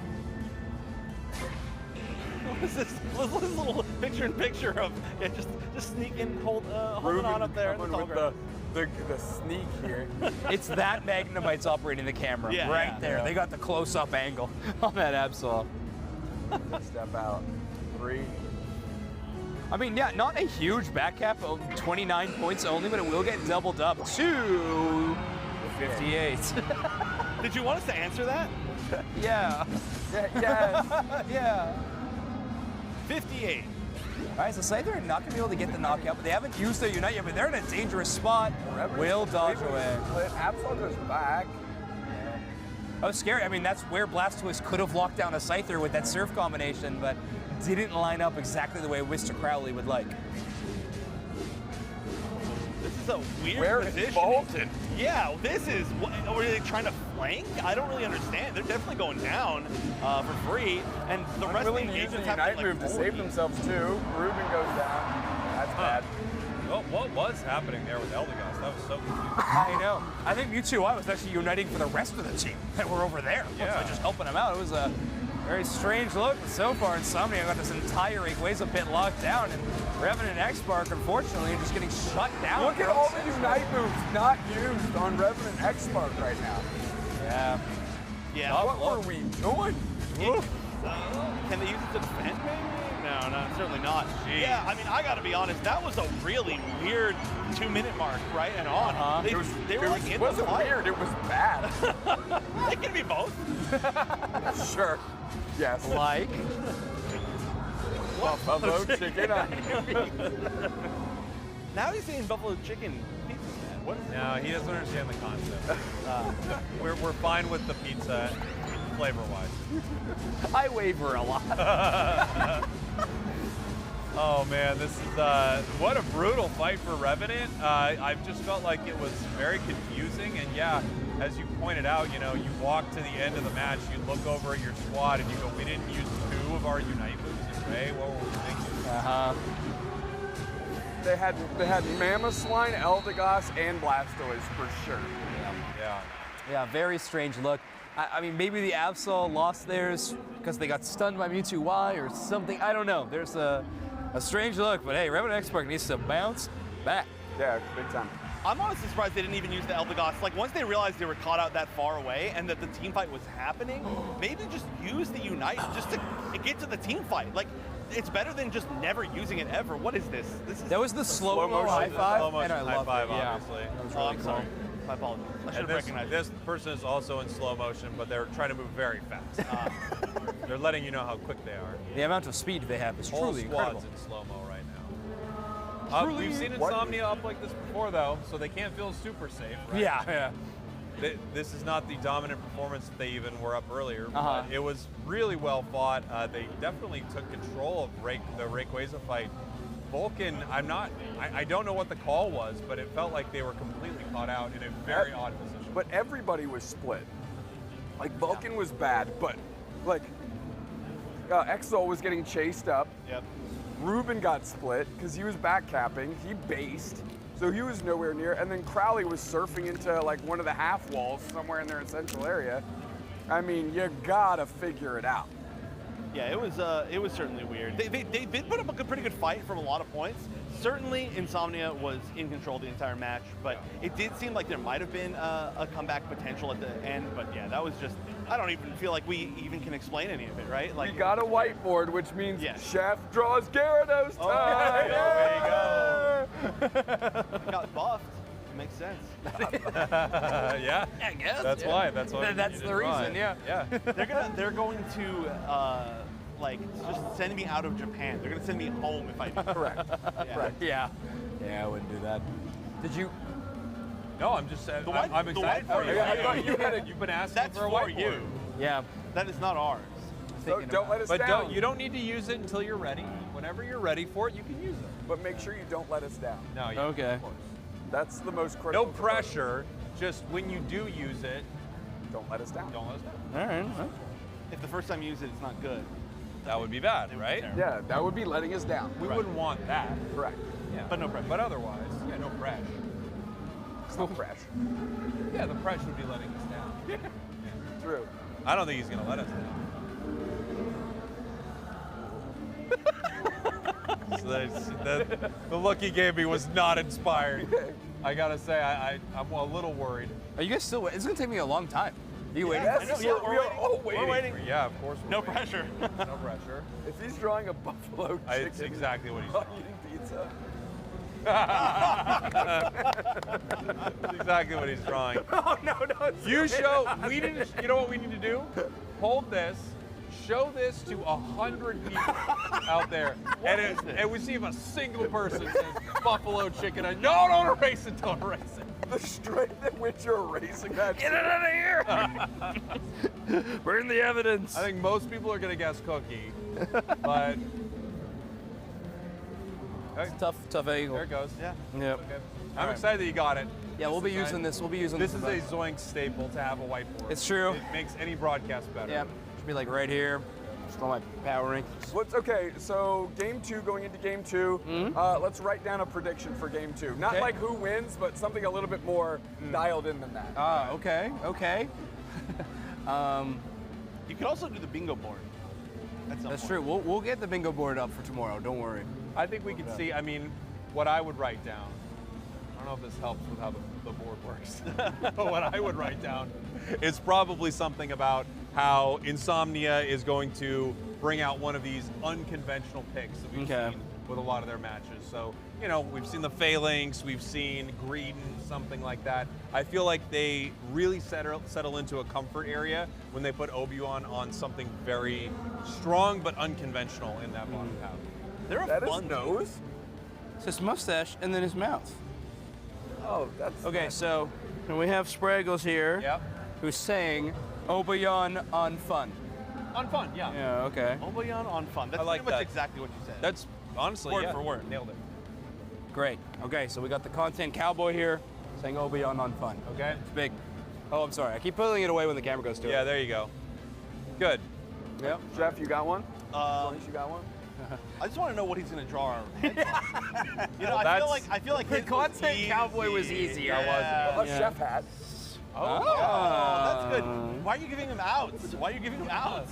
This is supposed to be a challenge. Oh man. Nobody helped me when I was You're drawing. gonna panic and draw another pizza? I'll take the pizza. My prediction is, I don't know. That was such a weird game. Yeah, it was. Yeah, like I don't even know like what just like don't like send your support to the other side of the raid pit. I don't. Yeah. We'll say clean up macro. Okay. Yeah, that works. That made me sound smarter than my answer was. All right. And if everybody's wondering what Chef looks like, that's what it is. Yeah. It Clean kind up of looks like my head is exploding. Yes. Yeah. Fully does. I'll take it. True. I'll take it. It's not bad though. Okay, I'll draw 2 seconds. Okay. Yeah, what's this one gonna be? It's gonna be good. Oh, they don't want to. Thank goodness, back in game. You got time. I'm gonna draw your Better be slick better back now. hair on this. Revenant's getting their first pick. I mean, they had the option, right? Yeah. I'm not gonna lie, not looking good for all snacks on the board. It's not your fault. It's your big chain. Looks like I have neck hair. What's your prediction? Mewtwo Y. Revenant has a better draft. That's really interesting, Ben. But honestly, Insomnia has been one of the best teams at using Mewtwo Y, almost certainly. They've been using it 100% of support, and it's been like really key for a lot of their fights. Okay, yep, a Hoopa first pick. With the way this tournament is going, that should come as a surprise to absolutely no one. But that does give up Psyduck, which is actually, it is a little surprising. But it does make sense. It's not like it's like the weird. Are we on board with this Gary Prio? Yeah, I've been confused by it all day. I do think Gyarados is a good Pokemon, but I have been surprised at the level of priority teams are giving it. And Usakazu played it Waterfall last time too, which is something we've not seen in this tournament whatsoever until now. They're liking this. I mean, back to the Scyther. To be fair, it was brutal last game. Yeah, last time they had a little bit of help with long-range poke damage because they had Soon on that EXP share Miraidon. They're swapping it up this time and going Psyduck instead. So I'm curious on how well that'll play out. Revenant X-Bark has played this Darkrai so many times within their own region in the playoffs. Like a big part of the reason they found a lot of success. So them returning to that would make sense, but of course they are going to choose a different Pokemon. That's how it always goes. Yeah. Nothing you can do about that. Metagross getting locked in. Final pick. This draft is better, which was my prediction. Yeah. The draft better. Draft better. Okay, so they're running a similar concept here. I'm assuming they're going to go EXP share on, well, actually, I don't know. They have an EXP share on 3 Pokemon right now. Okay, so it is going to be supports Espeon, which is pretty cool. Yeah, I like so that. it's an exact mirror basically of what they did last game, but with just slightly different supports. We were making room for really fun items like Rocky Helmet a moment ago, but they did swap now. So it'll be Assault Vest, Attack Weight, and the Focus Bands. Obviously, that Assault Vest is really good for eating snipe shots, right? Yep. The whole idea behind it is you can tank a snipe shot, they'll break your Assault Vest, you know, you give enough time, and the Assault Vest will charge back up, able to eat another snipe shot with your tank. Yeah. Slime is truly not going to have much poke damage to work with in this game. Like, they're going to have to wait for Luna's probably stored power in these situations, which is strong, but it's like, it is going to be a lot slower than that Miraidon constantly charge beaming and getting so much early poke damage. It allows Scyther just to kind of walk up and one auto attack gets him a knockout. So, different look for sure. Well, I think Slime kind of was some of the poke damage though as well. Like that's what they've been doing, right? They just do the dual wing beat and they just play from safe ranges, and the Espeon's going to have something. I'm curious as to what exactly they're going to build it as a support Espeon. Ready? Go! One of us gets it every time. I think we did a really good job with that. That was our best one. Yeah. Got our teams heading to the top path. Bottom path, we have the Trevenant, we have the Espeon, we see 2 clearing at the center for Insomnia, your orange team, Revenant, X-Spark, your purple team. I got myself. Yeah. I was just not going to talk this time. I got it. We're learning. We've seen this matchup in the bottom path a few times with the Inteleon versus Espeon, and so far Inteleon's been coming out on top most of the time. Also, I see that tackle from Mr. Crowley. They were trying to chase all the way to that goal zone. Fortunately, it fell just a little shy when the Magikarp was making a run for it, but either way, Revenant X-Bark, even after a game 1 like that, they're still playing really aggressively. Boy, Psyduck is just so brutal to deal with. Isn't it? Just unbelievable amounts of stuns, just so much pressure, and then once you enter that headache mode, you get the ability to throw your confusion again, just stunning twice in a row. It's pushing you, it's pulling you, it's like the moon. Yeah. Like the moon, accurate. Accurate statement. Yeah. She was next to a slow turn look away from me towards everyone else and always. I mean, if we're being 100% truthful here, it does have Surf, and the tide is created by the moon. Thank you. So it does create the tide. It does almost make sense. Yep. Psyduck just as good as the moon. Basically. Nice gyro ball right there. That shield is just so hard to deal with in some of these fights, especially if you're able to catch 2. Only able to get 1 there, but still able to just sustain in a crazy way through this engagement. Trick on it as well, giving you that extra move speed and the extra shield. That's a really powerful combo. I don't feel like I've seen too much Metagross with the Trick shield. Would you ever consider Shadow Ball on Hoopa in this game instead of Phantom Force? I think the only problem is you lose the healing. Yeah, but you get so much good extra little stuns. Feel strong. Either way, Absol goes in for a dive, but can't take out the side up, which means the return KO is going to immediately happen. Never allowed to take out a side up. Wow, they're pushing all the way down. This looks like it should be pretty successful. They've got some defense there, but they just don't have the strength. Not a huge over from Insomnia, but a lot of Pokemon needing their stacks, so totally fine in that situation. Tier 1 gonna be broke. Yeah, and it gives you great positioning for this next fight, right? You basically guarantee that no one from Revenant is gonna try to steal this Reggie in the bot path. As I say that though, 3 members of Revenant are actually making their way there, possibly looking to surprise Insomnia. Or Waterfall. That's an easy one. Yeah, no Hoopa to back him up. It's going to be a little bit tougher for Matang to hang in this early game, but you got to get Slime down. Yeah, Unite move. Ice Fang. Immediate response. Great shot from Espeon. I like seeing Side Shock here. Yeah. You know, I think as you talked about, you really want some good range damage right now, and I think Side Shock does that for sure. Yeah. Yeah, it feels like you need it. Also, if Metagross gets close to you, it's one of your only options for that like little bit of a stun. Give yourself a little bit of room. Wow, really well played by Insomnia there, using Scyther for the dive, taking out the Inteleon, making sure that they just couldn't secure that because they couldn't get enough damage on it, and then when Metagross goes to turn on it, they can move back in. Great. Insomnia is a really fun team. Like, their comps and their playstyle are really, really cool. I totally agree. They're such a cool team. Yeah, and their builds, I should say, as well. Oh yeah, a win here by Insomnia would essentially guarantee them day 2, right? No, yeah. They lost the first set. Oh, they did lose. Yeah. That's right. Yes. I mean, they won a 1,200-point game. And does it just count over? Is it by points the entire day? That's how it should work. We should do a tournament like that. Yeah, I think if you get 2 wins, it would have to be a 3-way tie of a 2-1 resulting teams, and then it would get a little interesting. We have to go to tie breaks in that scenario, but yeah, with Insomnia's case, a 1-0 advantage already. Or sorry, disadvantage. Big Metagross Okay, tonight. Scyther's good. What can they do with that? Wow. Obeon with 2 on this tree. And they're going to get in so much. What's the overdone? No, did they even get an overdone? No, I don't think they're going to be able to break. Well, unless this Gyarados gets a KO. Wow. 4 points. I mean, anyone can kind of bring that in at any moment. Yeah. It also leaves it for like a huge... No way! Boy. You've got the 4 points. Get in there!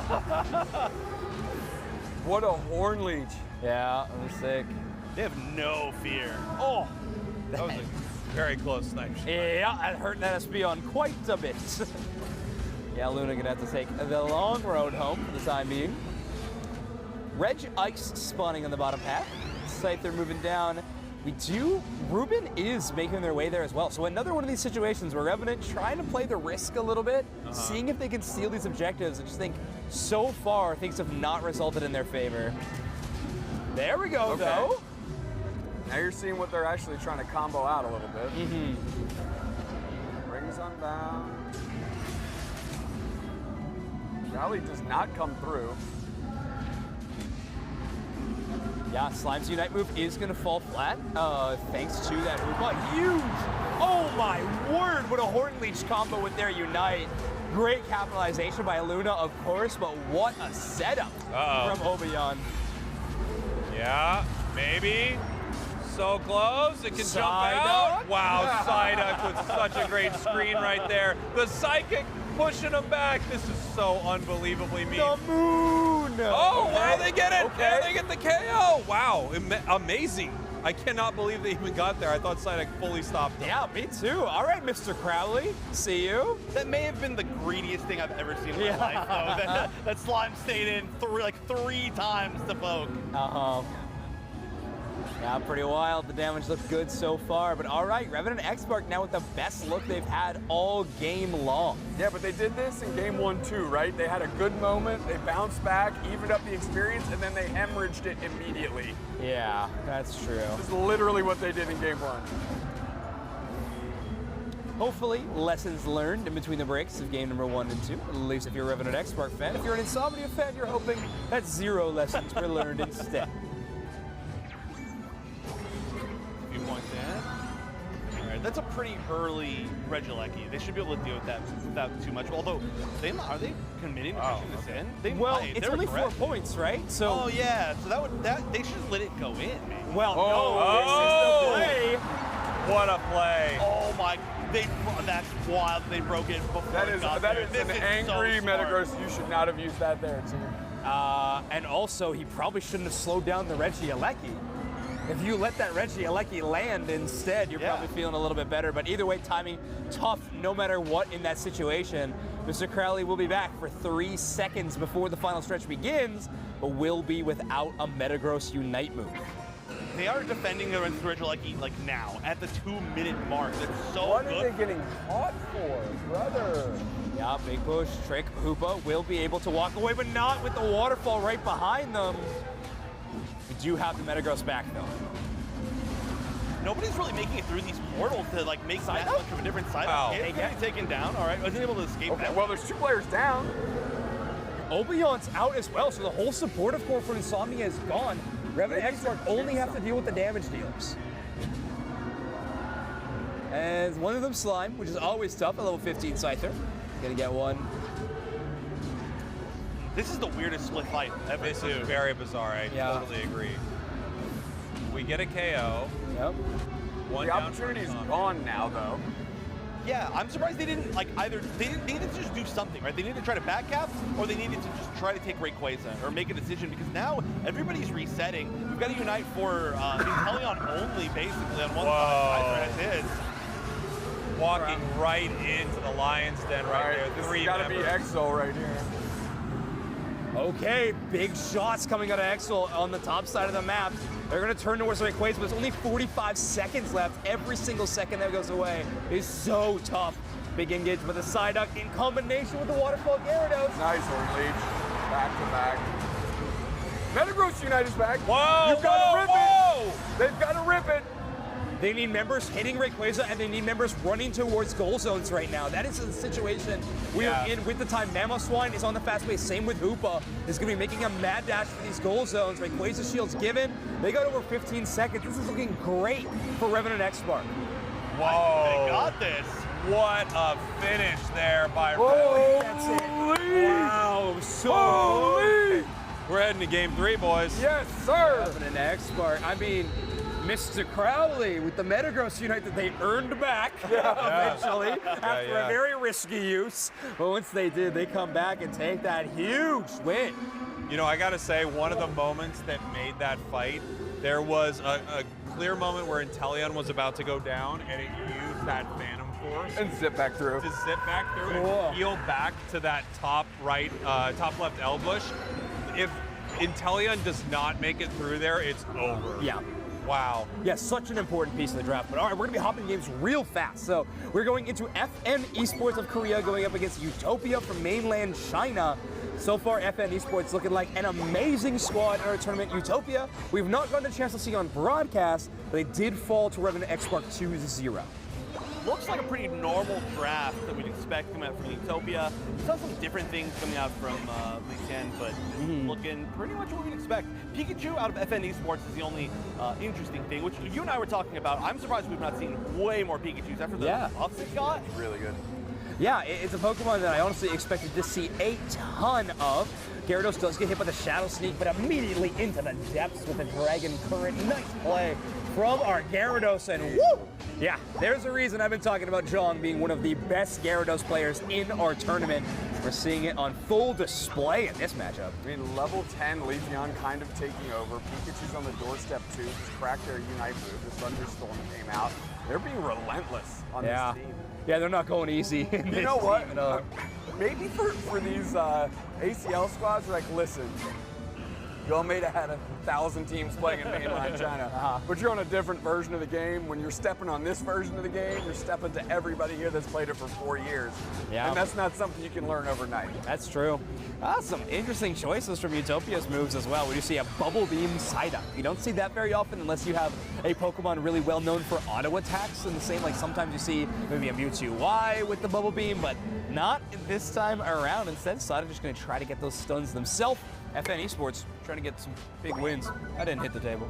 You definitely didn't drop the whiteboard on the table. Nope. That didn't happen. This is definitely looking like a bit of a bullying game where it's less than halfway through the match and they are all the way towards their home goal zone and getting KOs and potentially scoring there. You saw Thunderbolt tackle earlier? Didn't look too bad. Oh, really? I didn't get to see that one. Unfortunately, I think I was eating some lunch during that game. That's too bad. But either way, oh, another big dive. Love the Pikachu slamming that Thunderstorm Unite. So incredibly strong. There is no love lost here by FN Esports. Yeah, They do not care how far this team may have traveled to play in the ACL. Holy. Yeah, FN Esports. I mean, if you win this game, you are likely ensuring a spot in day 2. They would be 2-0 in that scenario, and it would be... Did they win in a 2-1 fashion in that first game of the day? Yeah, they lost bad, remember? Yes, that's right, that 4-digit game, right? So yeah, they really need to rally in this game. Obviously, there could be a 2-1 tie situation, but likely a 2-0 result is going to be putting you into day 2. As usual, we definitely know the tiebreakers. But yeah, this if Revenant wins, it's going to be FN Revenant moving on. Yeah, Insomnia will have lost twice. Probably, yeah, and Insomnia will have lost twice, and then Utopia That will have would lost be twice. a shakeup. Oh my goodness, That would yes. be a shakeup. Kidding? Oh, that would be wild. I mean, truly wild. All right, Pikachu laying down some damage on the goal zone. You see Utopia just having to retreat. They just don't have the experience or battle power to win these team fights around it, and plus they got to defend against the LAIC. I mean, 4 minutes left in the match. This is FN's playground right now. Yeah, I mean, this is tough too. FN is really, I mean, aside from my bias because of what I was predicting earlier in the day, FN is without a doubt one of the best teams in the world. Like, easily could win not only this, but potentially Worlds. Like, they're right up there. They were second last year. It's not that big of a jump. No, I agree, though. I think they're a contender. Yeah, so this is the hardest pull that they could have had, except for potentially like maybe Zeta or something. Obviously, we can't say yet, but FN is just ridiculous. And they're showing it in this match with just making them play another excruciating 3.5 minutes. That's true, actually. We've gotten to see most of like the top seeds of this tournament already now. Who do we think, like, so far to the eye test is looking like the potential champion in this tournament? Like, I want to say FN, obviously, but I mean, that one game where they got just really took down by Insomnia makes it tough. LG looks great. Luminosity I'm gaming biased, looks great. of course. They had that stumble against Talon, but I think Alter Ego was looking... Alter Ego against Fennel was looking what vicious. a litmus test. Right. Looking vicious. Yeah. Yeah, I mean, you look at LG, they played 28 good minutes of Pokemon Unite out of 30. Alter Ego's a great call. FN's a great call. Yeah. I think FN, like, it really was like, oh, after that first game, it was the meme dunking your face in a bowl of ice cubes, and you're like, oh, okay, I'm actually awake now. And they turned in a great result. Yeah, it was awesome. Good to see. Well, John going to be waiting out this Regieleki, try to utilize it a little bit more in double time if they can, but it's got a long way to walk. So by the time it makes it to the home goal zone, you'll be looking at double time. But crazy stuff. FN Esports absolutely shutting down this game, and they're trying to take the fight in the enemy's central. That's never where you want to fight in 2 minutes. If you're the team whose central it is. Well, I mean, saying the other side. Yes. Yes. And they're not actually going to make it to the Rayquaza pit, unfortunately. Yeah, good stuff. FN Esports showcasing, I mean, they're one of the top teams. That's what we've been looking at all day long. Tough look for Utopia. But hey, if these teams are going to qualify for the World Championships later this year, them getting a chance to play against top talent, I think is going to be a really huge thing. There's going to be experience that you could bring into the World Championships from this event. FN Esports is just trying to do to somebody what happened to them. We've got to break the record. We got to break the record. We can't get beat the worst in this entire tournament. Gotta change it to somebody else. Although honestly, it looks like they might not be able to break that. I don't even know how Insomniac got 1,200 points. How did they even do that? Like, that's more points than are on the map. Yeah, it's a whole lot of points scored in double time, and I suppose still a minute left though, boys. Yeah, true. 36 points in pocket. Yeah, I mean, they got a lot. They got something got 40. Oh yeah, they could get there. They're getting close. Definitely hitting all 40. 80 going in. Yeah, we got numbers for sure. I don't know the exact final scoreline of the 1179. Well, sorry, the Revenant Utopia game. I don't know the result of that one, but I did hear that it was a similar scoreline in one of the matches. So, you know, records could be happening all over the place. Okay, we got the ready go as well for the game 2 of the other match that's happening. So we're going to be jumping into that one as soon as we come back. Sorry we didn't get the witness draft on that in that game, but that's all right. We'll be jumping right into the midst of it as soon as this match concludes. Realistically, may have concluded a little bit earlier, but yeah, it's no. I mean, honestly, though, it is really impressive that like teams like Utopia can have played a completely different game and are playing with the best playing teams in the world, and they can, you know, they can fight. Yeah, it's sick. So sick to see FN Esports on an absolute heater in this tournament. 2-0. I mean, likely a congratulations to FN Esports on qualifying for day 2. And now this game becomes even more important all of a sudden. Yep. I mean, it was always kind of important, but yeah, either way, very important game right now. There's a decent chance, I would say. Oh yeah, Greedent's back. We've got a Gengar. Yeah. Yeah, man, it's crazy to see that. I feel like Ruben's Absol was one of the best parts of this Revenant Exports composition so far, but not going to be having it. Revenant Export also with a Mewtwo Y-ban in this game number 3. Yeah, putting a lot of respect on it. Looked good. I mean, Mewtwo Y has looked kind of good all day long whenever it's been on the map. Yep. I'm surprised we haven't seen more Miraidon, to be honest. I think Miraidon's particularly strong. I'm glad to see Insomnia pulling it out. Yeah, instead Luna picking up the Mew, opting into the experience share, of course, which means that Soon, who has normally been playing a lot of the supporter EXP share style roles, is actually going to go away from it. Oh no, they wouldn't, because Greedent doesn't have the EXP share. So it's likely Mew and Miraidon via the EXP share. They're sending back Magikarp to get a little bit of their center area EXP. Oh, I'm thinking about it, and so if Revenant X-Spark wins this, then almost certainly it's Revenant X-Spark and FN to qualify out. If Insomnia wins this, it could go to a 3-game tie, because Revenant X-Spark and FN haven't played yet, right? Correct. Yeah, so there's the and they both 2-0'd Utopia, so their match records are going to be extremely simple. Right, and literally, I don't know what the match or the tiebreakers are. No, we know it. We know. Yeah, of course. All right, they're okay. Hold on. Okay. Wow. And able to line up the Dream Eater after the Miraidon passive fades. That electric terrain would counter the Dream Eater really hard, so they're able to make that work, but great bounce back from Slime. Gets a couple of KOs via that Absol. Yeah, but I think the experience that they got, I mean, those two Pokemon getting early experience is huge. Like, that's going to be carrying them through late game. Yeah, Ruben got that, it still isn't Gengar. So yeah, they really need that EXP. Yeah, because they had to split middle like you called out with Crowley. Trying to get Crowley online. Yep. Which, I mean, check mark there. A couple of boxes done. So Revenant Expert looking a little better. This poke damage from Insomnia is so tough to deal with. You have Trevenant and Umbreon too, the most bulky defenders that we have available in the current metagame, but still, that is a lot of damage to just be trying to walk off. This sound. Coughing up berries everywhere. I feel like they used to make more Pokemon that made sounds like that, and now we see them less. Shout out Chandelure. Yeah. I actually looked up one of my tweets about how the Disable sound like boom. That's true. Sound like the bass boosted. Oh yeah, we've had some fun ones for sure. I remember there being like someone's footsteps could be heard by everybody. I forget which Pokemon that was, but either way, Slime just doing slime things yet again. Mr. Crowley goes in pretty deep, but the Trevenant stuns just not really early enough to line up for that KO on the Gyarados, and of course, not being level 9 means that you don't really have that Gyarados dive into the depths angle that you can sometimes take. Right. Just a little bit more in there where they want to be. And then, I mean, they need a lot more to be where they want to be, but a little bit more, and they've got a place where they could use it to get to where they want to be, maybe. Still, I'm starting to get there, but level 7s for the supports versus like level 9s and 8s on the other side, that's tough. Look at this. I think Ruben waiting, 1, for their blue buff to spawn, and 2, potentially for Insomnia to invade. Hopefully having a little bit of a phantom ambush. Not going to line that one up, though. Absol takes down the Umbreon, and even if that Dream Eater lands, it is not enough room to try to jump onto that attack with the Greedent still running around. Well, it's because he hit Greedent. Yeah. Oh, I think the Dream Eater was on Absol. I saw the little dots above his head. Yeah, I thought he hit Greedent. Oh!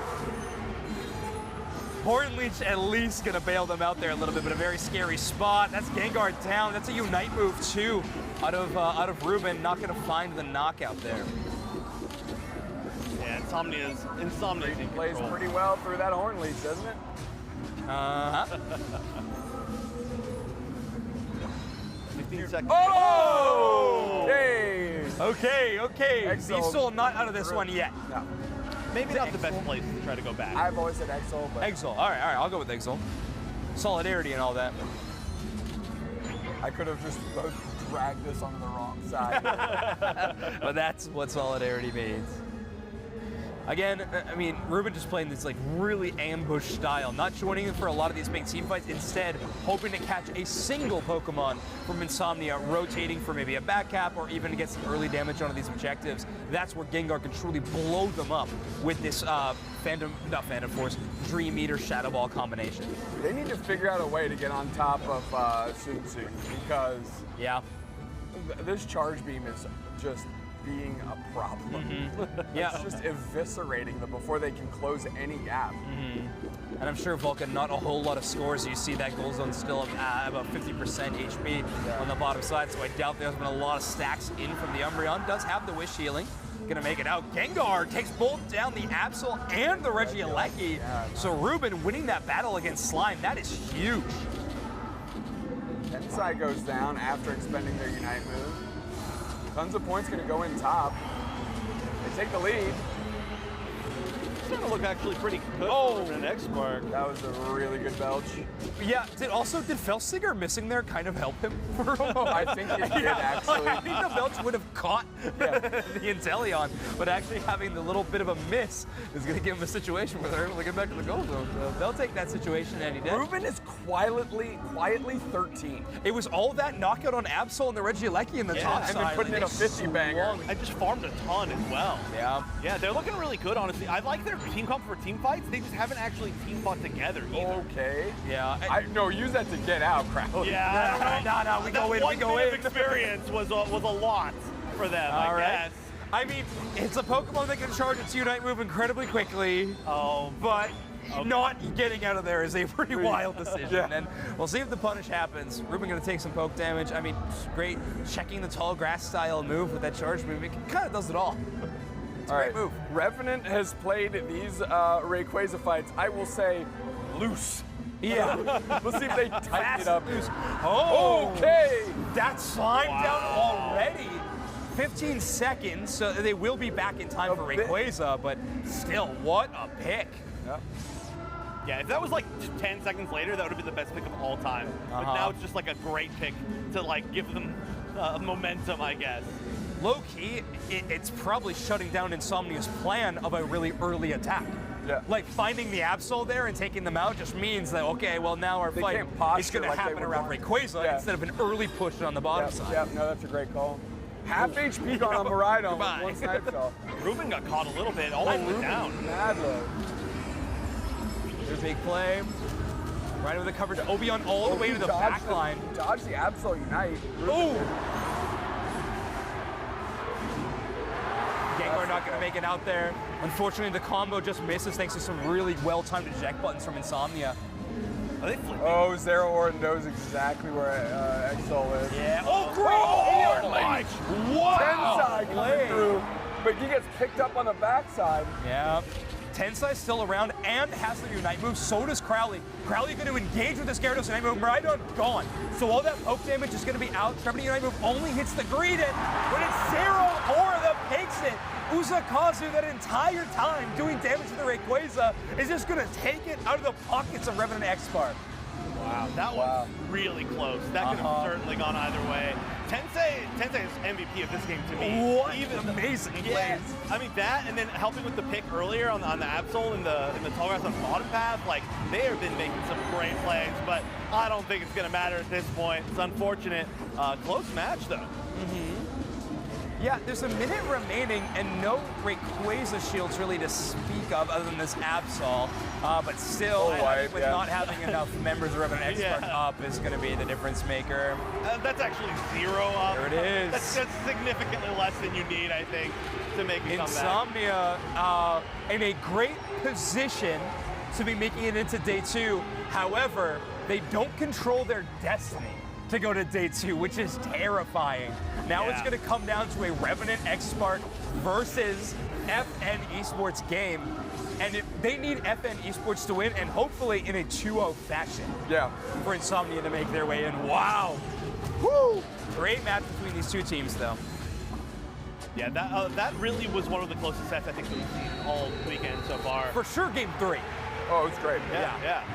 Very impressed by Tensei. You can see why Crowley decided to stick with the kid. Yeah. When he was shaping up on a new squad here. Good game. Good game. Yeah. EXO played really well too. Yeah. You know what's funny is I really do think that that they they're so funny. Okay, first of all, can I say I will be so happy if Insomnia goes through because they are hilarious and they're super fun to watch. Yeah. I just like everything about them. But also, it's really cool no matter who goes through. Like like we're gonna get like definitely a cool team coming through. And also, honestly, I think that they tightened up their end game a lot in that last one. And if they were playing that way in the other 2 games, I think that things could have gone much better for them than the set in general. But boy, those first 2 games, I mean, I can't not say it. It was just rough the way they were playing those 5 2 minutes. Yeah. Now, one thing to know, we were talking about, now Insomnia doesn't really control their destiny. The only out in which Revenant X-Spark can make day 2 is if they 2-0 FN Esports. If they 2-1 in a 3-way tie, they likely lose the tiebreaker. Well, no, I guess it would be a 3-way tie. Yeah, it wouldn't work out. That gets really crazy. The only way to assuredly move on to day 2 with no question would be to 2-0 FN Esports, which is a tall order right now with how well that team is playing. There's nothing easy here at ACL. Yeah, that's true. There's many markers in our player spot. I should move those. Yeah, how many markers did they give you? A bunch of different colors. We're gonna have a lot of fun with this. Okay. Let's see how our predictions came out. Okay, so Content Cowboy said that Obion should have fun, and I think that happened. Is that the green? I think that's Obion having fun. Then we had Wonder Chef say that the macro needs to be cleaned up. Genuinely think that happened for both teams. Like that happened all over the place. Then Dupe Snacks with the chain here said to draft a little better. Revenant definitely drafted better. Yeah, check mark there. And I just said have fun. Which we obviously I think they just wanted to have fun. Was obviously correct. Yep. Right. Both teams out. Check marks across the board. Well done. Here, we've got a wipe. Maybe this will help speed it up. It is a very small eraser. And you smashed it with the first way you erased. They got us a lot of markers, don't worry. I'll be okay. Pulling them out just for erasers. No, we got the whiteboard usage. Yeah. Either way, what a match. Truly, it's like so fun to watch. Yeah, like you mentioned, I think either of those teams going through would be really exciting and would be a lot of fun. But I mean, what a match to look forward to between FN Esports and Revenant now. Like such an important placement game. Okay, is this a guess the word scenario? It is. Okay. Well, I guess you can guess letters. You don't have to just guess. No, I think I'm just gonna guess the word. I will guess R. We'll say 5-letter guess. Okay. These poor camera hops are having a lot going on. Let's follow with an S. Let's go with popular letters. Okay. Very strange word, it seems. M? Oh no. No, you're using all the letters. Okay, just guess a vowel. Come on. I think this is a 2-player game, Wonder Chef. I think you can. No. Okay. Oh, there is an A. Okay, we're good. That should be enough for us to guess, right? All right, chat. Do you know it yet? Yeah, we know. You know we it, all chat? know it. All right, Chef. You got to guess another letter. O. One more letter guess. Okay, and then we have to guess the word. Okay. T. That's crazy. Are you serious? What? No SRT or M? That's wild. No Torsum. No Torsum. Is it? It's not Buffalo, is it? No, there's no. No, it It's can't not be. Buffalo. It is not Buffalo. Is it Insomnia? It's not Insomnia. It's Not even The close. board's facing that way. I actually thought about it. Yeah. Okay. Look at the. They're showing it on. All right, Chef, you get a guess before I have to fill this thing in. It is. I really wish I knew. I need to think about it. Is it tractor? We got nothing. Okay, let Chef guess a word. Definitely not. Who's not guessing one? That is a problem. I agree with you. That's an issue right now. That is a problem we are facing right now. Oh! I know it. Guess it. Is it? No, never mind. It's a no O or R. I really don't have any idea. All right. Wait, we need to we need like 2 more letters. Oh. Pikachu. Pikachu. I should have guessed that. Yeah, that was good. Pikachu. Good one. Good one. A fun Pokemon to watch in one of those matches. I think we were watching on the B stage a little bit.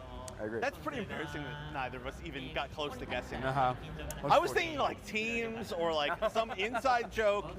It was like so base level. Nope, that was fun for everyone. Everyone, yeah. Everyone loved that. Everyone loved that. Jeff, you want to draw Gyarados or Absolutely something? not. No. Okay, so we just saw Group A. We're going to be diving back into Group B likely. Just a little bit away from your mic. Rubbing your There we go. We'll be going into Group B eventually now. Anybody know what match we have coming up on stage now? Maybe the Cowboy knows. Oh, the cowboy. What's going on? You need a microphone probably, yeah. We'll send him away to go get a microphone. No! You're gonna send someone. I know you two probably can't see it here. We do have a message from production that says 10-minute interval. So I don't know if that means Oh, so we can throw it a break? I have no idea. All right. You want to throw it a break? We're going to break. Which camera am I in? This one? We're going to break, I think. Or not. I don't know. We might be going to break. All right. Thanks for joining us. We'll be right back after a quick break. I don't think we're throwing a break. I don't think we're going to break either. We are. It just says 10-minute interval. I don't know what that means.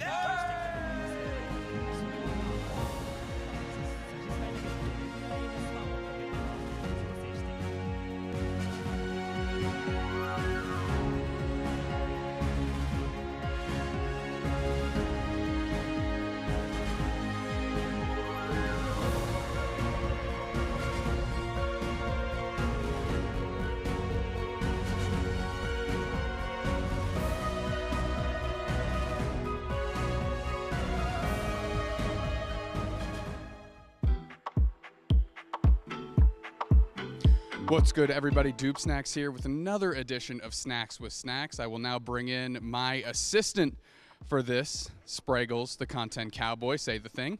Hi. Oh, yeehaw. There it is. Now, we are working through Japanese box snacks. And again, the ACL, Asia Champions League here in Tokyo, Japan. We're here, fortunate enough to be here. We climbed the ladder of luck, I believe you said, and that's what we're doing. So, this is brought to you by KEO Railways and Meiji, which we're going to have a bunch of Meiji snacks today. Bad news for the sponsors, we keep things honest here. So we're going to give them true ratings. We're going to have Spraggles give his unprofessional rating first, and then I will, of course, solidify that with a professional rating. Hold the mic, assistant. Let's get into it. Thank you so much for having me. First-time snacker, sorry. So I took the label off of this because I was trying to be efficient, and it turns out now we don't know what these are. But I'm going to go with chocolate pellets. So we're going to start with chocolate pellets. Starting with chocolate pellets here. Thank you very much. Unprofessional opinion first. These are very good. I'm going to give these an 8.25. Solid 8. Choco Babies is what we were told. These were Meiji Choco Babies. Next one. Protein, bulking season. This is just going to be a Kirk debate thing only. Come on. Let's go. Let's go enjoy it. Pop the top. I was really excited. I thought we'd just get right into it, but there's not. There's a lot of traps and gizmos. He's going to go ahead and slam some of that. Probably do a few body squats just to see if it worked. Air squat. Yep. Okay. Perfect. I didn't really need the mic for the air squat. Are you sure? I think it actually worked out pretty good. All right, let's see what's next. Wait, you didn't give it a rating. Oh, I'll give it a rating. I didn't get to try it, but I'm going to give that one an 8.25. That seems like that's going to be your wheelhouse for this entire thing. I'm going to go, well, ironically enough, I'm going to go an 8. Very good for a protein drink. Okay, moving forward. Strawberry chocolate caps. Okay. Fair enough. My unprofessional opinion first. It's exactly as advertised. That's an 8.25. I do prefer these over the Choco Babies, which were good, by the way. I'm going to go 8.5 on these. I like the strawberry mix-up. After the full chocolate protein shake, it works. Assistant, hold the mic. So, Meiji dark chocolate. These look luxurious. They're I was going to say gold wrapped. It looks gold. Is that color? Yeah, that's that color. You nailed it. It's gold. I'll hold this while you work through that one. Yep. You remember that time I had you hold the mic and then needed it right away again? Do you remember that? Mike, back to you. It's an 8.25. This one is very good. They're honestly all really good, and they are 8.25s, but we all see what I'm doing. Eventually, we were going to have to meet somewhere, and an 8.25 sounds right to me. The Meiji black chocolate, very good, individually wrapped, almost like something you'd find on like a hotel pillow of like a very fancy hotel. Well done. Well done. Very nice. Okay, move those over. Where are we at now? Okay. Let's go with almond. Yeah, this is almond. Premium, butter, and caramel. We can do this. Yep. Tired of my butter not being premium. Well, we don't have to worry about that anymore. A lot of layers to this box here. We have a box into a bag. Kind of a present. It's fun. Yeah, it's like a gift. All right, open up the mitt. Are we gonna be able to get them off? These are huge. These are big boys. These are big boys for everyone at home. Good size.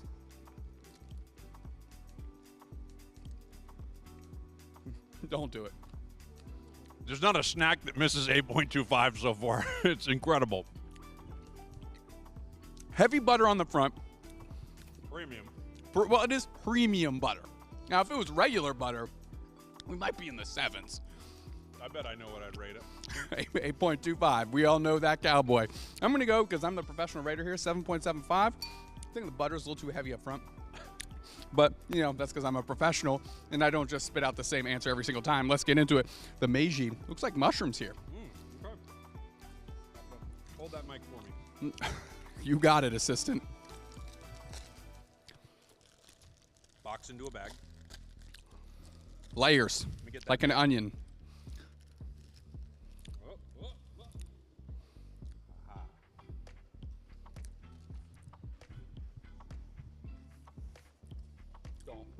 7. No, it's 8.25.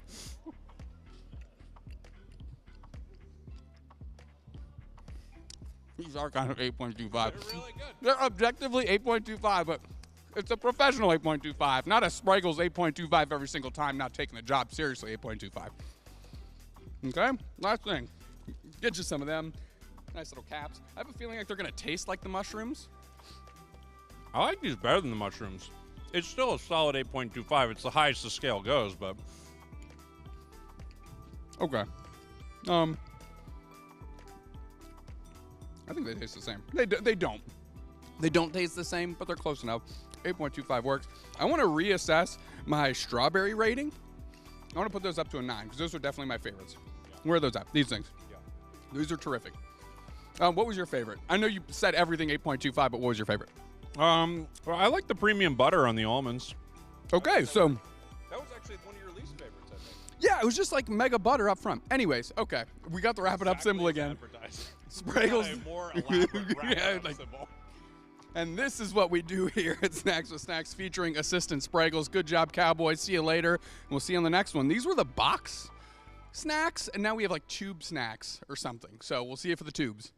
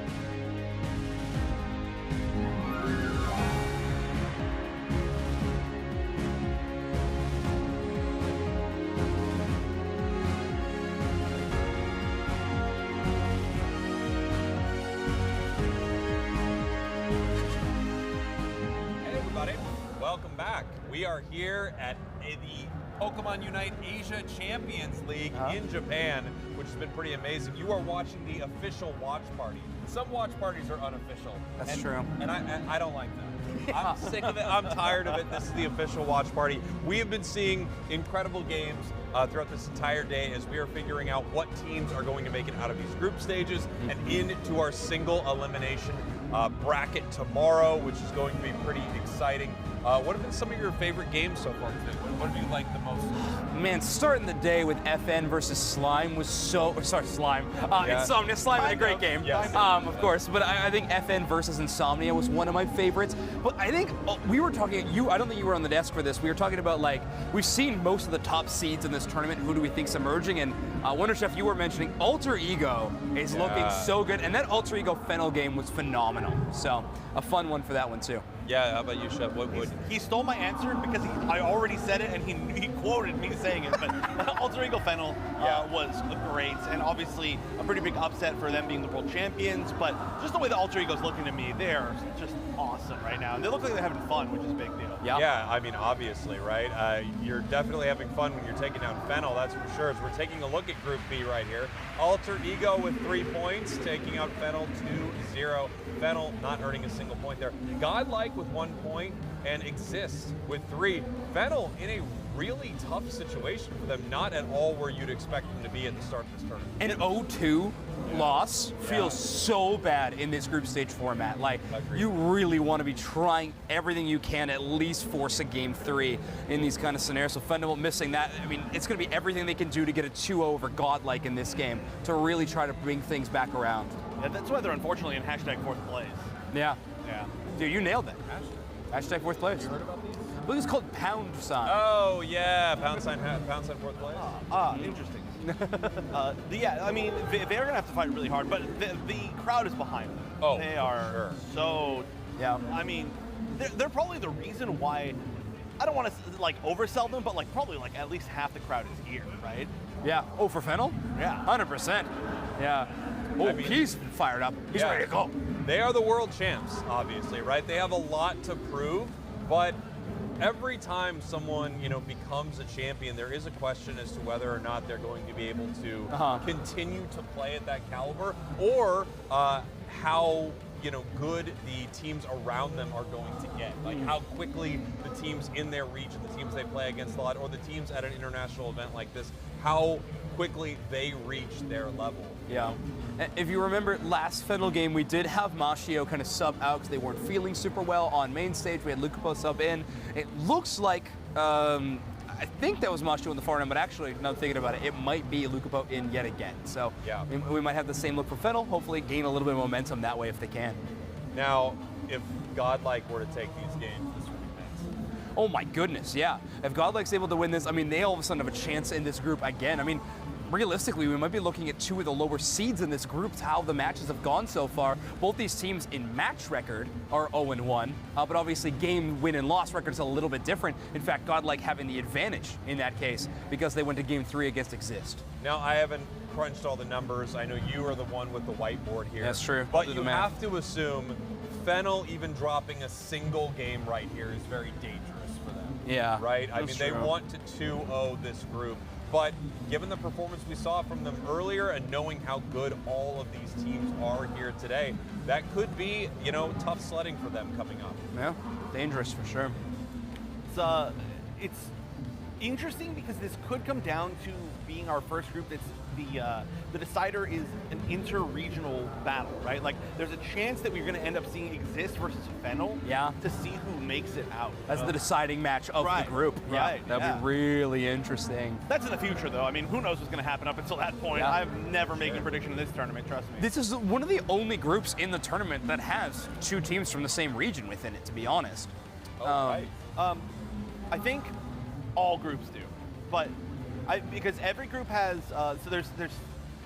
maybe not all groups, all but one, right? Because there's 5 teams from Japan, and there's 6 teams from technically SEA, right? Oh, yeah. Okay, fair enough. But the thing is, the SEA teams, they are obviously different regions. So really, considering our world's Japan. qualification, it might be a little bit different. The regions, but yeah. But if we're for talking this about tournament's those format, you're absolutely correct. Stop fighting, you two, okay?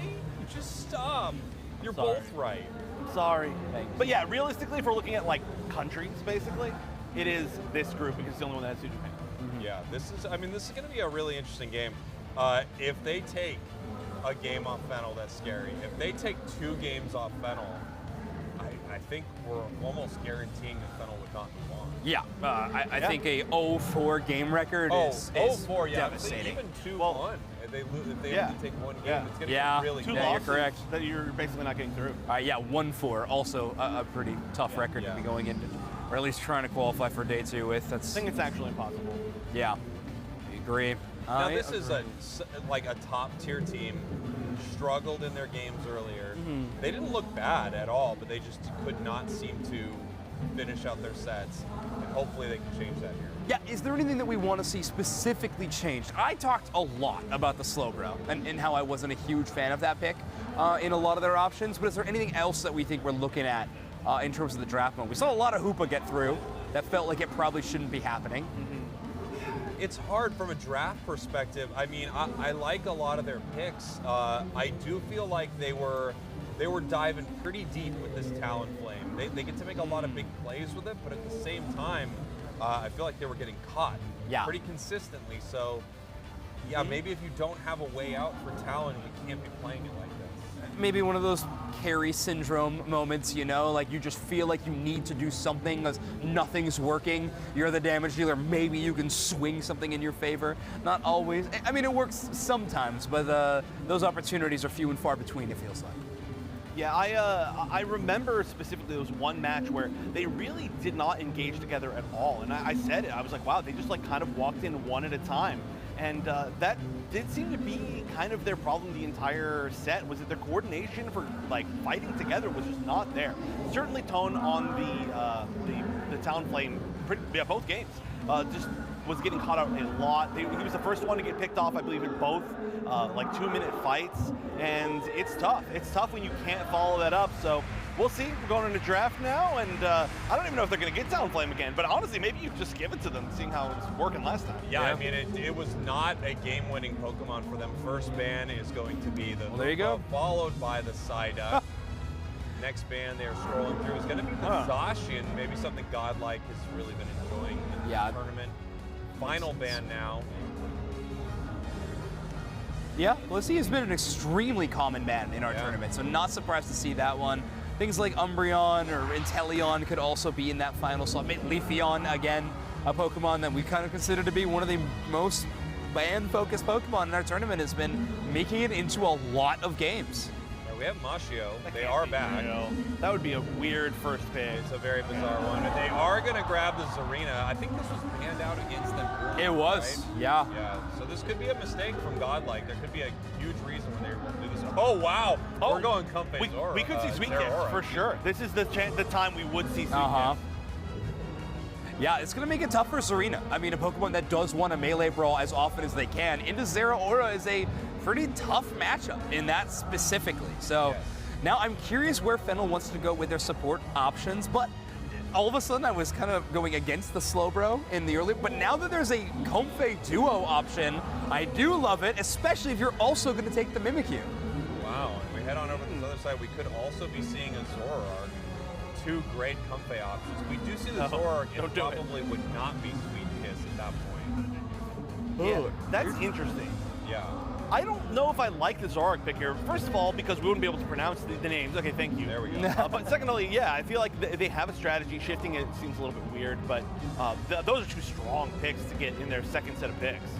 Yeah, Mamoswine, obviously a really powerful pick into Zarina specifically. Does have some good matchups into Mimikyu as well, but if it's Shadow Claw, it can be kind of a tough one. Dunn has played a few different builds of the Mimikyu in the past. We've seen Shadow Sneak, we've seen Trick Room, so a lot of different opportunities for that player to really express what they want to show on this Pokemon.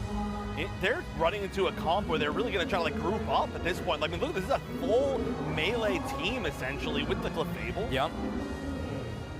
Godlike is in a weird spot where they simultaneously feel like they do and don't have enough damage. When you take a look at them. It's going to be interesting seeing what Blastoise is really able to output. And then you look over to the side of Fennel, and they have some pretty incredible, healing out of something like Clefable. But you do have Zeraora on the other side, which acts as a kind of a delete button in certain situations. So we're going to have to see how they play around that. I feel like the longer sustained fights from Godlike could be a bit awkward, but if they're able to burst down members of Fennel, Clefable becomes essentially useless in these moments. Dodrio, I don't know. I love Dodrio. I'm not sure I love it here, but if it can get an early advantage, that could be powerful. Sweet Kiss Blastoise seems pretty okay. Yeah. As an option. Rapid Spin Blastoise, you bring in a target, you just do a ton of damage with that Blastoise. That could feel pretty devastating to deal with. So this is like a strategy, right? Like, so the whole thing is that it's like we want Sweet Kiss, but potentially we still don't know if that's going to happen, but like Sweet Kiss with Zeraora, and then the other side they're like, what if we just grouped up anyway? Like, what if we just made that our strength, and then now it doesn't matter if we pull it together. And then the other side they're like, okay, well, let's just choose a Spinstoise as our damage because it's going to hit everybody. So I feel like, I don't know if that's necessarily all true, but like it potentially could be true as far as their mind games, where they're both just like, all right, then do it. Okay, I will do it. Okay, then do it. And I have no idea how it's going to play out. I don't think I've ever seen a team try to counter with, you wanting to be grouped up by just grouping up more. Yeah.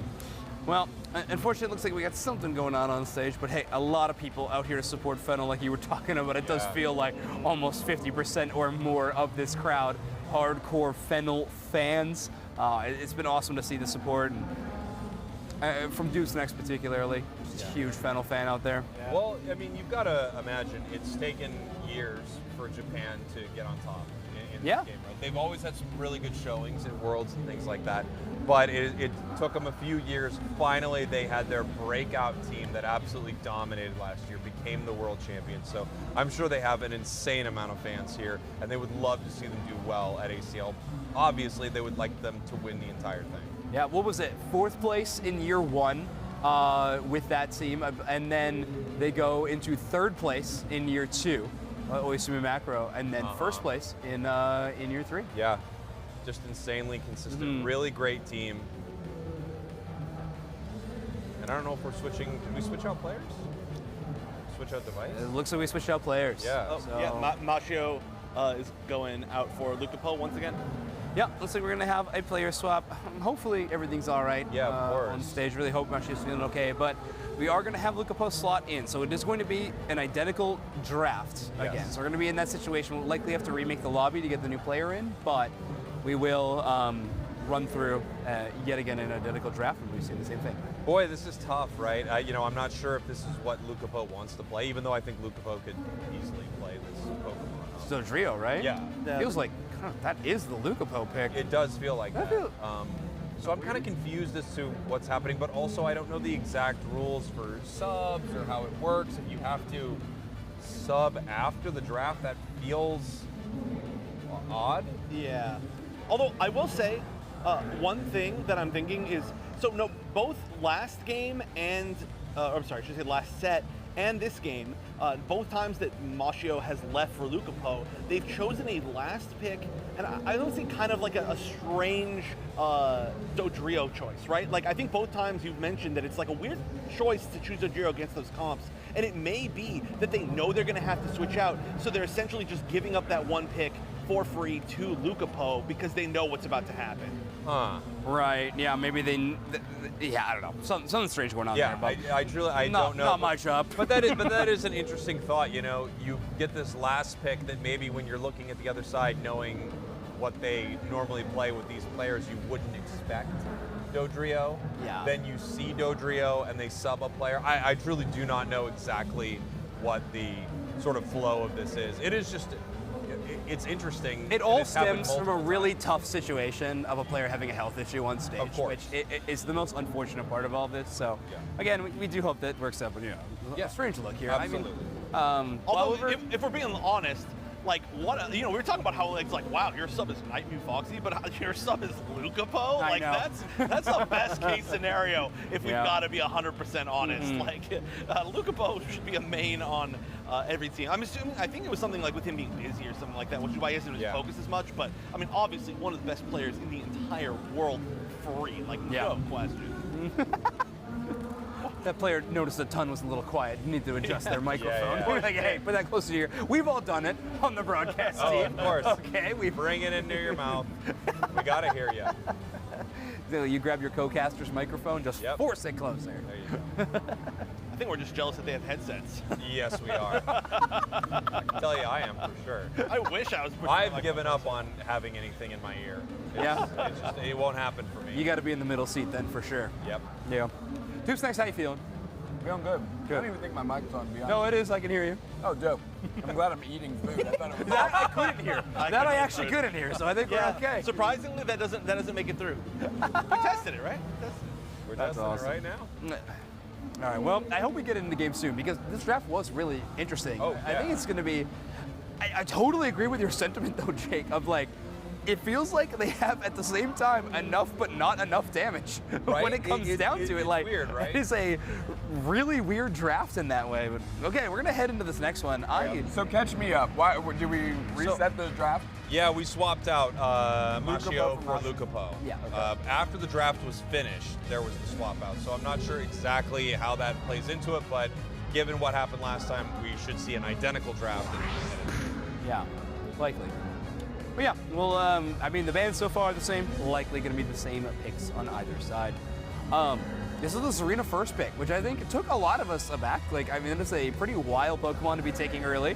However, it has been a permaban against Fennel, so just so excited at the opportunity to finally get to play their main Pokemon, you may as well grab it. Here we go. We have Ton. Bringing in Mimikyu. We have the Umbreon pick. We have the Mewtwo. Mamoswine. Final two picks: Clefable, Dodrio. Yeah. And we have Goblin. Yeah. That Blastoise is running Rapid Fire Scarf and Muscle Band, Mhm. so there are a couple options here. You could just run a setup like this with Surf Hydro Pump. Yep. It's going to lower, the amount of time it would take you to get your boosted attacks, which is going to lower your move cooldowns. Mhm. You also can run a similar build like this with Rapid Spin, and they just switched that Scarf out. Yeah. For Curse. As you're talking about it, that is kind of wild. I thought it was Scarf last time. Yeah? Yeah, it was Scarf last time. But it switched to Curse. I don't know. So, well, with Muscle, you feel like it's unlikely now that we are seeing Rapid Spin because you're not getting any extra damage. Or excuse me, it's at least very unlikely that you're seeing Rapid Spin Water Spout. You could still see Rapid Spin Ice Pump. Pump. Yeah. Could still see Spin Pump. I think if I'm going to guess one, that's actually where I'm landing. I think Yeah. it might be Rapid Spin Pump. Yeah, I can see it. Just with what I was saying earlier about like they're going to be grouping up, so you want to have something there to like get a big group. But Yeah. Who knows? These are two, like you were mentioning, Wonder Chef, earlier, these are two, like, a very similar style of compositions. They want to group up together and just run down the fights at each other. All brawl all the time. Do we think we get Sweet Kiss? Yeah. I think we think that. It is yeah. possible. For It sure. had the. You're not near as confident in the Sweet Kiss. as the rest of us. I'm not as confident. All I think right. it's definitely possible. Ready, go! Let's go! Well, when you choose Sweet Kiss, you choose one different Tell item, your right? purple team, Godlike Esports, your orange team, as we have our Pokemon heading into our areas. The Zeraora and the Comfey hanging out in the central area for the side of Godlike Esports. The question is, will it be a Sweet Kiss or will it have that floral healing? Question.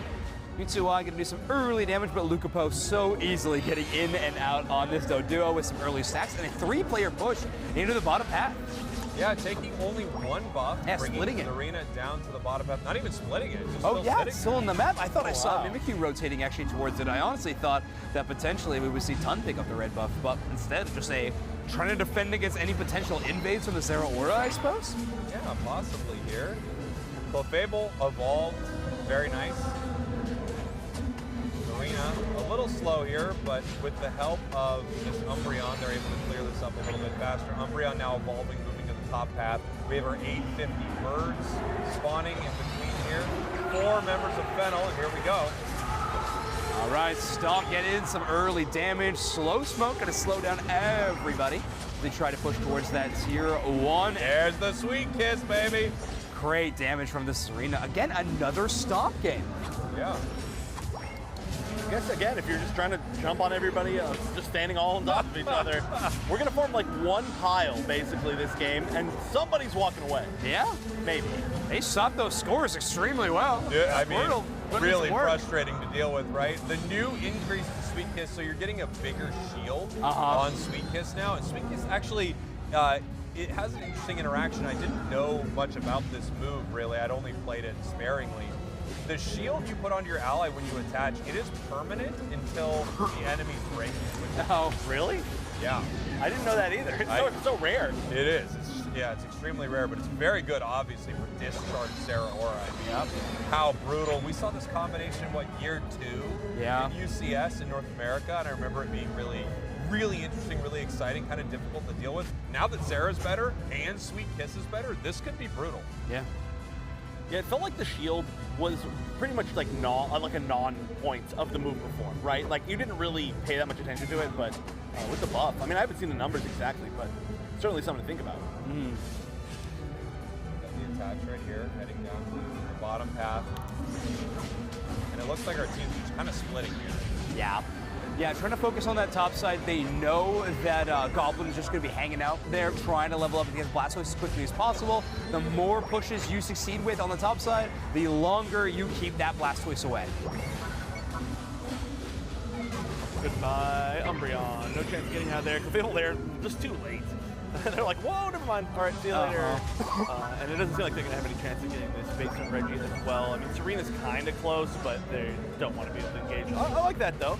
Might as well go take something while it's there. Unlike Esports pumped to take this bottom objective right now. I mean, they have so many Pokemon that really need some later game levels. Looking at Artist and Goblin at level 8 and 8, they're feeling fantastic about getting that bottom objective. Yeah, that feels like a really awesome place for them to be in. Starting off strong here at level 10, Zera Aura. They have Comfey online. We do have Surf on Blastoise.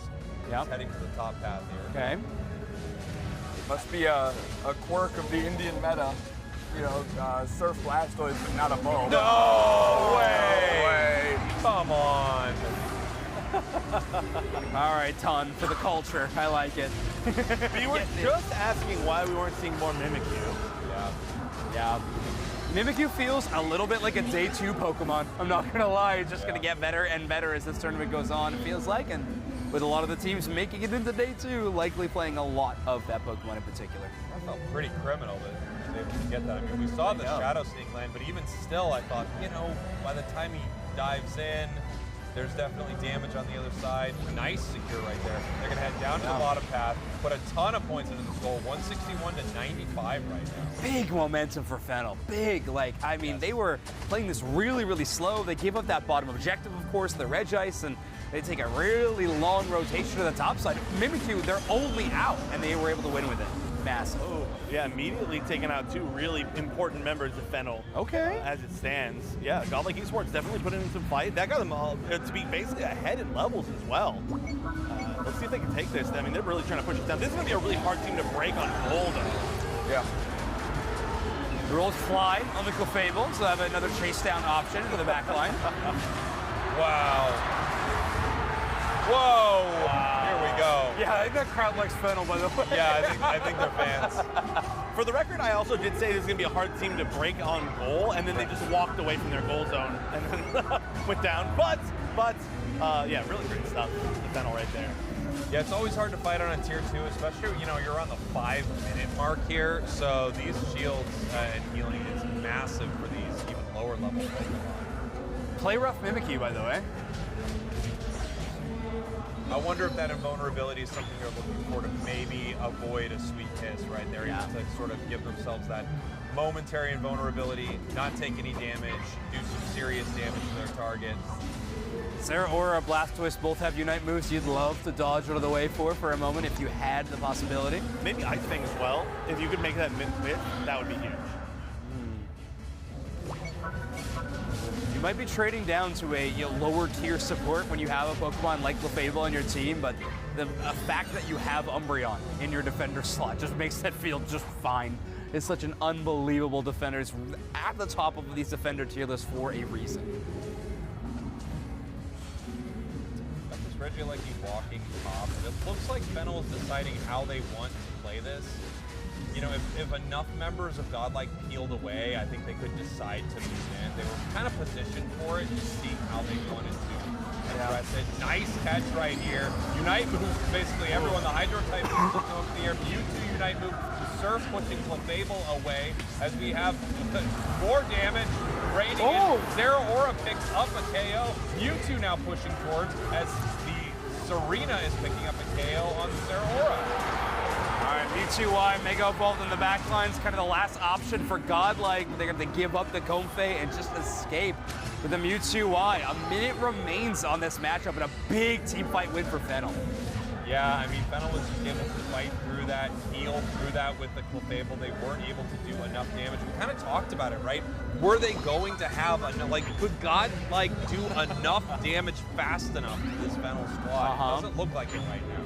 And that's so characteristic of Fennel. We talked about how they're a little bit different than some of these other Japan teams, especially recently with how they've been playing in these tournaments. They're going to play it a little slower. They're going to try to win these big team fights instead of trying to make these split pushes happen, and they make a great one working on the top side. I was honestly shocked that Lucapo wasn't trying to Dodrio score in the bottom tier 2, but Godlike was covering it well. The Mamoswine was hanging out on the jump pad just in case for any situation, trying to block the Dodrio. So good read by Godlike. They're not far behind, but the levels and momentum is all in Fennel's favor. We're missing a lot of Unite still, I do have to say. Oh, yeah. I mean, kind of both sides, at least 2 from both sides, but we'll see how long they can delay it for. I mean, 3 missing on Fennel. That 3-minute mark fight was super awkward, and things were used. So, okay, we are starting to get them back slowly. I think both teams maybe just going to take a little bit of time, because you don't want to go into this without those.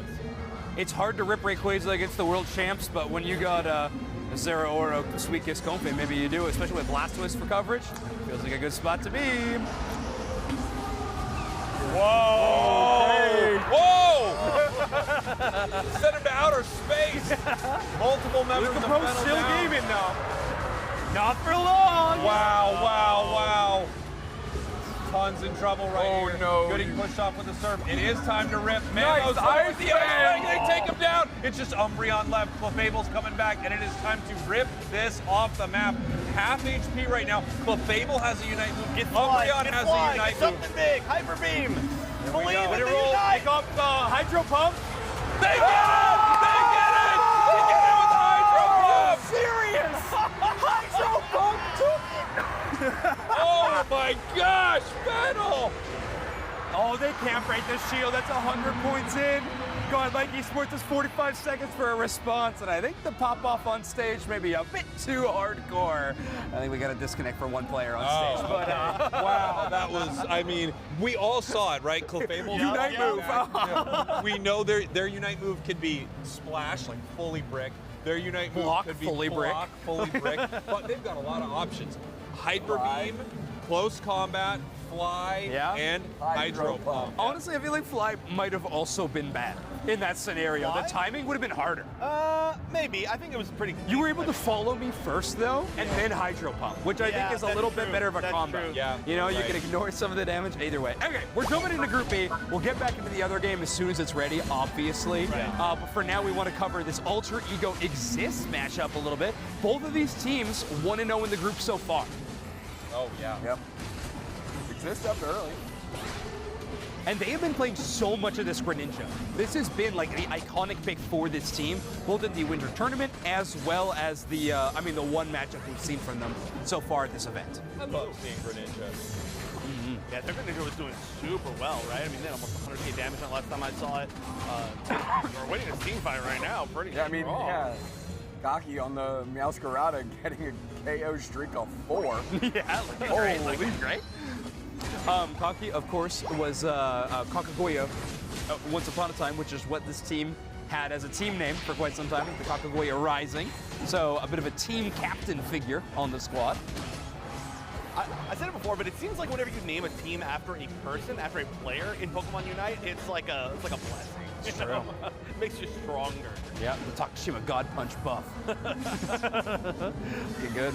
Man, 94. Alter Ego, your purple team exists, your orange team.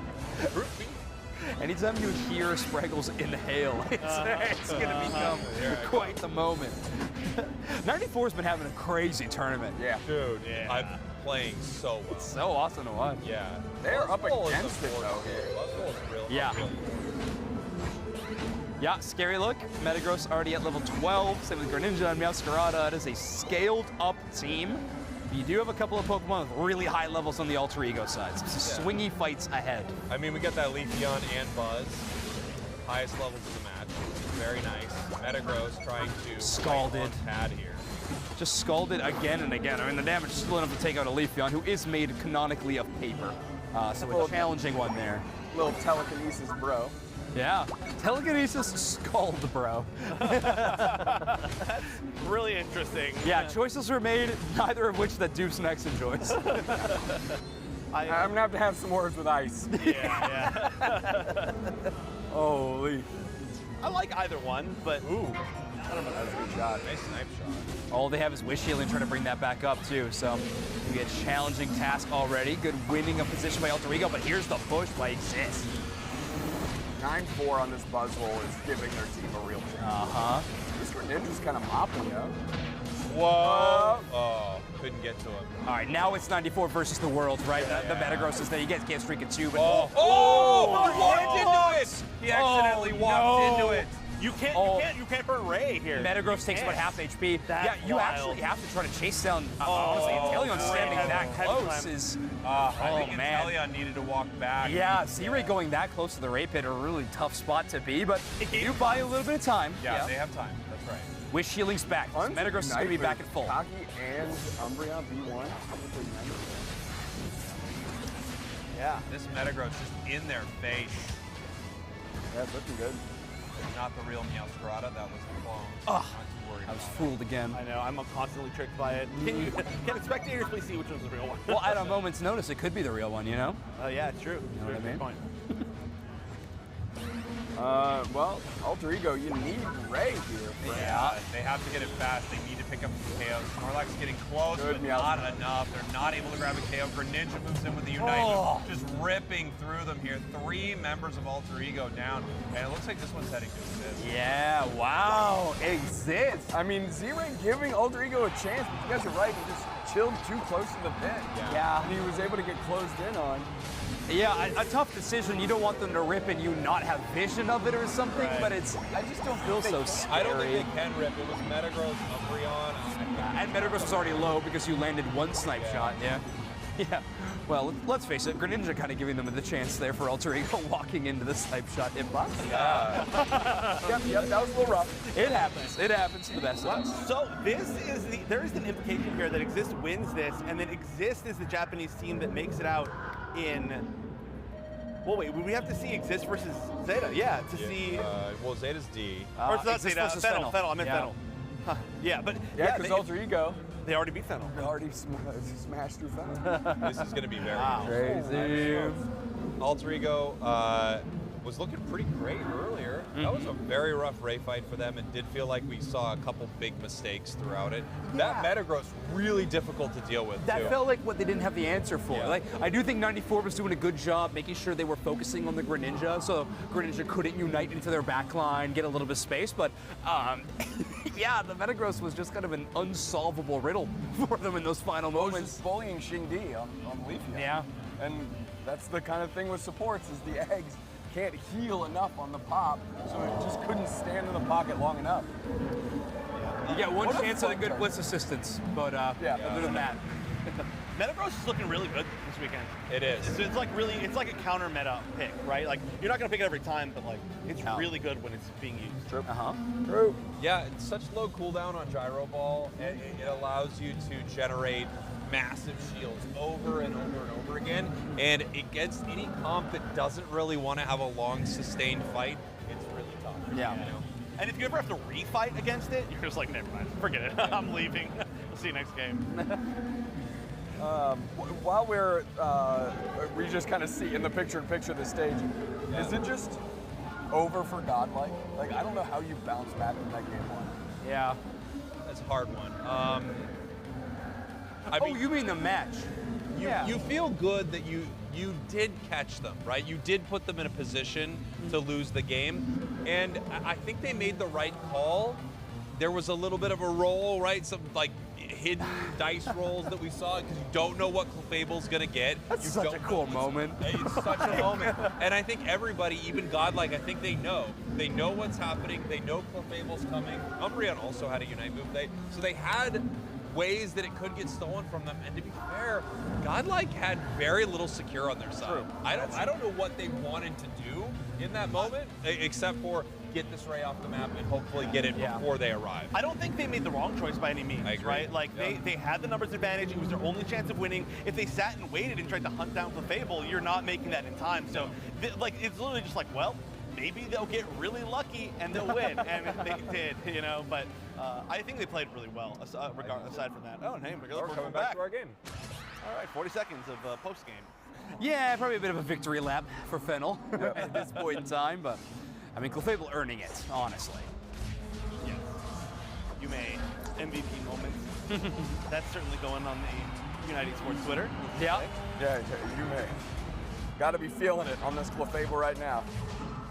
Best support in the game. At least it is in this one. Yeah. I mean, yeah, what a roll of an option. It's got to be the quickest cast time out of any of the secure moves that you could actually hope for. Yeah. Like, that or close combat, right? Yeah, close combat very fast, too. Yeah, that's true. Either one. Looking great. What a play. Okay, well, hey, good to see Fennel. And there's the block right there, by the way. I mean, imagine that's what you roll. Yeah. That would be a nightmare. You just sit there and you're like, wow. What a bummer. In that case, you're hitting follow me, and you're pressing B. Also, though, you may have to be ready for whatever option it was, like pretty much right away. It's not like you have it and you have time to think like, okay, well, I have a few seconds left because this one's a little bit faster, so maybe I'll wait. And it's like, no, you're hitting it and then you're like, what is it? What is it? Okay, and that's it. Like, that's all the time you get. Mm-hmm. Yeah, it's true. You don't go to options. What a sigh of relief. What's the prediction? If the Fennel loses one, they're in danger? Yeah. Yeah, Fennel at -1 equals danger. That was very close to Fennel at -1. Yeah. I wonder what they're going to do, heading into their next draft, if anything really changes right there. Fennel has really great moments. They might want to take this arena away from them, but we're going to head over to our B stage, right? Yeah. Alter Ego exists here. Exist up 1 game. Tell you what, that Metagross is a problem. They need to figure that out. Yeah, potentially add maybe a little bit more poke to it. Well, C-Ray's already on that Inteleon, has been doing pretty well for it, but maybe just not enough considering the situation for them. Hoopa's going to be a great change-up, though, away from the Blissey onto the Hoopa. It's a phenomenal Pokemon this tournament. We talked about it all day long, really. Why possibly getting locked in here for Exist and Blissey. All right. Helping Hand, maybe? Maybe not. We'll see. That would certainly make sense. Oh, though. yeah, it'd be devastating. Yeah. The special attack specs, if those stick around, we're probably going to see eggs, but always the danger of a Mewtwo Y alongside a Helping Hand Blissey. That's the nice thing, though, is they could go a lot of different directions, right? Like, they could make this a support Mewtwo Y and not go Helping Hand and go some other different direction. They haven't really given up too much information going into the start of this draft. The comp on Alter Ego is looking extremely scary, though, I will say. I would love that. Yeah, looking great. Exists currently hovering a Greedent. I have to imagine there's just some team comps going on. One team has played a lot of Greedent, but I don't know if we're going to see 2 teams play a lot of Greedent, you know? Metagross and Meowscarada. Friends over there. Are they going to play? Why are they pointing at him? Come over here. Come here. Slash Luminosity walking on over to Okay, all right, Slash, you got to talk into that microphone if you want to talk to the camera people, all right? Hello. Okay, we're mid-draft into Alter Ego and Exist at the moment. Okay. Okay, so folks at home, we got Slash joining, we got Overlord here, we got Kyrios. Oh, welcome. We're going to share our microphone around a little bit. All right, what do you think of the draft so far? Alter Ego down a game to Exist right now. Down a game? Yeah. They Exist at a Exist actually, yeah, they kind of it was really good. Kind of rocked them in yeah. I think Exist are one of the more slept-on teams this tournament. Really? Yeah. They look great. Ivan, Tully, and everyone, they're very good. Yeah. they might make it out in the 2 Japan group over Fennel. That's wild. I mean, they're looking like it. One more game. Yeah, it is pretty crazy. How are you boys feeling? Obviously, you had a really great game one, over there kind of a wonky end to your game 2, right? Gengar sort of. Well, we've got this camera on us. Yeah, we can Hey, explain stop that talking so much. When you guys are done, we got Explain yourself. So basically, there was an 11-minute pause, I believe, Yeah, around okay, that. okay. Yep. And apparently, after the admins found there were no technical issues that entire time, and the setup is where you can see the game behind you. And our opinion is that we saw them looking at it a couple times, and they were talking the whole pause. But no decisions were made, so Fair allegedly. enough. You did end up beating them in the series, which is great. Uh-huh. I know, me personally, I would never look behind me. There's absolutely no way if there was a giant screen behind me with a ton of information that would help me, that I would look at it. I feel like I would never. Zoinks, on the other hand, I don't know. Sparrows doesn't even read emails, so he definitely won't read anything that will happen. I don't really read emails. How are you feeling about how the tournament's been playing out so far? Are you surprised with what happened with Fennel earlier? I mean, it feels like we've had some really interesting upsets so far. Yeah, I mean, I'm very surprised and concerned with Fennel. Like, I hope Mashio is doing okay. Yeah. And I think, like, all the players should definitely try to make sure they, like, drink a lot and eat, so the same thing doesn't happen, because that's very concerning. Obviously, I think, like, we shouldn't judge Fennel's gameplay right now because they're probably, like, in shock, you know, stressed, you know, so, like, it's going to happen. So I hope the fans aren't too hard on them. Yeah. They're doing well, at least. And I mean, to sub in a Lucapo, like that, what a sub to have, right? Like that is the luckiest situation out of a very unlucky situation. Curious how you feeling going back onto stage here for the first time in Japan since the last time you guys won in Japan? Yeah, right? Feels good. Obviously, I think for us, our pattern is like day one, maybe a little slower, but I think we actually played pretty well in the game against Talon. All 3 games, I think we played really, really well, so I'm feeling more confident, honestly, than more day ones. Any developments in the meta so far that maybe are happening faster than you anticipated, or some things that you expected to show up that haven't yet? There's definitely some things, you know, not trying to like, you know, toot our own horn, but some things that we might have started, and now other teams maybe are picking up on it, you know, some meta picks. Yeah, I mean, we're seeing a bunch of, like, we were kind of talking about the complete and utter lack of Machamp, and it felt like coming into this weekend, that might be something we see. Not a soul has touched it so far. What's the read on that?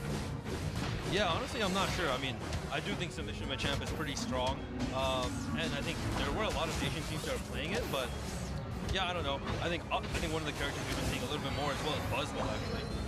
It's probably a character we saw a lot more in NA. And not too much in Asia, but now some more different teams are playing it. It's looking good. So yeah, that might kind of be the replacement for the champion out there. Okay. Coming up for you guys is Zeta, right? That's the main stage. Yeah, the most scary matchup in our group. I would say so, right? I mean, Zeta feels, at least from, you know, my perspective, watching a lot of these teams, it feels like they're the strongest team out of Japan right now. They feel like they're on a hot streak. They beat Fennel, you know, to qualify here. So what do you, I know you don't want to divulge any strategy, but what do you feel like you have in store for them? I think it'll be a pretty fun match. I know Zeta in particular have a couple, you know, pretty talented, you know, like carry players as well. So I think it'll be interesting. I think there'll definitely be a lot of fighting over some of the supports in the game. You know, maybe like over like the blue seas or the Confies, you know, the pocket supports that everybody, you know, all the carry players dream of having, you know. But I don't know. We'll see. I'm definitely confident in our matchup into them. So I think we'll do good. Oh yeah, you know, you all didn't know, but Alter Ego, when they won, they came by and they all ran over here and talked to us. And maybe you did hear, but when they were done, as they were leaving, I think it was Ice, right, walked back and said, "We beat Fennel. LG, you're next." Yeah. So he called y'all out. So just so you know, Alter Ego, which obviously we're watching potentially not win right now, they're looking for you. What do you think about that? Well, I'm pretty sure we're 2-0 against him in internationals so far. So. You know, I mean, this is the best he's looked so far, so we'll see what he's got. Good night. I add a little on top of that. I'm pretty sure the last set that we played against him, it might have been like their worst loss ever. It was here in Japan, so you know. Just saying, yesterday we might have 3-0'd them in script.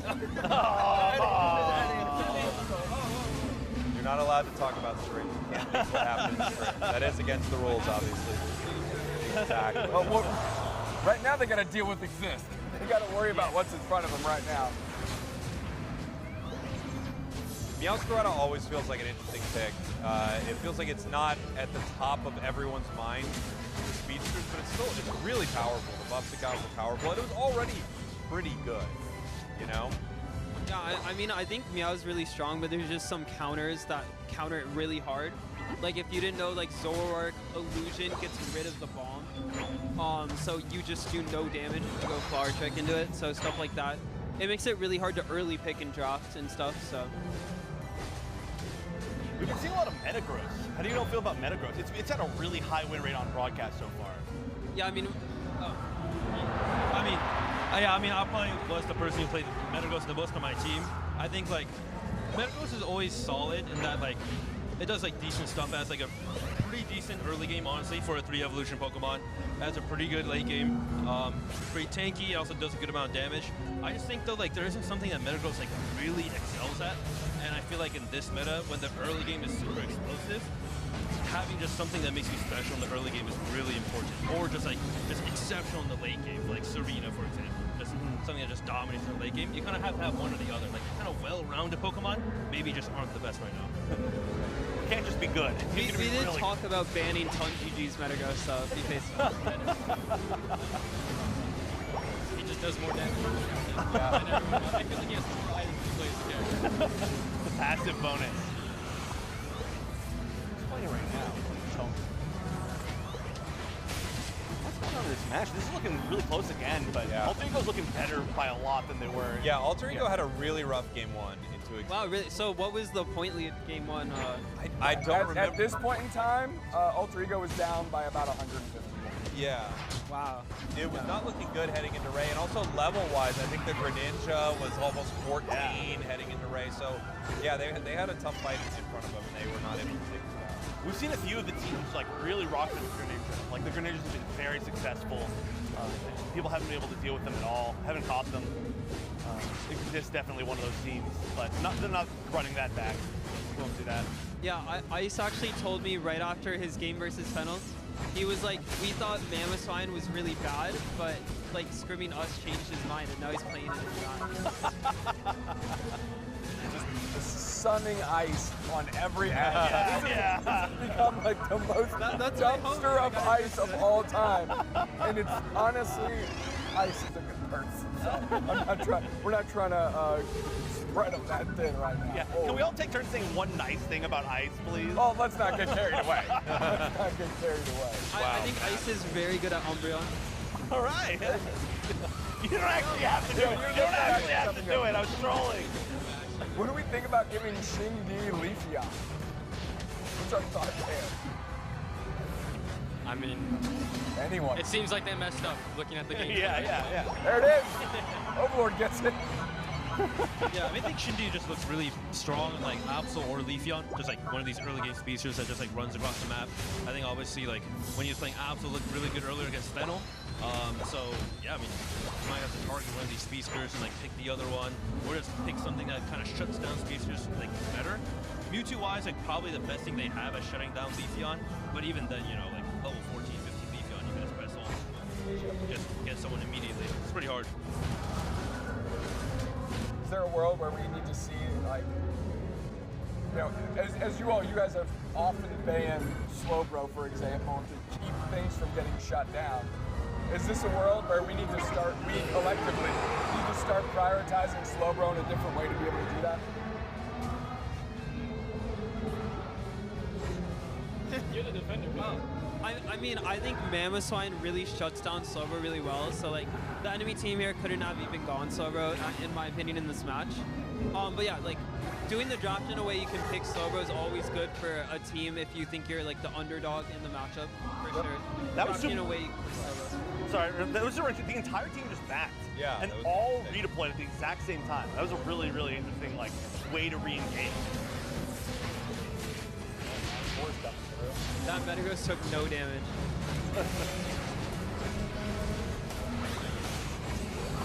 Oh my god. Oh, they're all grouped right there. That's actually so scary. Oh. Yeah, I mean, I saw the Buzzwole use his full combo Metagross and he was still full health. No, deal no damage. All right. It's pretty low. So is Mamo. Oh boy, they're all gone. Wow. Alter Ego goes down 2-0, it looks like. That means the group's gonna get really interesting. Yeah. Yes. Yeah. It's gonna come down to what exists. Fennel on stage. It's gonna be a wild one. Wait, no, there's not 2 2-0s, right? Because Alter Ego beat Fennel. Oh, you mean game score kill? Yeah. Yeah, so exists Fennel. I want to see exists Fennel. That's fun. Yeah, that's gonna be a great timing.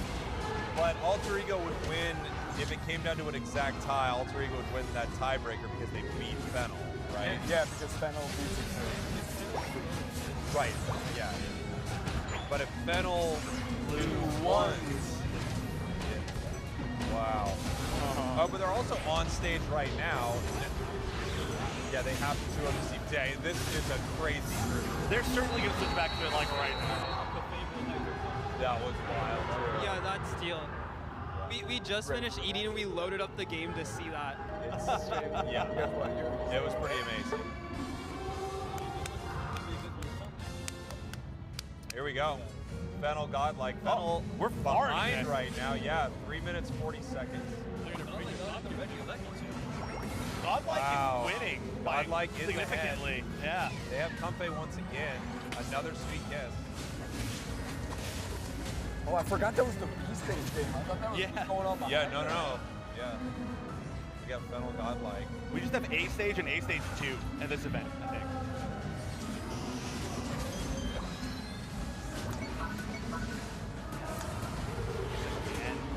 It's really similar comps, right? Yeah. It's almost exactly the same. Yeah, It is. no Dodrio, right? Yeah. I feel like that makes it worse. Oh, look what's on Leafy on. You can't just like that. Yeah, this arena is brutal. Goals on still being up is wild, right? So Fennel can't even drop one game, right? Or they lose? That's not necessarily true. Well, Okay, they got 2-0. Yeah, they got 2-0, so they can't drop a single game by the... Yes. Yeah, they got 2-1. Unless Alter Ego like lose a game to Godlike. Has that happened already? Alter Ego Godlike?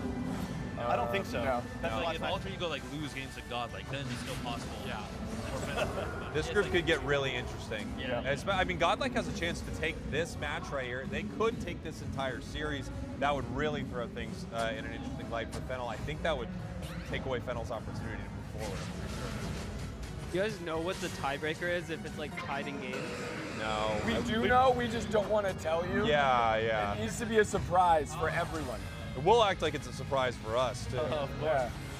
Oh, wow, Clefable caught in a huge way, and it goes down. Holy. Not again this game. What's our main target? I mean, they got the Comfey Zera. They can start hitting and then jump towards them. Obviously, Mimikyu. Wow, Mimikyu did jump in. That was real bad. Oh, there we go. Whoa! All right, Serena in trouble. Side strike pulled back. Clefable get a heal, then they're moving back into fight. Serena Unite move, putting him up into the air. Clefable peeling back to heal. The Sweet Kiss is pulling Serena the towards Sweet them. Kiss. That's huge. Mega Mewtwo. But the healing from Clefable, they just can't get through it. You know, you put that on top of Serena's shield. And yeah, Godlike has a huge point lead. that's kind of wild. They just Fennel have has to 3 defend. Unites though, and Godlike only has Blastoise. That is a good one. Yeah, Blastoise is a pretty solid Unite if they decide to move in. As long as they don't surf like they did last time. Yeah. Oh, is he gonna get it all? Oh! He got it off. Oh. Wait. The Zera's gonna die. Oh! I think Fennel win now. Massive right now. 5 players with Fennel are ripping at Rayquaza. There's Mamo Swine and there's Mewtwo. Not very good secure at all. Mamo goes down. There it is. Mewtwo's off. White play Umbreon. Fennel takes game 2. Does this mean Fennel can take back first seed, potentially? Wow. Yeah. Well, how like stunning for Godlike. Godlike could have won game 1. They could have won game 2. It felt like Fennel, yeah, that was a tough fight, but it felt like that arena was so hard for them to take down. That was a big deal. We talked about this earlier in their draft, like, Godlike has a weird kind of damage, right? They have like a delete button and everything else is like chipping away at it slowly. I hate this aggro surf blastoise. It's so not good. I know it's like an India quirk. They've all played it. Well, and it's actually, awful in every ACL, time. I think Ton GG played Blastoise, sir. That's fine. It looked not awesome. It looked anti-awesome. I mean, I think there's a reason he's not playing it now. I haven't seen him play it. Yeah, so at the very minimum, if Fennel beats Exist, and then let's say Alter Ego loses to Godlike, then Fennel would be first seed out of the group again, right? I believe. That sounds correct, but I am not going to confirm that for you or anybody in Yeah, Alter Ego would have to lose to Godlike, and yeah, Fennel would have to beat Exist. Everything's possible. Everything is possible. I mean, this is a really crazy group. I think you would not have expected it to be so up and down. Yeah. You know? But it's really competitive. Yeah, I was talking to you, Sasha, the other day about, you know, if any groups were kind of standing out, you know, like what was surprising you, if there were any, you know, yeah, I guess I asked you if there were any standout groups, anything that was really incredible, and you said everyone's been really great. Like every team is very, very good. Hey, everybody. Oh, we're all here. Back in the booth. Oh, look, Godlike's here. You can see them. Godlike's walking by. But you guys have the next stage match, eh? I think there's one more stage match. There's another one before you? Yeah, this is B, right? That was A. No, that was the A stage. Sorry, that was Group B. Oh, yeah. This is getting confusing. We need different like letters, and that was Group B. Okay. So we have We are Group be C here coming for up. 17 more hours. We are going to Oh, be yeah. here. Yeah, I feel like we're going to be playing at like 1 a.m. Yeah, it could happen. We could have some very late games tonight. I'm trying to gamer hours. Yeah, true gamer hours about to. It's Ojo versus Ledham Dream. Okay. Yeah. Mainland China squares off against Japan. Yeah. Gonna be interesting.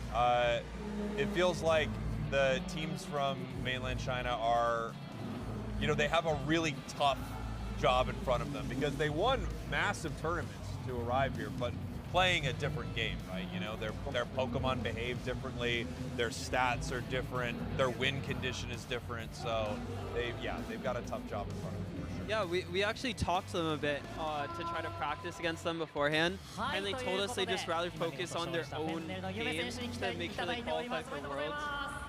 So yeah, they didn't even want to practice. Their qualification is literally next week. Yeah, exactly, yeah. That makes sense. Yeah, come out here, have some fun. Yeah. See Japan not win games, I suppose. Well, I mean, you know, it is tough to split your focus like that. Yeah. You don't often have someone who is the best at multiple games. Yeah, well. They're putting in a lot of work. But they got too much work to put in right now. This should be translated. Were you guys able to see the crowd at all? Oh yeah, it's amazing. Well, it was like huge in the morning. Yeah, you were sliding on the intel earlier. You guys watch that game. はい、ということで、ゆべ選手でした。ありがとうございました。マジよかったぞ。 I mean, It wasn't a good morning for the Japanese teams. Japan had a rough morning. They're coming back. Sure. They're coming back strong, but clawing their way back. Yeah. Yeah.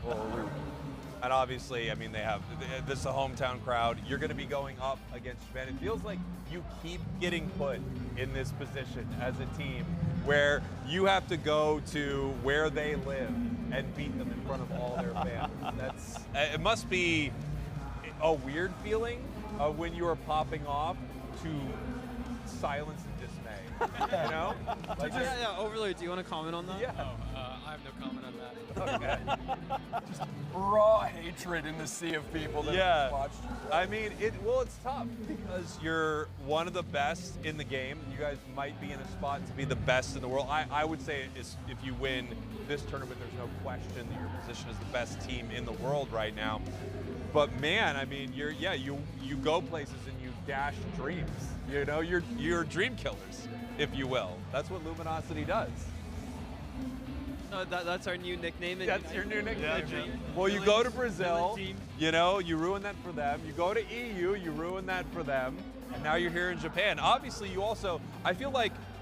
Don't forget 2022 Worlds. 2022. 2023 Japan as well. Yeah, there are lots of places that you guys could show up to upset people. Now, you do have a lot of fans, but you also, yeah, you're coming to these international events in their home turf. It must be a weird feeling. He's like, no, it's not, because we're winning. Well, yeah. It's easy when you just win a bunch, actually.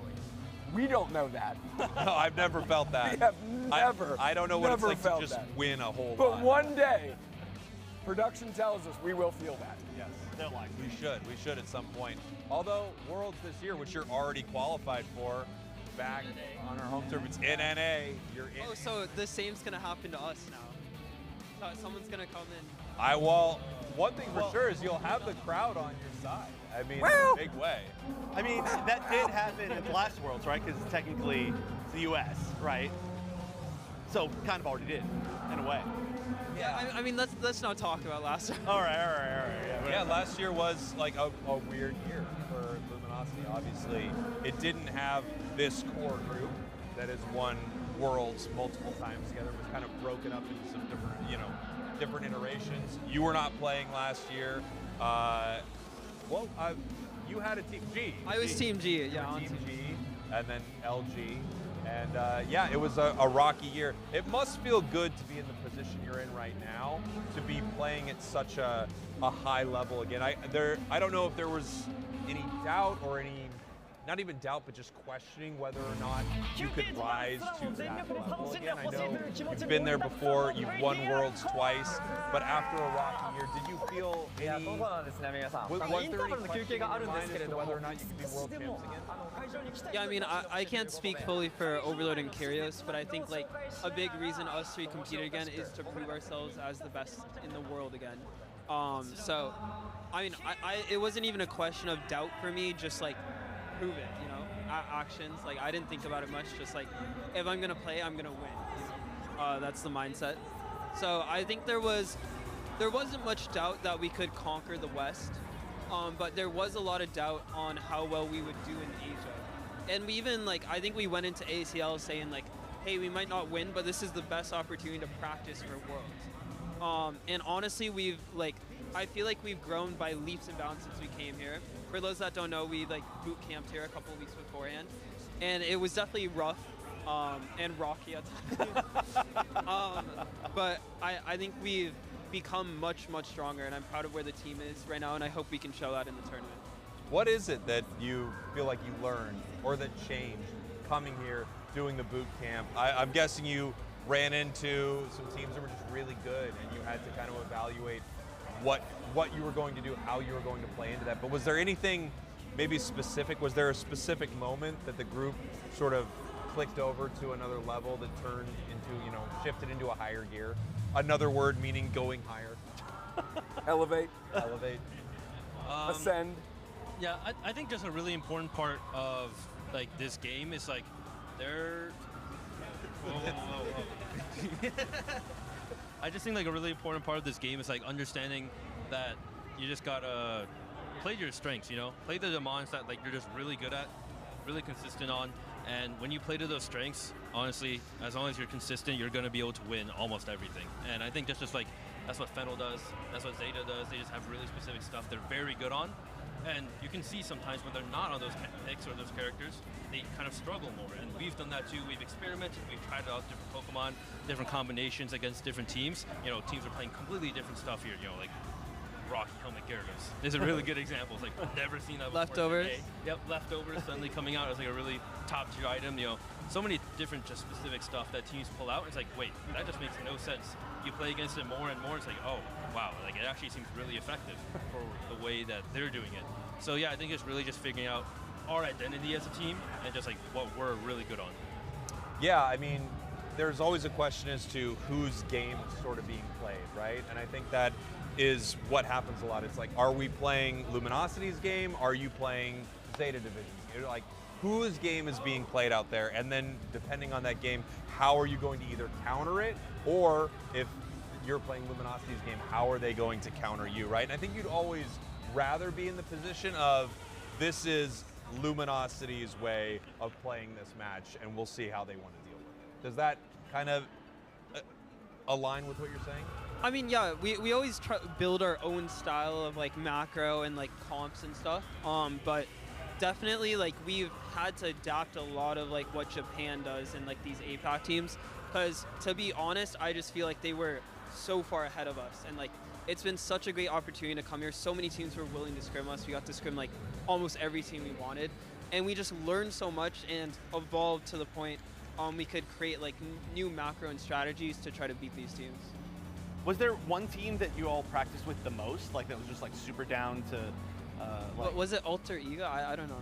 I think it might have been Reject. And it's funny because Reject isn't even playing this tournament. That's cool, actually. Yeah, that is really neat. That I mean, I guess just kind of it makes chopping sense, bit, right?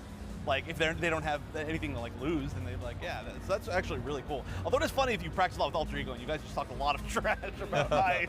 Well, yeah, they're the friends, they're the homies. So none of the trash talk is in seriousness.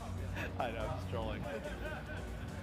Yeah. Yeah, we actually scrimmed Fennel a lot too. They were asking us at like 1 a.m. randomly to scrim, like, hey, can you play 2 games right now? So yeah, we were getting a hey you up from Fennel, and they want to scrim some Unite. Yeah, that's current world champs want to square off against the former world champs. Yeah. Actually, I'm curious about that too. I saw a lot of posts about like teams looking for scrims. Why are all the scrims at like midnight and later? Like, why is it so late all the time? Is it just gamer hours? What we said about the scrims here is, we think if you do it long enough, it'll make you go insane. It's awesome.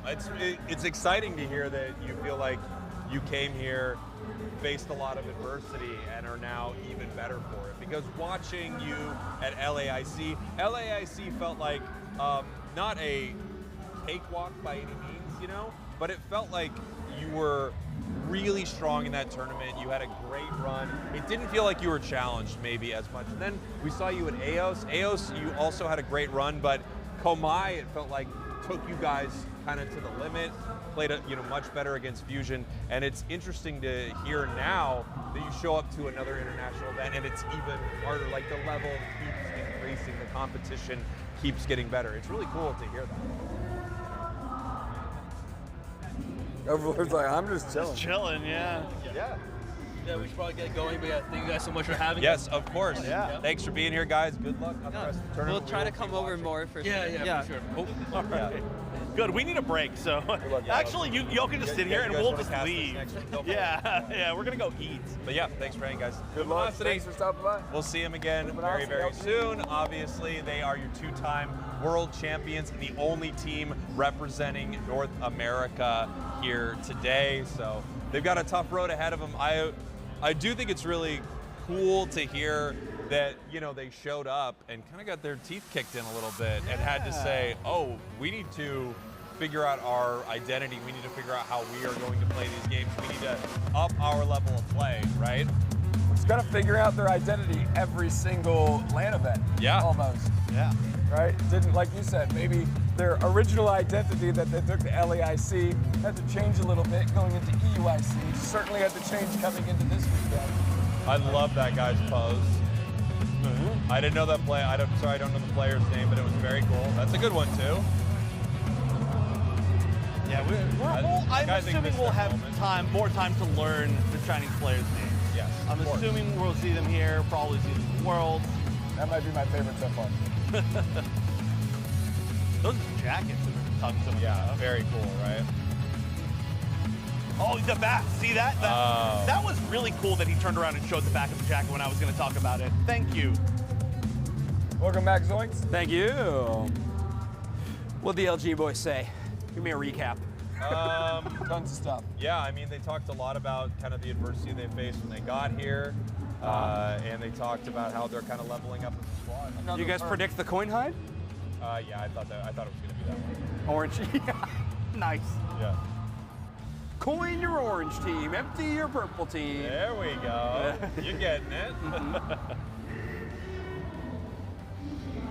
This is going to be tough for sure for Lutien. But again, you know, they fought against I almost said Evosonics, Onic Rise. They fought against Onic Rise, who's supposedly really, really good right now. That team that we're gonna be seeing a little bit of their B stage game as well. It's gonna be Onic Rise versus Paper X. Oh, that's gonna be a great match too. They're playing on the B stage, so hopefully we'll be jumping back and forth between the two. Yeah, but honestly though, like the fact that they stayed Lutien stayed pretty competitive against Onic Rise means that they might, you know, they might have some sauce, if I'm being honest. Sauce? Some sauce. What's the sauce? Why are you looking like that? Huh?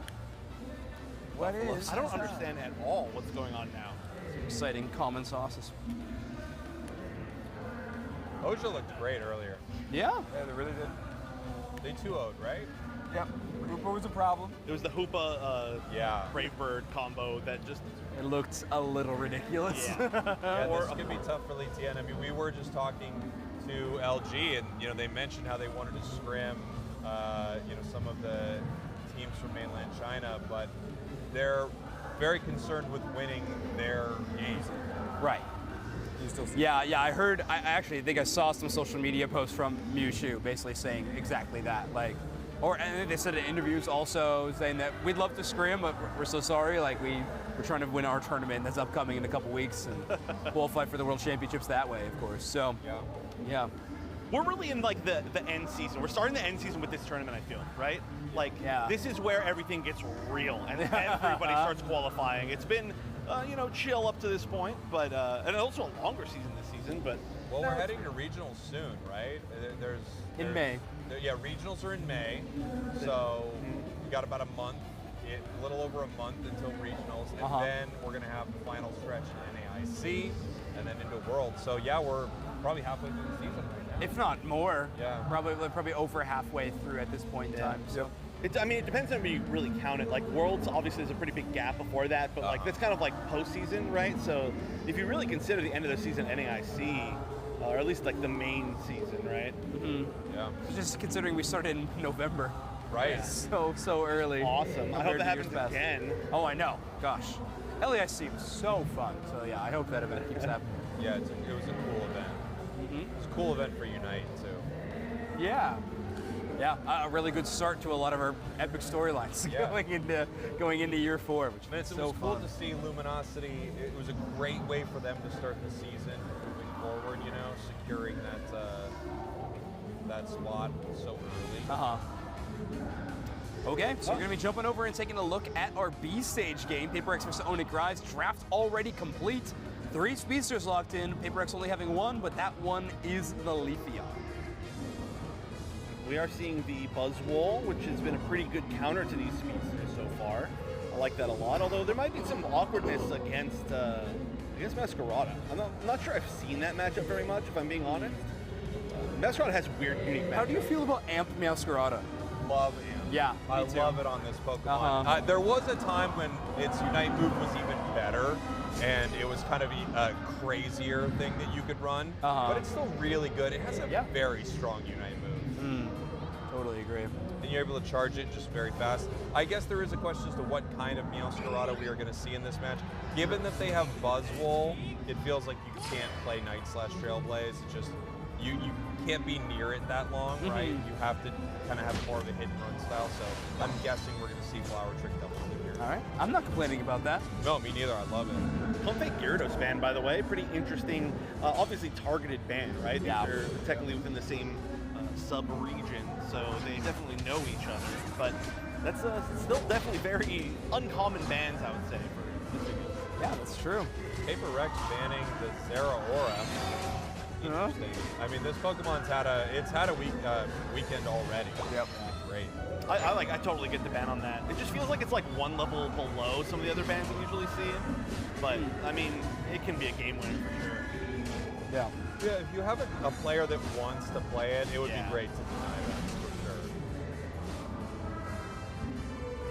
Will-O-Wisp getting some secures from Aluna in the early game. You know, Phantom not really lauded for its incredible early game, but sometimes, every now and then, we see a big early swing. Nice little Night Slash combination. Takes it down to about half. Getting some healing as they move up towards the burst here. 4 members of Paper Rex. They're moving in, but not far enough to get the extra razor leaf damage.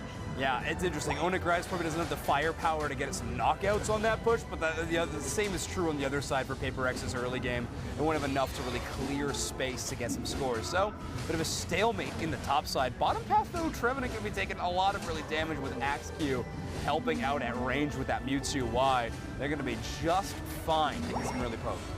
I gotta say, I feel like Mewtwo Y has just been such a good pick in every game.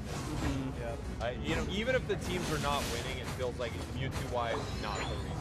This thing is really great. Yeah, it's such a safe pick. Like, the damage numbers you have are fine. It is so tough to KO. That Pokemon is easy to be at range. It just doesn't have closing power. So it's like the only thing you need to solve in your draft when you're putting that Pokemon on the roster. But as long as teams are doing that, they should be in a good situation.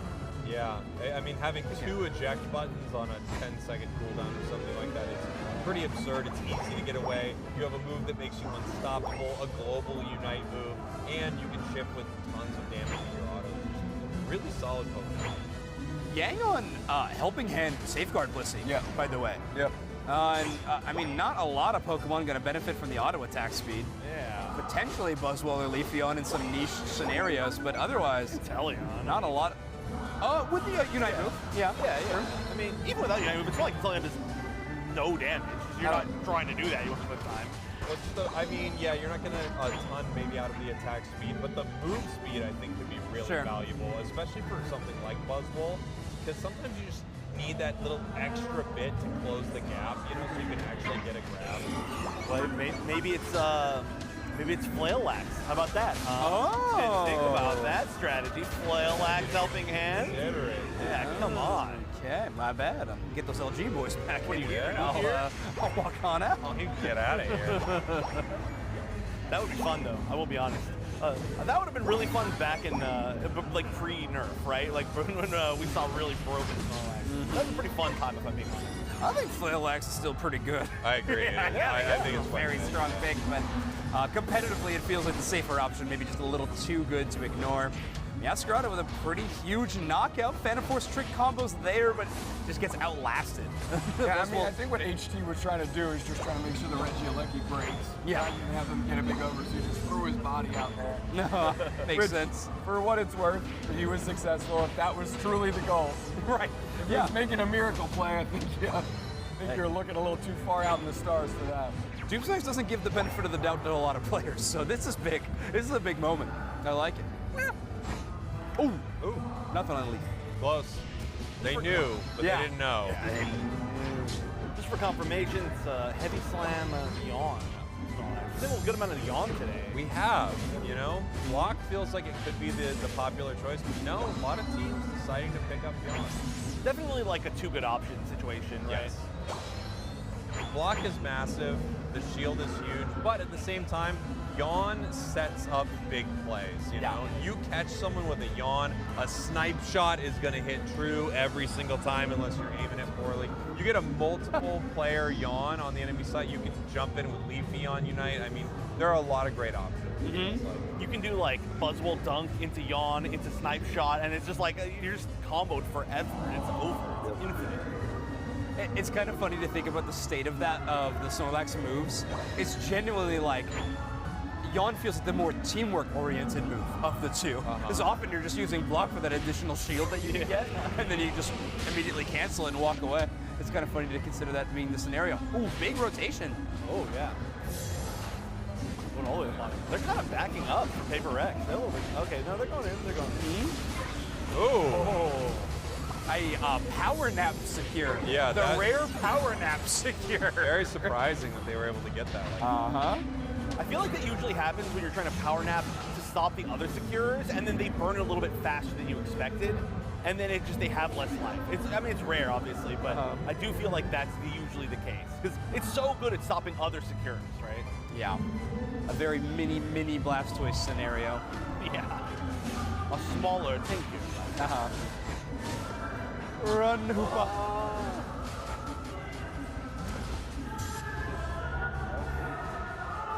Regieleki being completely ignored for now. Yeah, interesting. Both these teams instead just wanting to bout in the middle a little bit. I said it earlier, there's a lot of just fighting in the center area in these Asian regions. It's really interesting. It just happens a lot.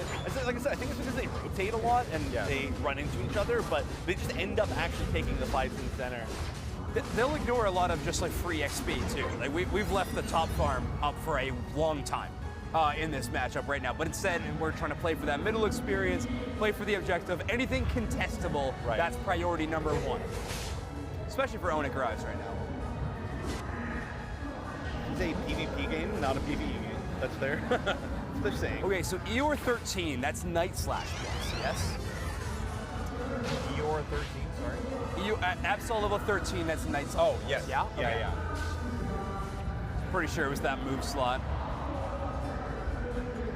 Or wait, is it? Is it? I actually Psycho don't. Cut Plus, It might be Psycho Cut Plus. Yeah, I think it is. Okay. It's your second move. Yeah. Gosh. That's always that weird. I always forget that plus. It's a weird one. It's something bizarre, like slow. I can't remember. Right. Yeah, I was kind of hoping you knew, because I certainly don't. Yeah, I remember it being a weird one. I think we've looked up this exact move on broadcast before. Yeah. Because we had that all on the website. What is this? Are they? Oh man, that sucks. Yeah. Whoa, all right. Onyx Rise getting away with a bit of a robbery of a secure in that scenario. Solo was just a smidge too early. Uh-huh. I mean, It increases Absol's move speed by 20% if you're near a debuffed enemy. So it is speed-based. Okay. It's increased Absol speed. So it's like... It's an odd one, right? I mean, I guess you'll close the gap faster so you can position a Unite better, hit with your Night Slash better. All right, one double team baiting out some snipe shots. Ooh, nice engage. Revenant. Oh, the Mewtwo Unite is huge. Snorlax Unite. Keep it pretty healthy. Oh, meow! Yeah, it doesn't recall. Instead, goes through the Hoopa portal. Yeah. Okay. The recall. They had to disengage from the chase. We do have an Absol Unite still. That's Leafeon Unite. That's pretty big. Like whoever they target with that might be a game changer here. So close. 165, 154 the minute left. Yeah, avoiding these snipe shots is just the most important thing for Onyx Rise right now, so they have to play so safe and out of the way. Challenging spot, but as long as the Luna's there to enable some of these moments, that's huge. Nice. Psycho Cut debuff onto a couple. Oh, no! Eeyore goes wide on that Unite move, and now Leafeon's able to capitalize. I mean, they still have threats up. It's not over, but yeah. They don't need to score much, by the way. Oh yeah, wow. It's I so haven't close. checked the score in a minute. Yeah, it's an extremely close game. I don't know if they know who's winning. It's like that close, right? Oh, it's slightly over 10, so I think they do know. Oh yeah, you're right. All right. Barely. Oh, Rex got it. Yeah, Paper Rex. Blissey secure yet again. Gang picking that one up, most likely with just a really good old auto attack. Unfortunately, they can't stop him top, though. Gonna put him up. All right, Paper X. Really strong in that match, honestly. And Paper X was, went 0-2 early. Yeah, did. Who'd they run into? Nagoya, right? Yes, yeah. OJA. Yep. Okay. So what is Onyx Rise's? Who has Onyx Rise played so far? They played Lithian Dream Factory. Yeah. And then who else? They would have had to play one more, right? They would have only played one game so far. Oh, this is only the second game of their second game. That doesn't sound right. Okay. There were 7 matches left. All right, cool.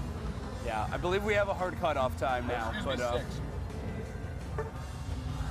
because we have another cycle through. This is Group C. So we have Group C, Group D, and then another 4. Yeah, I doubt we're making it all the way through them all, but yeah, it's theoretical. We have 2 more cycles, right? Or no? 1 more after that. Okay. Finishing our 3rd and then we'll go. Okay. Okay, so we're back on the main stage now. Yeah. Back on the main stage. Lithium, Dream Factory. I'd start sawing logs. If I had a blanket, I'd be asleep right now. Behind here, OJA looking pretty good. They looked good earlier too. They might sell fennel blankets.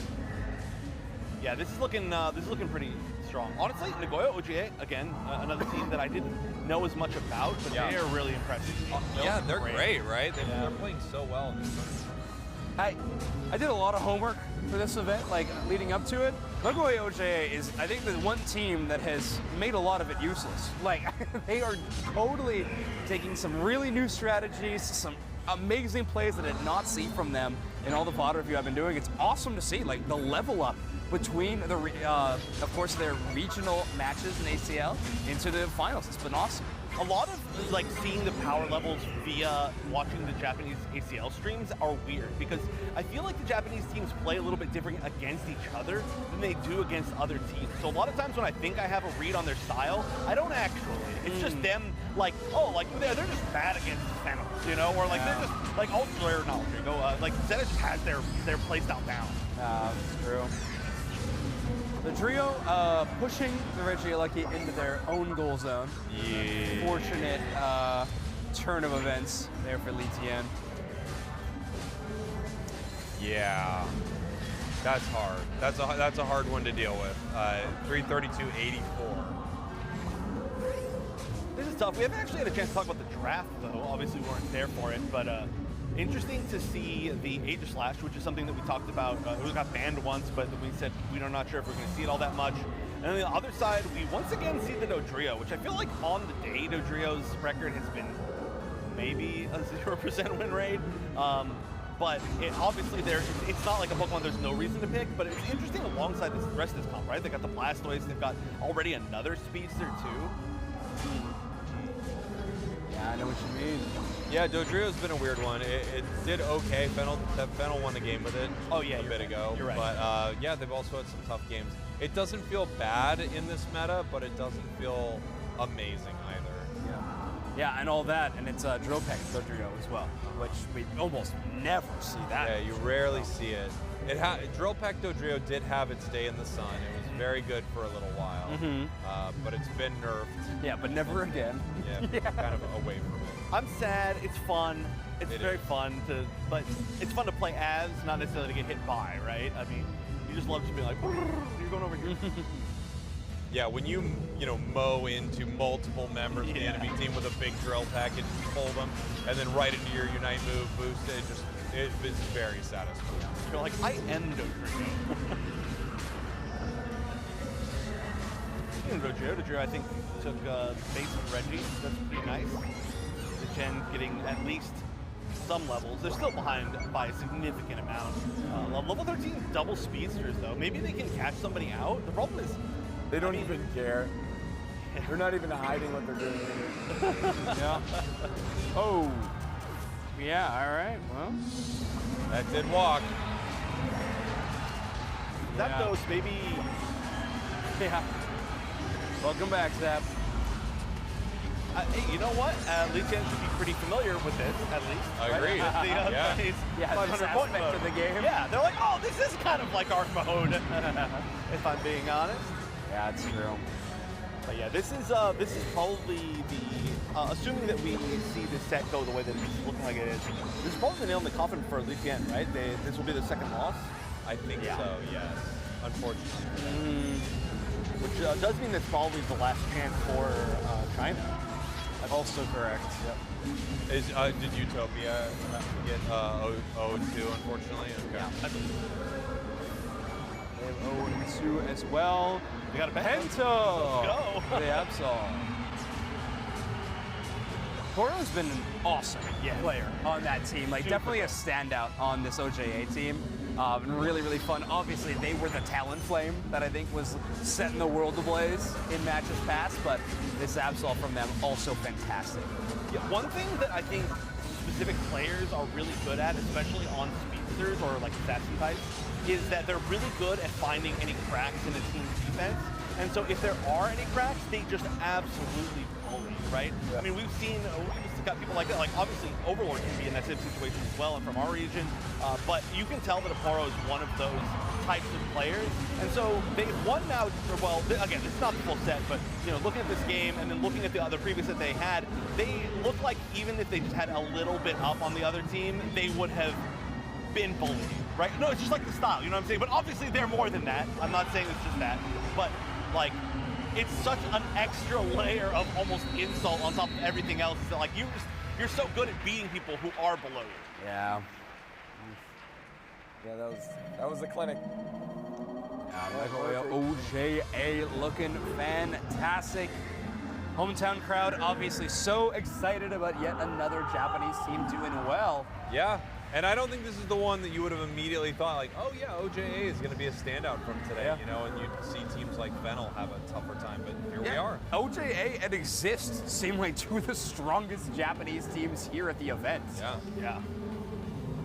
Exist versus Fennel is the match I'm probably looking for. Well, no, I mean, Exist Fennel and Luminosity Zeta are the two matches I'm looking forward to the most. Both going to be great. Yeah, Luminosity Zeta is such an important game. Yeah, that's going to be massive. Ooh, draft, let's go. Onic Rise, Paper Rex. Huge shout outs to production, by the way, getting us to like really be on top of like switching back and forth between these matches. I think that's awesome. Yeah, they've been crushing it. I hope all of you at home are enjoying the rapid amount of games we're getting, because truly you can't be upset about a shortage of games. We're getting a ton. Yeah, you and I talked for like an hour and a half just by ourselves earlier. That's true. So we had to make up for it. No more talking for these. Exactly. They also got to keep us busy so we don't heist the trophy. Yeah, good they strategy. can't stop. Paper Rex with our final ban right here. We got the Comfey, Buzzwole, Leafeon, and Zeraora. Oh, all right. Well, fame and fortune only last so long, I suppose. You get picked too many times, you start catching bans, and Zeraora, maybe that trend will continue. Another first pick of the Hoopa in this matchup. Onic Rise, the one going to be locking it in. This set of bans from Onic Rise, that's like, I'm trying to think of when it was. It was like May 2023, right? It's like the level of those bans, or well, I'm sorry, 2024, right? Yeah. Whatever years are, I don't know. But there was definitely a time where that was like a really common. You're ban. fully right. Yes, that was a thing. Comfey Buzzwole, get him out. You see why? You love it? It's just doing so well, and it feels like it's never a bad call. Yeah. You know, a lot of other Pokemon, there are times where you think this is a weird one. Whoa. Like Lapras, that is a very weird one. A very weird one. It's the first Lapras we've seen all day, obviously. Yeah. A defender with kind of the natural inclination to defend against burst damage, but the passive, as strong as it is, it's not that strong. Right. That's where Absol, especially with like damage over, well, not really damage over time, but a front to back strategy of U2I, it's a challenge. Paper X is feeling pretty good about this draft so far, I think. I know I'm going to regret saying this, but have we seen every defender? Is there no Goodra. Goodra. I always forget that Goodra's a defender, if I'm being honest, because it's so all-rounder. I don't know if I've seen Ho-Oh. Did you see Ho-Oh? Oh, Ho-Oh, no. I have not seen Ho-Oh. Okay. That's right. I forgot about Ho-Oh as well. Not to say it wasn't an option, one of the B stages. Who knows about that? I didn't tell you I was going to sound like an idiot, but Armarouge, that's new as well. Yeah. You've got to assume if we're playing Armarouge. A gutter pick duck. Yeah, crazy. What is happening? Hey, finally a defender Psyduck option. I think we've been seeing so much support Psyduck, so seeing a more tank-based duck is going to be kind of fun. Feels like a brawling Armarouge, right? Feels like Fire Spin. I could be wrong. Yeah, going like ranged on top of already having the Inteleon, plus like your Hoopa's got a little bit of range. And your only front line's a Lapras, so it's gonna be hard to just be Artillery. Why? Like, I don't understand picking Lapras there. Like, if you want Lapras, fine, but why not just pick it later? Maybe they're trying to hide Serena, I guess. Like I said, just choose Tank Duck instead, right? Like, why not do that? Maybe, is Lapras good against Absol because it doesn't get chunked quite as much because of the passive? Is that like the idea That's here? the hope, I think. But yeah, Shell Armor, the passive. I think that's what they're thinking. As Zoinks mentioned before, I don't know if it's going to make that big of an impact. Yeah, it's like, in theory, I think it'll happen. Yeah. It'll be frequent, but I don't know if it's enough to justify that selection. One way to find out. Yeah, find out. We head to our next game. So I completely agree with the fire spin option. What do we think's the secondary move for Armory? Side shock, I think, yeah, for sure. But I do think there's a reality where we see armor cannon side shock here. You can play it with a curse item. You know, you're doing a lot of annoying damage, but they're heading to the center, which feels like it has to be fire spin. Yeah. Yeah, did forget that those are in the same slot. But no flame charge believer from you? I think flame charge is a cool move, but side shock is so good. It does damage that ignores special defense, and it knocks up in like a kind of a crazy way. The range is pretty dang solid. It's very fast. I think that's probably what they'll play. I think you, again, then you're really like committing to being up close as well, and that just feels like, I don't know. I don't know if you want to commit fully either direction with your team. I don't know. I could be wrong. It's always hard. I always guess wrong what they're gonna choose on Armor or anybody else, if I'm being honest. I think the trick is whenever you guess something, whenever you make a prediction, the world wants you to fail. Yeah.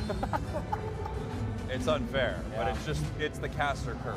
I've lost more coin hide predictions than I can count at this point. Not me. Be nice. Yeah, Armorish feels like such a good pick in ME2I. You constantly proccing that passive. Anytime you're taking that special attack damage, just boosting up your own, feels fantastic. Well, certainly fire spin. The Absol. Gotta watch out for this pursuit. What an astonish, by the way. To catch 4? They could have turned around, honestly, and they might have been able to like catch a KO right there. That was huge. I don't think anybody expected that, but really beautiful stuff. Just some dropping microphones everywhere. We were so close to making that a clean exchange, but it's okay. We're just not going to have any more microphones. If he needs it, he'll come back for it. Yeah. or he won't. He just have it bad. Oh yeah, he won't get it back in. Who knows? Who knows? Okay. First solid engage of the match. Always going to be happening that first burst. Surf side up, giving them some space. Yeah. Great bounce. This to me feels like paper. A draft screen differential. Whenever you get a side up 5th pick, it feels like a pretty strong draft screen differential.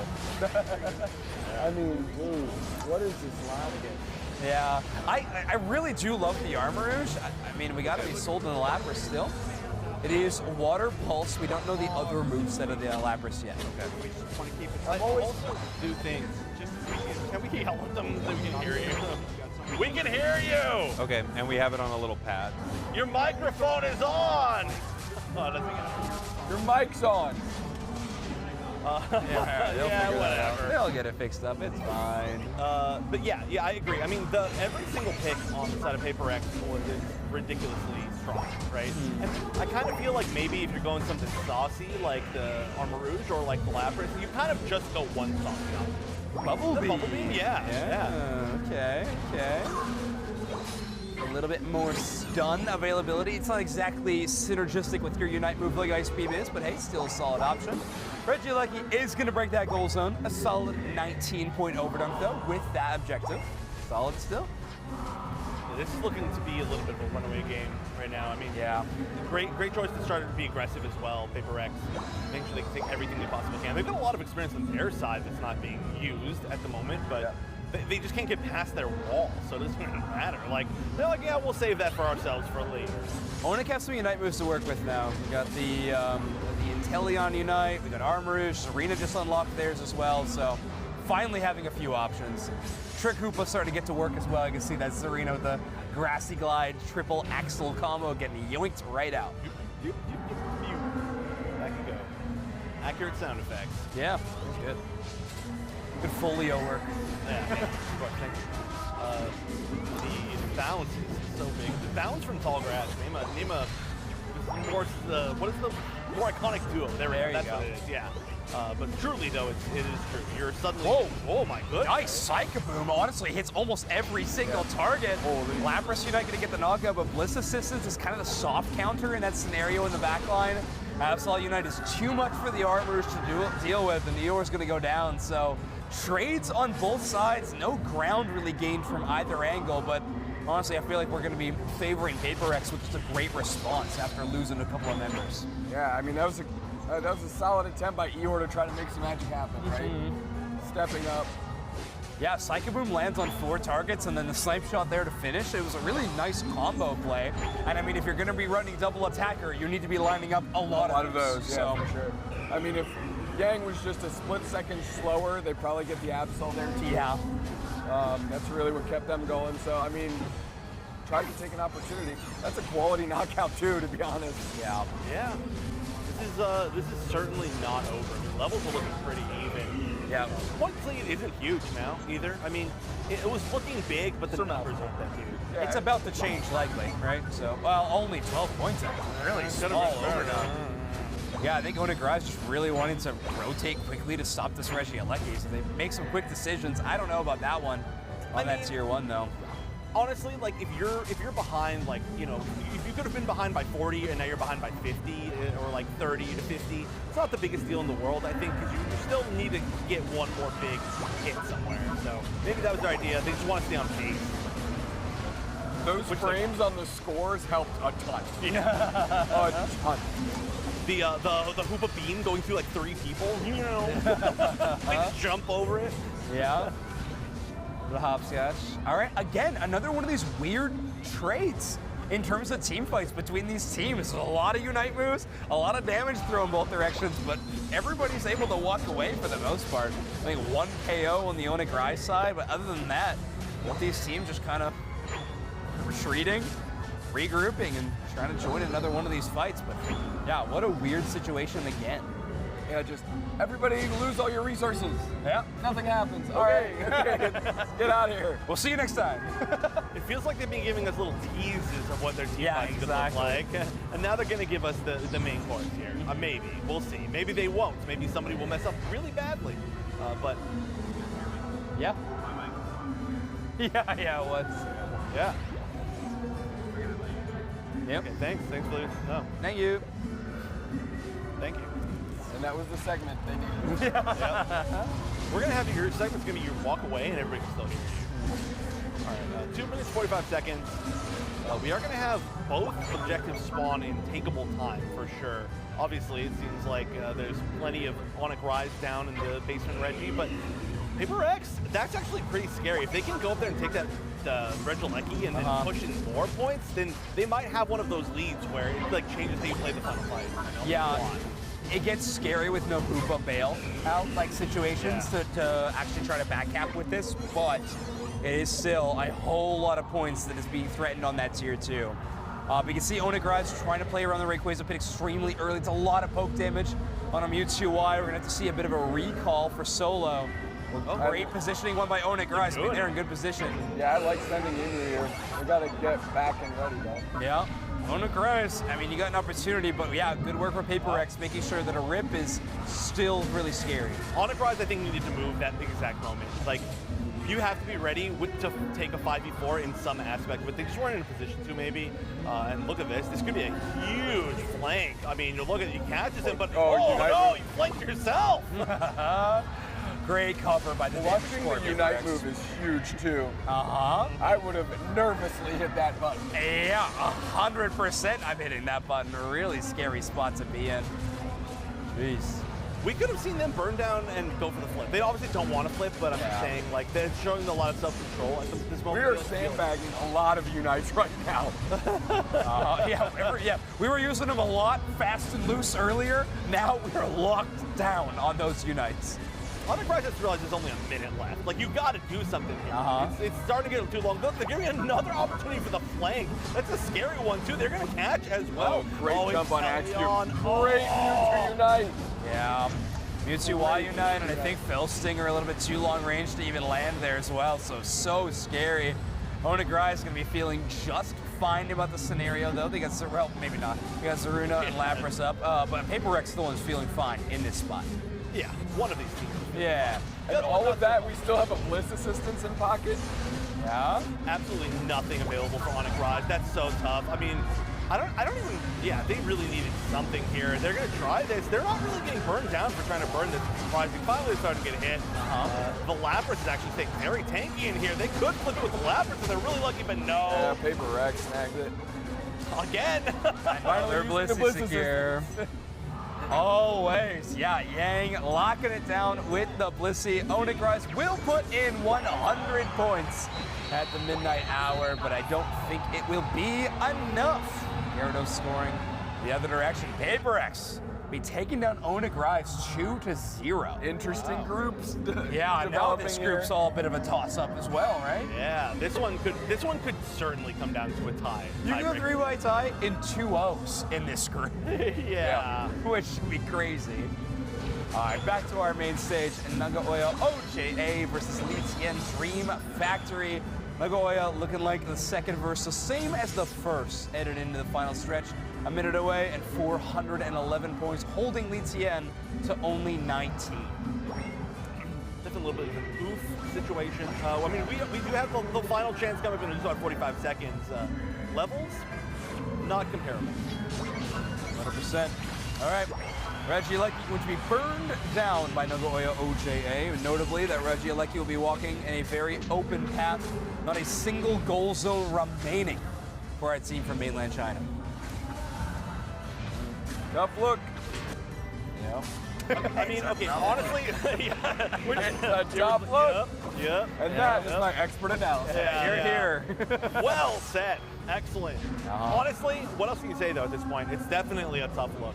They already lost the Snorlax went down for like 5 seconds when it got KO'd. That's not a good sign, probably. But once again, they are trying to push this Regieleki in. They're trying to Zapdos play this. Rayquaza is spawning, and actually, most of the Nagoya OJA is actually, or not most of, but several of them are actually in the Ray Pit.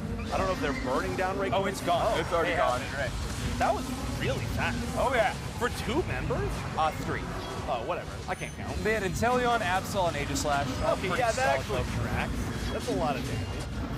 Psycho Cut, Unite move, go burn. There we go. Nagoya OJA are going to spend the next 90 seconds of this match racking up some points. Great look. Like I said, that's going to be the final chance for the Chinese teams to be able to make it into day 2. Still, it was really cool to be able to see them play.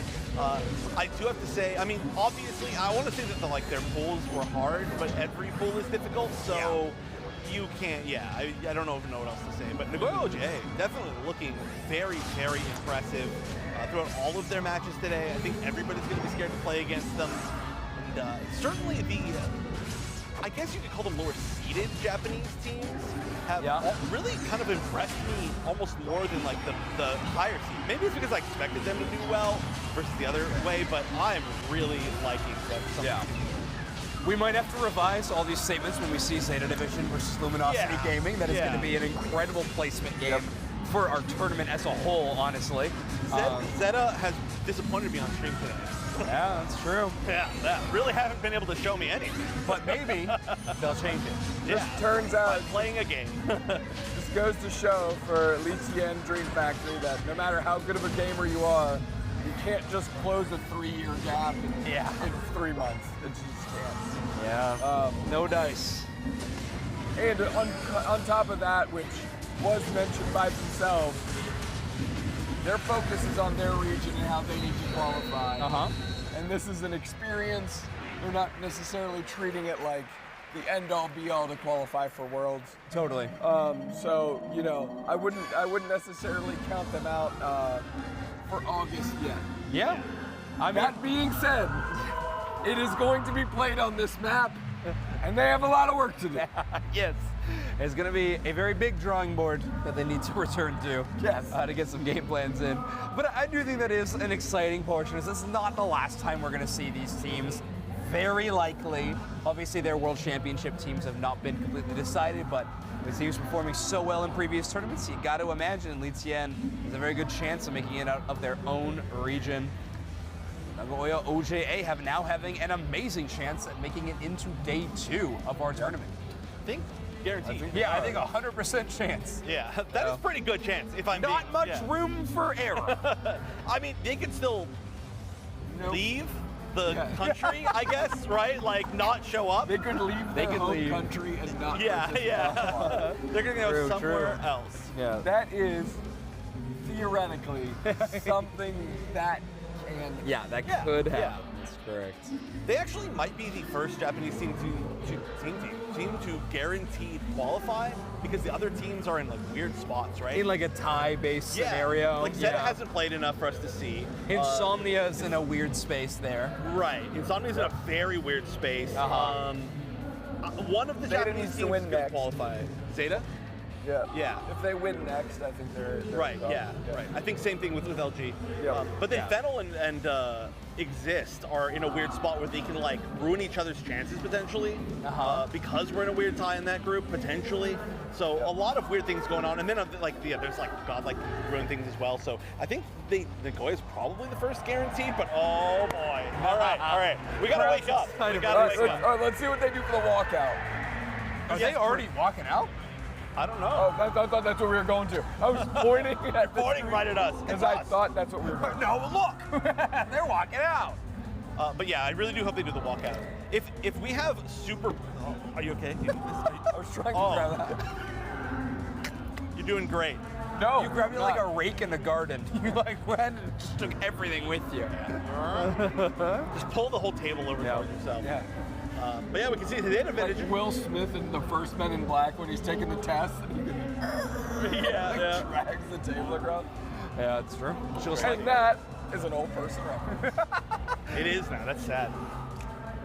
But yeah, I mean, this team we haven't had a chance to see at all today, right? Great team. Well, yeah, not on the main stage, right? Yeah. Yeah. Who? Zeta? Right? Zeta Division? Yeah, we saw them on main broadcast. Yeah. Did we? Haven't seen LG yet. You guys saw it when we were in break. Okay, yeah, so we didn't see them one time. That's right, that's right. Yeah, that's right, because I saw Tomato walk back out. It was Vitopo on a Zora Confe with Wajiro. Yeah. And they just ruined everything. Yeah. And Rom on Inteleon. Yes. Which I've been saying again and again, I really think that needs to be a targeted ban against this team. However, Luminosity Gaming's been very comfortable with the Mewtwo Y versus Inteleon matchup, so maybe it does fall through. Those are the two picks that Curios was saying you wanted to see the most for himself. I think every attacker's kind of feeling that at this that's tournament, fair. right? That's kind of like where they are right now. Though. But I was way higher on Miraidon going into this event. I feel a little foolish. That Pokemon may be a bit exposed. It did. You first picked one that going game, but not a good game.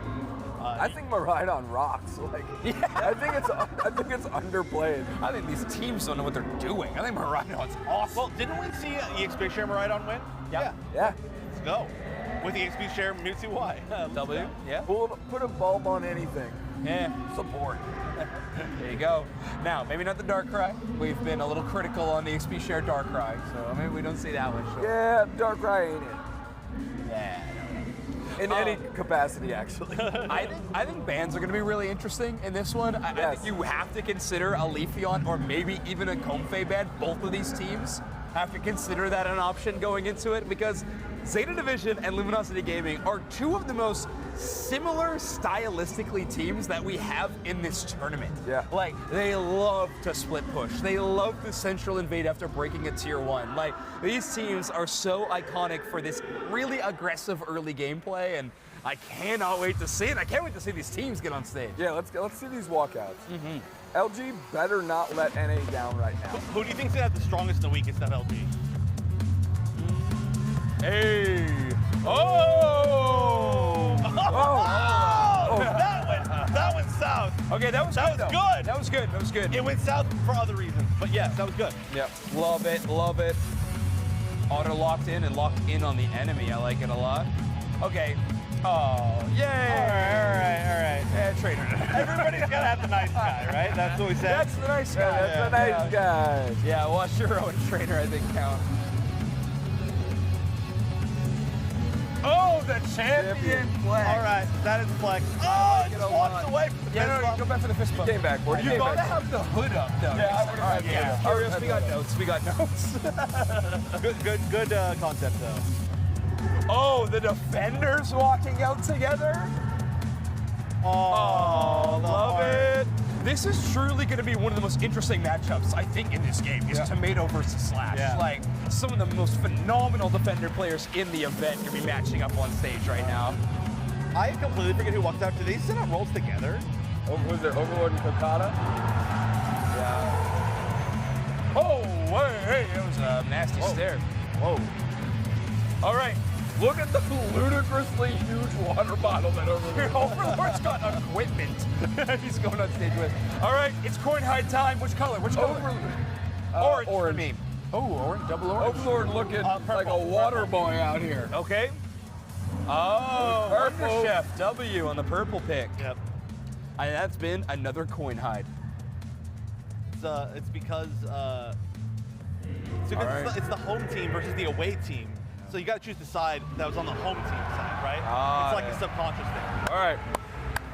Here we go. I mean, seriously, one of the most anticipated matches of our entire tournament. Like, this is, ever since that group stage draw, it was like, oh, okay. For several reasons, we should just end the stream after this match. I've heard rumors that I might be getting a specific pizza pie. Oh my. So I'm sticking it out. It's a good bit, but also imagine coming all the way to Japan to eat a buffalo chicken onion pizza. It's very common worldwide, actually. Oh, said it wrong. I see. Yeah, It's buffalo chicken onion? Oh yeah, it's like one word. Fool. Yeah. When I think of America, I think of two things. Buffalo chicken onion pizza and Luminosity gaming. Yeah. Both very common household names. Yeah. I asked for a t-shirt cannon 3 years ago and have not gotten one. Really? Yes. That's too bad. Criminal behavior. Yeah, well, you would be a criminal with that item, I think. Listen, innocent until proven guilty. Correct. The land of the rising sun would forgive me if I'm just shelling out merch.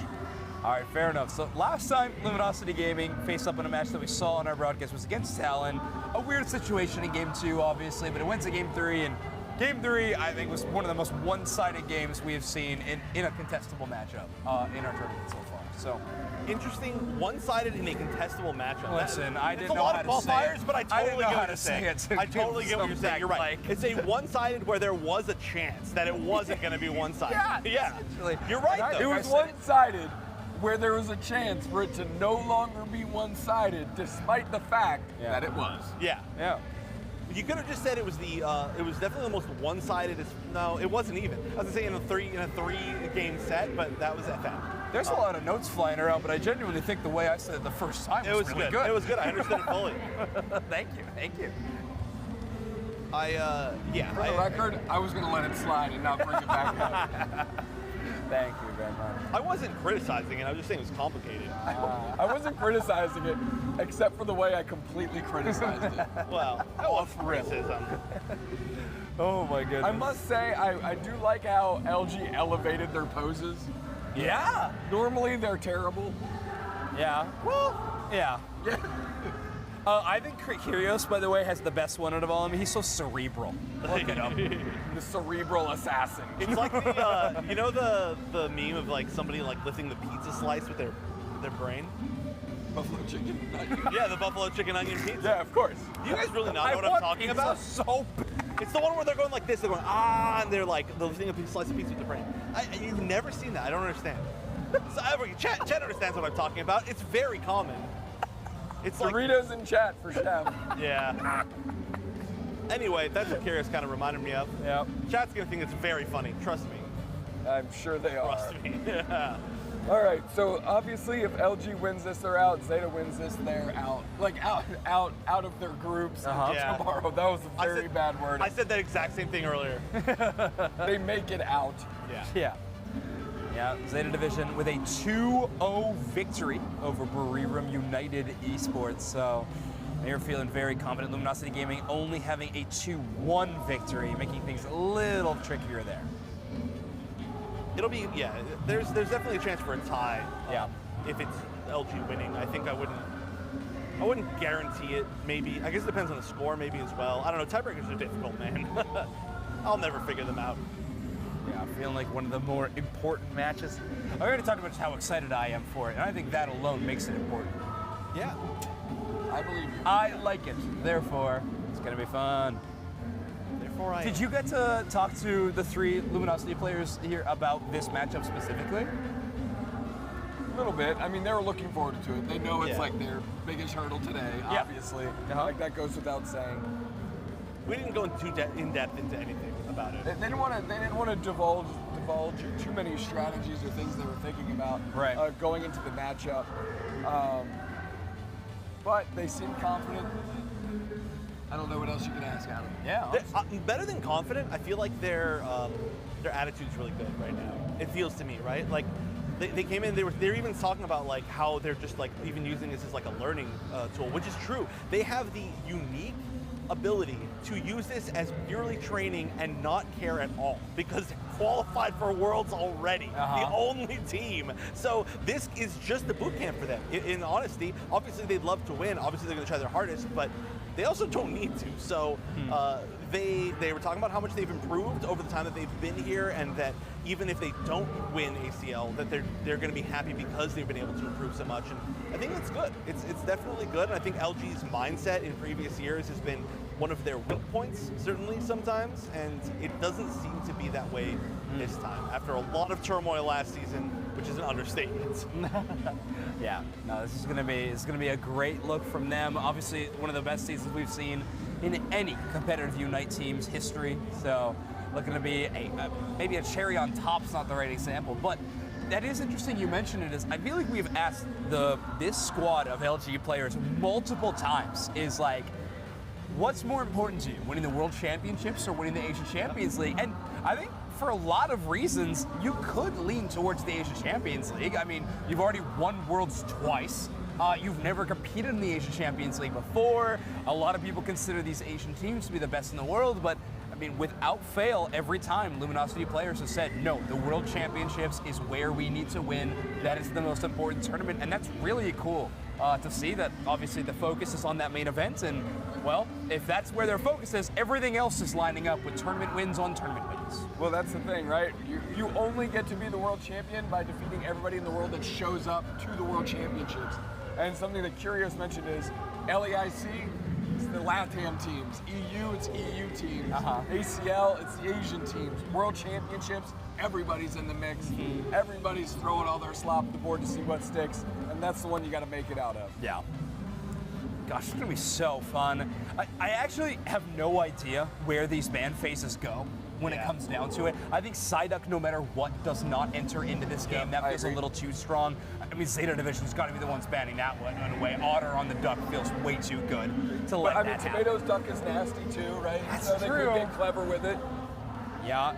Talonflame likely not going to be happening after trainers' performances with it in the earlier parts of this tournament, so I don't think Talonflame makes it into the event either. I could certainly see Leafeon being an important ban. Yeah, Leafeon an important ban as well. Yeah. It's definitely tough specifically to ban out like a lot of the comfort picks from Luminosity though, because they do have so many that they flex to now. So sometimes it does feel like they get targeted and then they just shift around it. It doesn't even matter. That's true. Yeah, and then on the other side, I mean, banning Leafeon feels really good to take that away from Vitobo. But banning the Inteleon feels like kind of what I've always considered to be one of the most important bans against Zeta Division, but it's one that could be a great pick for both sides though. Like that's so exactly, valuable. That's so tricky. Yeah. Because they're so similar, what you cut them off from is cutting off a tool of yours. So then you play this cat and mouse game of which tools you actually want to bring to work. You could also do what a lot of the other teams have been doing and go for more of like a support ban strategy so that you can really kind of control the pacing of the match towards whatever you want. You know, getting rid of like Hoopa or something like that. That would probably be something on the side that LG would do, right? Like they're not going to need it as much. But yeah, something like, I mean, the Blissey, getting rid of the Blissey would be great. And just trying to play around that and what it's supporting. It's really, you can go any direction.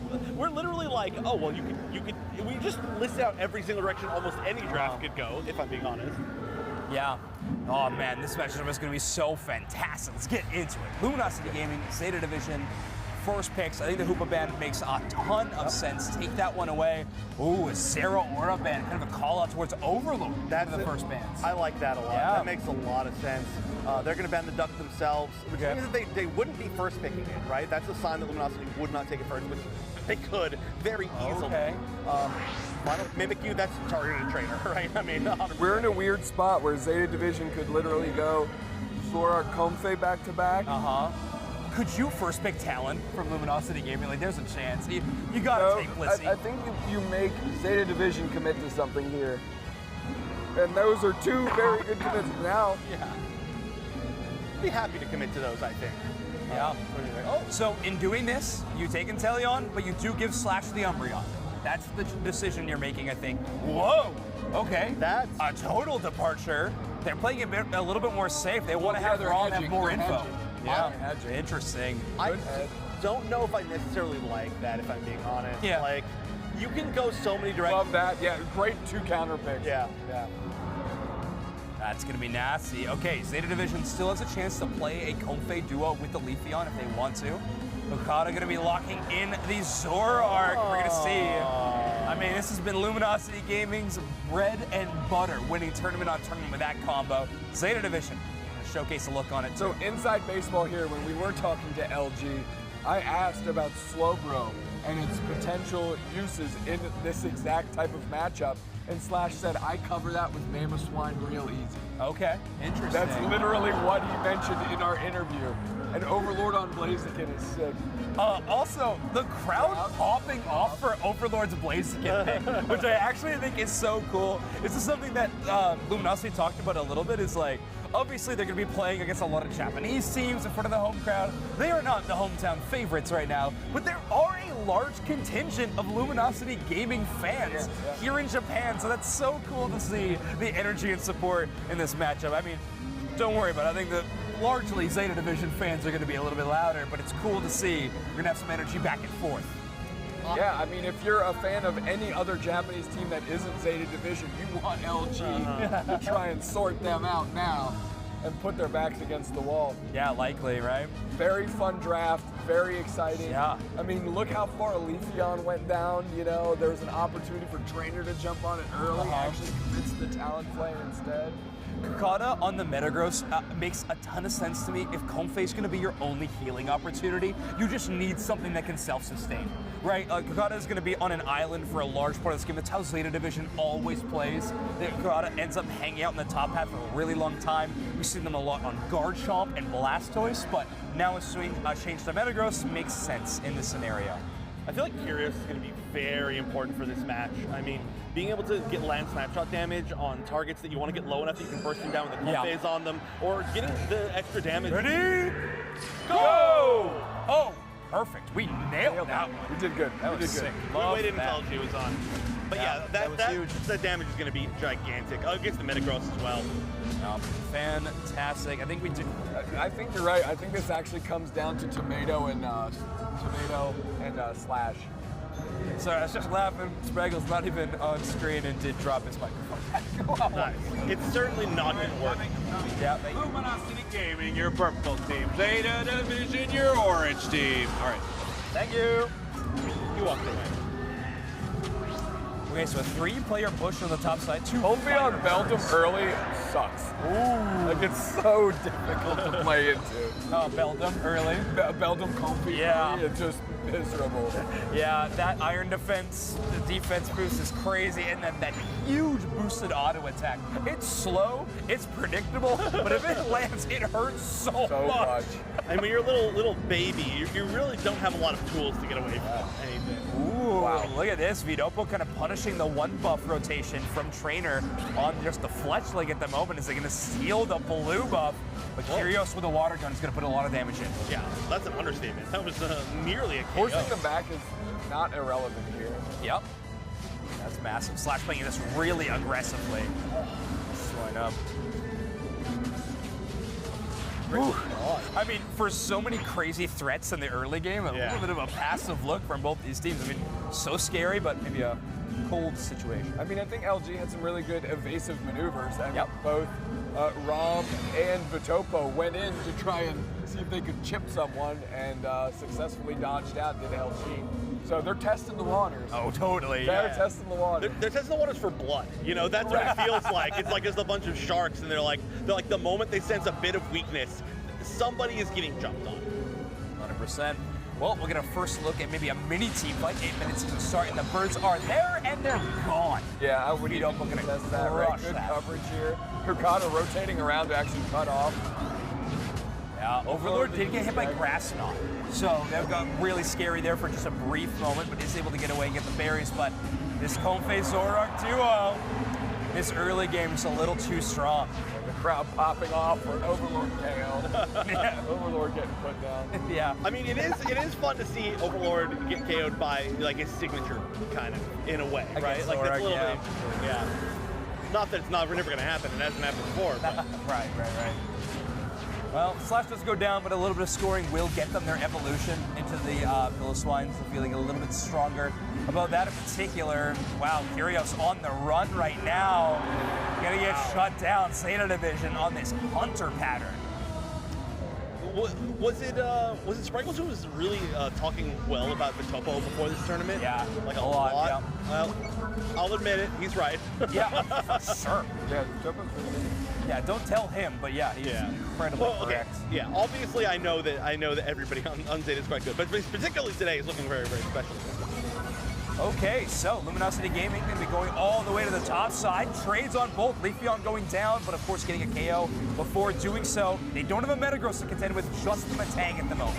Not hitting a snipe shot kind of hurts. Allows him to walk. A lot of points going to go in. There you go. A little bit of a comeback. Talonflame trying to get some stacks for Trainer. Get it as low as possible so we can potentially break this goal zone at a bigger margin. Yep. Luminosity Gaming punching back. Yeah, well done. Well done. I like this lack of contest that they had downstairs, just trying to find some value somewhere else. They are going to need to get Mamoswine online, though. That's going to be critical. You can't say it's the way you deal with it if you don't have it online to go in there and deal with it. What? Yeah. Multiple Unite moves used by Luminosity just simply to get out. There was a Bliss assistance used earlier on by Otter to try to support Overlord, but unfortunately not a single one of those gambles going to work out in their favor. Oh, running through them. Yeah. Okay, chance for some damage. Kyo's really going for it. Nice Wow, that was beautiful. Yeah. Beautiful block. Snipe Shot, it does go through wild Pokemon. It doesn't go through player Pokemon, so Wajiro hopping off is a chance to absorb a Snipe Shot before it can land on the Zoroark. I mean, really heads up Comfey player. It's of Elo Season 2. Yeah. It always comes back. Honestly, I think a really, really well-played Comfey is awesome to watch. Yeah. The difference between like the top level Comfeys and like just really good Comfeys is infinite. Yeah, it's a different character. Top level, yeah. Agreed. It's like I'm playing with one hand on the controller, eating a sandwich. Yeah. And you're like, hey, floral healing. And they're like, great healing. Like, aren't you gonna hop off, grab some more flowers? No, I'm not. Overlord in a 1v3, gonna lose that one pretty handedly. Slash does make it back to the goal zone, but not without any kind of concern. Yeah. Very, very low on HP. His division really in command here, without a doubt. They're playing well. Yeah, you can see Rom on this Leafeon, like as soon as they get any kind of engagement victory, is immediately just taking a peek into the enemy central area. Whether it's that blue buff up, it's that red buff up, I can knock it out so quickly that it might be an opportunity to take it away. Regieleki is not going to land. Mamoswine makes it in time, but hey, there we go. Luminosity Gaming does find a way to secure a Regi steal. It's a nice little boost, but they just haven't been fighting together quite yet. And I know that's not their goal. Wow, Regieleki goes in. That's actually huge. Can they get Vitopo? Yeah. Oof. They get Vitopo, but that's all they can achieve in that fight. Grass Knot slowing down Overlord as well. Gonna try to get a little bit of healing with that fire punch, but not enough. Yeesh. What a start from Zeta. Actually almost won that fight after being at like 1 HP. Okay, they didn't actually manage to find Gokata. That's pretty big. They're getting some reverse EXP. I mean, look at the levels. It's actually I want to say, is it slightly in LG's favor? Yeah, no, not quite. No. No, I mean, getting Batopa was huge. Yeah. And then getting the Ice Fang repositioned into finally Kyrios hitting a snipe shot in that combination has done them a lot of good here. Yeah, Vidopo actually had almost a 40-second respawn timer when they got KO'd in that situation. So having a phenomenal early game, already at level 14 and still a minute away from the final stretch. We just had the double support core rundown for for their Unite moves back. Are on a one-track mind right now. Like, hey, if I get these 13 points in, great. If not, I'm knocked out and I get my Unite move back. Yeah, please just give me my Unite move back. Oh, this is pretty aggressive. Oh, big. Weird timing on that. It felt like really late to try and really get that KO. I don't think they were looking for it. I think they were really worried that the final hit of Faith attack was going to take out the talent. They'd rather just dodge away. Yeah, but still, I mean, Unite comes back quick, but it's a little bit scary to use it at, 250. Totally is. Okay, Reggie Lecky has spawned in. Good forward pressure by Kokata. Going to capitalize by the Zoroark. Vidopo getting a ton of damage. Overlord threatening some damage as well. Flash pop their Unite move. Sugar 2, that's huge. Trainer going down quickly. Yeah. All their respawn timers are short. Yeah. That's good silver lining. Yeah. They do have a Reggie Lecky walking towards their home goal zone right now, which is the opposite of a silver lining. A rusty lining? Just like a cloud. Dark cloud? A cloud, yeah. Oh, hold on a minute. They had a little bit of opportunity there. They're kind of getting caught out, but there might be an escape. Although, hold on, Trainer went in really far. That's unfortunate. Gets taken out. Otter gets taken out as well. That was just not the engagement that LG wanted.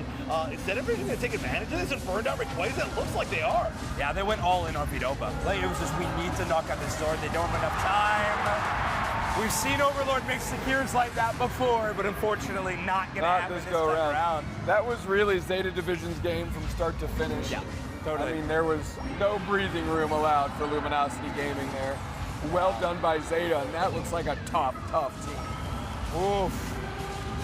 I think Luminosity did a really good job of fighting their way back into standing a chance at the end, but then the way they got caught out just completely got rid of any prospect of winning. Like, that was just, I don't know if it was like miscoordination, miscommunication, coordination, whatever word. It was something not good. I honestly think their coordination was fine. They just aimed for the Zoroark and they didn't get the KO, and they're all in now, and it's a situation where Metagross Unite is going to shut you down after that. Like, I mean, taking out a level 15 Zoroark is paramount in some of these final fights, and unfortunately, you swing and you miss sometimes, and Zeta Division is feeling way better about that. I'm just not sure if they're able to even get a follow-up if they do, right? 2 members at least were still back at spawn, and they did have like their kind of main damage core out there, but like, I don't know how you expect that you're gonna like take that out and then escape when it's already kind of your main target. They also had like a pretty sweet combo that they could have done if they got like a Mamoswine, Ice Fang, like picking something up. It could have been cool, but it's just not what happened. Yeah. Now look at this. Zeta trying to make it a real situation here on the scoreboard. They want to beat LG by 1,000, and they're pretty darn close. Yeah, there are points there. They can pick them up. 3 seconds left. Pick them up. They're doing it. They're doing it. I do feel like this is a tournament with like an unprecedented amount of four-digit finishes. I know. Like, it's been crazy so far. What a dumpstering. Well done by Zeta. Great draft, really clever. Grabbing Slowbro first, banning Mimikyu.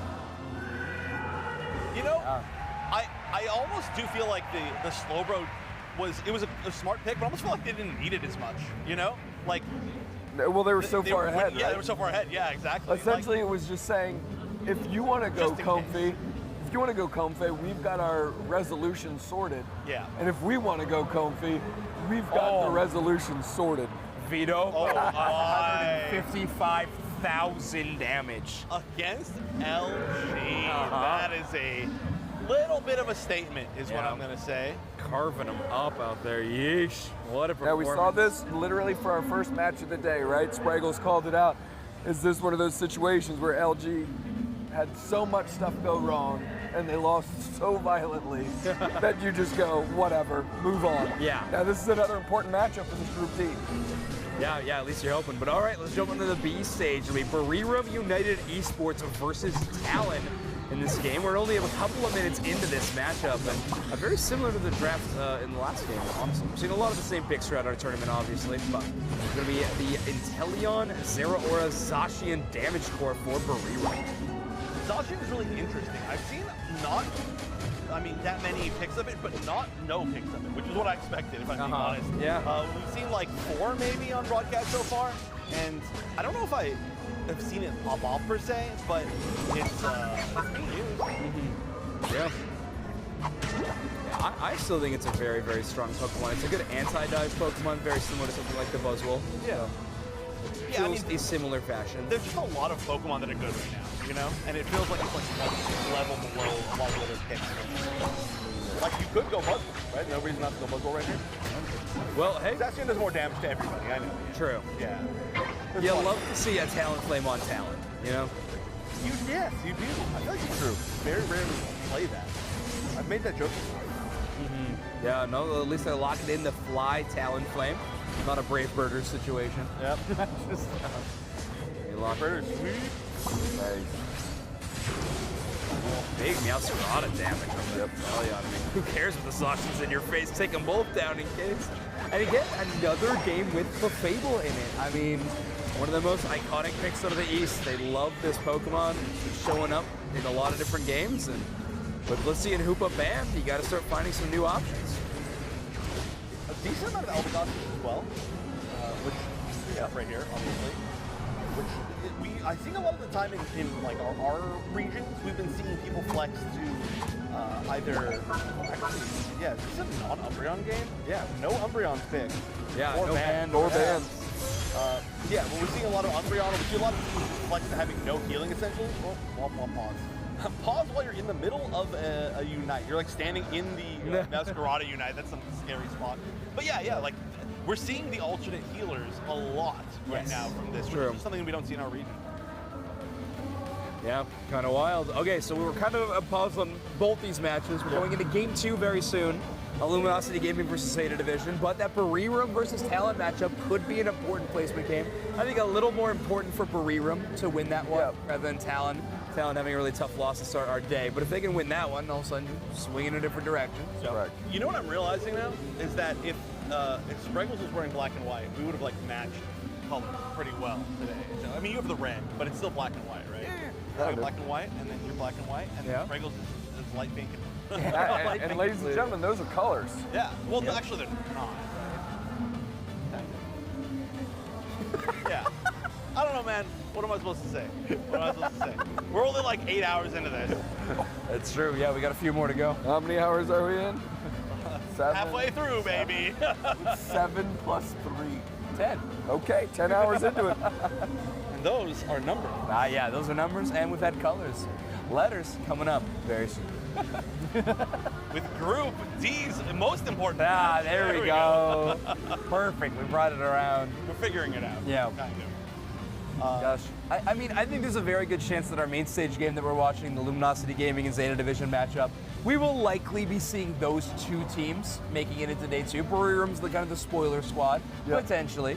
But I think the chances are very, very high of us seeing those two teams walking away. So not only is it an important matchup for the group stage, it is a look from teams to be like, okay, what are they trying to play? They're going to be, you know, teams that people are focusing on when it comes to bracket. You know, how do we prepare for that team specifically when it comes to playing them into single elimination? Yeah. Also, I mean, probably a look forward at Worlds, if I'm being honest. Like, the two of the teams, obviously one of them we know will be at Worlds, and the other one is most likely maybe in the world to be at Worlds in some aspect. So, one of the first times that we're going to see them play this season, certainly not one of the last. So jumping into this one, how does LG adjust here? Because I definitely think they got leashed around in the draft a little bit. Very well done by Zeta Division. Yeah, I wouldn't mind a Leafeon ban as the second option. You could just ban away Comfey, I suppose. Yep. Another option you could move towards, and it looks like that will be locked in. Zeta Division not going to be changing their ban strategy. Confident with what worked so far. You still first pick Blissey? Yeah, that's the big question mark, right? I think you might have to. Oh no, there's some good picks that you could sneak around. I'll tell you what it's not, and it's A9. That would be wild. But okay, Trainer going to take the Leafeon in this first pick. Well, because then you put them on either like Hoopa Umbreon, Blissey, something like that. Yeah. And then you get the what's left, right? Ooh, Blissey Serena would be interesting. Oh, Oh my. Blissey Hoopa. Very You interesting. get what's left is the direct quotes that you just said, which is accurate, which is essentially nothing. If there's a support player in this tournament very willing to not play a yellow background supporter Pokemon, I mean, it might be Otter. They need to anchor this pick, though. They do not need to grab Mew now. Mew attacker is not awesome. There are some teams that have been trying to play, like a few of the APAC teams have been trying to see if they could make it work. You can try and play whatever you want, Zoinks. You are allowed to do that. All right, Tyranitar pick incoming from Zeta Division. Here we go. I mean, they've done other options. They have some new 2Y support as well, so it's not like it's like them stealing it away would end their opportunities. But wow, they're really kind of going. I mean, this is a scary team. Oh my goodness, on the Zeta Division side, this bird is going to be a problem. There's no way we see Cranberry. Okay. Yeah, likely going to be Trick Hoopa. I think we're going to see Watch Your Own Tomato swap, so I think that would make a little more sense in that scenario.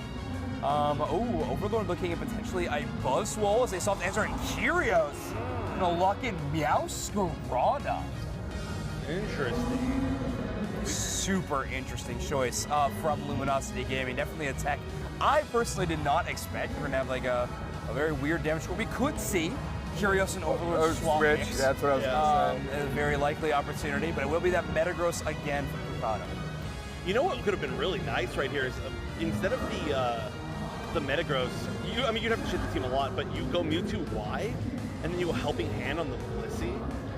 That could be really scary to like shift it from this melee like brawler comp to all of a sudden you have this really scary range option and double support, and it's kind of like less predictable. Yeah. But I mean, this works really well too, obviously. Yeah, so that Helping Hand would work great there. Now what you've done is created two amazing Blitz Assistance targets. Now you have like Serena and Metagross set up to be just truly perfect combinations in some of these late game moments. Win-win. Where Otter picked Mew, I think I would have liked to see Umbreon and Slash not pick in that moment. Because Slash can play either Umbreon, I could go to Otter and play like Wish support. We've actually seen Curios play in top path too. Yeah. And it really opens stuff up. Plus you get yourself coverage to the Metagross, which you had problems with last game. And it's just not in the mix. So I think I would have liked to see that, but well, another game where Umbreon does not make an appearance on the draft screen. At all. No ban, no pick. Instead, Snorlax is going to be an option. I like the Snorlax into the Talonflame specifically. A lot of fun little rest combos. You can try to block these quick moving birds, but we missed it. No! We missed it. Yeah, we missed it. Yeah, I had a really good point about Snorlax and Talonflame that I had to get out, so I'm so sorry about that. No, it's totally fine. When, I think the metagame of this tournament is evolving faster than any tournament we've cast in like the last Oh few my years. gosh, yeah. But probably ever, actually. This really is just like a training ground for these teams. Like, every one of these teams is going to come out of here infinitely scarier. Oh, yeah. Like, yeah, you think NA was kind of not standing a chance against LG before? I think it's going to but wow. That's an early KO. Jeez. All right, Meowscarada going down. It is Curios taking on the Meowscarada. He was hinting for stats, right? Yep. Like he wanted to get those in. That's an exchange you always got to be willing to make. Yeah. If they get this, they probably do get this KO, right? Maybe not. Wow, just walked away. They turned the exact same moment. It looked like they were bots. Yeah. Yeah, they're just that locked in. Yeah. Yeah, instead, Trainer just getting as much damage as they can on this Leafeon, and of course some attack weight stacks as well to work with. No KOs though. Notable no KOs. Yeah. I'm excited to see Otter on this Mew. I know maybe the draft pick position wasn't optimal in that scenario, but I am really excited to see that Pokemon trying to make some waves. As good as Blissey is right now in the metagame, I do like seeing Otter on the pocket pick. Yeah, it's all. I mean, it's a classic. It's always so fun to see, but it's going to be interesting the amount of like damage or KO potential that they have. I mean, they've got a lot of damage on the Luminosity Gaming side, but it's not all of them accessible. Wow. Oh, but Trainer. Yep. Yeah, those situations are so scary. I mean, Leafeon just so incredible at applying this pressure. Good rotation by the Vidobo to dodge any of the leaves, but Yubu Sonato not going to push through the shields created by the goal zone. I feel like Trainer didn't have the best game last game. Just never had a chance to like get to full power, but already looking to be having a pretty strong game this time around. I mean, look at that, level 8. Yeah, Trainer was fighting from behind all game though, right? Yeah. Like the Talonflame was never ahead. Yeah. The Topo was just completely taken over. The engagements they were taking where they were down a level or 2 every time. So you're right. I mean, when you're playing these types of characters and you're fighting from that position, you have to keep trying because there's no other way into the game. Yeah. But it's really tough sledding. Totally. All right, another huge engage. Didn't even need the Leafeon Unite move probably, but Talonflame going to fall nonetheless. That goal zone extremely low on the bottom side. And so far, Zeta Division yet to score a single point, but a good strike taking down that Buzzwole. Certainly the first point will be here. Didn't quite get there in time to stop the whole thing, but still, I mean, ahead by like 70 points is pretty good. They'd scored in the bottom, I think, maybe, or they're currently about to score in the bottom. Yeah, poor Slash is trying to defend against these as long as he could, and oh no, didn't take that Citrus Berry. As soon as the goal zone being broken, the other one is going to vanish. Regice is secure, but look at this, Zeta Division on a mad dash to tier 2. Immediately. They're not even defending. I mean, Overlord was there, right? Like there was a chance to try and defend it, but it's like whatever, we'll take it. They're gonna have to deal with the Regieleki. They do take the basement Reggie in the meantime, which is pretty huge. They're trying to stay ahead in level and strength. It seems like that's what they've been prioritizing both games. Not that it's managed to happen, but ooh, nice escape. Gets some life. See where Kyrios goes in this Meowscarada. I mean, trying to get just one spot where you land a flower trick, maybe bring it into a group of enemies, but the Hoopa going down with some nice Overlord looking great. This is really Overlord, right? Like I can't really, yeah, that's Overlord. It's so weird that they didn't switch between Overlord and Kyrios. Like I was so sure that was gonna happen. Nice. Play for play. Super Swole Smackdown being countered by Flame Sweep. Grass versus grass type. Versus another grass type. Just keep going. Yeah, a lot of good grass types. There are. Two mostly harmless supports, just kind of standing by each other. Even if they do find each other, they're gonna be like, oh. Yeah. Although now that you've got some help, not as harmless. Great way to escape, getting out of there. But Masquerada can have a much I'm not even tougher too time. sure why Otter was in that position. He knew where 3 of them were. Okay. I mean, Kyrios unites to try to take out a single target on the other side, but of course, Zarina going to respond immediately. Trainer doing Trainer things, making sure that 40 points are being plugged in at some other point in the map, and despite Luminosity Gaming kind of losing these last couple of engagements, are holding a pretty solid lead. Yeah. Trainer also got a KO in that right before that happened. It was a 1v1 that led to that. So yeah, Trainer absolutely popping off this game, which is expected on the Leafeon. Yeah. Huge. All right, Overlord does find one. Actually chooses to Unite move. Won't get the secondary hit of Super Swole, but it's going to take that fight. Big Unite move from the Hoopa to respond, though. Right into the power nap. That was gargantuan power nap. Yeah. Nice Bliss assistance. Wow. Yeah, this Metagross on the doorstep of level 12. So tanky, I'm going to say for a moment, actually gets bursted down extremely quickly.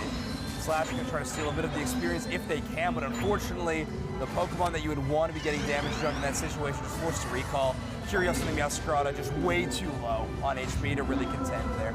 Looks like Otter was kind of spacing up. Oh my goodness, there's one. Only one. This Metagross is looking like it's going to be a problem. Yep. Yeah, Kata with a really fantastic response. Emerald 2-step able to take one, but certainly not two. Zeta Division taking yet another Regieleki and setting it down, but they're also showing presence towards bottom side.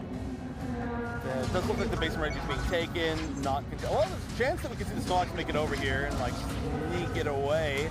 They're burning this down pretty slowly as well. They don't really have that solid damage. So Masquerada will be in the building for this attempt. The Rock's actually completely blocking it off. So as usual, Regirock, the strongest Pokemon in the game. Oh my not goodness, even close. Not even close. Good heavy slam.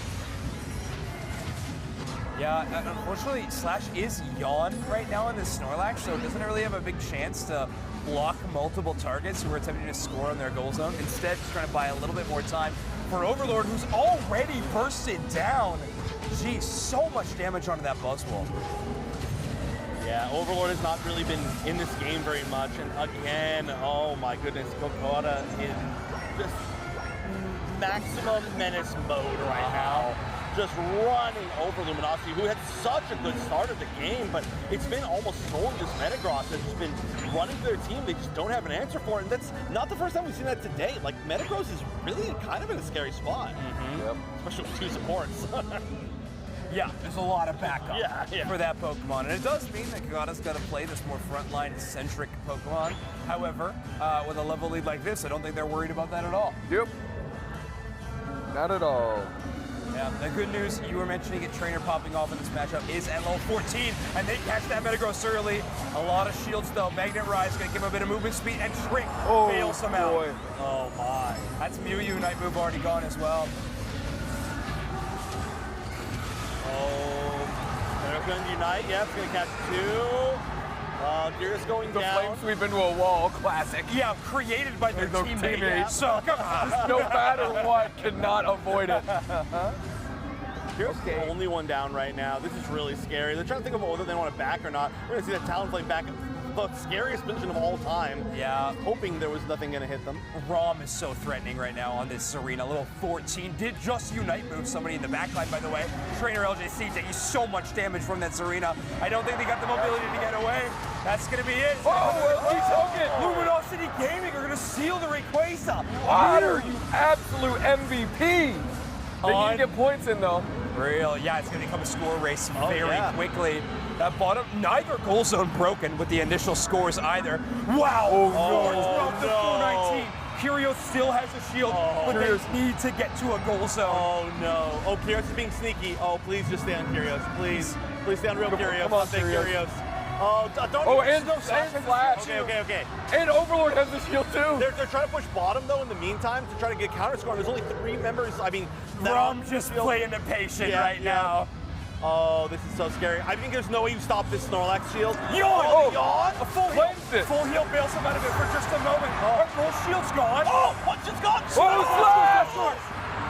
Okay, they're pushing bottom southwest, right? Yeah, they got 50 points. If that goes in, that is enough. Oh, clearly. My goodness. Oh, they need to score in there. There's 26 seconds left. That's a lot of time. Kokata! Super Soul Slam finally steps through Flame Sweep to clear. Okay, that's 20 points in, not quite enough yet. It needs to be Metagross. This 50 needs to go in. They need to wipe them. Overlord's down, so 4 members up. Nice surf! Oh, what a devastating surf from Solar Beam! Kokata's still standing! I don't think they got enough time right now. Luminosity Gaming. Oh my God! Word! That. Otter, are you kidding me, brother? Multiple game-saving moments in those final minutes. That was like 6 clutches in a row. Can I just point that out? That was amazing. Oh my God. Ay. No stress. No stress at all. Yeah, jeez, what a great look. What a great look from Doomsnacks right now on our screen, by the way. Didn't know if you knew you were on screen. I didn't. I'm gonna get on my phone too. We'll just match. Yeah. What are you? You pulling up your MVP pick? Yeah. This was the MVP pick from Dupes. That's so not even close to in focus. It's Yeah. not working. Yeah, get out of there. Get out of there. Did not work at all. I want to say it was a good attempt. It was not a good attempt. It was not a good attempt. You did pick Otter to be the MVP of this tournament. Yes. I think they're getting you a camera if you want to do the. A camera. Let's do this here. Yeah. I think they're going to give you a POV. Well, you can show mine. You can show ours too because our team is all undefeated right now, right? Certainly, he's going to show ours. Great. Yeah. There it is. Those are ours as well. Yeah, those are our picks. Yeah. Mine was Ward. John was. And mine was Otter. Yeah. And crushing it. How it actually shakes out for the rest of the event does not matter. Yeah, how it shook out for that game, 100% Otter. Jeez. What about that final score incident with Curios and Slash running towards that goal zone with shields? Yeah. Rom starting to fail. That was the yawn gangster play ever. Oh my goodness. Cleanse the yawn into the power nap to keep the shield, but Rom breaks the other one. It's crazy. What a banger. Yeah. That was what a banger. Yeah. Please tell me you were watching that. Yeah, I saw him popping off over there. Yeah, Yeah. right. It's right over there. I mean, wow, what a game. That was absolutely insane. Whoa. Wow. That's it. Well, I mean, I wish I had something more to add, except that was one of the best games. I think that's the best game I've seen all day, obviously, but what an insane game, especially after game number 1. That was unbelievably bad for LG. The fact remains, they need to find an answer to that Metagross. It's a problem. Like game 1 and 2. That's still a situation they got to solve. Yeah, they definitely shut down the Comfey Zorark situation, which is a really nice ban of Comfey, which I think, of course, that makes a ton of sense. But wow, yeah, Metagross was tough, and that was a hero secure from Otter there. Yeah, and then everything else. Yeah. I mean, the defense was amazing as well. That huge surf to clear the 2 players off the pad to buy just enough time. I think it was Overlord to come back in with their Unite move. And even then, it was like 2 seconds off. Yeah. Like 2 seconds away. If even. And now we're still just Group D, second game here between Talon and Bariram. Talon with a win in game 1. And this is just another potential decider for the group. Yeah, this is a really interesting one, right? Because Talon and Bariram are both 0-1 right now, right? I think. Yes. Yeah, Talon went down to LG. Right. So I do wonder if there's a possibility. I actually don't know how deep tiebreakers go, but I do wonder if like the teams that beat these teams so far are like wanting them to do better. Maybe not, because they are going to have to play each other in like a 3rd match of the day. But regardless, Talon up 1 game, which is honestly, I kind of thought they were looking a little bit weak at the start of the day, but they're like pulling back together. Yeah, they had a rough start against LG, that's for sure, right? Yeah. But they do seem to be doing Zeta went up against Burium earlier, right? 2-0'd them, is that right? Yeah. Okay. Yep, you're exactly right. I think it was a close call with him. It was like a weird, like spray flipping. They played them very close. I think if Talon wins here, they would have to win against Zeta to have a shot. Pretty easy. Yeah. Yeah. No, actually, okay, so, you know, obviously I'm still thinking about that last match. No disrespect to these teams, but there's a lot to think about that last match. One thing that I'm surprised we didn't see that could do really well against the Metagross and could have done really well against that comp, I was thinking, is I wish the LG would have chosen Umbreon, because there were just a lot of shields. Right? Yeah, brother, that's what I was saying. Yeah, where true. they picked the U for Otter, Yeah. you grab Umbreon instead because Slash can play it, Otter can play it, and Curios has played it as the all-rounder top path. They've done that before too. And when you think about it, I mean, they're already going to have a Trick Hoopa and a Blissey. Like, already that alone is enough to steal. Okay, we're going back to Zeta, Luminosity. Not that we don't want to see that other game, but this is obviously one of the biggest matches of this tournament. Yes, absolutely. And now the LG is taking the pay. This is exactly how the draft went, but the other way around. That's funny. That's super troll. I love it. Oh, what did they call Fable. And possibly, yeah. That Serena was brutal, but they're going to take away the Mamoswine. I like Mamoswine a lot. I mean, it's another great option for, obviously when you have this set of double support, you're going to want something that's some sort of like speedster or like super hard carry, and if you can catch them away with the Ice Fang, that's good. Okay, now where are they going to go with this? So now we hide what Overlord wants to play here a little bit. It's got to be something saucy, I think. It Or feels like Hokata's Metagross has felt amazing and looked amazing. Yeah. So what is Overlord going to grab in the gutter to combat this Metagross? Because this is what you're waiting for right here. Venusaur. I'm just kidding.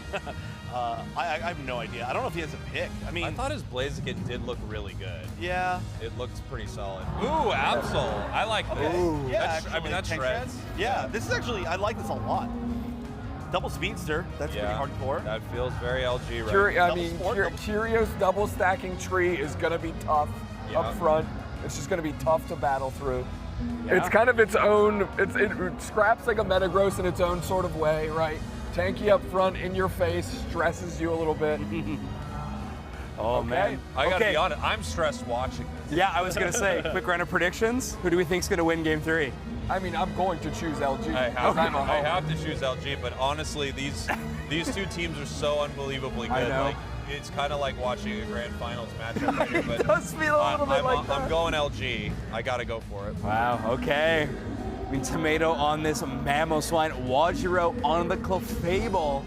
That's a weird one. That is a weird one. I mean, it's been a pick in this tournament, though. I mean, with Metagross and Mamo, I feel like Clefable is very, very good, right? You're just able to top both of them off. Mamo already is extremely bulky, has great, survivability. Metagross throughout this tournament today has just been a force. It's so hard to deal with. It's so hard to take this thing down.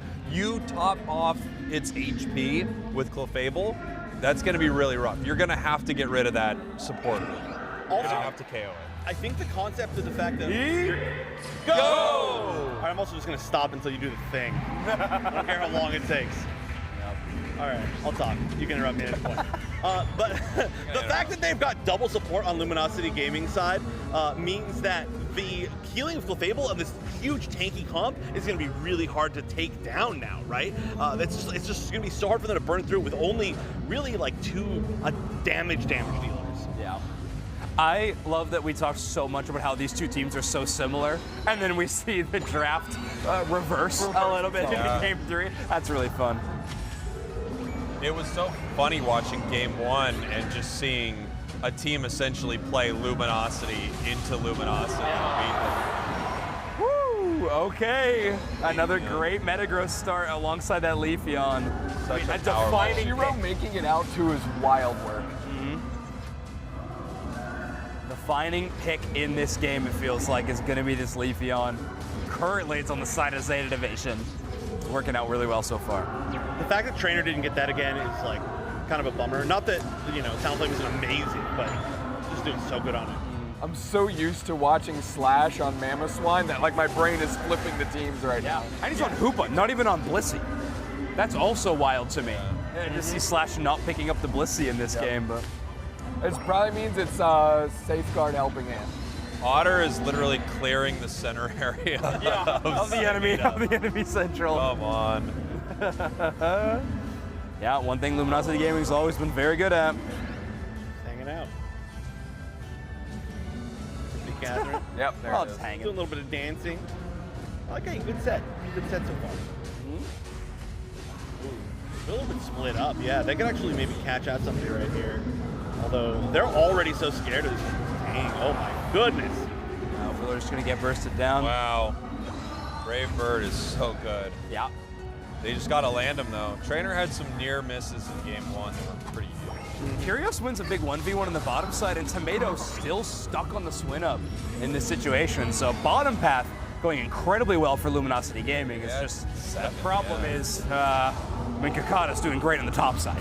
So that's the there trade. it is. And there's the shutdown. Yeah, that was really nice. Yeah, they're gonna have to put a lot of energy into KOing Metagross. Yeah. It has to go down, and it can only generate one shield, basically. You can only give it one shield. You can't let this thing hang out long enough to generate multiple Gyro Ball shields. Yeah, Wajiro might have something to say about that as this game continues, but at the moment, so far looking great.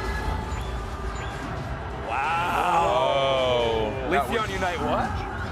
That was huge. That was massive. All right, LG, I'm actually really feeling it. LG is really, they're on point right now. It's their coordination, right? They don't have that much damage, but their damage that they have is ridiculous burst, and they are just hitting those targets perfectly together. It is looking very clean, at least early game.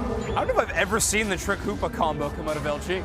Oh, really? I don't know if I've gotten the chance to see it or at least commentate it. And right now, it's crushing. Certainly never seen double support Trick Hoopa like Blissey. That in general is weird for them, but that they're showing that they can do it. And if they beat them with their own comp, that would be certainly a statement. All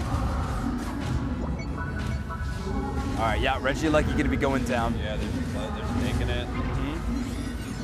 Yeah, you actually have Otter and Slash being the ones farming the wild Pokemon on this side. Really need to get that Hoopa Unite move optimally. That's what they're looking for. And hey, another KO for Overlord. Wow, actually not wanting to take the 1v1 in this situation. Does not have Unite move yet, only at level 8. Yeah. Gets shut down by that Mewtwo Y of Rom. Reggie Here he like is he again, pushed quietly, just level 9. Yep. Yeah. Just in the bottom path, doing their thing.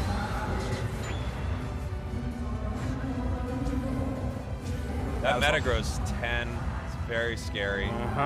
Vitopo 10, also very scary on that Leafeon. Yeah, quickly, I think gone are the days of where you could burst it down in the early minutes of this game, but no longer. When you had the Brave Bird evolution advantage, I think that was your chance. Absol Unite to get out of the Metagross Unite. That's going to be Leafeon, the third member. Unite Leapfrog at this point. Good Blitz assistance. They got to convert on this. They have to convert on this. You're going to heal and then you're going to try to land, but that's boy, tough. That was hard, yeah. Yeah, I guess they don't go down. Yeah. Sure. Is the situation there, but. Yeah, a lot of resources for nothing. You lost Overlords Unite, you lost Otters Unite. That's a tough one. I know we keep saying it, but Metagross looks invincible. It's so strong. The MVP Pokemon right now. Certainly of this matchup, it has been. Yeah. I mean, we've seen it work out really well in a few others as well. Similar concepts too. It just hasn't gone down. Wow, great escape. Oh no. Oh, really nice. Doing its best Talonflame impression. Eating right into the wall. Yeah, technically true. Luminosity Gaming taking their yes, time. the Rings Unbound fake pull, so everybody can go score and farm instead. Oh, what okay. a Revenant Unite move, by the way. That is Hyper Beam on Clefable, so if they want a chance to try to secure with it, they will have the opportunity, unless Wedgeroo gets KO before they even get the chance. Yeah, the opportunity I mentioned That Revenant was real. preposterous. Yeah. I think it hit 6 members of Zeta Division. The coach the merch backstage. booth felt the merch booth caught the forest curse. Oh no! Okay, it's a 5-on-1. Can we take down the Metagross? They even united for him. Yeah. They got to get rid of that thing. 5-on-1. Leafeon coming in and do some work. Wedgeroo has done that. Overlord feeling this Absol in this game. Yeah. Oh my word, is he beautiful. Triple knockout. Tomato going to be the only contest, but Psycho Cut. Oh, just does It so just much ripped damage. through. There's a Quadra. All right, someone else walk up. Go get Coco again. Okay, Coco got a save from the Penta Ender. But I like the preemptive bliss. Yeah, we're taking this no matter what. Look at how low Kokata is now. Brave Bird. Did he miss the Brave Bird? No, it hit. That's just the size of the shield, dude. It's just so big. Just walking away. Crazy. Yeah. I like the slash pulling the berry through before trainer can take it after he Brave Birded to there. Oh no. Oh, you're all alone there. I like the attempt, I guess, but yeah, not gonna be able to get anything off of that. Still, it's Zeta LG. Division, your purple team. Luminosity Gaming, your orange team. I should have just did nothing. LG's pulling this together really well, super well. When it looked like there was not a lot of options, I should say. When there was no light. Yes. Overlord is the, that Absol has enough burst to deal with Metagross, to deal with Mamoswine, especially if Clefable doesn't get another round of Moonlight, right? Like, you'll get one round of Moonlight on it, but if you can stop Clefable from getting a second round of Moonlight, that could be really big. Like, win or lose, I think LG drafted really well. And they were very smart about it. But obviously, with teams like this, it comes down to anything. With so few teams going for rips on Rayquaza, just because the explosiveness nature of all this competition, I mean, it's too big of a risk to do it right now. We get some really interesting endgame situations a lot of the time. It's a little bit of poke damage, not a full engage, just a little bit of a trick poke. I like that. I like that, like, explosive gut check. Straight back through. All right, here we go. 150 and still no. Yeah, I mean, LG is all around this. LG's up, so, you know, they're kind of seeing if Zeta's going to try something here. Leafeon's got 50 on the bottom path. Yeah, maybe down. A cap on the second tier, but I think Overlord's on the hunt for Vitopo too. Oh yeah. Good catch. Oh, they got the talent. Great cover by Kyrios. Overlord's going in. Oh, no. Down. Oh, so does Tree. Overlord's still up. There's a chance. There's honestly a chance Overlord just runs through this entire team right now. There's two. Overlord! Whoa! He All puts right. together 3. There's no way Metagross and Mammo can rip that. They can't oh rip my goodness, just recall. Yeah, they just have to kind of like, they just have to sort of dance around it and make sure they can't start it. That's what they're looking at right now. What an Overlord bailout. Devin Brainbird's back. Straight into the trick, big engage, pull through, chunk of damage. They can't step up. But I mean, look at that moonlight. Yeah, you're just forcing out the moonlight early. Now they can do it again. Yep. Yeah. And this is just delaying them. The fact that they have to heal back up and just leaving slower and slower. And that's what they're doing. Look, they're walking away. Whoa! Whoa, what a brave bird! Oh my gosh! Trainer! 3 KOs, I think, right there. Getting one of the last ones. That's got to shut down their chances. Wow. 20 seconds left. LG losing so bad in game number 1, but they are just dissecting Zeta Division now. Let's freaking go, dude. The Legion of Bravebird was perfect. That game number 1 went so bad. I was so upset. I wanted LG to do so well. Wow. I want to preemptively get up and then have you guys shift over because they're going to walk down here. Yeah, I'm going to talk to them, right? I guess. Yeah, here. I'm going to stand up. All right, sounds good. Luminosity Gaming. Wow, dude. Celebrating like they just won the tournament against Zeta Division because honestly, at this point, what a look. Look at that, man. I mean, what a game. Yeah. And coming from such a bad game, like one of the worst game 1s we've seen in this tournament. Yeah. Unbelievable. Well, with 90K, I mean, Slash puts down a Hoopa Unite move, hopes that someone will be able to save that scenario. Yeah. Overlord comes through and gets a KO streak of 3, unable to walk away recall. Phenomenal stuff from Luminosity Gaming in that game number 3. Zeta Division playing a great match too, though. Zeta is unbelievable. Yeah, you can't take this team away as a tournament favorite. You really can't. I think, like I said earlier, I genuinely mean this. You might have just watched like the grand finals. Yeah. That's how good these 2 teams are. Oh, Japanese commentators, this hit hard. They're not as happy as we are, obviously. Yeah. Like, I love Zeta. I want them to do well, but I want LG to. Of course. Yeah, Luminosity crushing. I think Zeta doesn't have to be too stressed about where they're at in this tournament, right? They're still in position to do very, very well. But woo, that was one of the games. Yeah. The games to watch today, Yeah. And it just turned into an absolute barn burner. To lose that hard, and of course if we get to talk to LG, that's like the first thing I want to talk to them about. Right. To lose that hard. It's like absolute gut check moment. How do you recover from that? Yeah, it's crazy. Yo, yeah. Sit down. Okay, we have some questions. A lot about game number 1. Yeah, what's going on? Okay. Yeah. I'm not gonna lie. Okay. I'm pretty That sure would be preferable. Yeah, don't lie. Keep truth. I'm pretty sure we played Blaziken Blissey into that exact comp in scrims, pretty much. And we got farmed just. Okay. So we bit of a changed up the strat. Yeah. Game 2 and 3, but you know. Nice. The scrim we had versus them was a while ago, so we're like, hey, we're new and improved. Maybe it'll work out this time. Great. Did not work out game 1. Okay. Yeah, that was. I really liked our comp game 3. That's a comp we've had in the woodworks. Yeah. Yeah. It was so the sick. The Hoopa Talon poke is amazing. If you saw that. My word. Yeah. That was. I mean, you just had so many opportunities. Every time you would land, you were able to pull trainer back. Of course, you would. You would make them use Moonlight every single time. So you had another opportunity to engage. That was really awesome. Metagross feels like one of the hardest things you had to deal with in that entire series. Talk about that a bit. I actually feel like it's the Clefable and like the other supports that are making it so strong, so tanky. Okay. Yeah. So you saw once you were able to, I think we killed the Clefable. Like the team fight, the last game wasn't looking very good. Overlord managed to kill Clefable with the Absolute. Suddenly we can win the game. Yeah. So it's actually the supports that I think are enabling the Metagross to look like the issue. But I do think it's like those supports that are healing it so much that make it so hard. Yeah. Big deal. What did it feel like? For me, watching game 1, it felt like I was watching a team play vintage LG into you. Like they were playing Zoroark, Comfey into you, and absolutely farming. When they lock that in, what is your thought as you're going through draft? Does it feel like, we let that slip through, that was a mistake, or how did you feel? Yeah, I mean, not at first during the game, but definitely after the game we were thinking about it. We're like, hey, wait a minute. Our answers to Zoro Comfy are usually number 1 Mimikyu, number 2 Zera. They banned both of those. Right.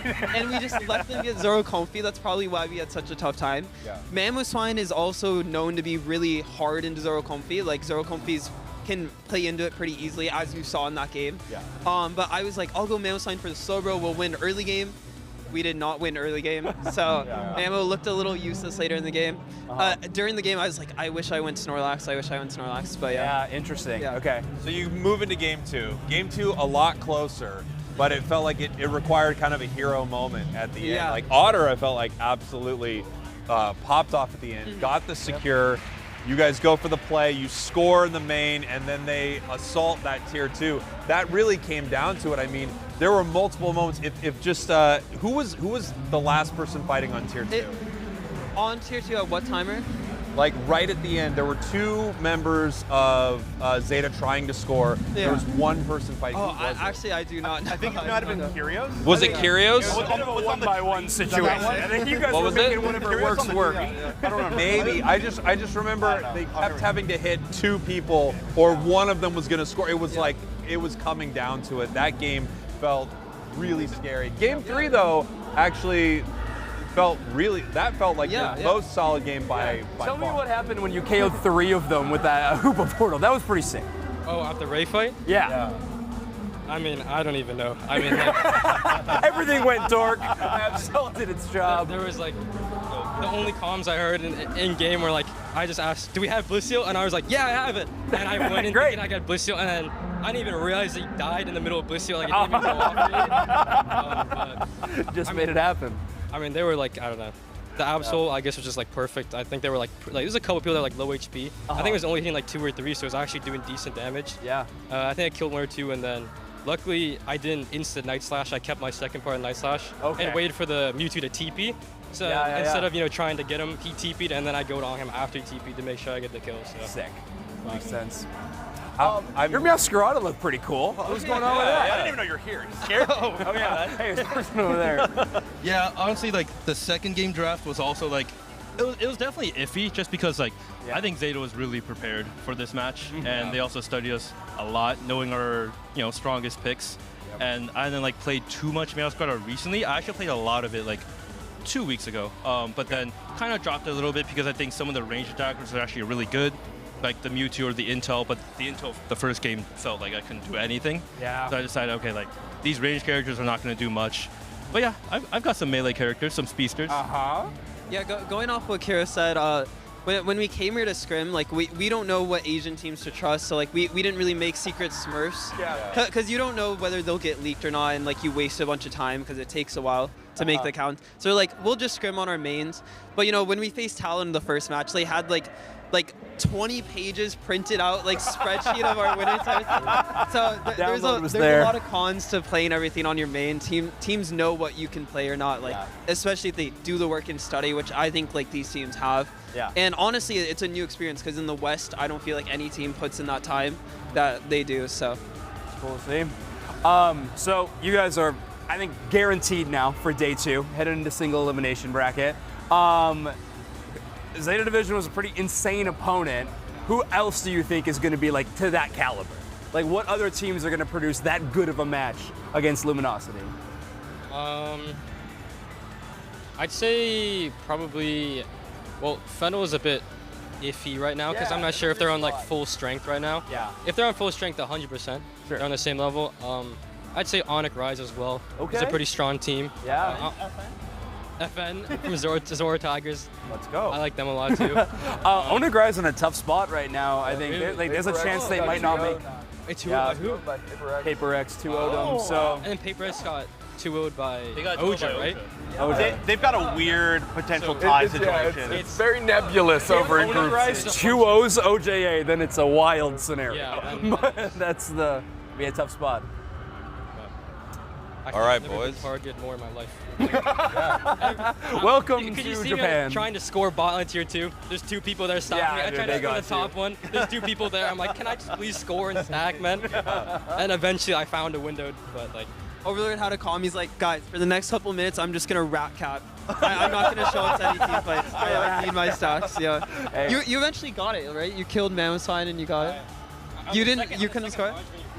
Yeah. There was the beast one, so I Yeah. got 4 stacks. Okay. I got 4 stacks. I think I got like 400 going on. Yeah, I was like level 14. I was like, Okay, we're doing good. This is I'm good. like, well, Super 10 early game never happened. I'm 14 now. What's your next matchup?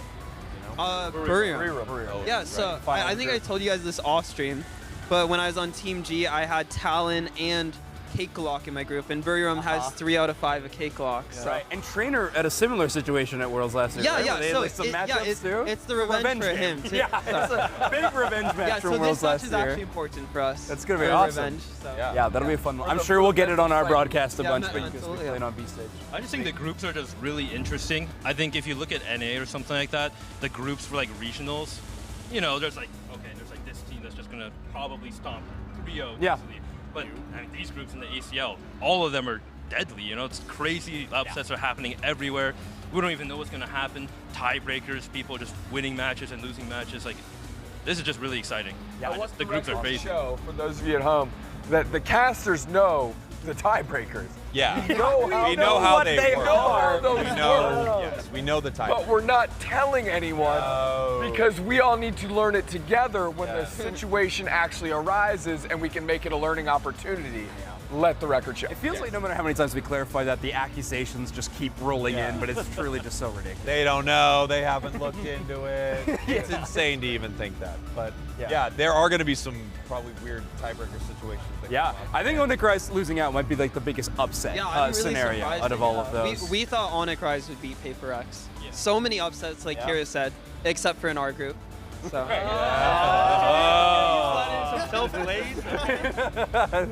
That's true. No, you guys are looking great. It's been awesome. Seriously, good luck. Congrats. In your next matchup. Yeah. Really hope Thanks you for guys stopping by. You too, boys. Kira. Yeah. I'll give you the fist bump for that. Oh yeah, thanks again. Get you as well. You want to get one? Get one of those in there. Luminosity. Yeah. Oh no, taste of your own medicine. That's terrible. That was pretty fantastic game right there. I don't know.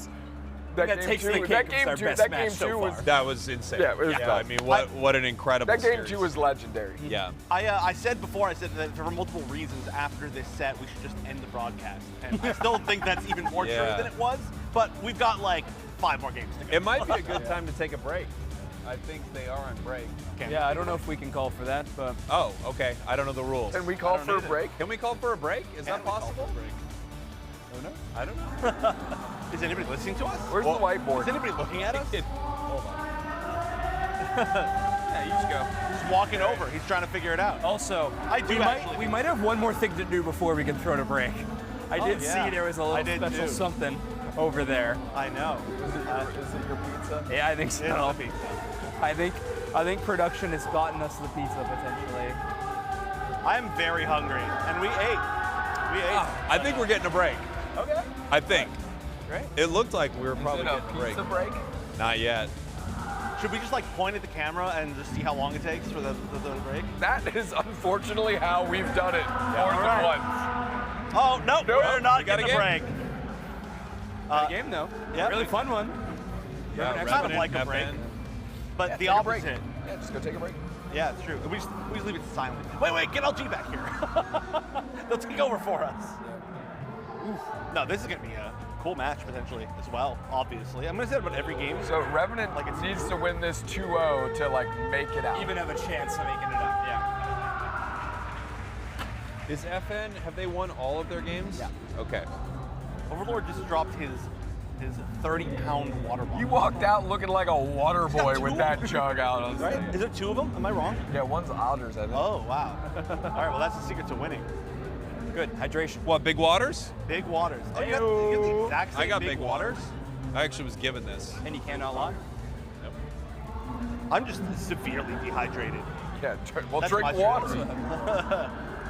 Nobody's walking around giving me water. It's very difficult. Also, we don't get any breaks. Revenant, X-Spark. They're also been. You can take a break whenever you Yeah, want. you know take that. a I know. break. I'm actually not working this event. I can leave. Oh, we got to pause. It's unfortunate. Got to pause right now. Leave. I can. Oh, hey. Hey, we're back. Hey, back. We got a little Chef's bit of gonna go pause. take a break. We're just gonna stare directly into the camera and say nothing. Yeah, I didn't actually thought we were taking a break. I'm not gonna lie to you. Felt like we were getting pretty close to it. Well, in the meantime, should we play a little bit of Pokemon Pictionary? Okay. Okay. So I'm going to draw from reverse, which is going to be very difficult. Okay. So for those of you at home in chat, feel free to play along. Feel free to guess before the other commentators do. I will be picking a Pokemon Unite Pokemon, not necessarily a playable Pokemon, but a Pokemon that is inside the game of Pokemon Unite. All right, you ready? Yes. All right, let's do it. Duraludon. Metagross. Yes. Yeah. Nice. Okay, very quick, very good. quick. All right. Can I get one of those Phoenix? Give a new one, maybe. Yeah, all right, I'll take a used one, that's fine. Okay, all right, round two. That was easy, that was easy. Okay, we're going into round two. Okay. We ready? Yep. Oh, this side of the marker? Okay. Let's go a little thing.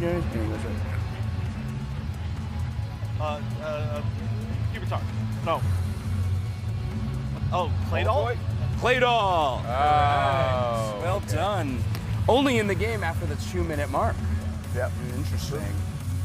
It's a fun fact. Yeah, thank you. Okay, what are other Pokemon that are easy to draw in the game? Okay, we ready? All right, we're gonna get a little more details.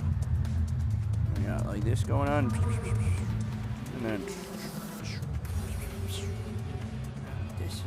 And his head is like this. Blastoise. Yes. Oh, that's the new hat? Yeah. Oh, never mind. Oh, I see what you're doing. The cannons. The cannons. I thought it was the new Hollowware on it, because the hat kind of looks like that. Oh, really? It does. Oh, okay, nice. All right. We each Do you got want one. a turn? It's pretty good. Drawing? Yeah. I'm not very good at drawing. Oh, we got a game. Perfect. Saved by the bell. We're back. Revenant Expert, your purple team. I feel like this is the exact same draft that we've seen the FN have all day long. Yeah. Yeah, they're liking this Gyarados, huh? Uh-huh. I wonder how it's going to fare into some of these teams in day 2. Uh-huh. Yeah, it's going to be a big question mark for sure. Yeah. The Gyarados teams have been like Gyarados diehard teams. Like they're picking it every game. Mm-hmm. On the other hand, it'd be a really fun look for Revenant X Spark to at least get a win against a big team, you know? Even if they don't have the chance to make it out of the group, which they still do, if they could beat FN, but like, getting a nice performance against a top team like this would be awesome. This is the final match for FN, is that right? Or is it? Okay. For both these teams. Well, yeah. I don't know we're why I in said A it now, that this way. is Group A. Yeah, this is Group A. Okay. So FN is 2-0, and then Revenant X Mark is 1-1. Yeah, we're kind of back to our final rotation of groups. Right. You're watching Group A, a game from Group B, C, and D, and that'll conclude our broadcast for day 1, if we can make it in time. Yeah, we'll see. Right? I mean, there's a lot of games. True. Okay, so what Pokemon do we think today has truly made the biggest splash? You were making a case for Mewtwo. I think Talonflame has been making a case for itself. Zeraora. However, it's been getting banned more and more, so maybe that's a tough one to call. Feels like Hoopa is really up there. Hoopa, definitely. Hoopa's enabling some of the craziest plays, right? There are so many good carry Pokemon. Hoopa just really feels like a super strong enabler. I don't think Talon is as powerful without Hoopa. And yeah, totally. You know? Totally agree. Leafeons seem great. Mewtwo Y does, honestly for me, it feels like a Pokemon that I would like to have in any comp. Any comp I would love to throw Mewtwo Y in. Face of consistency when it comes down to it sometimes. Yeah. And it just as we talked about also. Oh, whoa! Okay. Very nice. Little combo there. Subin with a perfect snipe shot. Beautiful. Wow. Absolutely surgical here from FN. Mm-hmm. That's incredible. My pick's Metagross, but I've kind of said that before. I've really enjoyed Metagross today as well. I think it showed out for itself. It's true. It's hard not to say Mewtwo Y. It's been the most consistent for sure, right? Like every game basically is a Mewtwo Y game. Yeah, and Mewtwo Y just feels like it plays great and it's so hard to shut down. It's an attacker, but it's just the survivability on that thing is so good. Yeah. Plus, its Unite move every once in a while you'll catch multiple enemies with that Unite and have a global stun. It's pretty incredible. Sometimes you just like accidentally win the game with V2I. You know, that's really what it feels like. You're like, oh. Especially when they released it. Yeah, well, Like a lot of people were accidentally winning games. Oh yeah. When that thing released. Accidentally. Yeah. Depends how quick you got it. Someone kind of came near it and they were holding that A button. Really got him. True. I think I'm with you. I think Trick Hoopa is the standout pick so far today. Yeah, I think it's been really good. That's felt like the ace Pokemon on any given team if they're able to get it in draft. So These strong. snipe shots are on point. Yeah, Subin's great. Oh, he got the PUI. Did just his feet as he was landing. No, just immediately. These snipe shots are on point. They just immediately missed the first one that they missed in so long. No, he hit it. It was just PUI was landed on it. No, the one after that. I think. Am I wrong? I don't know. Chat, tell me if I'm wrong. I'm not reading chat, but tell me on Twitter. Talon is having a day, for sure. Talon looks great. Yeah, best of the Speedster 4 by far, I think, of those 4 Speedsters at the moment. Yeah. I mean, Absol is tough to outweigh. Quite good. Gengar Leafeon in. Yeah, Leafeon definitely in. Specifically the combination of Dragoopa with the Talonflame is it. You know, that is it. That is really all I can say. Yeah. All right, well, Mimikyu Unite, good enough to get the Talonflame KO, so Mule gonna go down. Yeah, you saw the combination right there was really nice. It was the Mimikyu Unite timed with the Mewtwo Unite, so as soon as they got right out of it, they were gonna get, you know, hit by that crazy Mewtwo global. That's interesting. Oof. More snipe shot damage, more knockouts. Gonna be falling for FN Esports. Ay, ay, ay. Ay, ay, ay. Say, ay, ay. God bad. Oh, big nap. A lot of healing. Healing all the way back to full. Yeah, that's not like landing the two-step there kind of stinks. Yeah. Very Unite. Everybody's so low. Oh my goodness. Just hit the butts. Yeah. Oh, there you go. Yeah, Revenant Expert with a real big chance to turn this into something bigger. I mean, Mimikyu able to get a couple good situations, but Talonflame able to make it far enough away that Shadow Sneak not going to be a consistent land. I feel like Talonflame's Unite move is one of the worst Unite moves. Yeah. And then every once in a while, it's epic. It's the best Unite move. Yeah. Every once in a blue moon, it creates one of the coolest situations. It feels like 8, 9 times out of 10, it's pretty underwhelming. Yeah.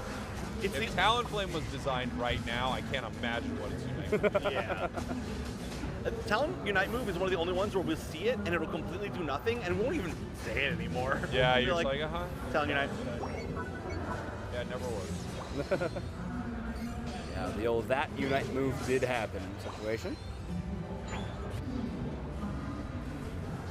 FN doing really well here, up by 100 already. Feels like they're in control of a lot of the fights. Level-wise, though, Revenant is very much in this game. 12, 13 now on Mimikyu, 12 on Mewtwo. So they look pretty solid here. A minute 15 before Ray. Every time we've seen Revenant play, at the 4-minute mark, they've taken some like impressive fight win to just get all the experience back and like keep themselves in the game. Yeah. And now they have the biggest character in the lobby. Yeah, that's true. Mimikyu jumping back. Shadow Claw getting a bit of healing against the Snorlax, but maybe not enough in that spot. Revenant X-Spark has like some real good pick potential. I feel like that might be the direction they need to go. It's not going to be easy, but we definitely seen Talonflames get grabbed a few times here. Yeah. Already got some extremely aggressive positioning from FN. Yeah.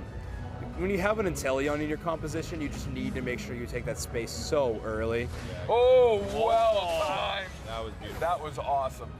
That was, again, that's something they would have wanted 10 seconds later, but it's still going to be potentially good. Maybe not, though. Hold on. They're trying on them really hard right here.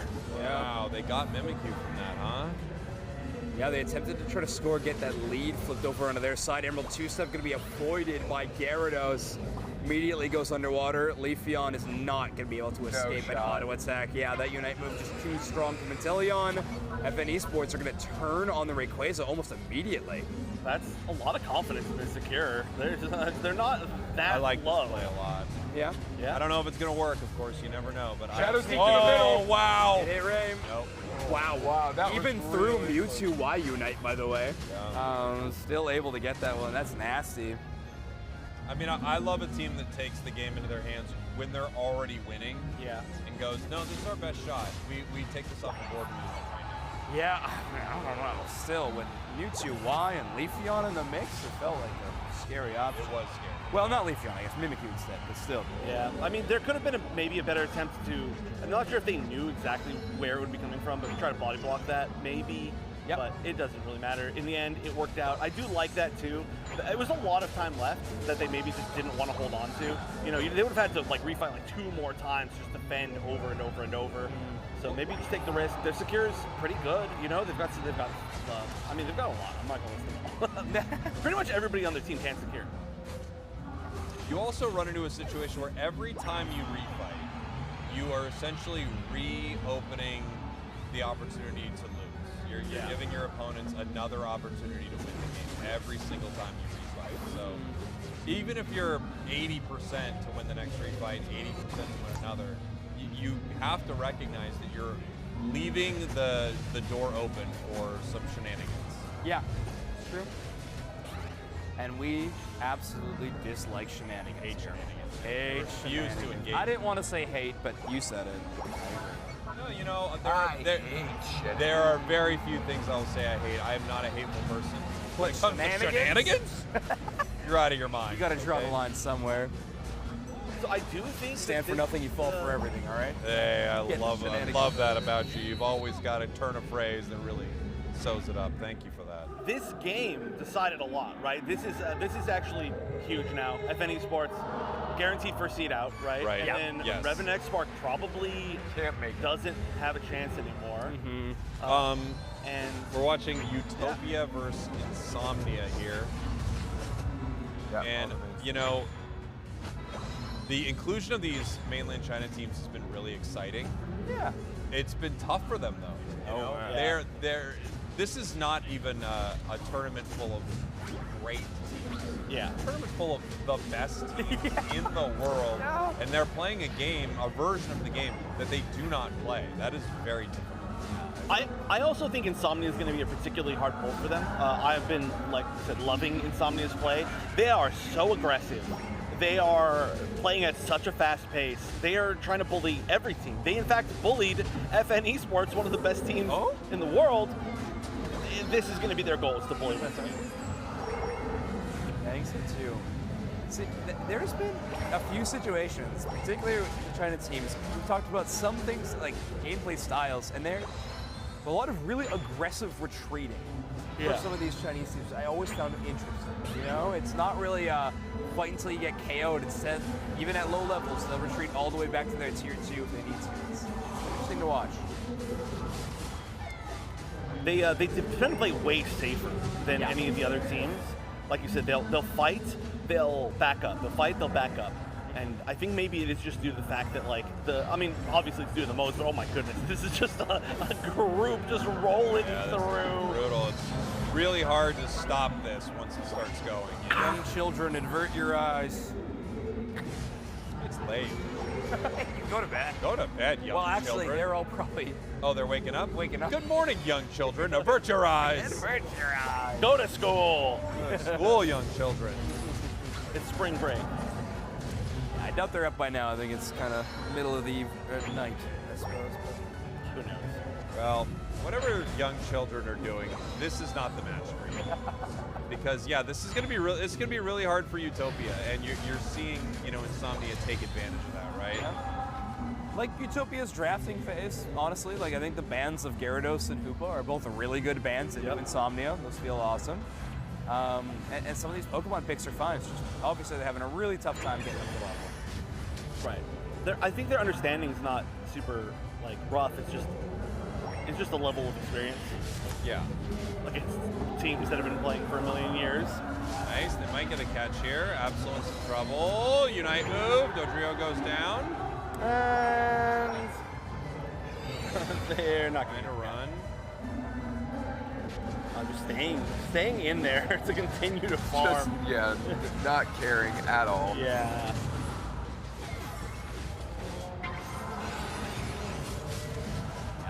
haymaker attacks from the Mewtwo UI from range, looking nasty from Insomnia. Soon, again on another damage dealer attacker with that experience check. No wonder Chef's a pretty big fan of the Mewtwo UI with the light bulb.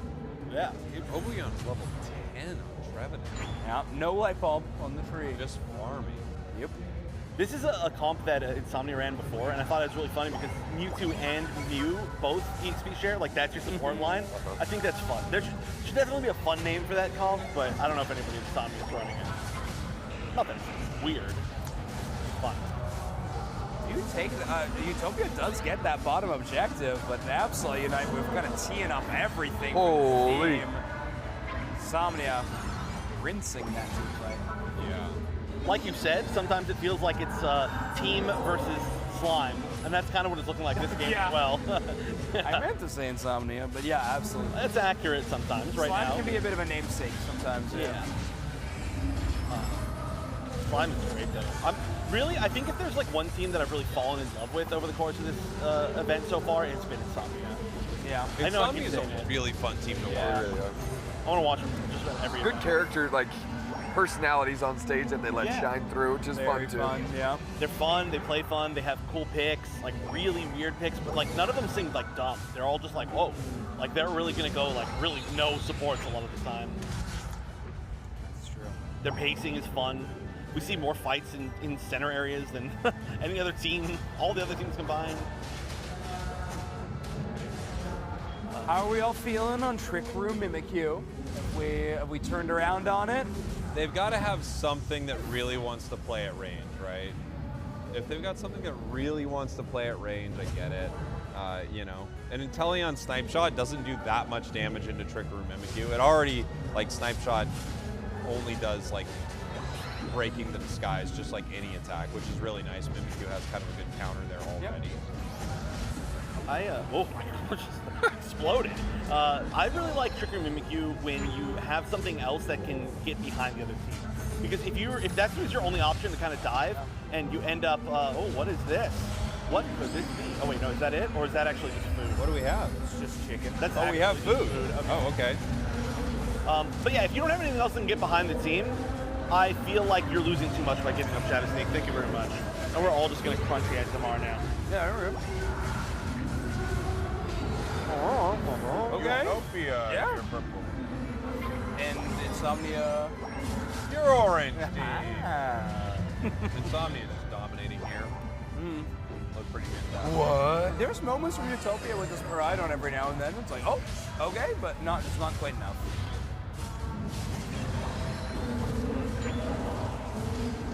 Obion and this Trevenant's so fun. I mean, Obion's a really fun player to watch. Obion is a really cool player to watch. I love the strategies they bring out with it. You know?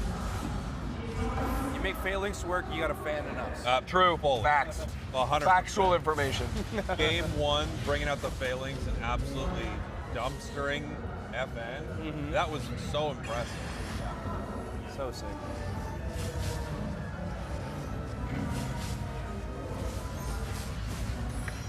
Once again, we're seeing the Dodrio. Seeing a lot of Dodrios. Doesn't always feel like it's getting a lot of effect. Yeah. The other reason, too, is that we've been seeing a lot of Dodrios where they're not playing like really aggressive comps where the Dodrio gets ahead and gets to be annoying. They're playing really safe Dodrios a lot of the time. That's something we're seeing here. Obviously, they lost relatively strongly early. So it just runs around and hits you like 3 times, and it's like, I gotta go. Late for an appointment. I have to say, I'm very worried about what happens when the other speedsters get the speedster buff. Yeah, if they do, right? Yeah, if they do. You give those buffs to Dodrio and Zoroark, that please will be not insane. Zoroark. Yeah. Like, unbelievably insane. Galarian Rapidash, maybe? That could use double the buffs. Triple. Give it more. That, honestly, I don't know. That's a heartbreaker of a Pokemon for me. I would love to see it in the championship series. I'd love to see it here at ACL. It just doesn't compete with the rest of the roster. Yeah. It certainly had too much of a problem with the unstoppability, and then it got nerfed like past that, right? Yes. And so it was like a victim of its problem being like one particular problem that also got fixed. They went with the kind of the every nerf that they could think of. Yeah. Basically. It's always tough to kind of figure out what the problem with something is when you nerf every part of this game. Good lord. Yeah, it's a bummer because I do actually think that that's a really cool Pokemon, Glare and Rapidash. Like, it actually felt kind of like immersive to like run around the field. You know what I'm saying? Just be like, wee. This is looking rough. Hey, they did manage to take on Soon. All right, good amount of Miraidon damage in this situation. Yeah. Miraidon was grooving until it got knocked out. Yeah. They've had their moments. That felt like that was actually a pretty good fight. They were just behind in strength by so much, but they were in there for a long time, and they did a lot of damage as far as what they could. Yeah, I agree. I thought they did well there. Yeah, good looks from Utopia. Good looks, but yeah, Insomnia looking like a clear team making it out of this group. Yep. Potentially taking a run in day 2. Yeah, and I do think at this point, I mean, oh wait, so how is this group, what is this actually set up as right now? Insomnia is 1-1, right? And Utopia is 0-2. I know everybody's distracted right now, so I'm going to pretend that I have the answer for that. I do believe Insomnia is 1-1. What, Insomnia is coming out? Insomnia makes it out of the group. Okay. Oh wait, no, yeah, Insomnia, yeah. They beat Revenant. Right, yeah, they're 1-1, they beat them, and then they're going to be 2-1, and then we're going to have a 3-0, right? So, this is one of those matches that also, like, it doesn't necessarily change anything that's going to happen. I don't even think if Insomnia lost here that they would be out, but it's nice to be able to see these teams again, you know, a matchup that we've literally never seen ever in the entire history of Pokemon Unite. If Utopia won, would this match change anything? I don't think so. No. Even if they won 2-0. Well, it might go to a tiebreaker between Insomnia. No, it still wouldn't. It could potentially go to a second place tiebreaker. Maybe, yeah. Insomnia, Utopia, and Revenant. Yeah. Other Indian team. My brain's certainly not scrambled at this point today. Yeah, no. Completely lucid. Every time somebody here asks me a question, I'm like, boy, I wish they didn't ask me that. I'm going to pretend that I know the answer. And speaking of, back to FN versus Revenant. Is the main stage game? No, Side stage. We have the Armor Rouge and the Gengar, both on the same team. Whoa. That's pretty interesting. The comp on FN Esports seems unbelievably broken. I'm going to vote that they are probably my favorites. That competition's crazy. Yeah. Gengar's had its, flashes of brilliant moments on stream earlier. Sure. Yeah, it took LG to a game 3. That's true. I do love that Pokemon. Glad it's at least seeing sideline play. We even saw some flashes of brilliance out of the last Armor Rouge that we were watching. Yeah. I wish Armor Rouge would get a little bit of a buff, because I think Armor Rouge is pretty cool. I'm with you. I think it could use a little something. Yeah, it just needs like a little bit of stats or something. It doesn't need like the biggest buff in the world, because give it like 2 armor cannons. There you go. Yeah, sure. Charge them up and you like spread them out. That would be awesome. Yeah, it'd be really good. Give it 3. Yeah. The third armor cannon. Oh gosh. Triple cannon. All right. We considered a 4th cannon. Actually, we're just signing Mega Blastoise right now. I had to make a joke on Twitter the other day about all the cannon Pokemon. There's like 5 of them, I think. Yeah. Right? It's like Blastoise, Genesect, Armor Rouge. Yeah, that's just a good one too. I don't know if that one. Octillery was one. Oh yeah. Yeah, you've been on the Auxiliary for Unite train for a while. Ever since the silhouette in the background of that one promo image. I thought that would be pretty cool. It'd be a fun one. I like when they bring in something a little weird, Like Pelipper. Like Pelipper. Yeah. Hey, we all know that at least the one thing we know for sure is that Palmy's definitely not. No way. Or Pelipper. Says Wink while not winking. Wink. Why didn't you wink when you said Pelipper? I winked with both eyes. This is actually looking pretty even, if I'm being honest. I did not think it was going to be this even with these comps, but I think Crowley, my guess is that Crowley evolved a little bit early. I've been impressed by Ruben this weekend. Totally. Yeah, they've been playing really well.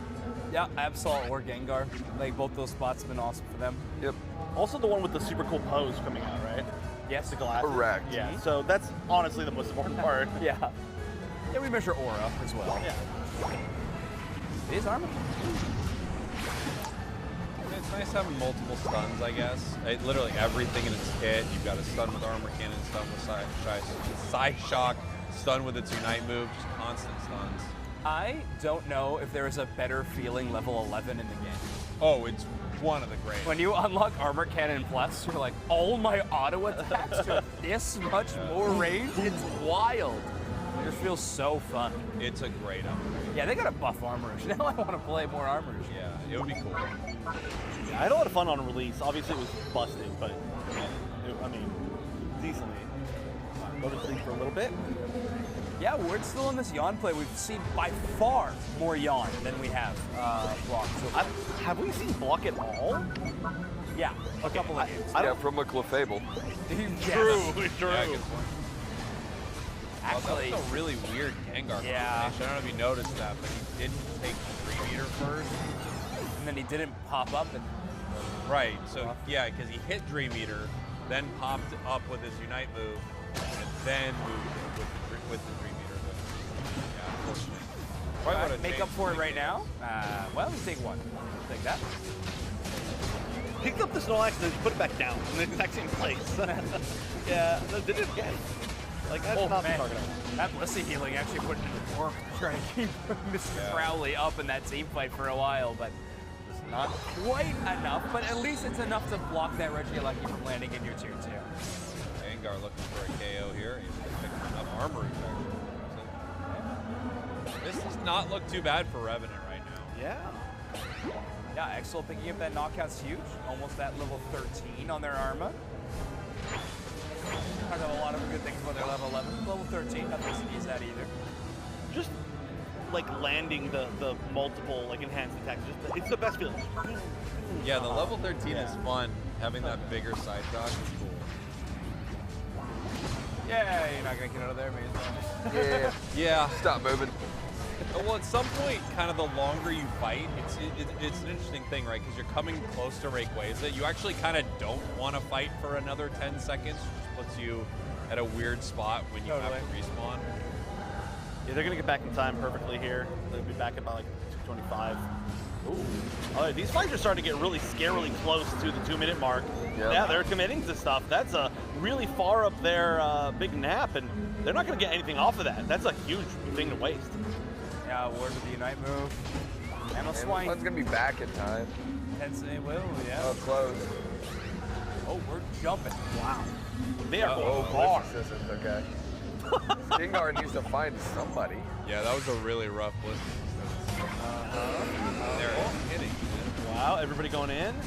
They're just committing. This is Wow. a flip. They're not even gonna get close. Okay. I mean, they just went for it. Yeah. I love when teams are willing to do that. When they're willing to say, like, we know they're not close enough. We are just going to take our odds at this point. And they were right? Nobody got a hit on them. Not a single person. No, yeah, they were not able to get in.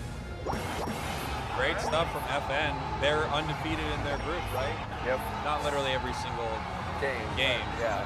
Every match. Their only loss was by 1,200 points. Their only game loss, I think. Yeah. Just a normal day, yeah. Funny enough, same thing happened to Luminosity. And they're looking like the strongest out of their group, but that game they lost by 1,000 plus points. I don't know if I'd ever seen them lose by that many points. Yeah. Yeah, it's wild that happened twice in one day to us. Yeah, it is. To top teams. Yeah. Interesting. To the teams we've been voting for as well, like our picks to win. I don't know. It's so impossible. Every team that's making it through is looking so good. Yeah, I'm so excited for more. So we're starting to get a picture of some of the first seeds that we're going to be seeing in any kind of our groups now. We got FN Esports and very likely Luminosity Gaming going to be another one. Yes. We got a Group B.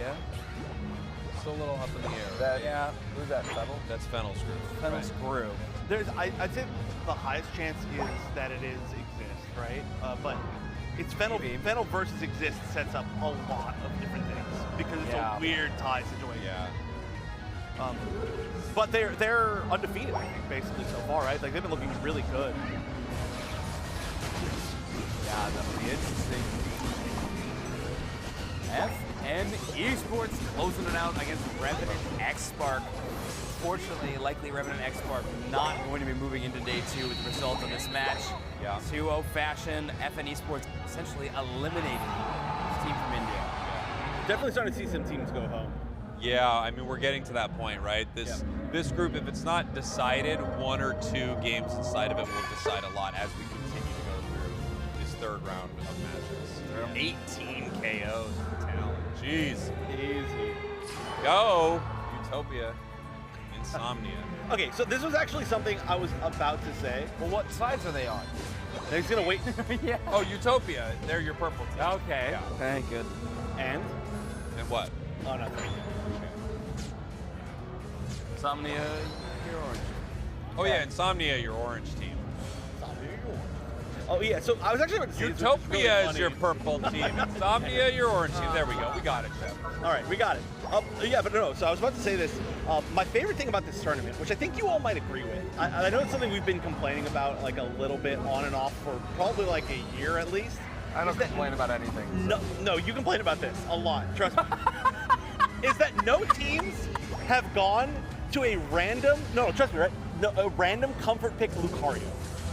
Oh, that's true. That's true. Not until this exact moment, which of course was when I was going to say it. But none of the teams that we've seen aside from this point have gone to that, and that's just like been a throw a lot for like a year and a half at this point. Not that it's never worked, but a large majority of the time, and we haven't seen it. And I like that a lot. Not that I don't love Lucario. I don't love Lucario. I mean, he's right. He's right there. Dude. Come on, man. Come on. I do not love Lucario. You need to keep saying, double thing. I don't love Lucario. Stop. I know. Can we talk about how the majority of the Pokemon that are behind us have not been seen, or almost at all? Lucario, not until this moment. Yep. Dragapult, not at all. Palmy, not yet. Not yet. Wing. Pikachu has been seen. Charizard, not seen. Delphox, not seen. The 3 starters. Venusaur, not seen. No Venusaur, no Char. Not seen. Squirtle has Yep. a decent amount. Greninja, no Urshifu. We have seen Greninja. No, yeah. We've seen Greninja. No Urshifu. No Urshifu. That's a weird one. Urshifu feels like it's always close. Uh-huh. Some teams still playing Wicked Blow. Water Bear still has some viability, but I think just these speedsters are all taking too much priority away from Pokemon. True. Meowscarada is on the shelf though, and we've seen a decent amount of that.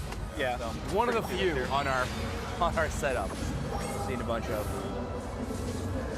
I haven't seen much of Alolan Ninetales. It's not on our setup, but it's true. Yeah, that's true. Yeah, I even got a little pin of Alolan Vulpix. Oh, that's cute. Right now. I think the Alolan Ninetales is actually really good right now. Like, there are better picks, but it's strong. It's good against a lot of the speedsters. You know, it can be annoying to their gameplay. It's a little bit. It got a little bit of like self-survivability. Like it's not as squishy as some of the other range attackers that you want. It can block people in as well, so that your own speedsters can jump on them. Yeah, that's a good point. One thing for Utopia, it feels like the first time they've gotten the chance to play the Gengar. I mean, I feel like it's been a permanent ban against this team, so cool look. Decided to see what Utopia can pull off with this Pokemon. Boy, that was this is just so tough, right, for Utopia here. We've just got absolute monsters on Insomnia, invading their central area, ripping them apart. We still have Haunter. That's a level 10 Absol. Ow. That's painful. Yeah, it's the problem too with Utopia's comp is that it's a pretty late game comp, right? I mean, 3 Pokemon that need to evolve twice. The other are pretty good for early game, but against the comp that they're fighting against, Mewtwo doesn't need anything, Absol doesn't ever need anything, Zeraora doesn't need anything. You're setting yourself up for failure, and it might be again due to the experience of maybe you're able to evolve faster, right? I mean, from our experience in the 500 point mode, you evolve very quick. Very fast. Yes, right. Absolutely. So that's just a strategy that might just be completely foreign to them. Of like, oh, like we could not make it to our 3rd form. Like, oh.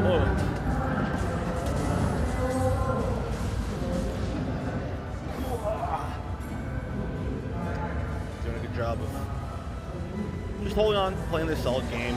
Insomnia. Like I said, their play style as well just feels like it's going to be a really strong play style up against Utopia. They're aggressive. They're bullies.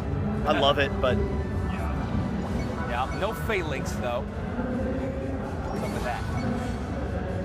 Yeah, I don't know. Go up on stage. They're picking a bully comp. You know, they just want to dive in, do insane damage. Or I guess they could with phalanx too.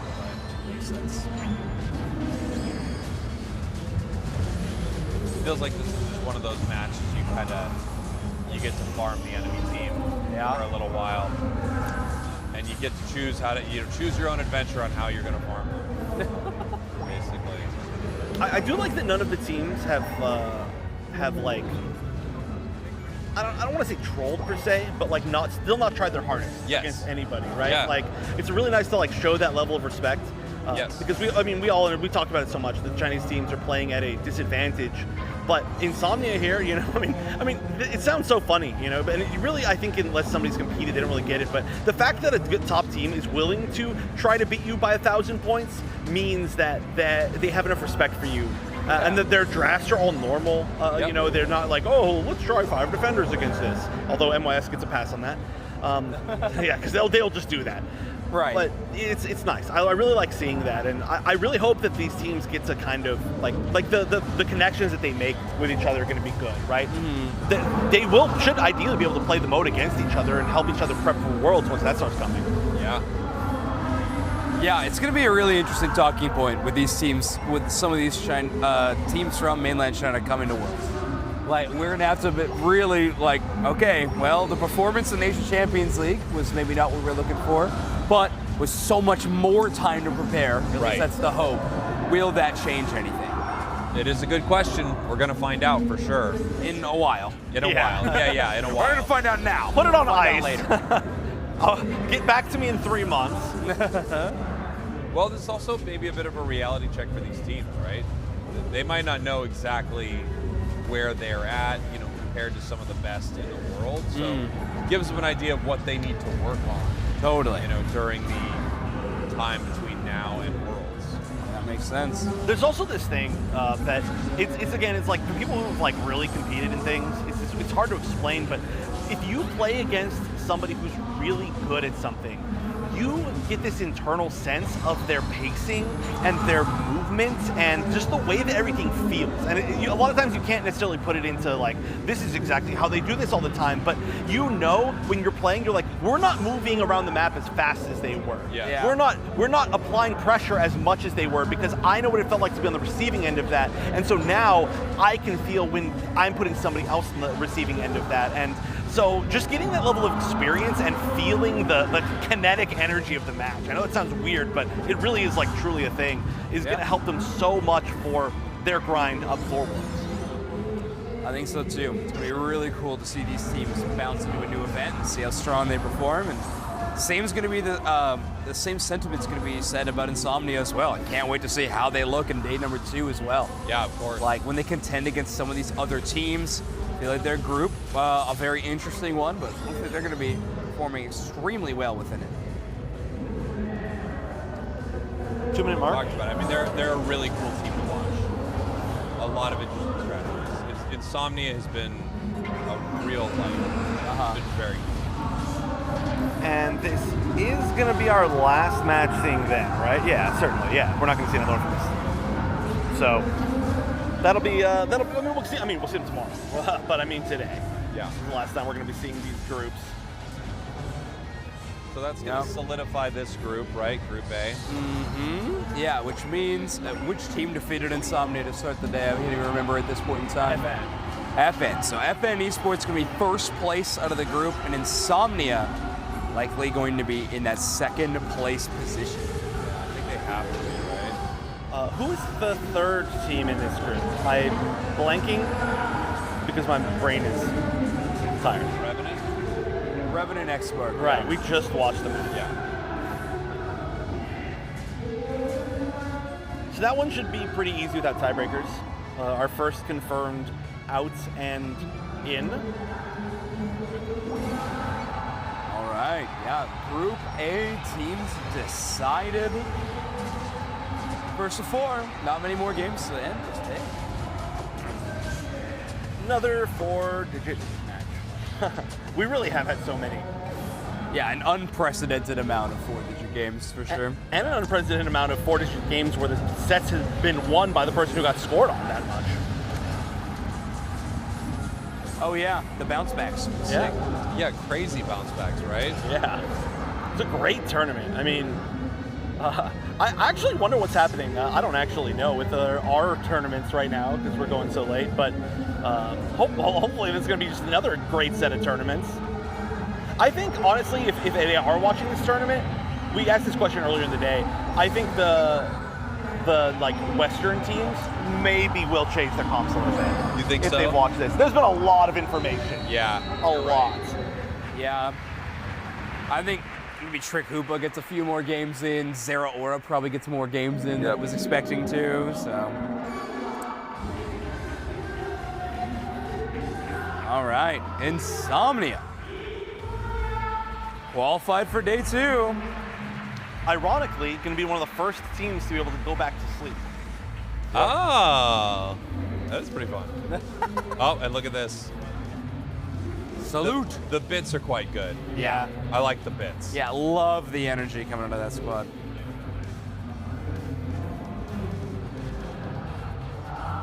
$93,000 damage for Usakazu. I mean, this Zera Aura has been their pick. Yeah. Throughout this event. They've had a couple of other Pokemon, but every time the Zera Aura is locked in for that player, it is just a different beast. Yep.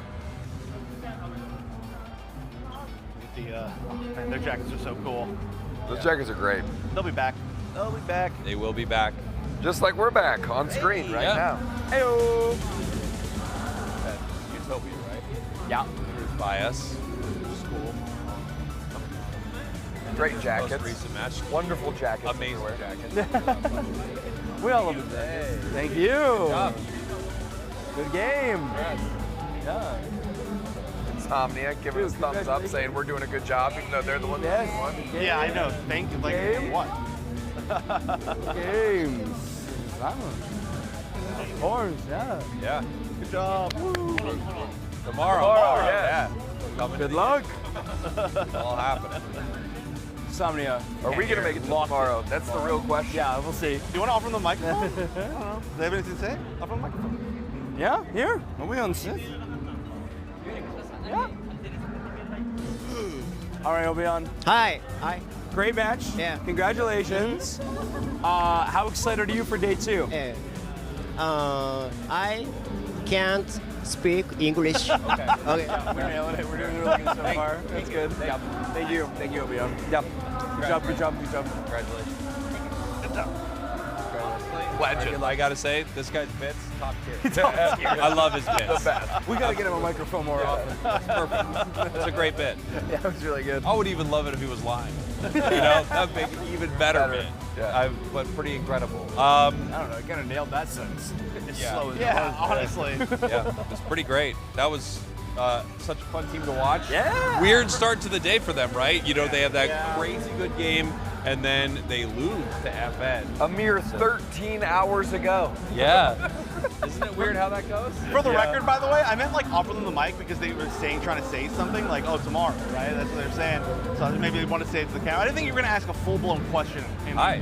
He said for tomorrow. I don't know. Oh, we have got ourselves a break, guys. Oh, no. We're going to take a quick break, and we'll be right back with more Pokemon Unite. Don't go anywhere. I know we won't. We'll be like this, frozen